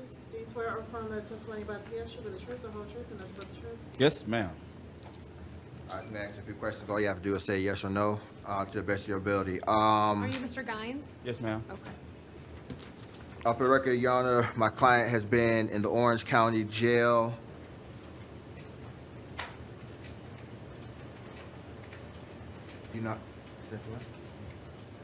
since April the 6th, 2019, which indicates an inability to afford a financial bond since he hasn't posted it at this time.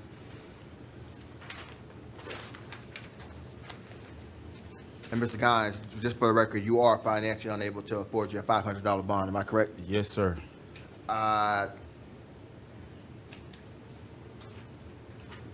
His confinement, Your Honor, in the Orange County Jail is making it difficult for him to locate witnesses and prepare his own defense.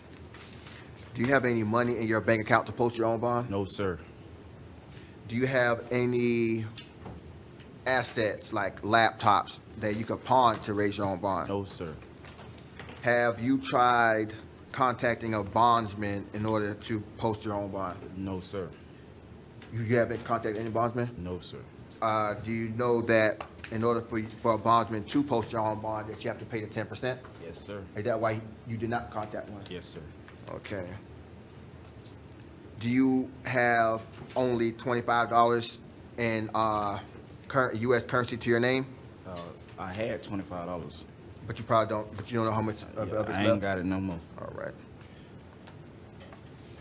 Are you a landscaper that works at? I won't put his job on the record, but you are currently employed, right? Yes, sir. And does your confinement in the Orange County Jail put you in jeopardy of losing your job? Yes, sir.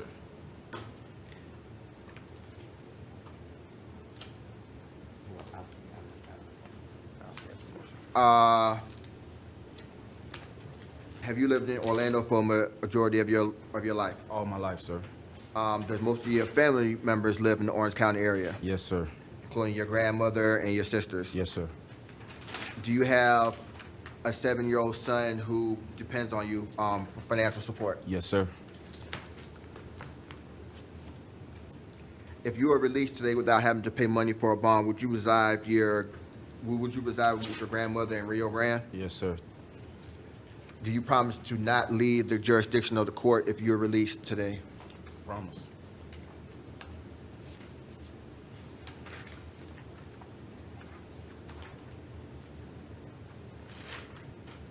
Do you have any friends in the area that could afford your bond? No, sir. On your honor, I would have no further questions for my client. Okay, Ms. Bush? Good morning, sir. You said that you have not reached out to a bondsman, is that correct? Yes, ma'am. And is there a reason why you didn't reach out to a bondsman? Because I don't have the funds. Okay. And you said that a lot of your family lives here in the area. Yes, sir. And did you reach out to your grandmother? No, ma'am. My grandmother's is diabetic. My sister has 7 kids, so there's no point in me reaching out to them. All right, sir. But your answer is no, you did not reach out to your grandmother. And did you reach out to your sister Yes, I did. with 7 kids? Yes, I did. And how did you reach out to her? Did you call her? Yes. And did you ask your sister if she could assist you? Yes, I did. And she confirmed that she cannot because she has 7 kids. Okay. So your sister told you she could not assist you. Yes, ma'am. And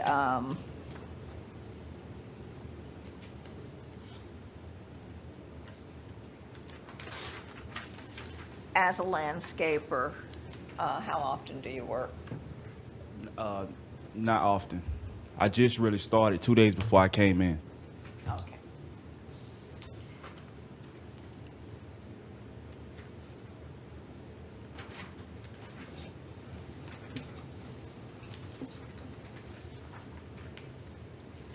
And at the time that you came in, you were out on release on a prior matter that Yes, you were Your Honor, arrested on. it's not relevant to a bond issue. Overruled. Is that correct? Ma'am? When you were arrested on this case, you were already out on bond or release in another case, is Yes, that ma'am. correct? Yes, ma'am. And the bond in that case was revoked, is that correct? No, ma'am, it was not revoked due to the fact that the state has not filed any charges and they don't have any evidence to file any charges.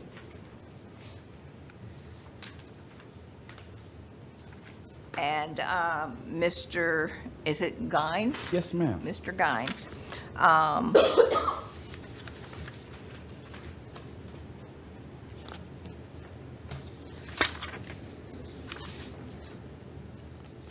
Do you ever go by any other name other than Mr. Gines? Objection, Your ma'am. Honor, that's not relevant to the bond. Overruled. No, ma'am.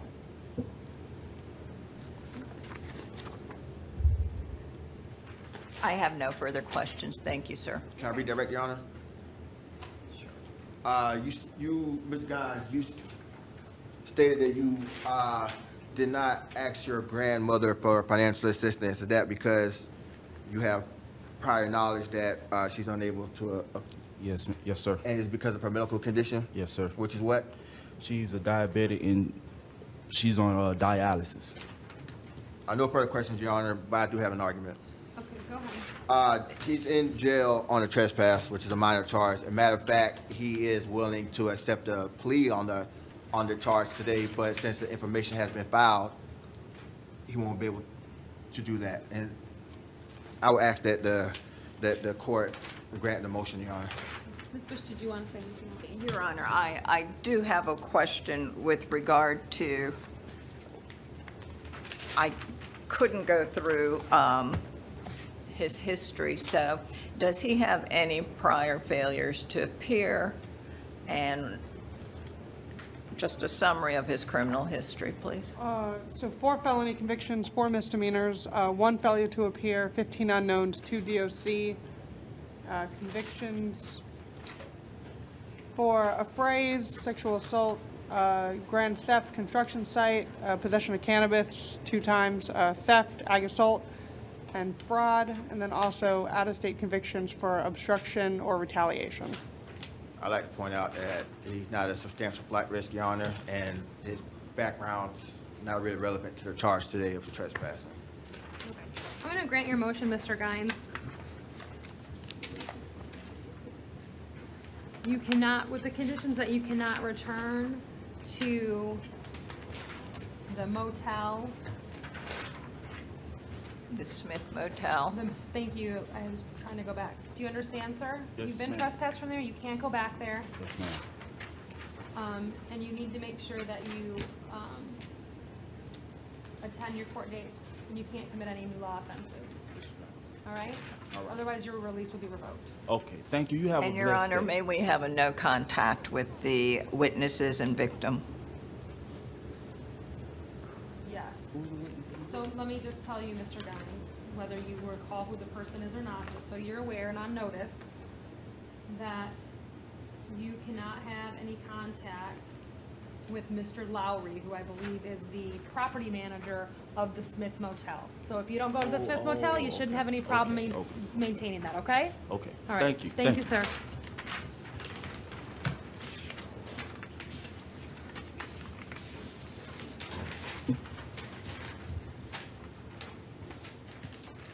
Nothing else before the court, Your Honor.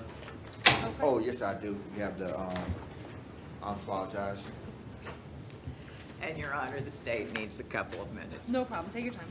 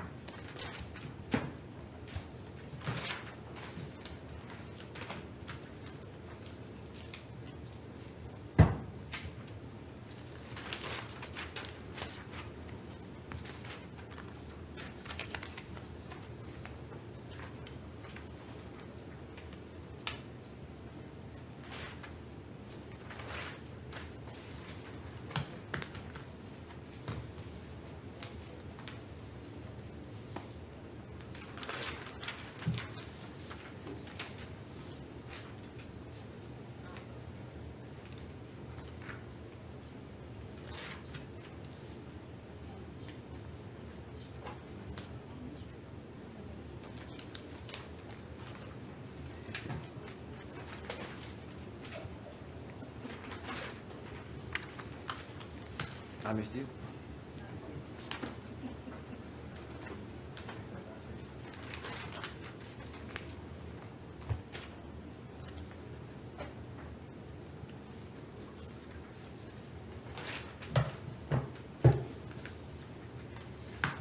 Your Honor, while we're waiting, could I address,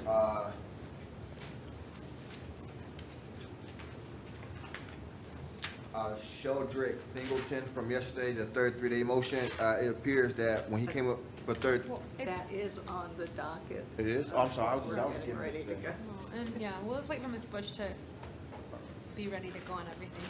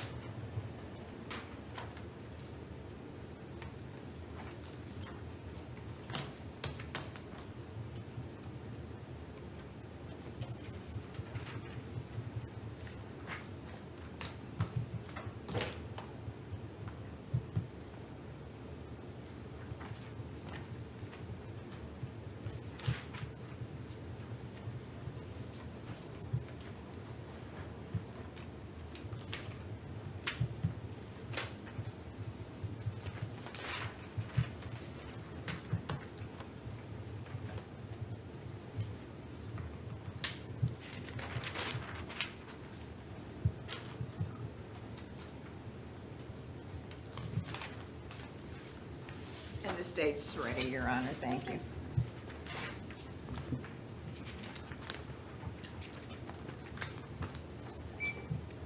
Nineteen CF 4014 Anthony Williams.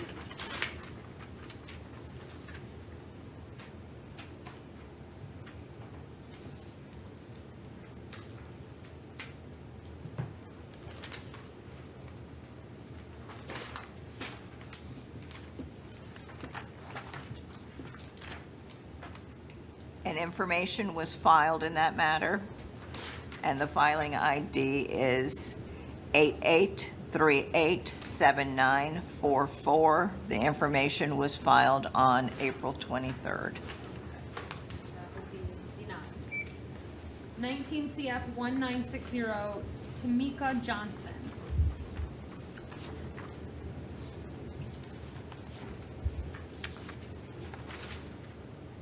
And information was filed on 4/23. Filing ID is 88420829. That'll be denied. 19 CF 3994 Shanika Long. And information was filed. Filing ID is 88413228. That will be denied. 19 CF 3918 Ismael Tirado. And information was filed. Filing ID is 88418223. That'll be denied. 19 CF 4019 Spencer Galmitz. A notice of non-filing was filed on April 23rd. That'll be granted. 19 MM 132 Julian Garcia. A notice of non-filing was filed on April 23rd. That'll be granted. 19 CF 2330 Tony Wilson. And information was filed. Filing ID is 88392007. And that will be denied. I'm sorry, Erin? Denied? Oh, Did I just didn't hear. Okay.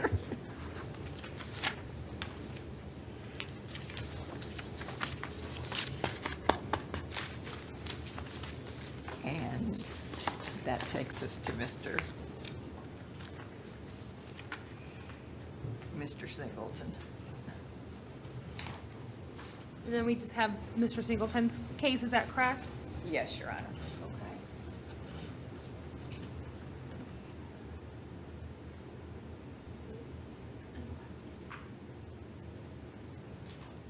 Mr. Thompson, can you put the case number on the record, please?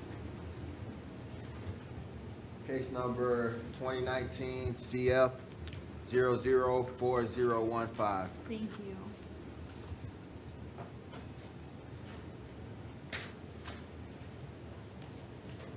So, Ms. Bush, you had brought it to my attention yesterday afternoon that the information in this matter had not in fact been filed at the beginning of the hearing. Is that correct? Yes, Your Honor, and because the state doesn't remember when we started the hearing, the information was filed at or about 1:20 in the afternoon. Our session started at 1, so and if I recall correctly, we actually did the 33 days after we finished the session. Correct. So technically, the information was filed before it was actually heard. However, the state wanted to bring it to the court and defense counsel's attention that it had not been filed the day prior and that it was only filed on that date over the lunch break. So I wanted everyone to be aware of that, Right. so that if there was any cause to reconsider the ruling. Do you want to be heard, Mr. Thompson? For our record, I believe that our office is under the impression that when it was heard, the information hadn't been filed yet. And I do believe the rule states that it's not particularly when the motion is heard itself, but when the hearing as a whole begins. And if the hearing began at 1 o'clock, the information had to be filed before 1 o'clock. Right, so I know you weren't here yesterday, but that was not, your office position was that because Ms. Bush didn't have a time-stamped information to present to defense counsel during the hearing, that it wasn't deemed filed. That's the argument. So what Ms. Bush is saying is that she had represented in court based upon a conversation she'd had with the state attorney's office, or the state attorney who filed it, that it had been filed the day before. But when she realized, when she got back from court, that it had actually been filed yesterday afternoon about 1:20, she immediately notified the court and defense that that was a mistake. And so I added it to the docket today in case your office wanted to file a motion. That being said, I know there's case law that addresses specifically the issue of when the information must be filed in regard to when the hearing begins. So I don't know what time the hearing started, and so I'm not prepared to make a ruling as to whether or not the motion should have been granted. If the hearing started and the motion and the information, which I would think by now we probably could have a time-stamped copy, then we would be able to tell if it had been filed by the time the hearing started. But I would ask your office to file a motion for reconsideration with that information contained in the motion. Can I do an or tennis motion to reconsider right now? No, I don't think you'll have enough information because you're going to need to pull the hearing to see when it started and when the case was called, and you're going to need a copy of the information to determine what the time frame was, so that I can properly consider it. That's true, but the state has put on record that the information was probably filed around 1:20. The hearing itself, per the state, started at 1 o'clock. You need to file a written motion, Mr. No, Thompson. The state did not. That's a slight deviation from what the state said. Our session started at 1. Correct. We did not hear the matter until the end of our session, so we saw.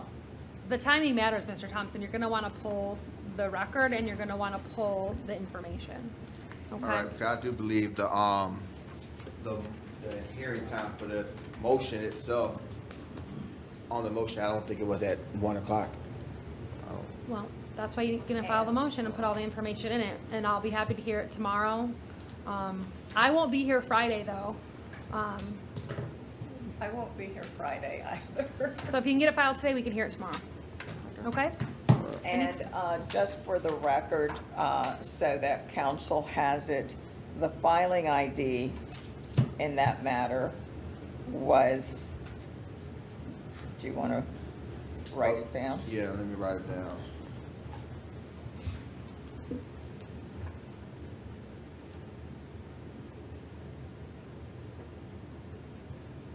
Okay. The filing ID is 88386958.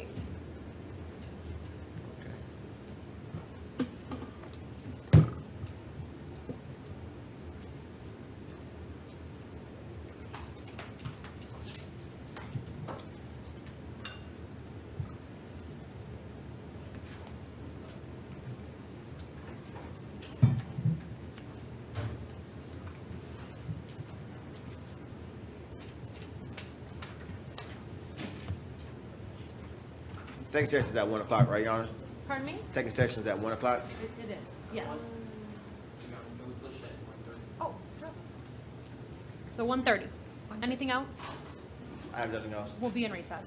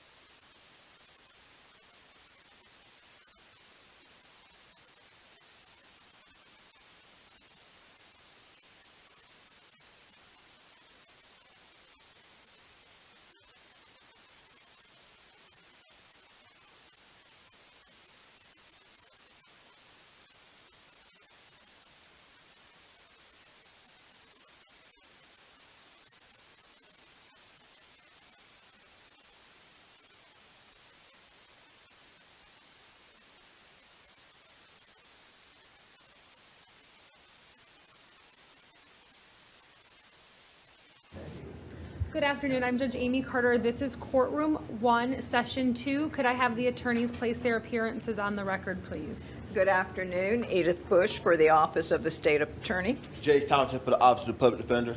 Okay.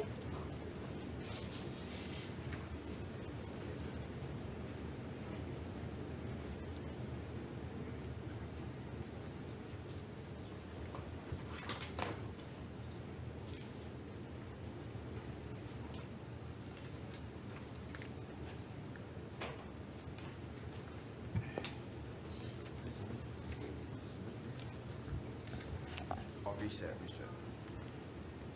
Good afternoon, are you Mr. Mitchell? Yeah. Mr. Mitchell, you're here in case number 19MM3398. You were arrested for trespass on property after warning. I find probable cause. I'll appoint the public defender. Is there an offer for Mr. Mitchell? We won't be entertaining the offer, Your Honor. No. No, Your Honor. In the out on bond, there was an ITP order on 3/29 of 2019. I don't have the out on bond, so. Form. I would ask for a mental health pretrial release. Okay, I'll order mental health pretrial release or the $500 bond if he doesn't qualify.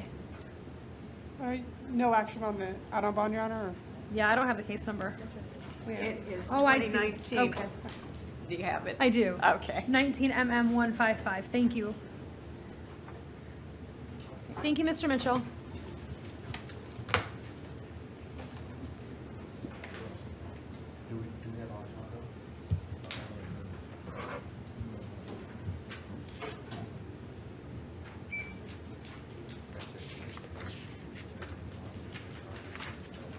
Good afternoon, sir. Good afternoon, Your Honor. Are you still John Doe? No, Judge. What's your name, sir? My name's Steven Tadanio, Your Honor. Okay. This is case number 19 CF 5815.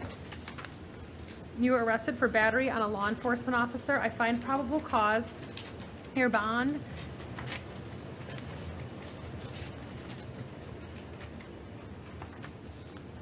will be $150. You also have case number 19 CF 5814. You were arrested for aggravated battery with great bodily harm, robbery, tampering with a witness to hinder communication to law enforcement officer, possession of tetrahydrocannabis, possession of drug paraphernalia, loitering and prowling, and grand theft, 3rd degree. I find probable cause for those offenses, and I will also appoint the public defender to represent you. Count 1. Your bond is $3,500. Count 2, your bond is $5,000. Count 3, your bond will be $150. Count 4 will be $150. Count 5, $100. Count 6, $100. And count 7, $150. Thank you, sir. And Your Honor, may I have his name again? Oh, sir, would you place your name on the record again, please? Yes, Your Honor. Steven with a PH. Taddonio. Tadanio is the last name, Your Honor. Thank you very much, sir. Thank you. Is there another court date or no?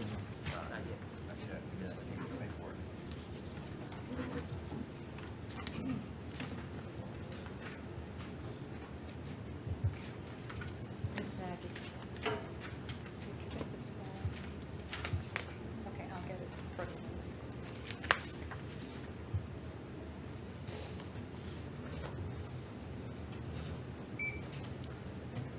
Good afternoon. Are you Mr. Dow? Yes, ma'am. Sir, this is case number 19 CF 4468. You were arrested pursuant to a warrant where probable cause was previously found for the offenses of burglary of an occupied structure, damage to a coin-operated machine, tampering with a coin-operated machine, and petty theft. I will appoint the public defender to represent you. You're not allowed to return to the Rose and Shingle Creek located at 9939 Universal Boulevard. So your bond on count 1 is going to be $5,000. Your bond on count 2 I'll set at $150. Your bond on count 3 I'll set at $150, and count 4 $100. Thank you, sir. Your Honor, does the court have a second case?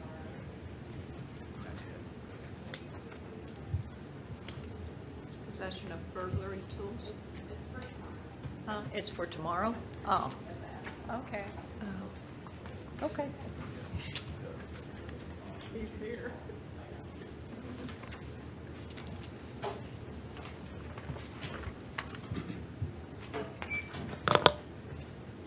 Good afternoon. Are you Mr. Edwards? Yes, ma'am. Sir, this is case number 19 CF 5776.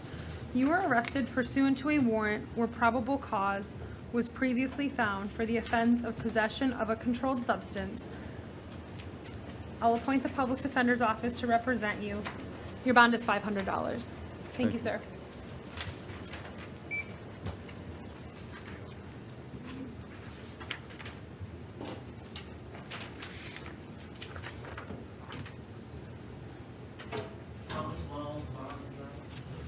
All right. Good afternoon. Your name, ma'am? Priscilla Galfucci. Ma'am, this is case number 19 CF 5825. You were arrested for possession of methamphetamine with intent to sell and trespass on property after warning. I do find probable cause. I'll appoint the public defender. Your bond on count 1 is $1,500, and your bond on count 2 will be $100. Thank you, ma'am.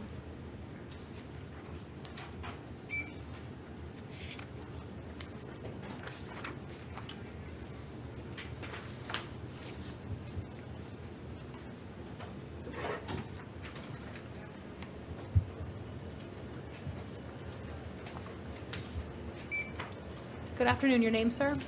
My name is Pedro Mendez. Mr. Mendez, this is case number 19 CF 5821. You were arrested for aggravated battery with a firearm. I do find probable cause. I will appoint the public defender to represent you. So you're not to have any contact.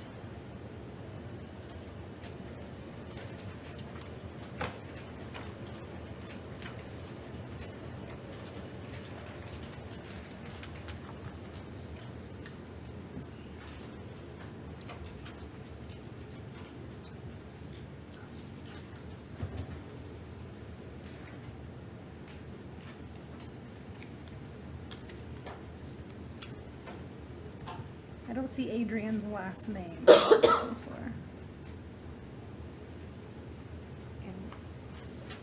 Your Honor, can the court's order just be no contact with the minor victim? Yes. Is he a minor? He's 17, Your Honor. Oh, I see. Okay. Okay. Yeah, so you're not to have any contact with the minor victim in this case, and you're not to return to the scene. You're also not to possess any weapons or any firearms. If you have any weapons or any firearms, sir, you need to surrender those to the police department within 6 hours of your release.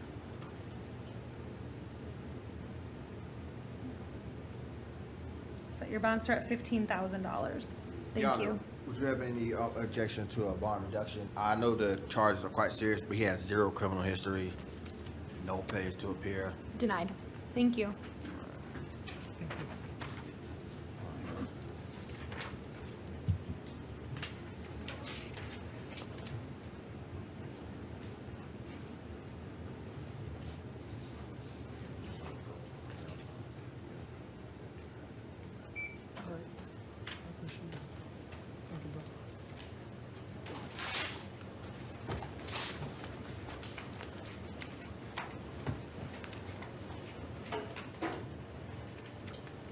Good afternoon. Your name? Justin Montilla. Mr. Montilla, this is case number 19 CF 5812. You were arrested for robbery. I find probable cause, and I will appoint the public defender's office to represent you, sir. Your bond is $5,000, and you're not to have any contact with Adela Ostrani. Thank you, sir. Your Honor, may we have a no contact with co-defendant as well? Yes, sir. You're also not to have any contact with any of the co-defendants in this case.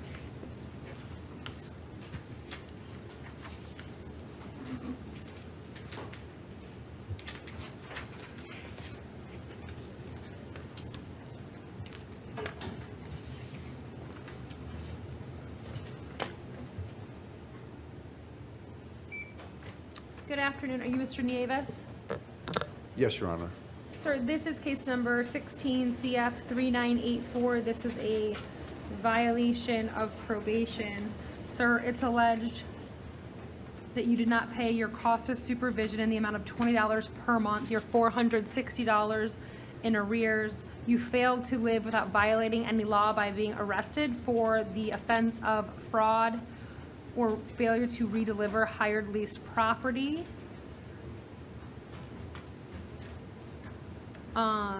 And you were arrested on October 10th of 2018. It also says that you were arrested for dealing in stolen property on September 17th of 2018 in Hillsborough County. Those are the allegations, sir. At this time, your bond is set at none. I will appoint the public defender, and it also looks like you have a status hearing set for tomorrow in front of Judge Beamer at the downtown courthouse. Okay? Thank you, sir.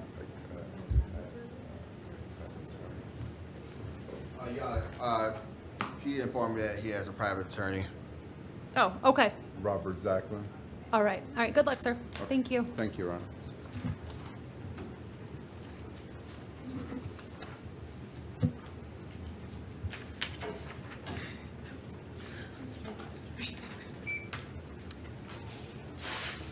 Good afternoon, ma'am. Your name?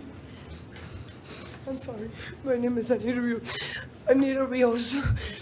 Do you need a minute? Yes, please. Okay. My name is Anita Rios. Okay. Do you want me to recall your case later? No, it's just that my girls are there. So it kind of like shocked me to see them there and they see me here. I felt embarrassed, but no, that's okay. They're okay. I'm sorry. Ma'am, you're here in case number 19 CF 5820. You were arrested for aggravated assault with a firearm. I do find probable cause for that offense. I will appoint the public defender's office to represent you. Ma'am, I'm going to order that you're not to have any contact with the minor victim in this matter, and you're not to return to the scene. You're also to not to possess any weapons or any firearms while you're out on bond. If you have weapons or firearms at home, you need to surrender those to the police department within 6 hours of your release. Yes, ma'am. Okay? And this time I'm going to set your bond at $10,000. What does that mean? That's the amount of money that you're going to have to pay to be released from the jail. Okay? Yes, ma'am. Thank you. Have a good day. You too. Okay. Thank you.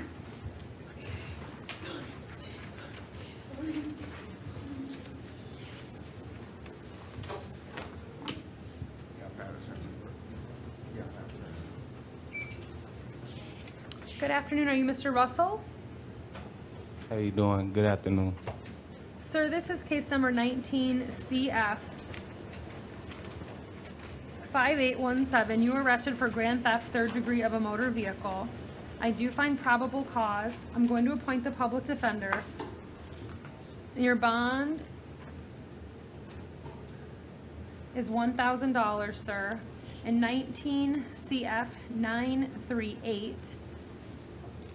I'm going to revoke your bond in that matter and set it at none. Also, in 18 CF 16864, you're out on bond for a grand theft of a motor vehicle. I'm going to revoke your bond in that matter as well and set that at 0. Thank you, sir.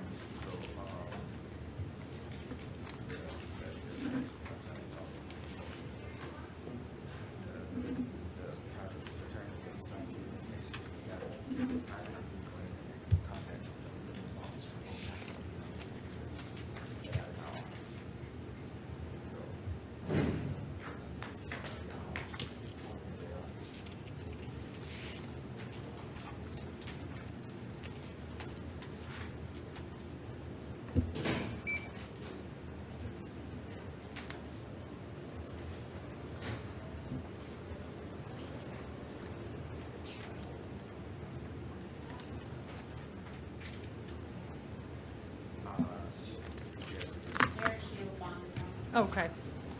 Thank you.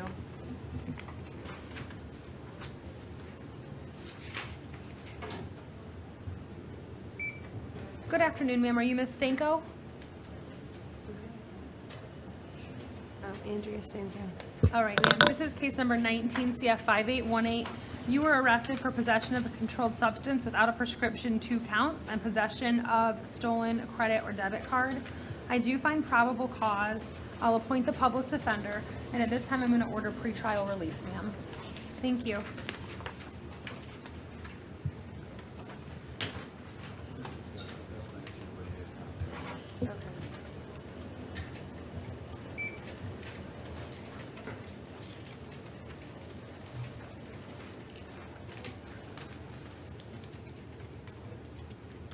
Good afternoon. Are you Mr. Wilson?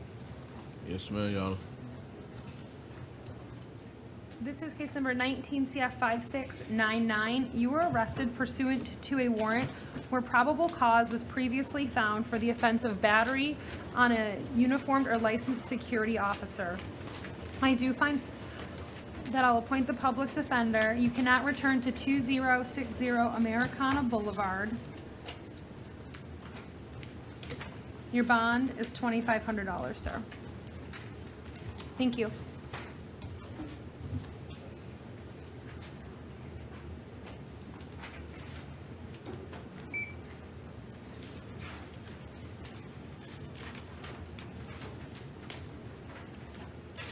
Good afternoon. Your name? Nicholas Olivito? Did Mr. Gonzalez bond out?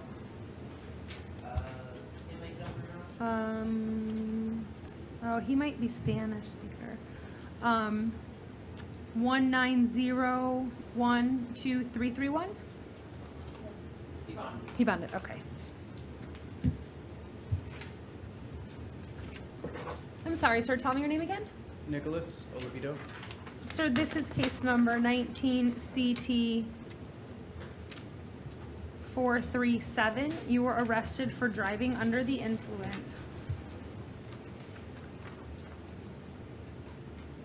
I do find probable cause.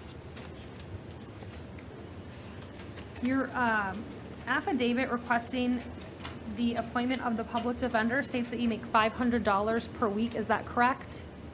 Again, I didn't hear you. I'm sorry. Yes. Your affidavit that you filled out requesting the appointment of the public defender states that you make $500 per week. Is that correct?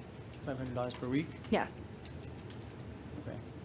Okay. No, I'm asking you, is that how Oh. much money you make every week? Oh, is that much? I'm sorry. That's okay. I'm like, I can't hear anything. Probably about 500-600 a week. Yeah. Okay, that's after taxes? Oh, I'm a server, so I mean, yeah. Got it, so. okay. Is that after taxes or before taxes? Those taken out? That's probably after That's his- taxes. I would say that's after Tip. taxes. Okay, so, sir, you're not gonna qualify for the public defender. You're gonna need to hire a lawyer to assist you with this case. Okay. I mean, I know I had gotten a DUI, so I mean, I know that I was under the influence. Well, sir, so I'm gonna stop you, okay? sorry. That's why you need to talk to a lawyer. You don't know what defenses may be available to you, okay? So Okay. just don't say anything about your case, because it's recorded in this room, and then it can be used against you later. Got it? Got it. Okay. So, sir, at this time, I'm going to release you on your own recognizance, which means you don't have to post a monetary bond. Okay. But you do need to make sure that your address is current with the clerk of the court so that you get notice of your future court dates. Otherwise, they're going to issue a warrant for your arrest. Okay? Okay. Thank you, sir. There you go.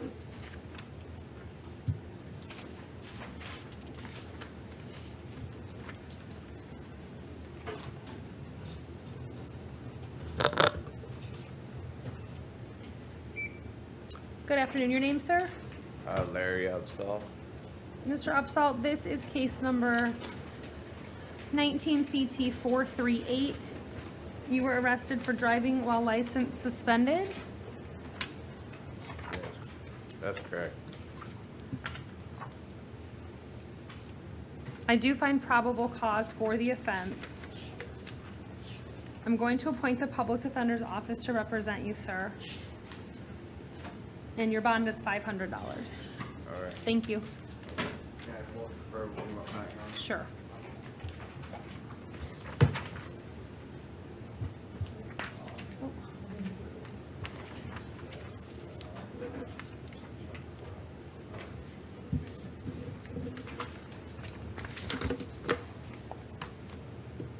This was Mr. Upsall. Yep, thank you.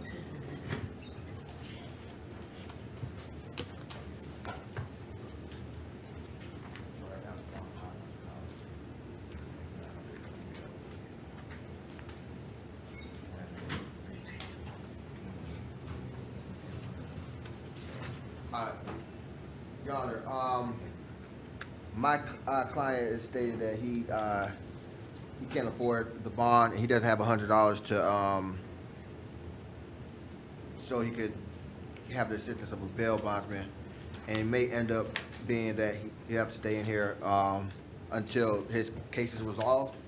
And typically downtown, if he says that he's close to getting his license reinstated, you maybe have to pay like a child support obligation. And downtown's my experience that once a valid license is issued, this charge could drop down to a no valid or possibly a failure to display, which is tantamount to a traffic ticket.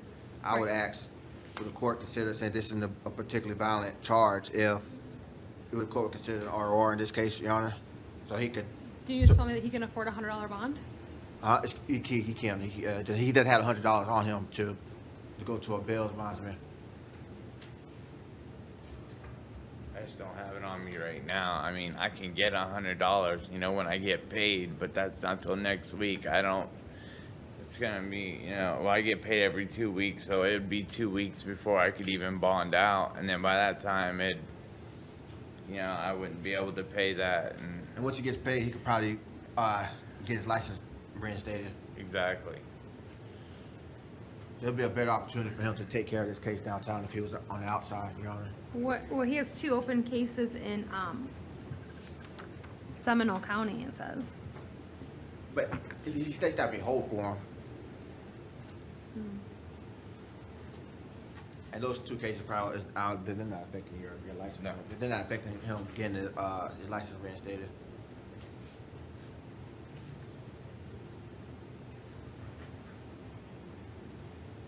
All right, Mr. Upsall, I'll release you ROR. Okay, thank So you can try to get your driver's license. Okay. All right, if you don't show up for court, they're gonna issue a warrant for your arrest. Oh, yeah, definitely. I'll definitely be here. Okay, Thank you. thank you, sir.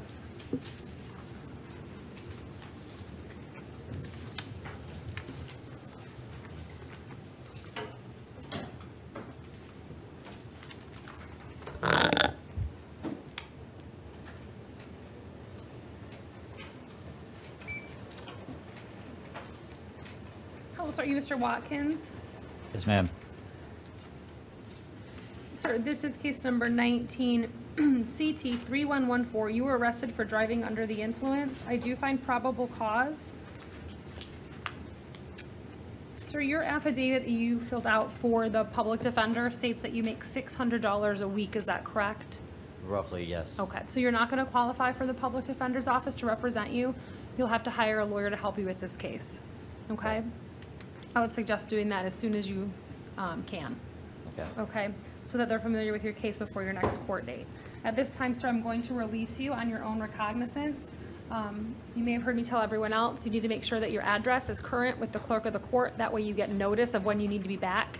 Otherwise, they're going to issue a warrant for your arrest. Okay. Okay? All right. Thank you, sir. Thank you.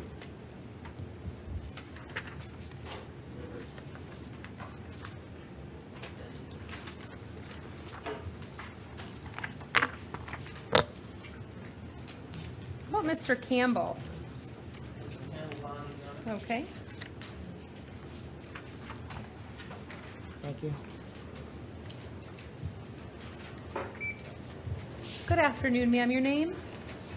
I'm Margaret Goodwin.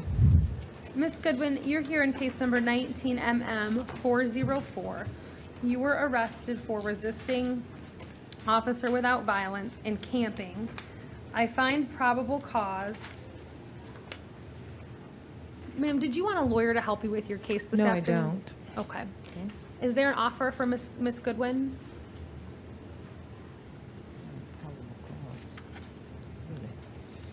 Yes, the offer is an adjudication, 5 days, and I believe it's 1 day credit time served, no return to the private property that she was on, which is the southwest corner of the Walmart on West Colonial Drive. Okay. Ms. Goodwin, did you want to accept the state's offer? No, I Okay. don't. Okay.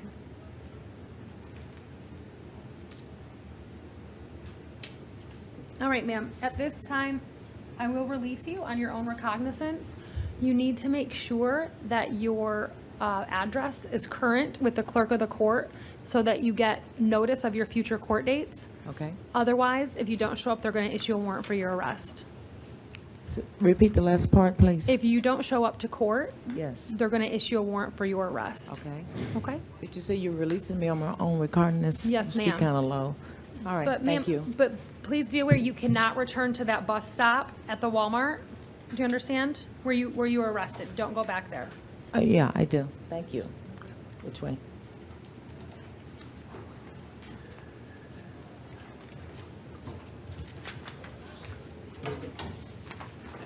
Oops.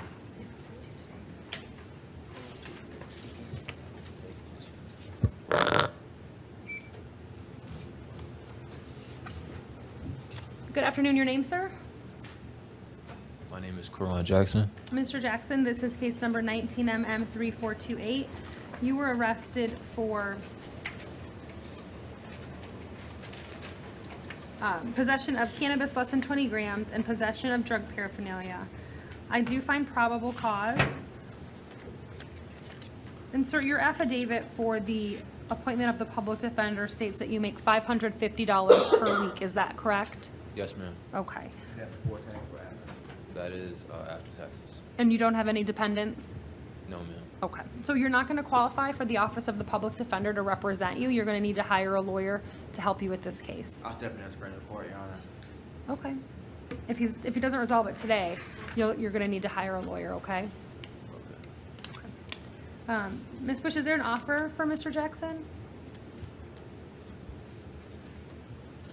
Yes, Your Honor, it would be a withhold of adjudication as to both counts and credit time served. Okay. Your Honor, would you have any objections to RR in this case? He has 0 criminal history across the board.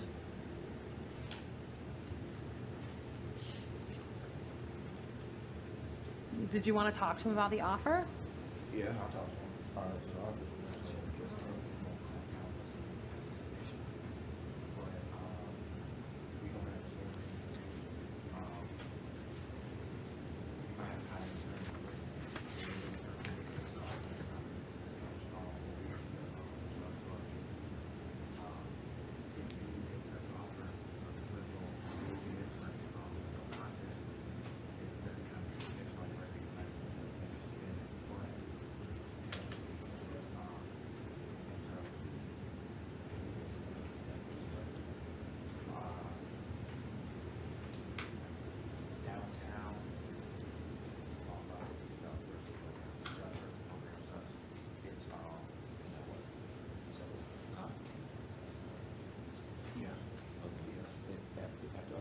with the withhold, you have to get expunged, right? But at the end of the child person program, you'll be extended to that no longer. You may have some criminal history. Even though withhold isn't bad to child person to be the best in your scenario. Unless you want to take your child.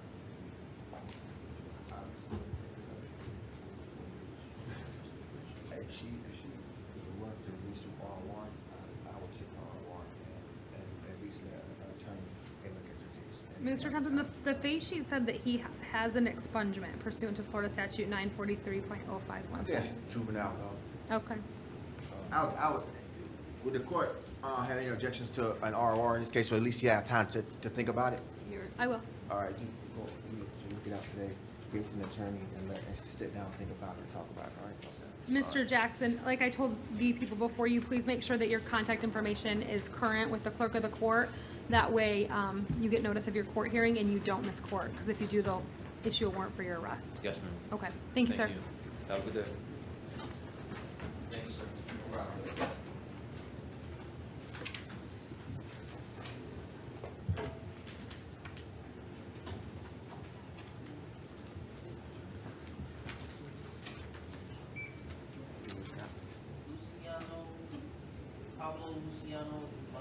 Okay.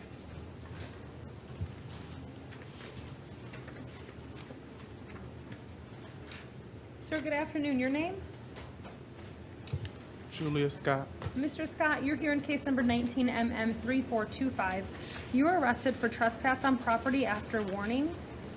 I do find probable cause. I'll appoint the public defender. Was there an offer for Mr. Scott? Yes, Your Honor, it's an adjudication, 5 days, 1 day credit time served, no return to 455 North Garland Avenue, which is the Lynx bus terminal, and abide by all trespass warnings. Mr. Scott, do you want to accept the offer? Have a moment, y'all. Sure.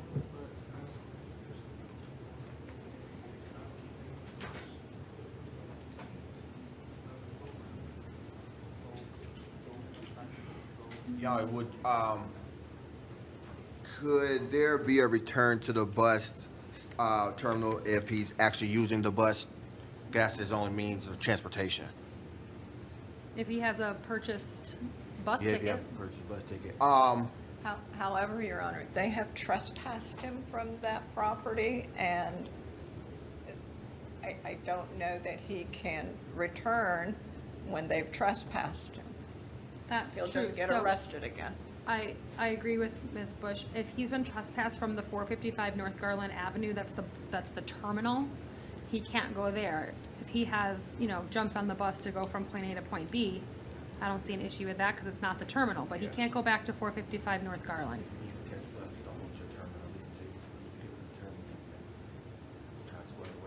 Your Honor, if we were to plead to the bench, is there any objection to the credit time served offer in this case?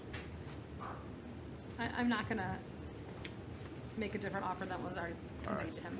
So it's not that you won't take it or provide it downtown? You'll do about 3 days.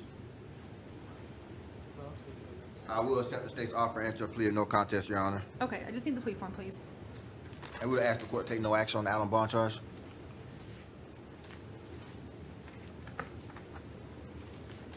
I think that was taken into consideration, yes, Ms. Bush, when you made your offer? Yes, Your Honor.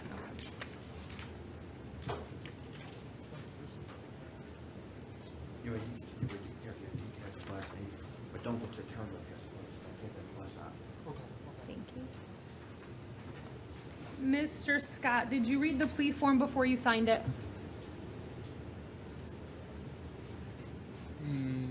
Not really, not all of it. Okay. Well, I need to make sure you read it and you understand it before I take your plea. All right.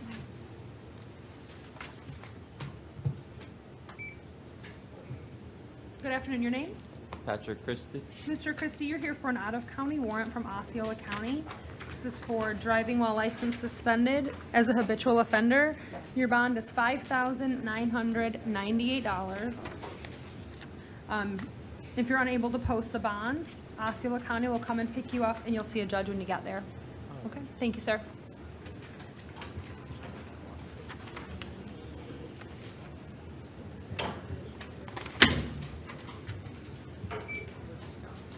Good afternoon. Your name, sir?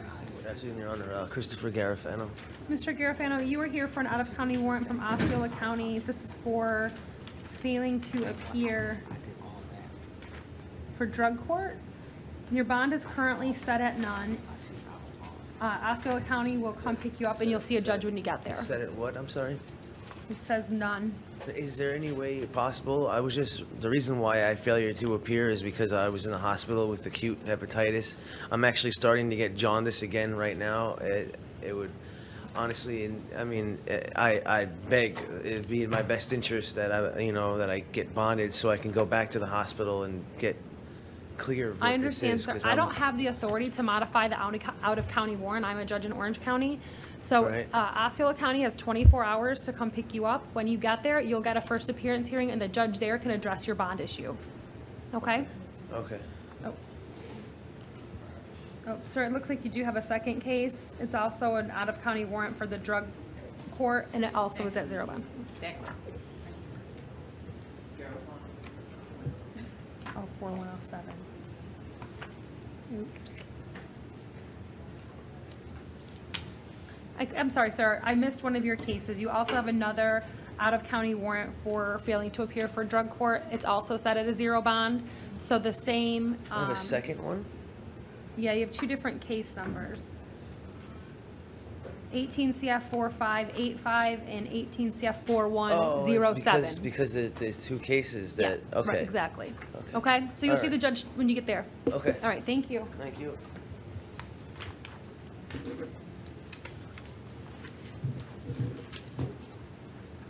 Did you have a chance to read the form, sir? Yes, I Okay. read it.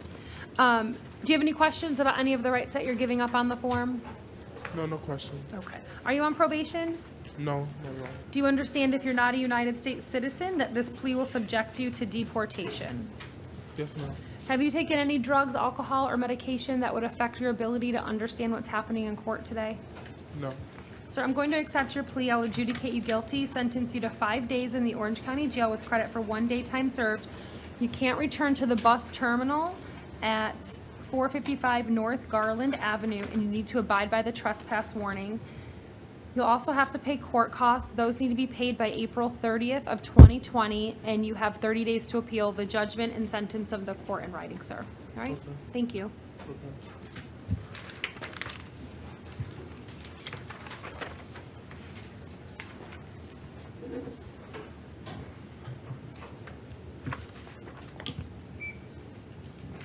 Good afternoon, sir. Your name? Pablo Morla. Mr. Morabel, you were here for an out-of-county warrant from Seminole County for the offense of criminal mischief. Your bond is $500. If you're unable to post that, Seminole County will come get you, and you'll see a judge when you get there. All right, thank you, sir. All right. I believe that's everything. All right, then we'll be off the record.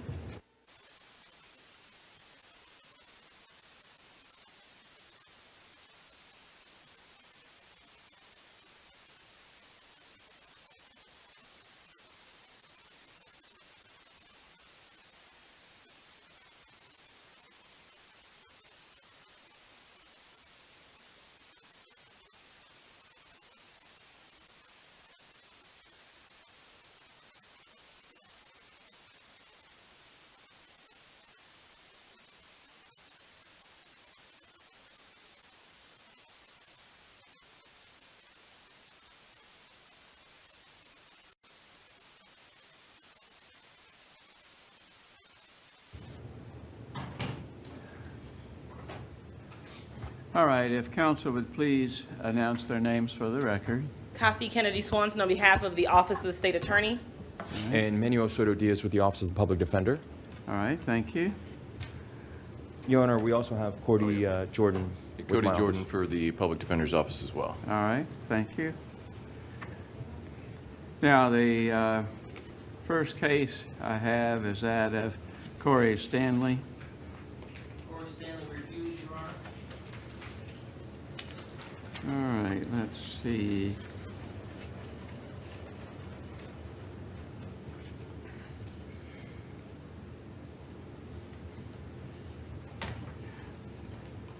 All right, apparently this occurred yesterday also.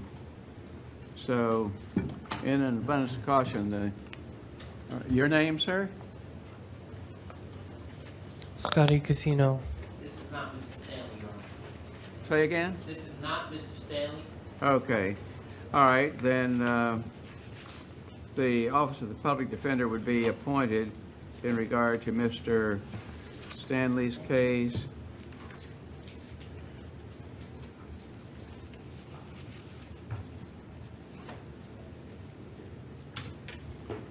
And I don't have a division number. 19. Division 19.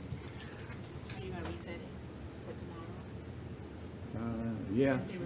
Let's reset again.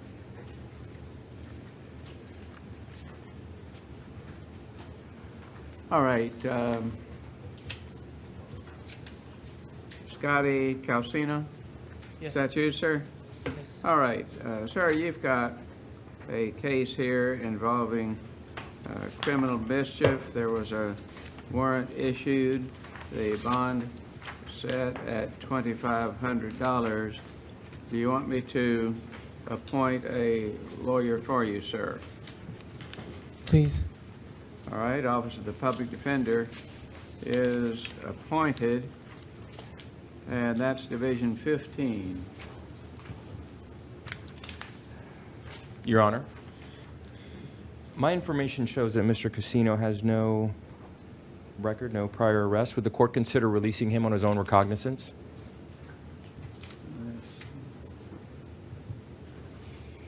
All right, State have any response? Say there's no objection to a reduction, we would object to it just a straight ROR, Your Honor.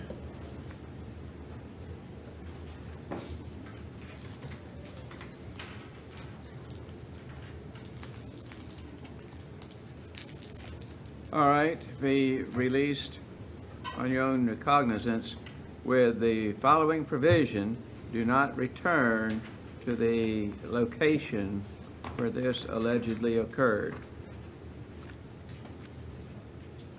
Yes.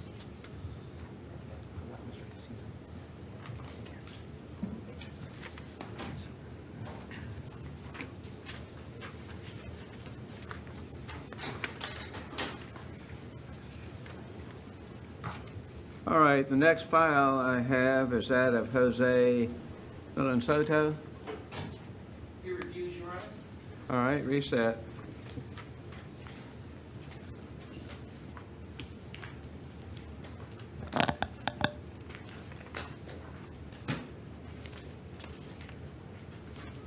All right, Brian Richardson. Yes.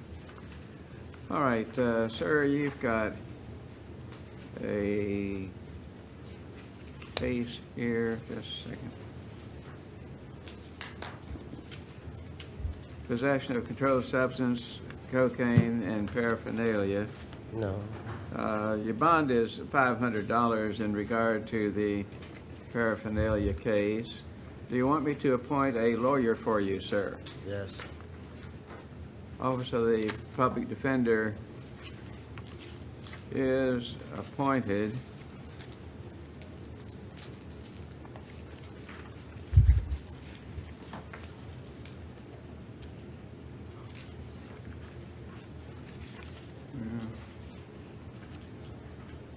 Says here, Division CRA.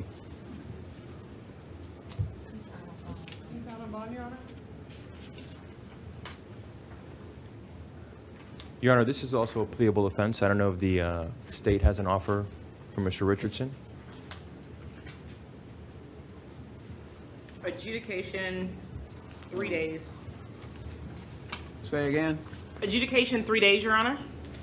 All right. Your Honor, is the court inclined to take any action on the out on bond case?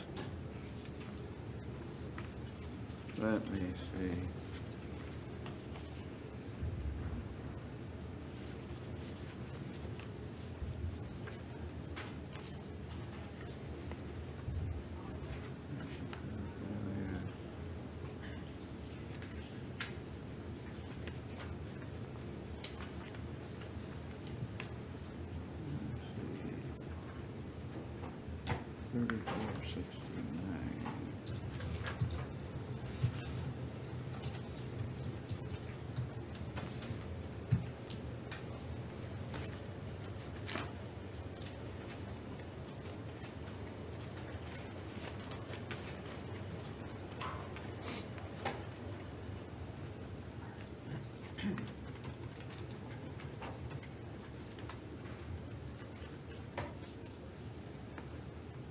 Let's see, ROR was initially granted.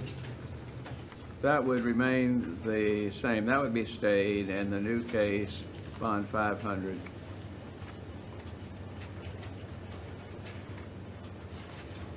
Your Honor, the state has made Mr. Richardson a 3-day offer. He's going to accept that offer to resolve the possession of drug paraphernalia case for which he's here today. All right, the state? Yes, Your Honor.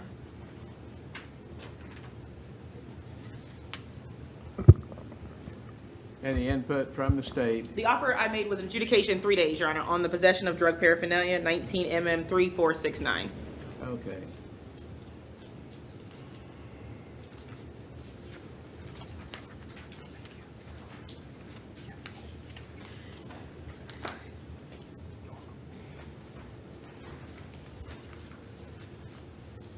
All right, now, Mr. Richardson, do you Yes, sir. understand, sir, if you accept this offer, then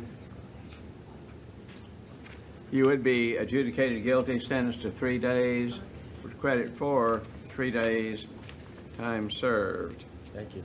So you understand that? Yes, sir, I do. And you'd be giving up your right to a trial forever. Yes, sir, I do.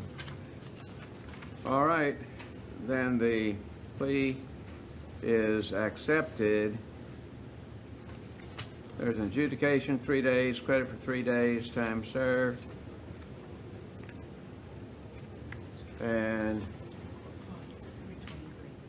court costs of $323 payable within a year.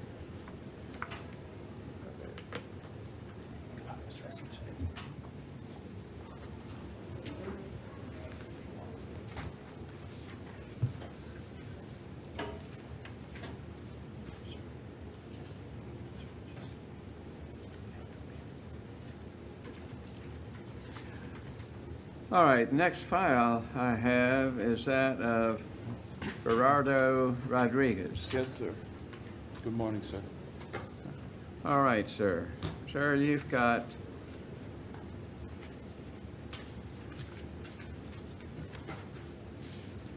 some failure to appear issues, it would appear. Yes, on burglary and theft matters. So the judge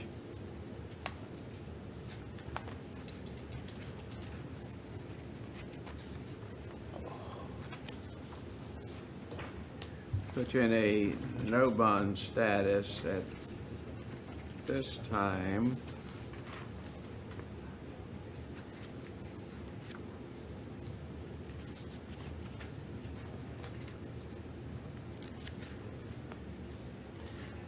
Sir, do you want me to appoint a lawyer for you?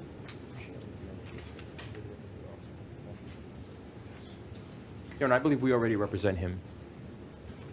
No? Say again? I thought we already represented him. We don't represent you already? Let me check.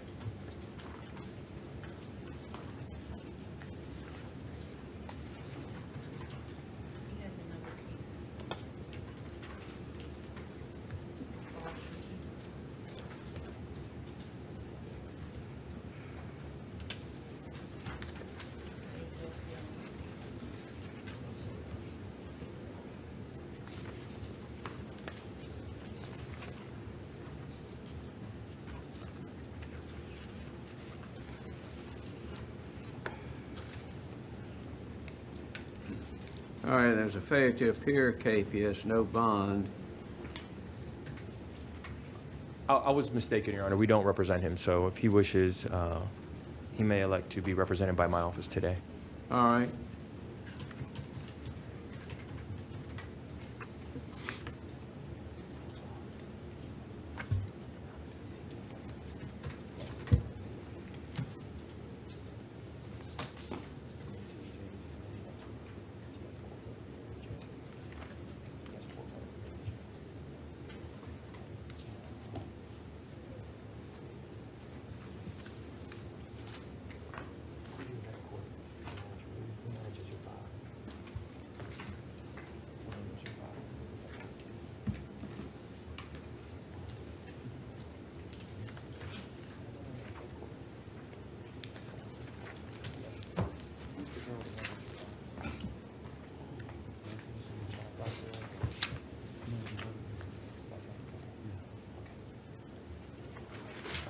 All right, the next file I have is that of George Maxwell, Jr.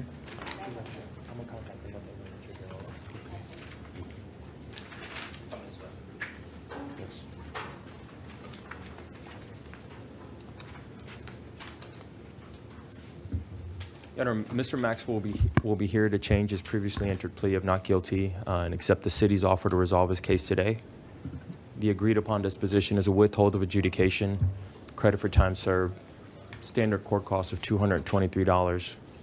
I don't believe there was a cost of investigation. There was an email that was circulated yesterday, and It's $223 court cost and a $10 filing fee. a $10 filing fee. All right. Gotta get that filing fee. You doing all right, Mr. Maxwell? Your Honor, I did get an email from the city confirming that that's the offer. All right. Then there would be an adjudication, 10 days in the Orange County Jail, credit for 10 days, time served, and court costs, $223 payable within a year.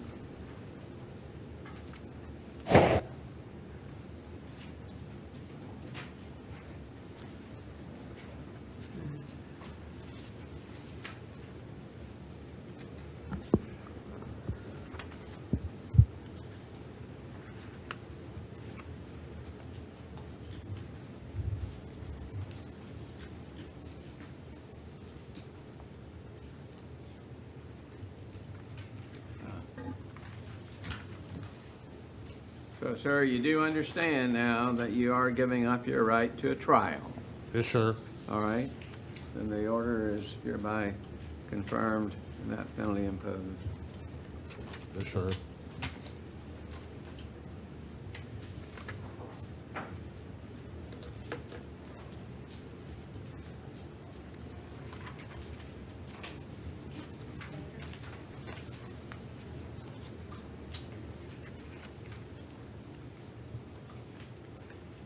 All right, the next file I have is that of Algernon Baker.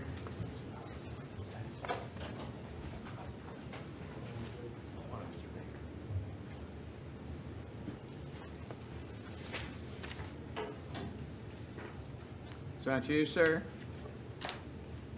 Your name? Yes, sir. Algernon Baker. All right.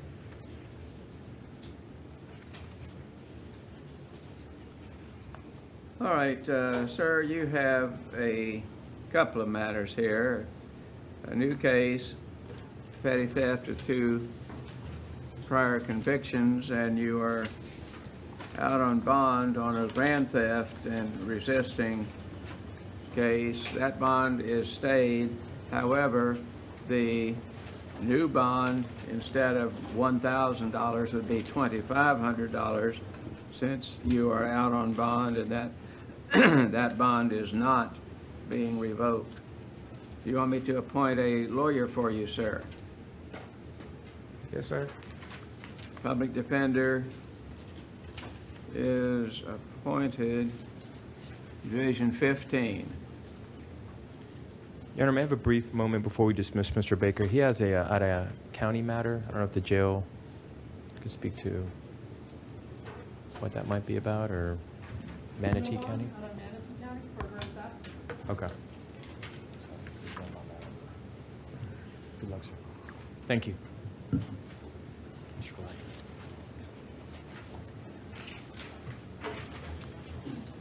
Next case I have here is that of Clint Bartz. He refused, Your Honor. All right, reset.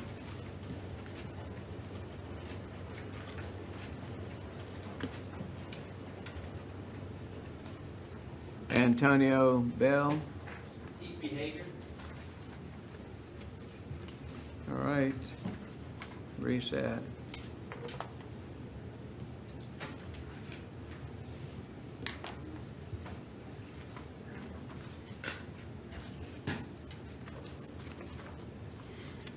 All right, next case is that of Horace Black. Is that you, sir? Yes, sir. All right, sir, you've got a case here. Well, it looks like a couple of matters.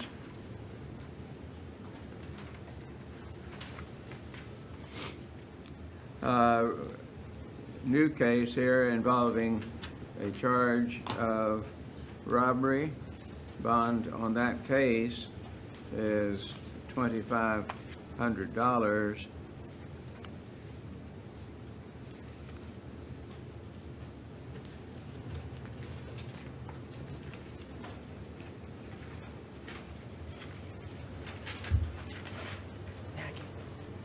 And then another case involving grand theft, third degree, more than 300, less than $5,000.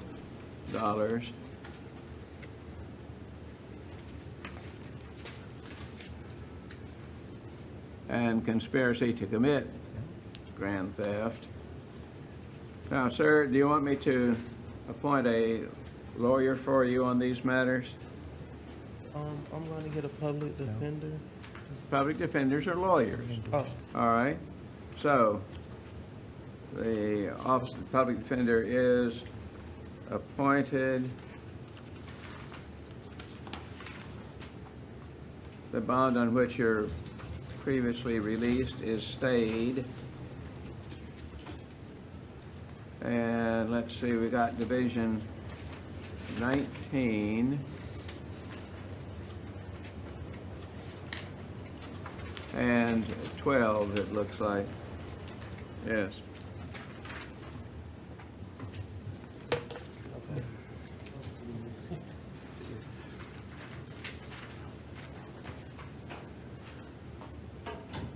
Your Honor, we have future warrants. All right. Come on up.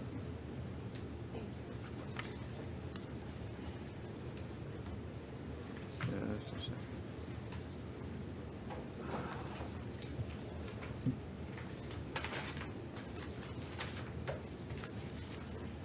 Good morning, sir. Good morning. The top ones are waivers of extradition. Okay.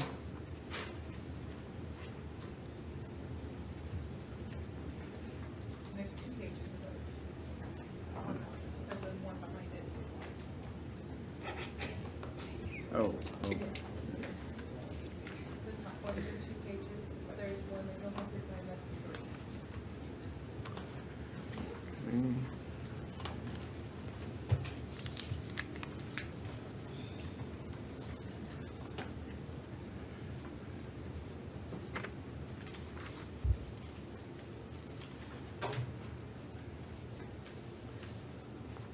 Cruelty to children.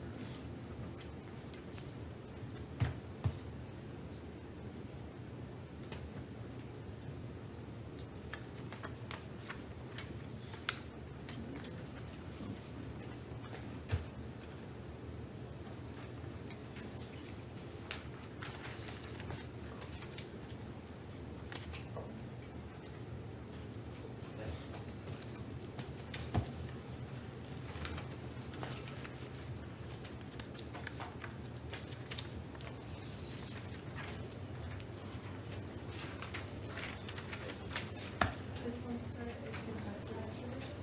And so you'll sign in the first one, and then the second one is with it is a no bond, so that will be development. And then there's the third one.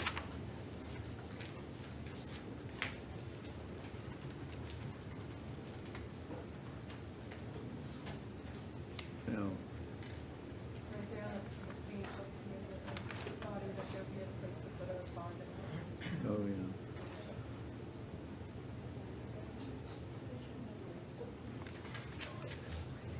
And there's actually a third page on there, sorry.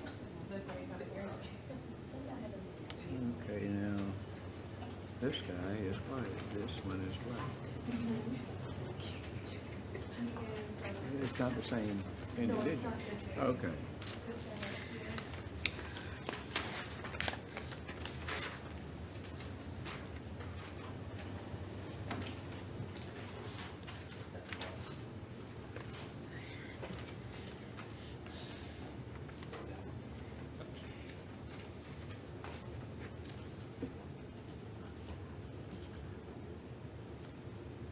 I have on this one, right there, the no bond, and then there's a third page.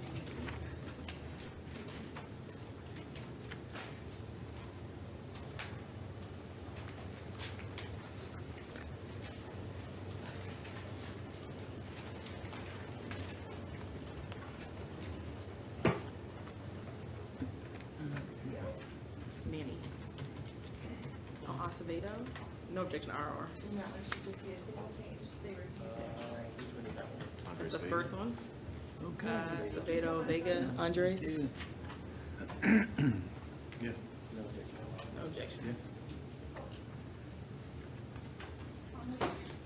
All right, the next file I have here is Norfolina Cabrera.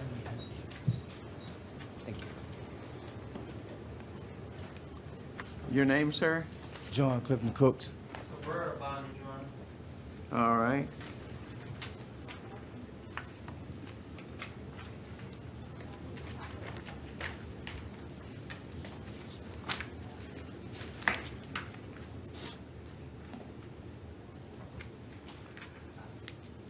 All right, now,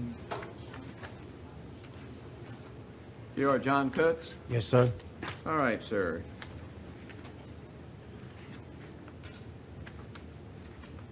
You have a new case involving possession of cocaine with intent to sell.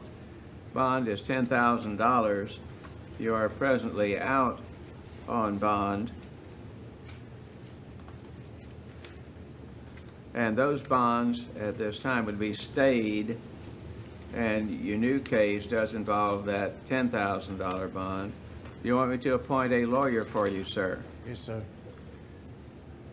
Public Defender appointed, Division 12. Judge Harris.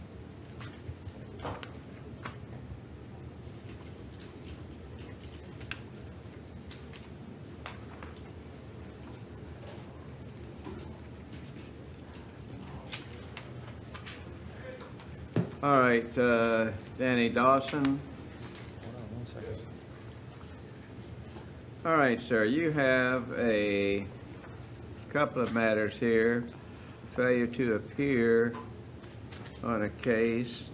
The judge set you in a no bond status as failure to appear for a case management conference on April the 17th. And there's one other matter it would appear. Yes, a new case involving possession of cannabis, bond $100, resisting an officer without violence, bond $500. Now, sir, do you want me to appoint a lawyer for you? Yes. Yes, sir. All right, Division 22 on the FDA and Division A on the cannabis and resisting case.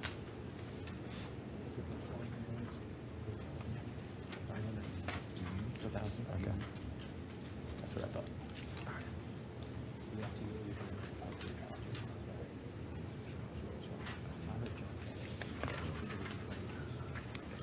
All right, the next file I have is that of Virgil Foggy.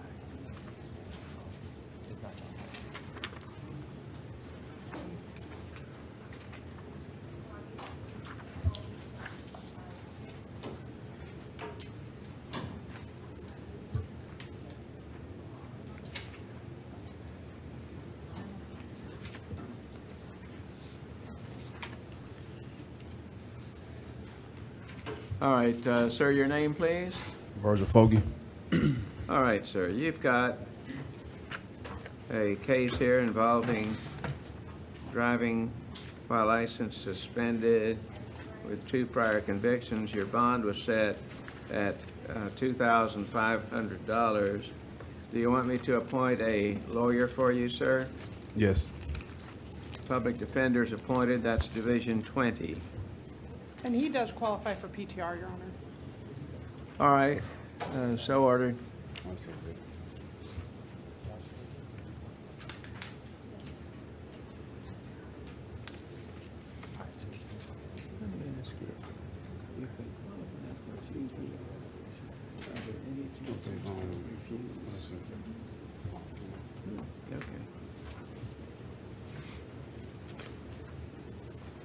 his purge?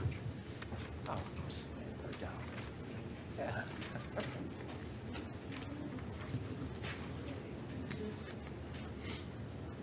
All right, next file is that of Cornelius Gist, or Gist. Yeah, Cornelius Gist. All right, sir, you've got a case here involving driving while license suspended with 2 prior convictions. Your bond at this time is $2,500. And he also qualified for PTR, Your Honor. Yeah, let me look. That's on both cases? Yes. And you got a cannabis case on $250.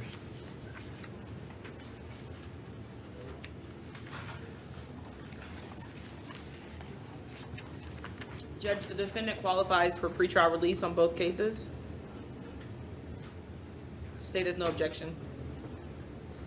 All right, then PTR, we've got Divisions 10 and Division 8.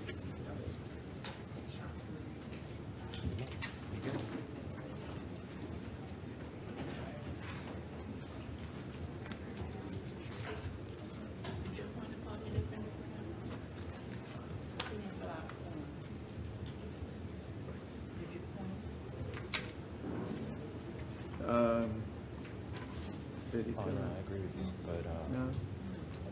All right, he's failed to fill out the financial aspect, so hold on 1 second. at this time, the Office of the Public Defender is not appointed.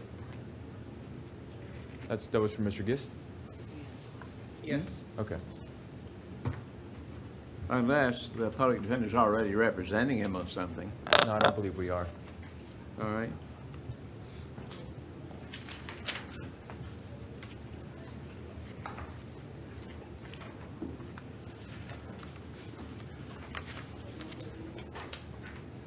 All right, the next file is that of Patrick Gray.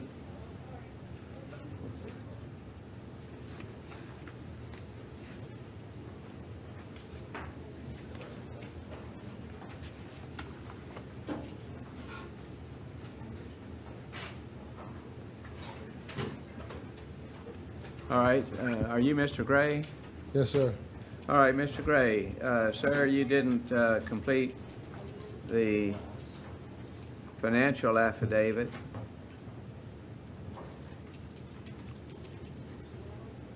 So, what is your take-home pay every 2 weeks? Oh, You gonna hire your own lawyer? Oh, okay. Go ahead. I'm sorry. the job we have just started is we had just started a new business over there off of Westmoreland. It's a mattress service business, and we haven't discovered the payment plans yet. So we're just paying. He's just paying us under the table for right now. All right, well, in an abundance of caution, I'll go ahead and appoint the Office of the Public Defender, and that's Division 10.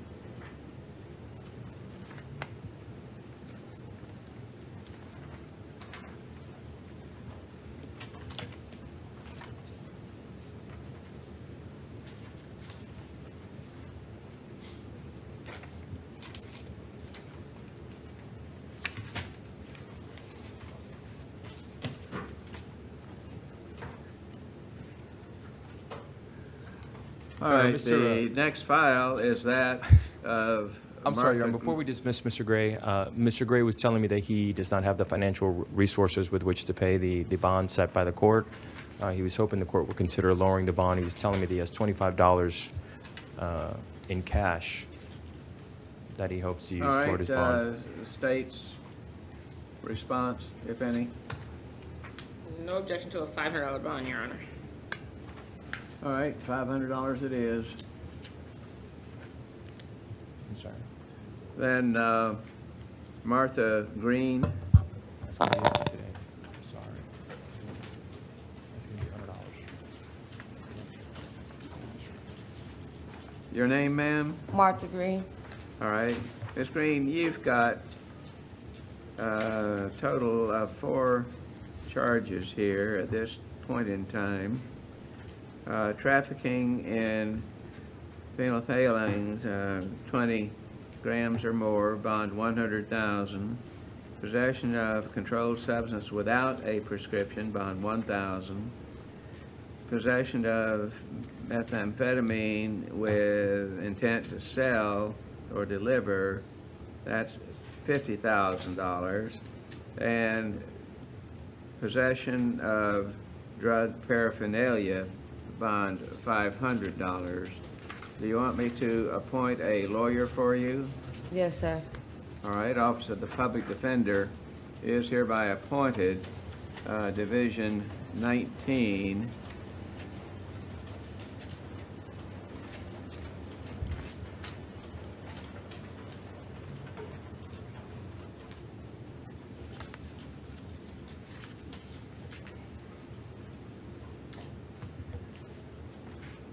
Your Honor, the defense was hoping the court would consider lowering the bonds in count number 1 and count number 3. With respect to count number 3, the information in the incident report states, and I believe it's towards the bottom of the 3rd paragraph, the last sentence, that law enforcement believes that the drugs weigh more than 10 grams. The drugs were never weighed. So I would ask the court, if nothing else, to drastically lower the bond on count number 1.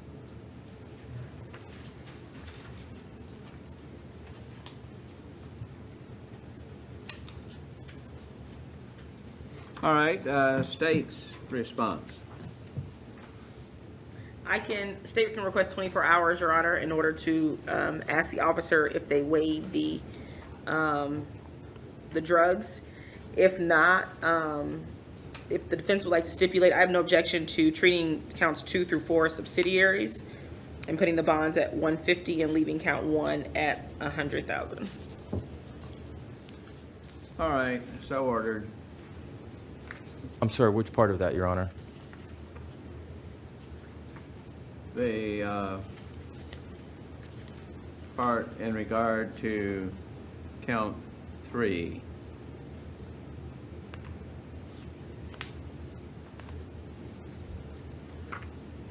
Your Honor, the state's suggestion was leaving count 1 at $100,000 and lowering the bonds on counts 2, 3, and 4 to $150. Yes. And that's Division 19.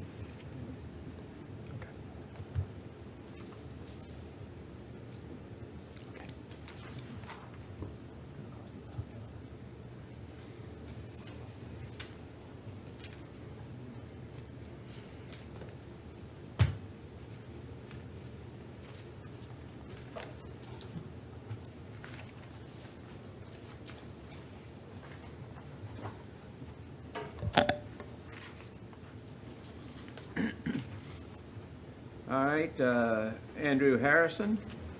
Yes, sir, Your Honor. Sir, you've got a case involving aggravated assault with a deadly weapon. Bond is $2,500, and I'm also adding a provision that you would have no victim contact in regard to this case. Sir, do you want me to appoint a lawyer for you? Yes, sir. Public defender is appointed, and that's Division 20. The state would also ask for no weapons or firearms, Your Honor. All right, that would be included also, the weapons or firearms.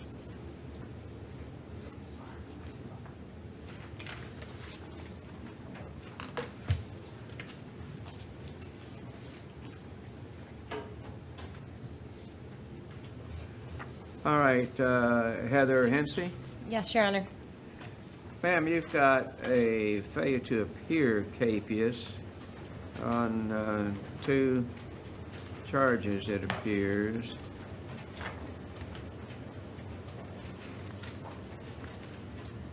Possession of methamphetamine and paraphernalia. Do you already have a lawyer appointed for you? Bradley Boland. She's represented by my office, Yeah. Your Honor. All right. By Mr. Bowling. Then that appointment would remain, and that is Division 12.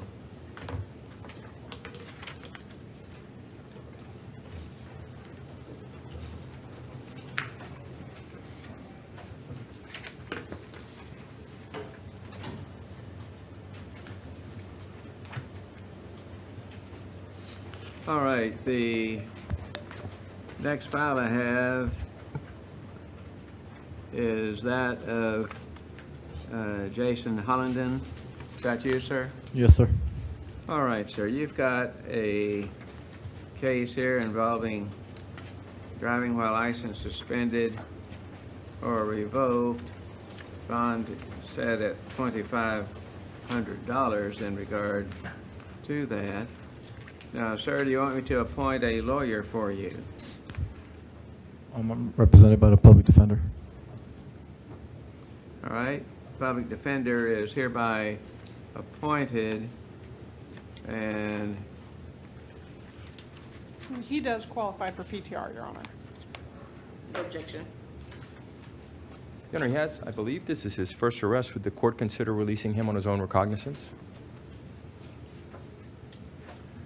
no. The bond would be reduced to $1,000, and that's Division 15. Well, Your Honor, in the alternative, he qualifies for release of PTR. Would the court consider release to PTR as the conditions of release? Under the facts alleged, the court's ruling would stand. Okay, thank you.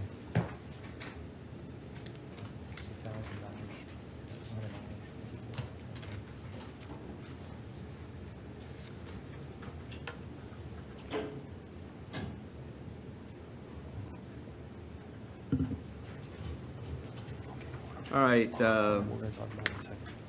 Michael Hook, or Hooks? Yes, sir. Sir, you've got, let's see,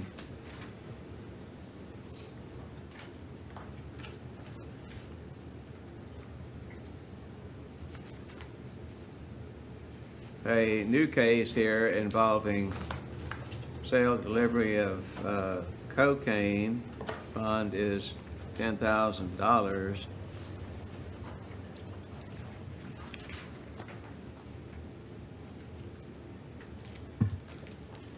Let's see.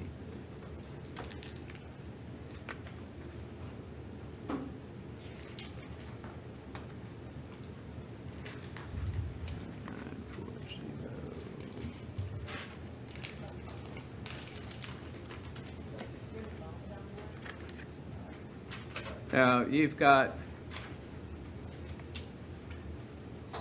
a slew of charges here.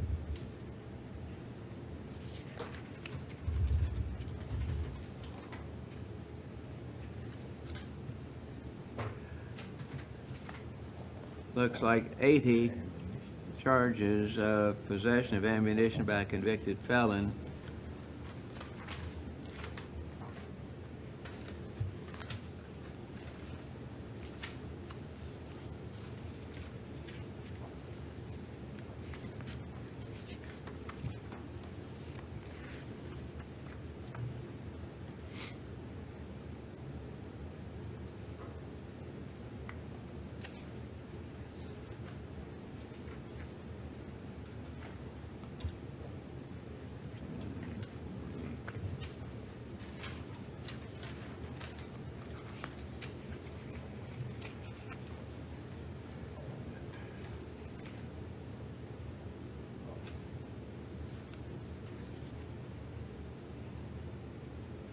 Your Honor, there was a few arguments the defense wanted to offer on behalf of Mr. Hooks. Whenever you've had after, of course, you've had a chance to review the incident report, starting with the multiple counts of possession of ammunition by a convicted felon. I think Madam State will agree that possession of ammunition is charged as a single offense unless there's different type of ammunition. I believe in this instance it was only bullets. Ammunition is treated as a mass noun, so we wouldn't charge for each individual bullet. All right, now, there was an order signed by a judge, and it said that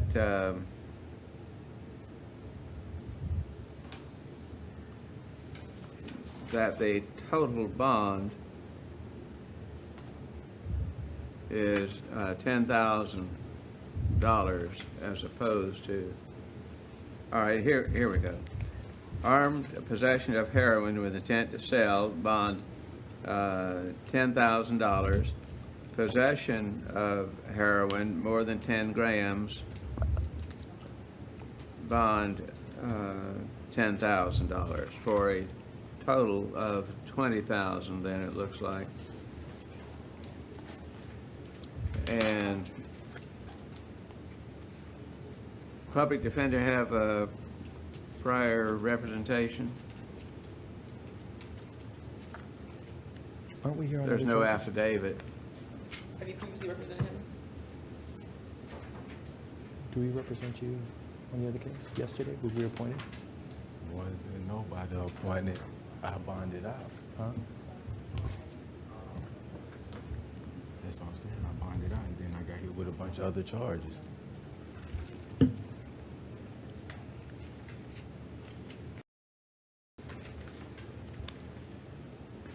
This question is, do you guys represent him already? No, he bonded out prior to coming to initial appearance, Your Honor. So he has no representation from my office, or at least All to my right. knowledge.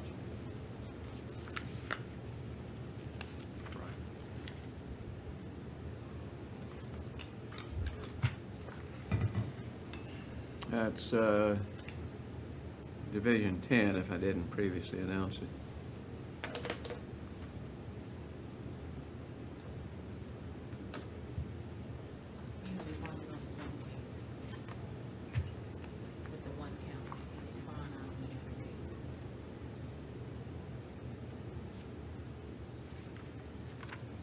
Your Honor, in order to make, since it's the number of counts, State has no objection to $500,000 on count 1, leaving all other counts as subsidiaries as $150. And except for all of the possession of ammunition by convicted felon, on one of those do $150 and all others do an ROR.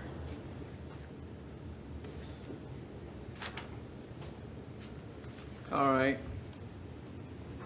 Mr. Soto Diaz. Does that work for you? Yes. Thank you. That'll work.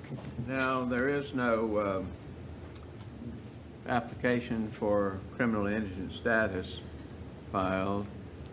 Does the Office of the Public Defender know if you've had prior? I'm sorry, Your Honor. Have you previously represented Mr. Hooks? No. No, he's always had a private attorney. Okay. All right. Then apparently that's it.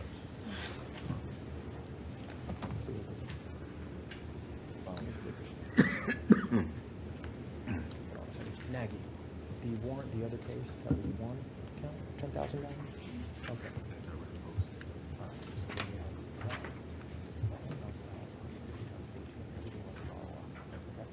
And these are the other charges.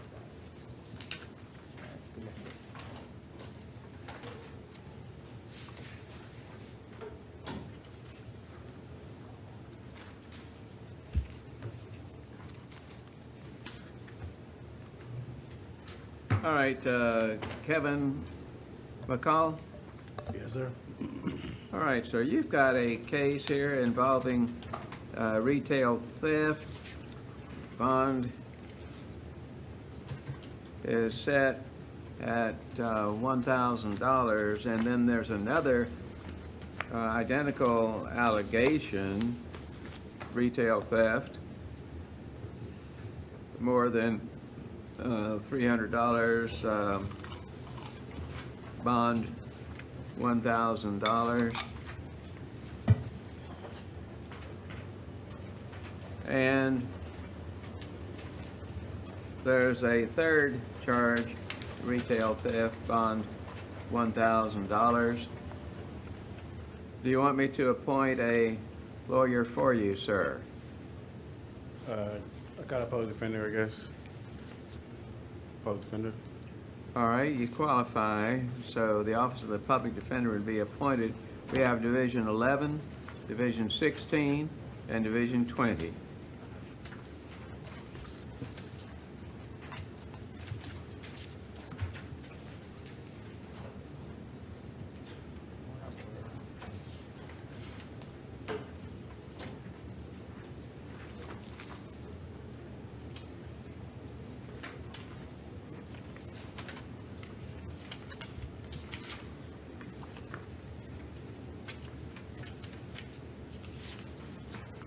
All right, next file is that of Thomas Herrero. Yes, Your Honor. All right, sir. Mr. Herrero, you've got a charge here, possession of cocaine. Your bond is set at $1,000. Now, you filed an application for criminal indigent status. However, if I understand this correctly, it says you make $15 an hour. Is that correct? I just started the job. Well, how many hours would you normally work? I literally just started yesterday. So I didn't even work. If you go back to work, do you know how many hours you would work? It's part-time. How many? It's part-time, under 20 hours.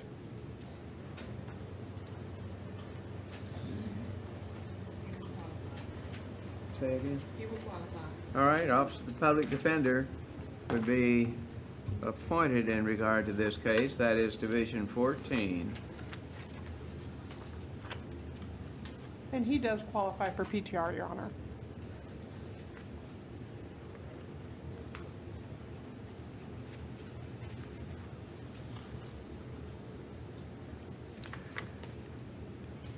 All right, PTR would be allowed.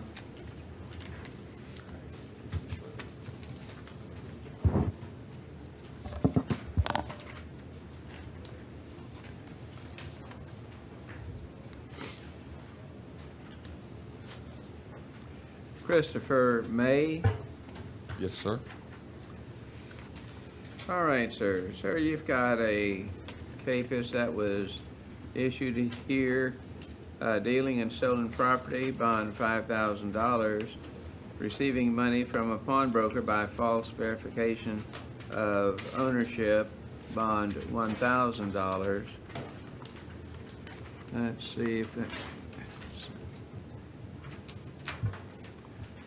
No. With conditions, no contact directly or indirectly with the victim or co-defendant or a witness, and do not return to the scene of this offense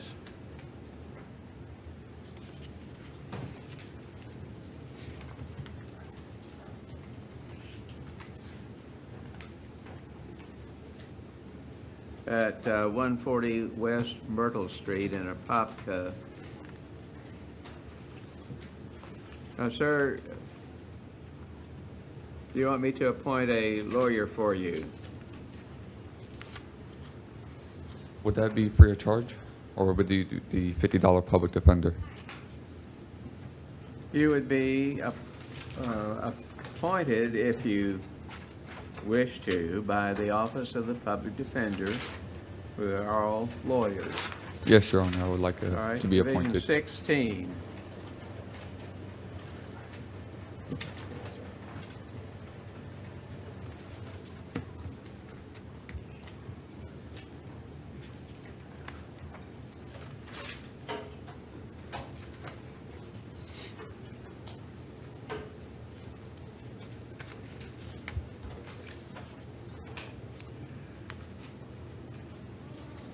All right, next file is that of Wilfredo Nazario Jr. Your Honor, we'll waive the reading of the charges. Say again? We'll waive the reading of the charges. All right.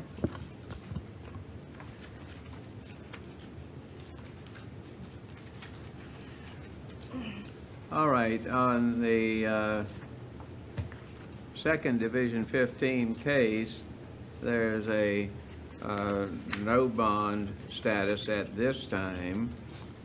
And in regard to the drug type matters, there's a total of $1,100. Now, sir, do you want me to appoint a lawyer for you? Yes. Public defender is appointed, and that is, looks like Division 15 on each case. Your Honor, the first set of charges that you referenced in Division 15 are bondable cases. They come in no bond because of the bail bond schedule. Well, let's see. There's second-degree felonies.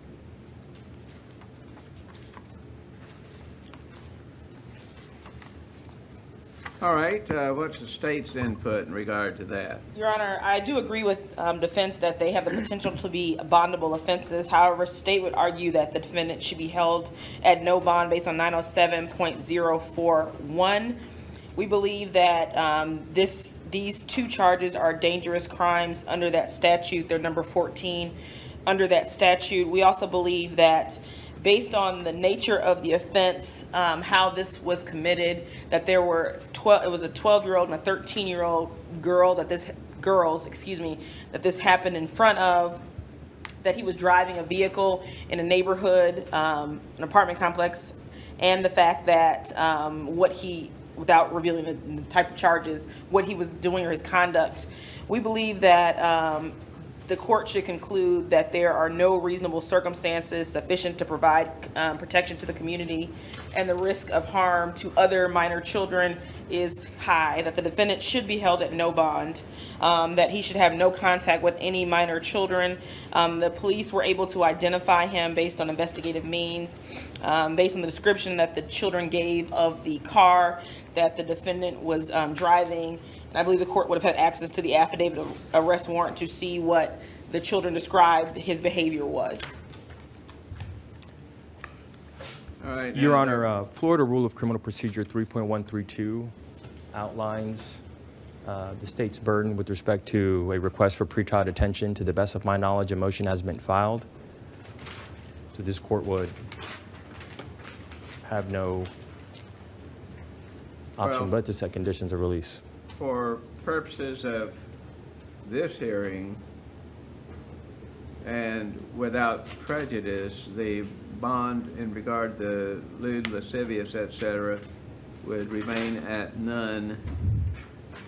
And that, as I say, is without prejudice. And we have,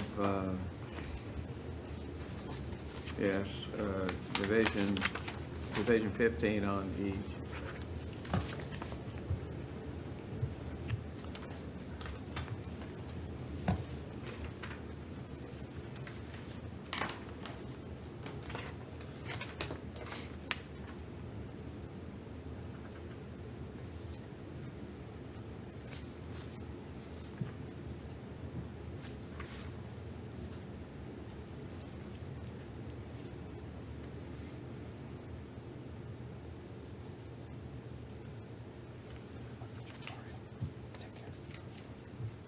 Thank you, Your Honor.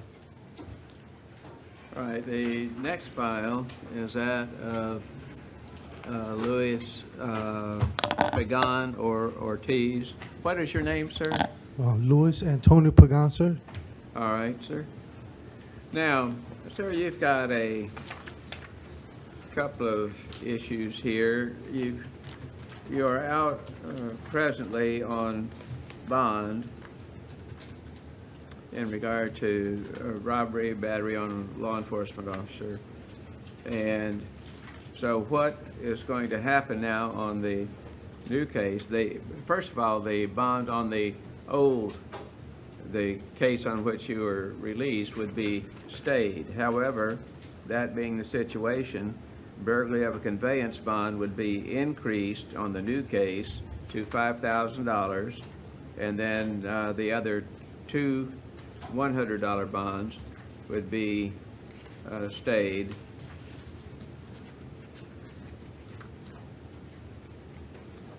And sir, do you want me to appoint a lawyer for you? Yes, public defender. All right, Office of the Public Defender is appointed. That's Division 16.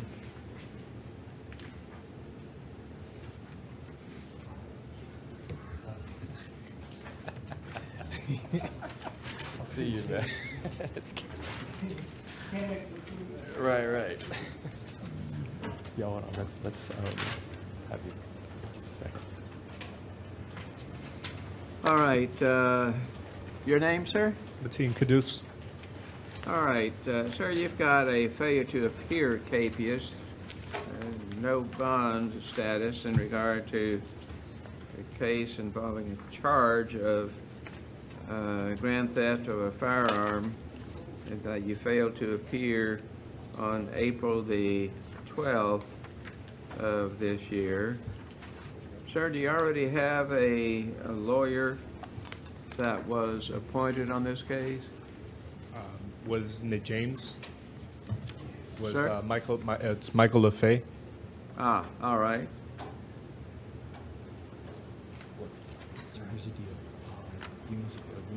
Then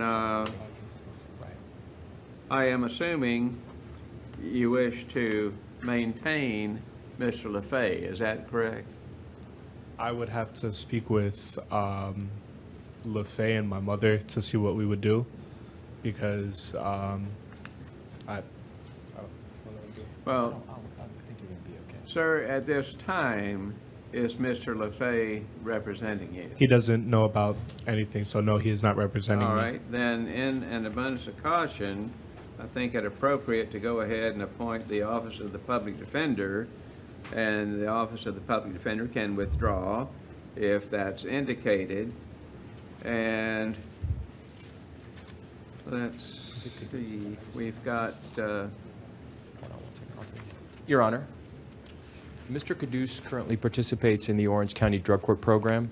He was here because he was facing a 5-day sanction. He must have failed to appear for that sanction, and I know personally, because I used to practice before the judge, that the judge would issue a failure to appear warrant. He'll likely be seen by the judge in the next few days. But this isn't a new case, I guess is what I'm trying to get at. He's participating in one of our specialty court system. All right, what's the state's position in regard to this?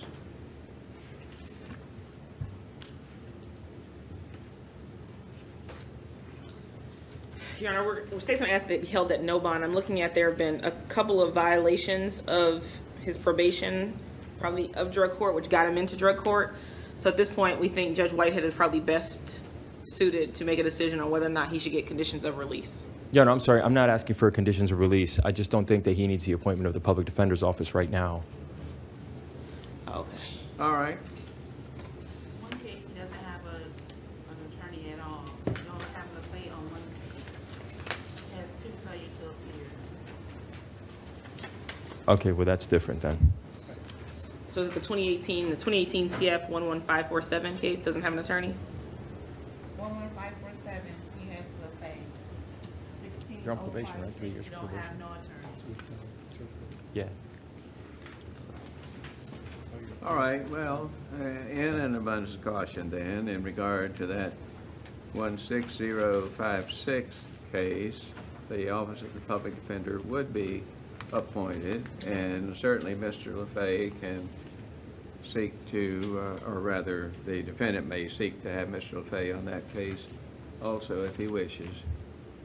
But I want to make sure he has a lawyer at this time.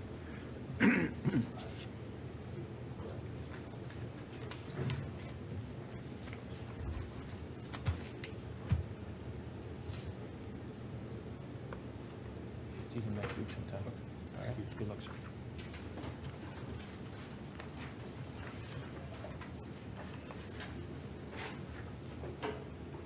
All right, next file is that of Rodolfo Rivera Jr. Yes. All right, sir, you have a case involving allegations of possession of cocaine, bond $1,000, possession of methamphetamine, bond $150. Probable cause does exist. Now, sir, do you want me to appoint a lawyer for you? Yes.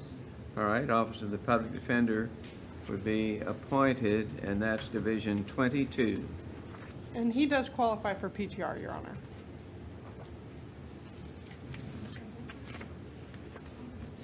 No objection, Your Honor. So ordered. Think about it, whether we represent you. You may qualify for that program.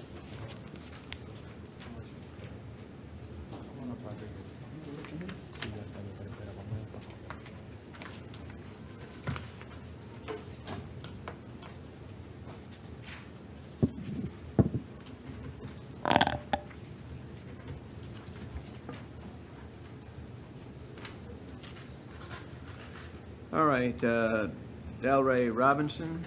He's downtown court, Your Honor. All right, reset.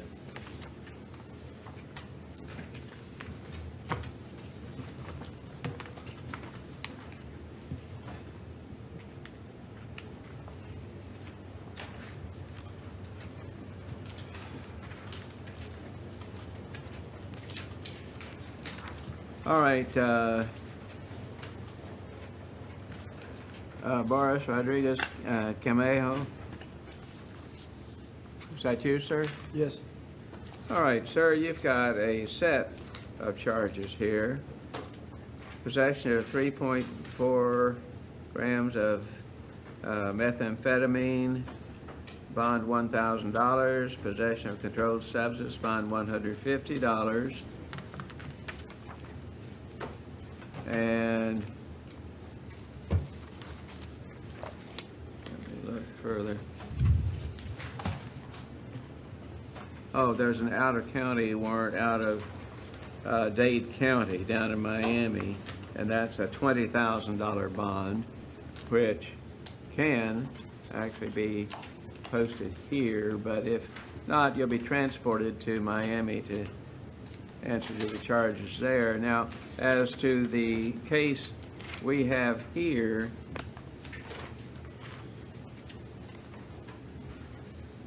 does the Office of the Public Defender have prior representation? I don't have any personal knowledge, Your Honor. I don't have any application for criminal indigent status. So do the other judges then, if they don't fill out the application, do they not appoint him or appoint him? You say no? Oh, okay.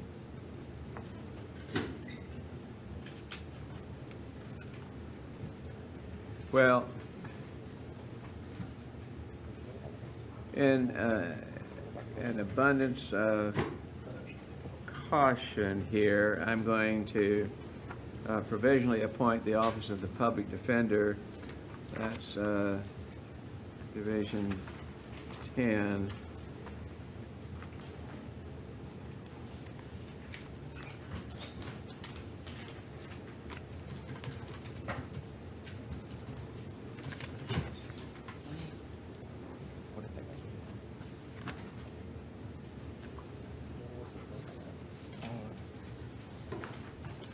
Come on up, buddy.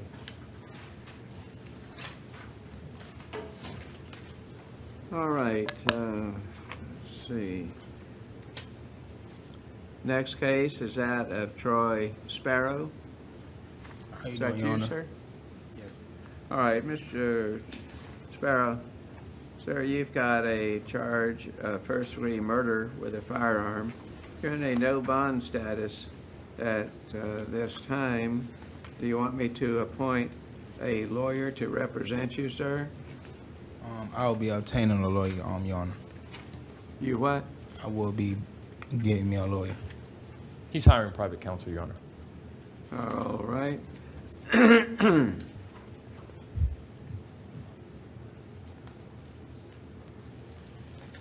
Okay. Then that's it for the moment.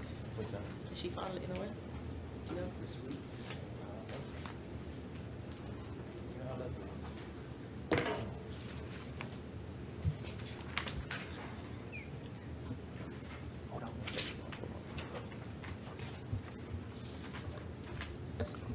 All right, Brandon Thomas.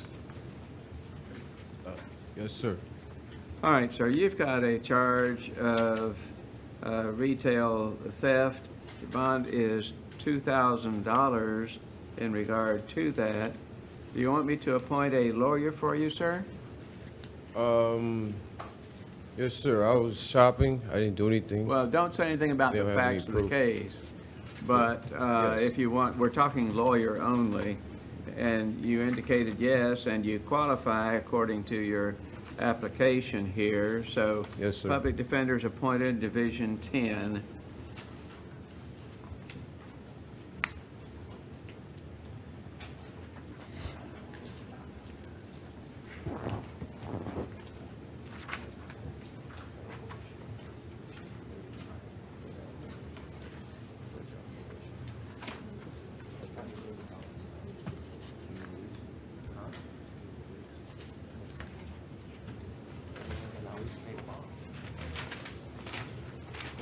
Is it possible I get released today, Judge? Say, Is it possible I can get released today on my reconnaissance? I can't understand.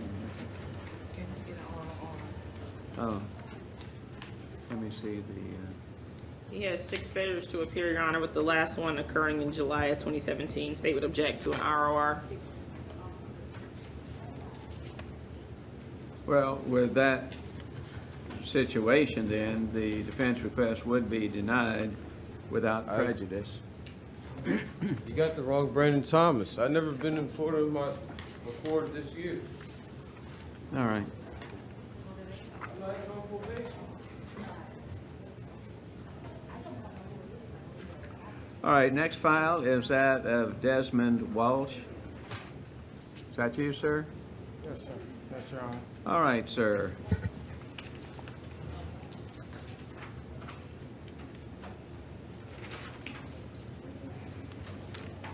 You've got a set of charges here. Possession of cannabis, bond 100. Possession of cocaine, bond 150. Possession of paraphernalia, bond 100. Possession of ammunition by a convicted felon, bond $5,000. And you're out on bonds at this time, and those bonds on which you're released are stayed at this time. And sir, do you want me to, well, I haven't got the request for appointment of counsel. So,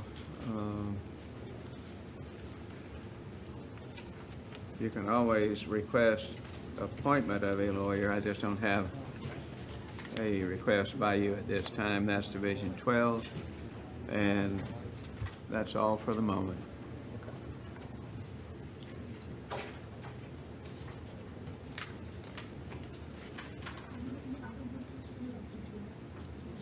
Okay.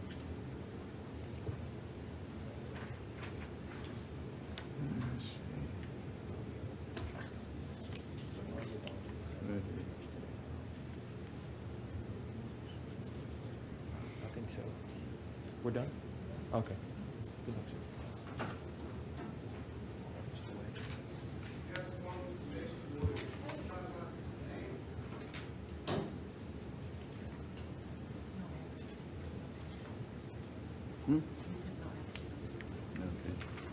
Your Honor, may I have a brief moment? May I have a Yes. brief moment? Thank you.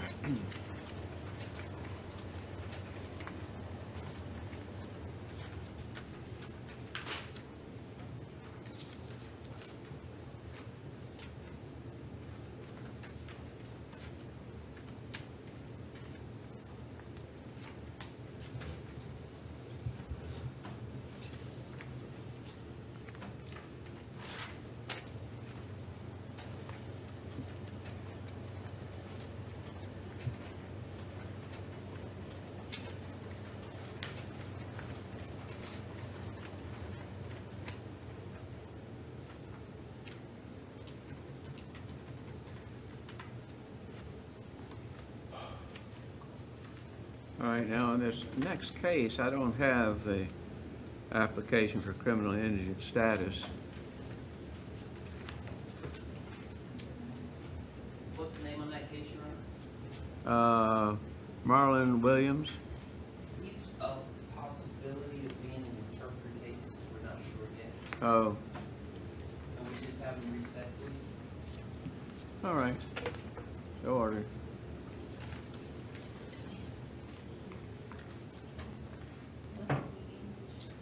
All right, the next file I have is that of Michael Emery.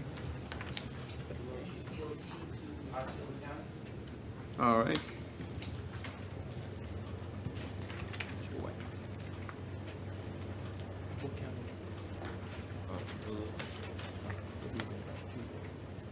He is?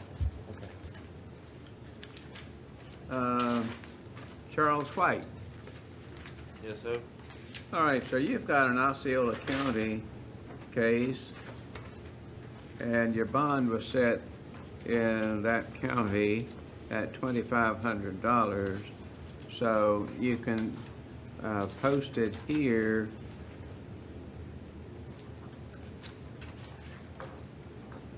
let me check the case numbers here. Yeah. All right, you can post it here, or to be transported to Osceola County, and you can post the bond there, or you don't have to if you don't want to. But no lawyer is appointed at this time, in that we're in Orange County. And if one is appointed, it would be in Osceola County.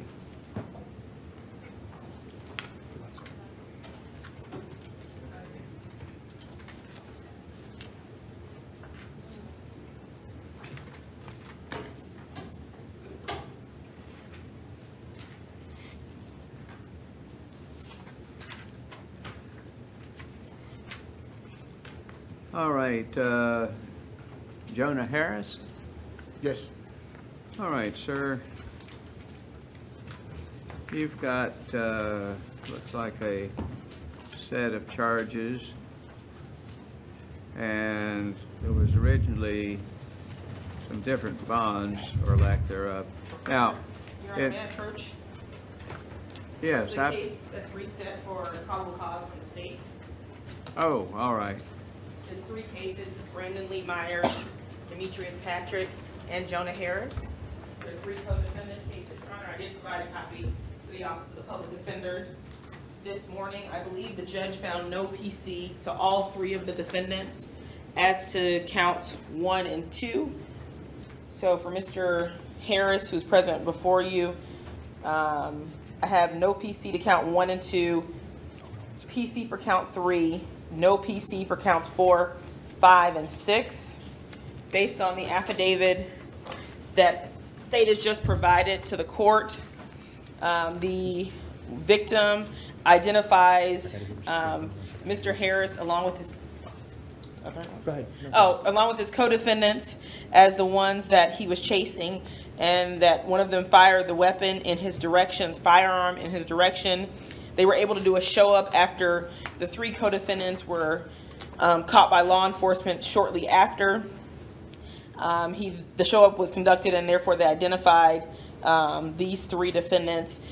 2 of the defendants had a weapon on them. I believe Mr. Harris was one of, yes, he had a .40 caliber Smith & Wesson that was found on him at the time of his stop. Your Honor, that all may be true, but the information that the state provided is not an affidavit form, and none of it should be considered by this court when determining whether there's probable cause for his detention or any of the other co-defendants. And that's the objection that the defense would have for, in his case, and the subsequent cases that we'll likely hear shortly.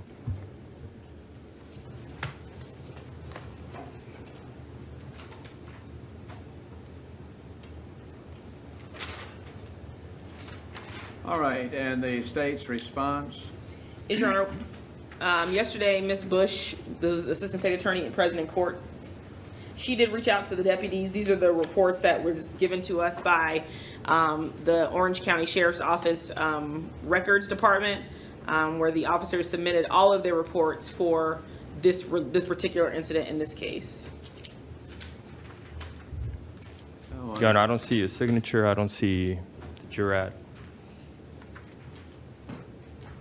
It's not notarized. It's not an affidavit.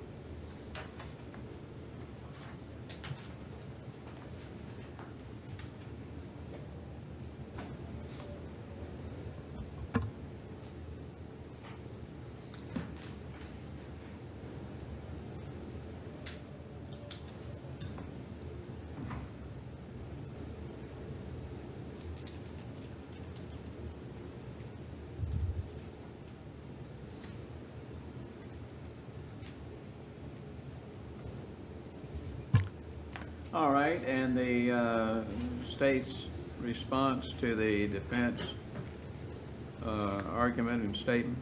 Your Honor, the supplemental reports are the ones, this is what law enforcement provided state. If Your Honor is not going to find PC based on the supplemental reports, state can ask for 24 additional hours.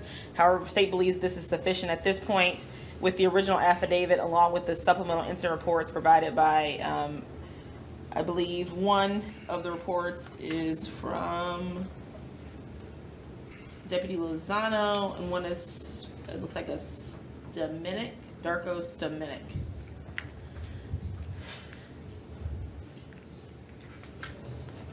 The state is not entitled to an additional 24 hours.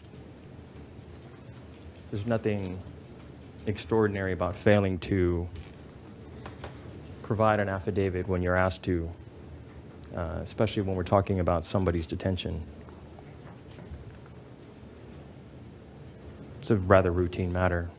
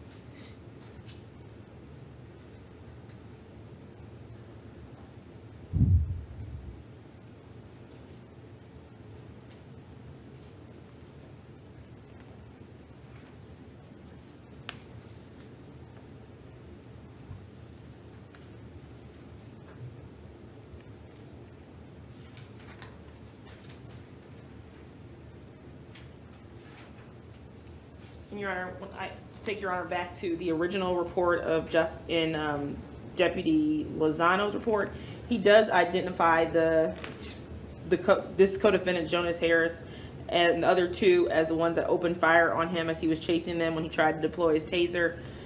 He identifies them in that original report as well.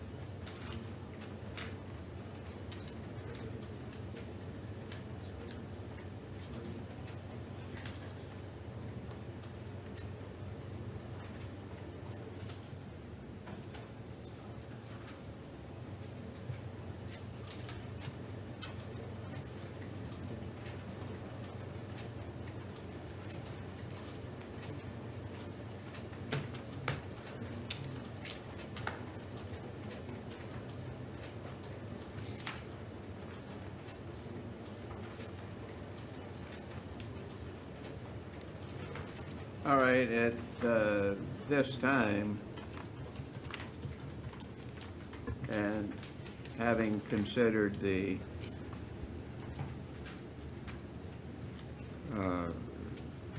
incident report that was not signed, however, it appears to go along with this other. Anyway, in regard to this, the count one assault with a firearm to be set at $7,500. Possession of a firearm in conviction of a felony, bond $2,500 from $150. Attempted armed burglary of a conveyance, instead of no bond, it would be $150. Carrying a concealed firearm, bond $150. Possessing cannabis with intent to sell or deliver, bond $150. And resisting without violence, bond $100. Your Honor, state would also ask for no contact with the victim, no return to the scene, no weapons and firearms, and no contact with the co-defendants. All right, that would be ordered as appears customary in regard to this type of situation.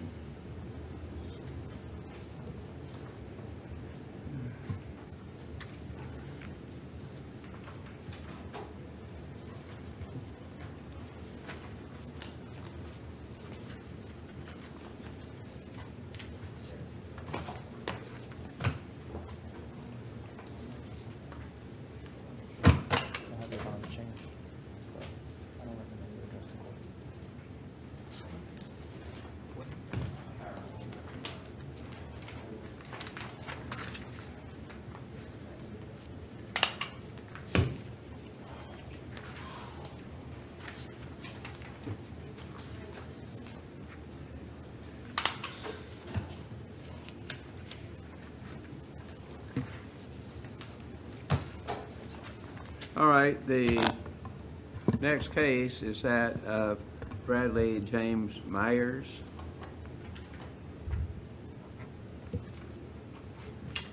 Is that you, sir? Yes. All right, Mr. Myers.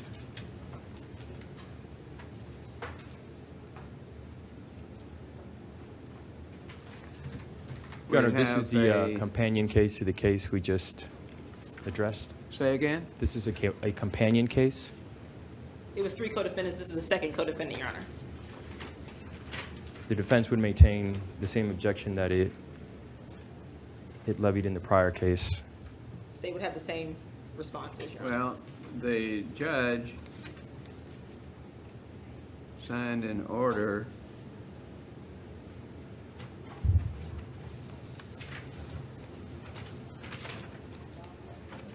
well, that was as to probable cause. It's the same probable cause affidavit, Your Honor, that I gave you in the last case.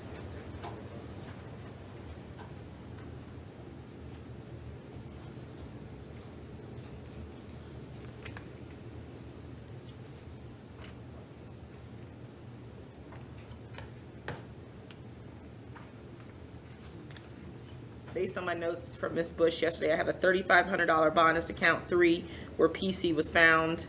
State would argue that there should be PC for counts 1 and 2, and I have a $1,000 bond as to each of those counts on my notes from yesterday. State would ask for no contact with the victim, no return, no weapons and firearms, and no contact with the co-defendants.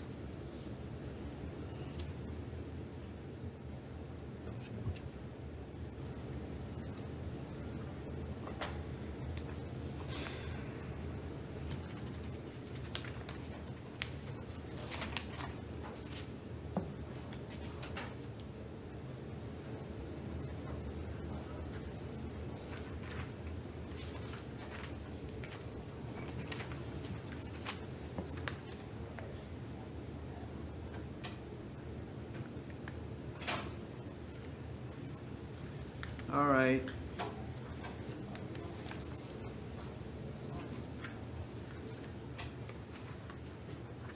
Judge, looks like Judge Carter signed this order.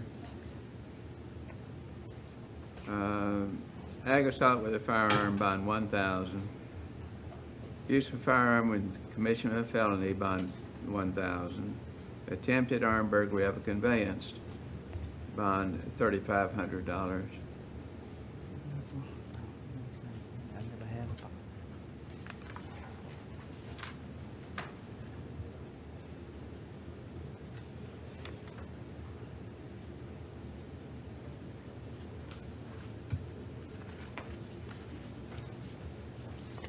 And there was no contact with the victim, no return, no weapons, no firearms, and no contact with the co-defendants?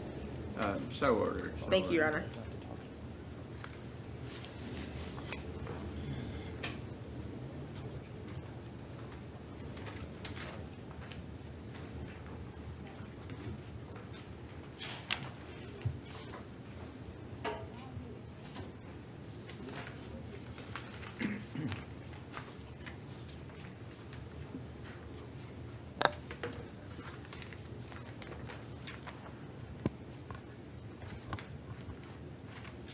All right, next file I have is that of Demetrius Patrick. And Your Honor, this is the third co-defendant of this string of cases.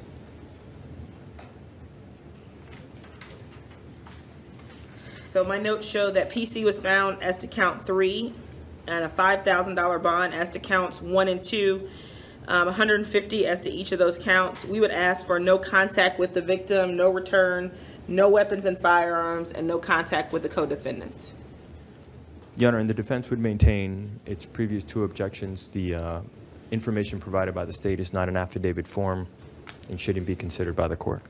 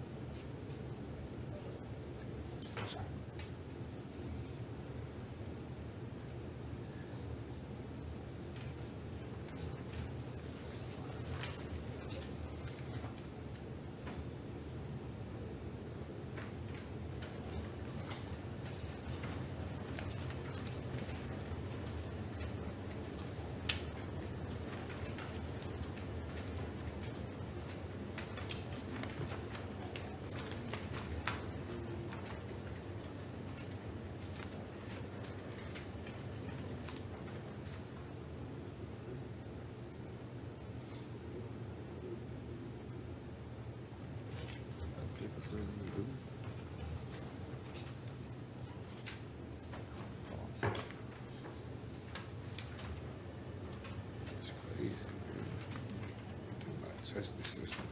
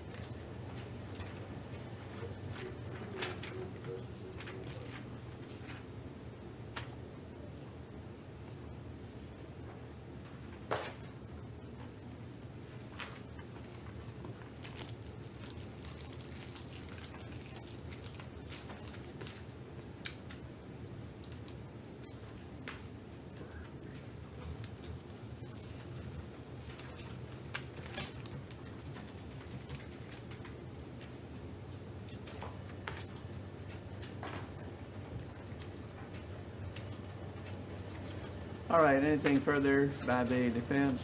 No, Your Honor. Thank you.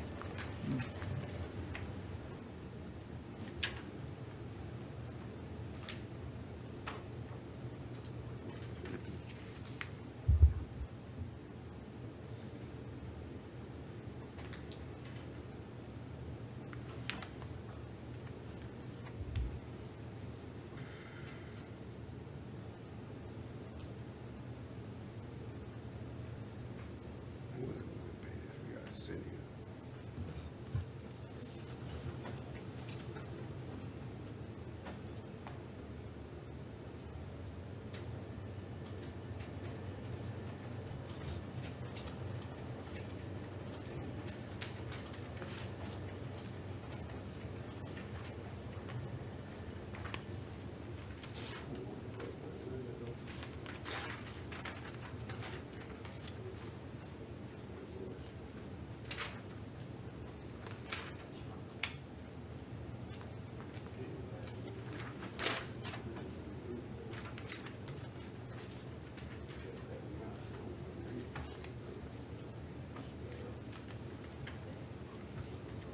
All right, now, we've had a lot of time devoted to this hearing. Anything further from the state now? No, Your Honor.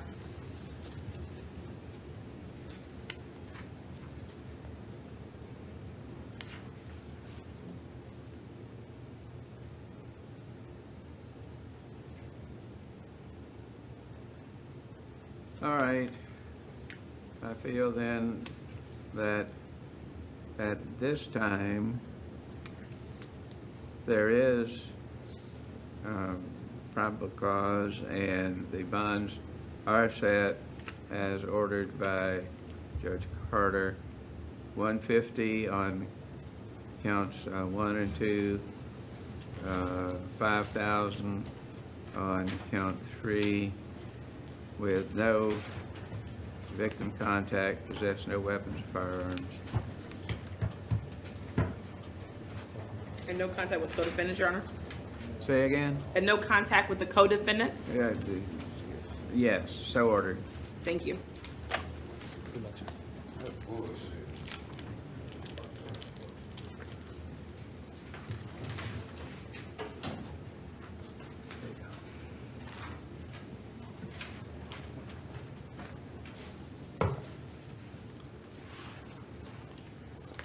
Right, next file I have.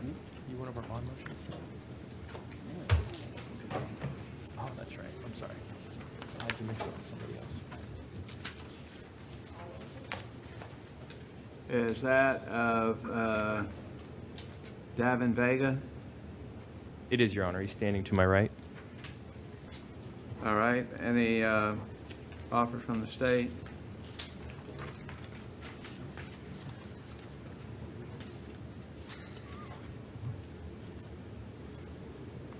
Adjudication credit for time served, Your Honor.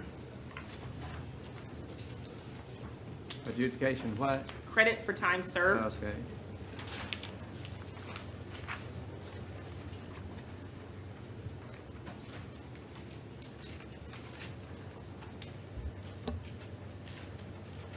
Next chapter.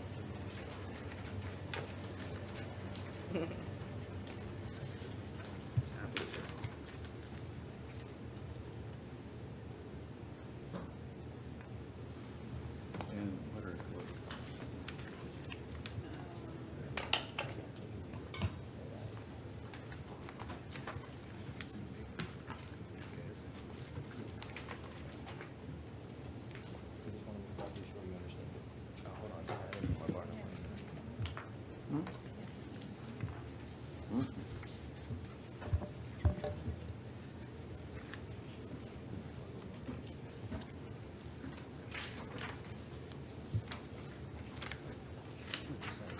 Now, Mr. Vega, do you understand that you would be giving up the right to have a trial if we go forward with this? He understands, Your Honor. All right, then there would be an adjudication. And, let's see, time served, 3 days, and you said $223 in court costs assessed payable within 1 year.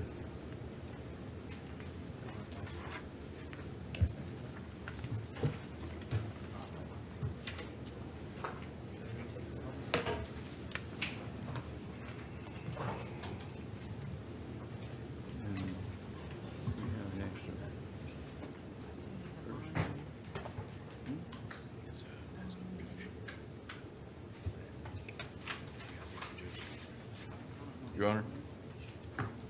All right, next case I have is that, well, let's see. Got 2 cases here. One is Andres Acevedo Vega, and the other is Brandon Tasquan Daniels. On Mr. Acevedo Vega, the state has no objection to granting of the ROR on this case. You have second session? All right, so ordered then.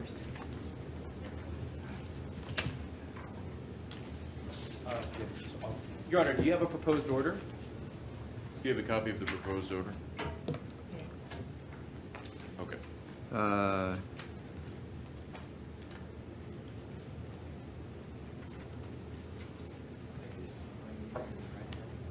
That is something. Yes, I have one, sorry. Thank you. Halfway through.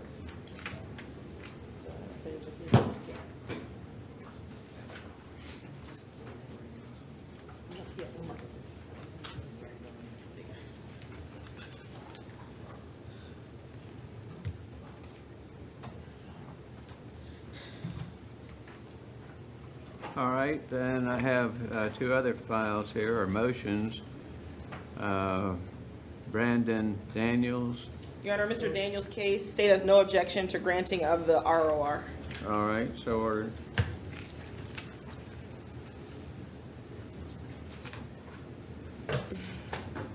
The next motion the court should have is a 33-day motion on Jamel Walker. It's a private attorney's case. All right, that's case ending number 3093, Jermel Walker. That should be granted. The state has not made a charging decision in Mr. Walker's case. Okay.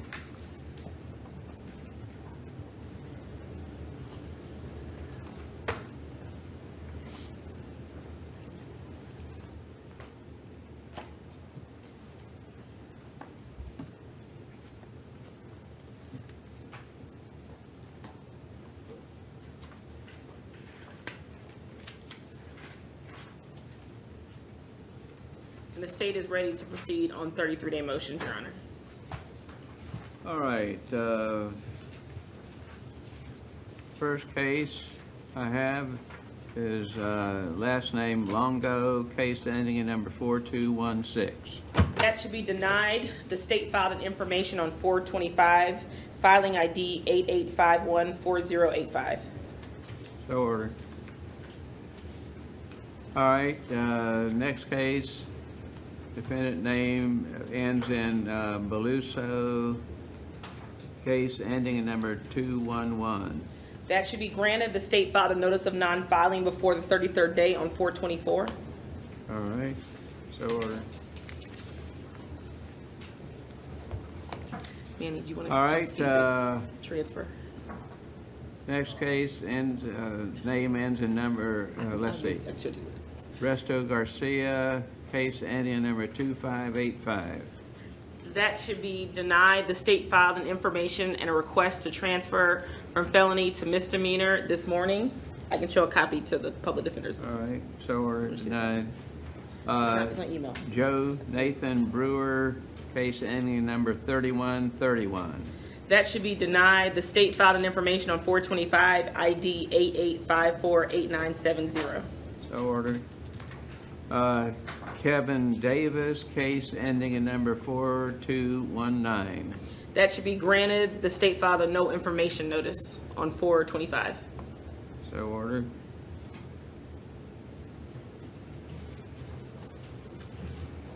All right, Stephen Garrison, case ending in number 4037.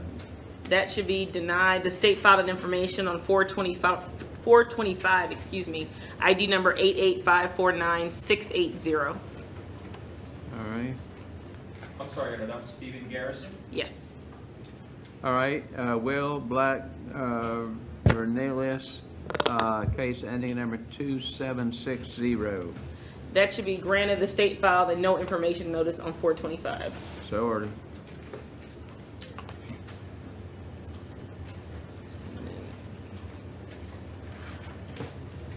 All right, well, took sort of long this morning. here's the- How long did council request Of the- to take a break for the court? How long do you need, Mr. Soto Diaz?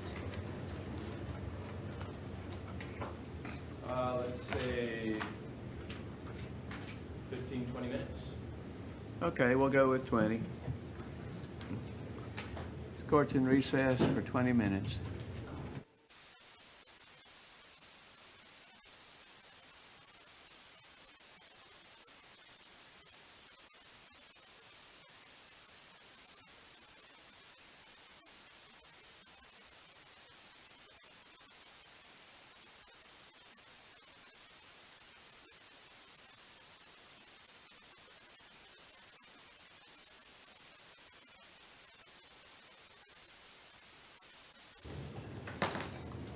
All right, once again, if council please announce their names for the record.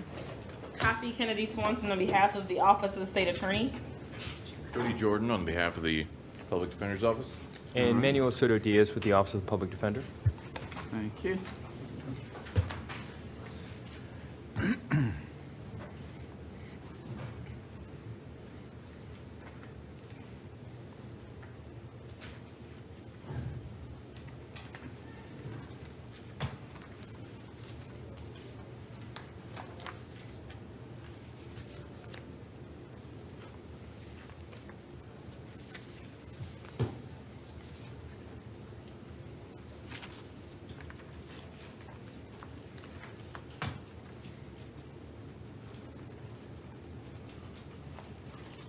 All right, the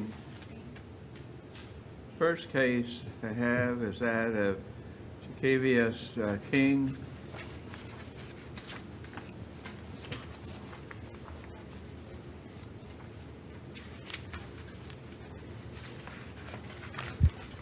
Is that your name, sir? Jacavius King. All right, sir, you've got a case here involving driving while licensed suspended as habitual offender. Your bond is $2,500 at this time. Do you want me to appoint a lawyer for you, sir? Yes, sir. All right, public defender is appointed. That's Division 15.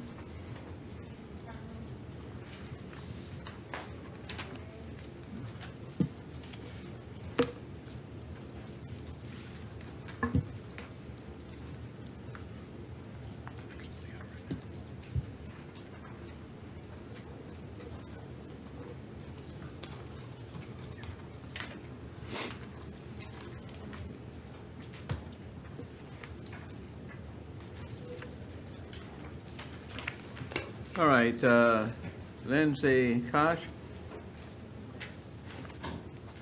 Can we pass by Ms. Cox for a moment, Your Honor? All right.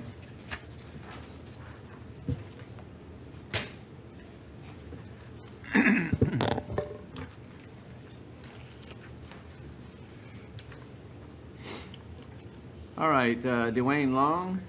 Dwayne Long is behavior. All right, reset.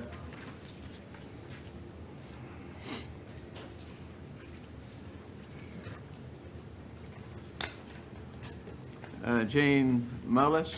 Yes. Is that you, sir? Yes, sir.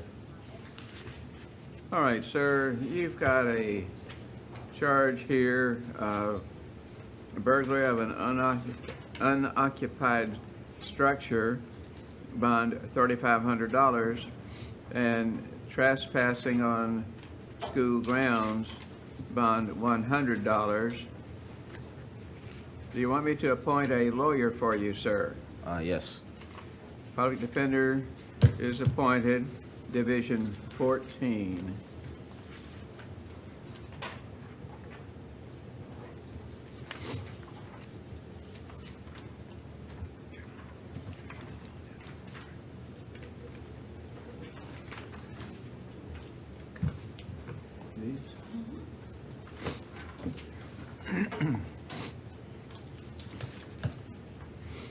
All right, Johnny Perez. Yes, sir.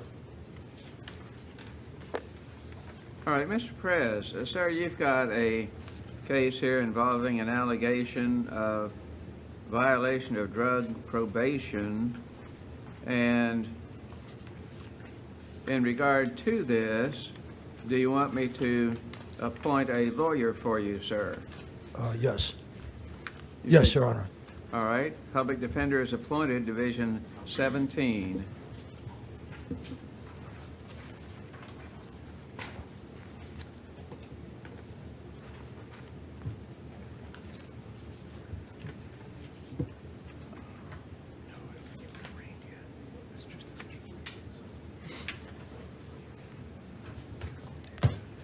All right, James Rogers?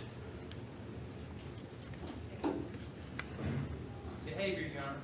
All right, reset.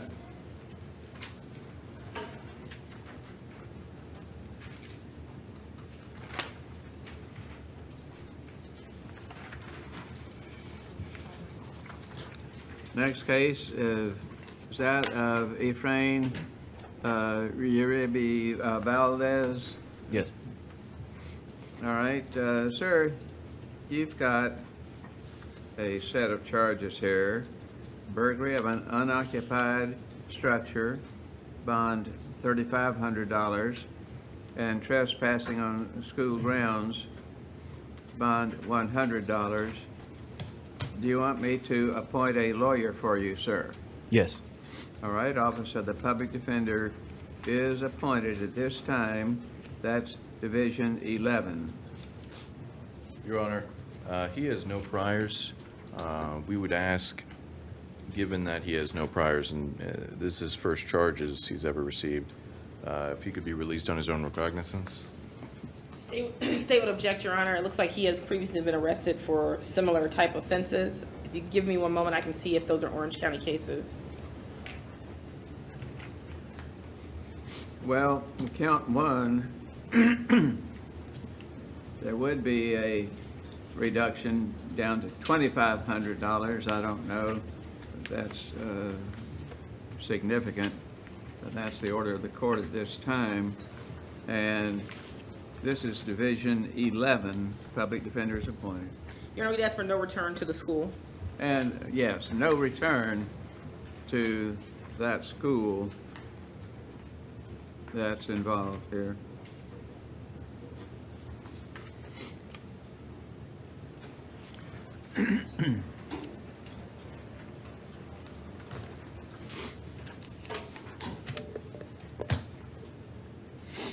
All right, Vincent Whitmore? Yes, sir. All right, sir. Sir, you've got a charge of driving while license is revoked as an habitual offender.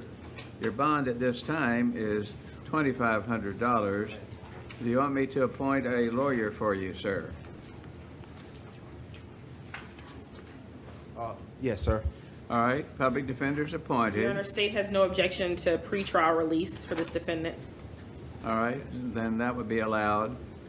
Division 19.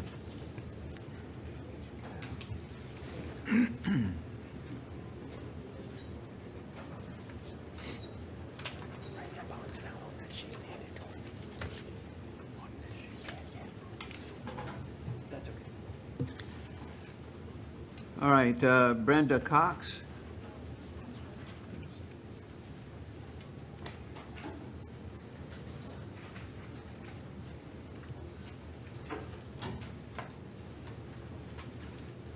Your name, please? Brenda Cox.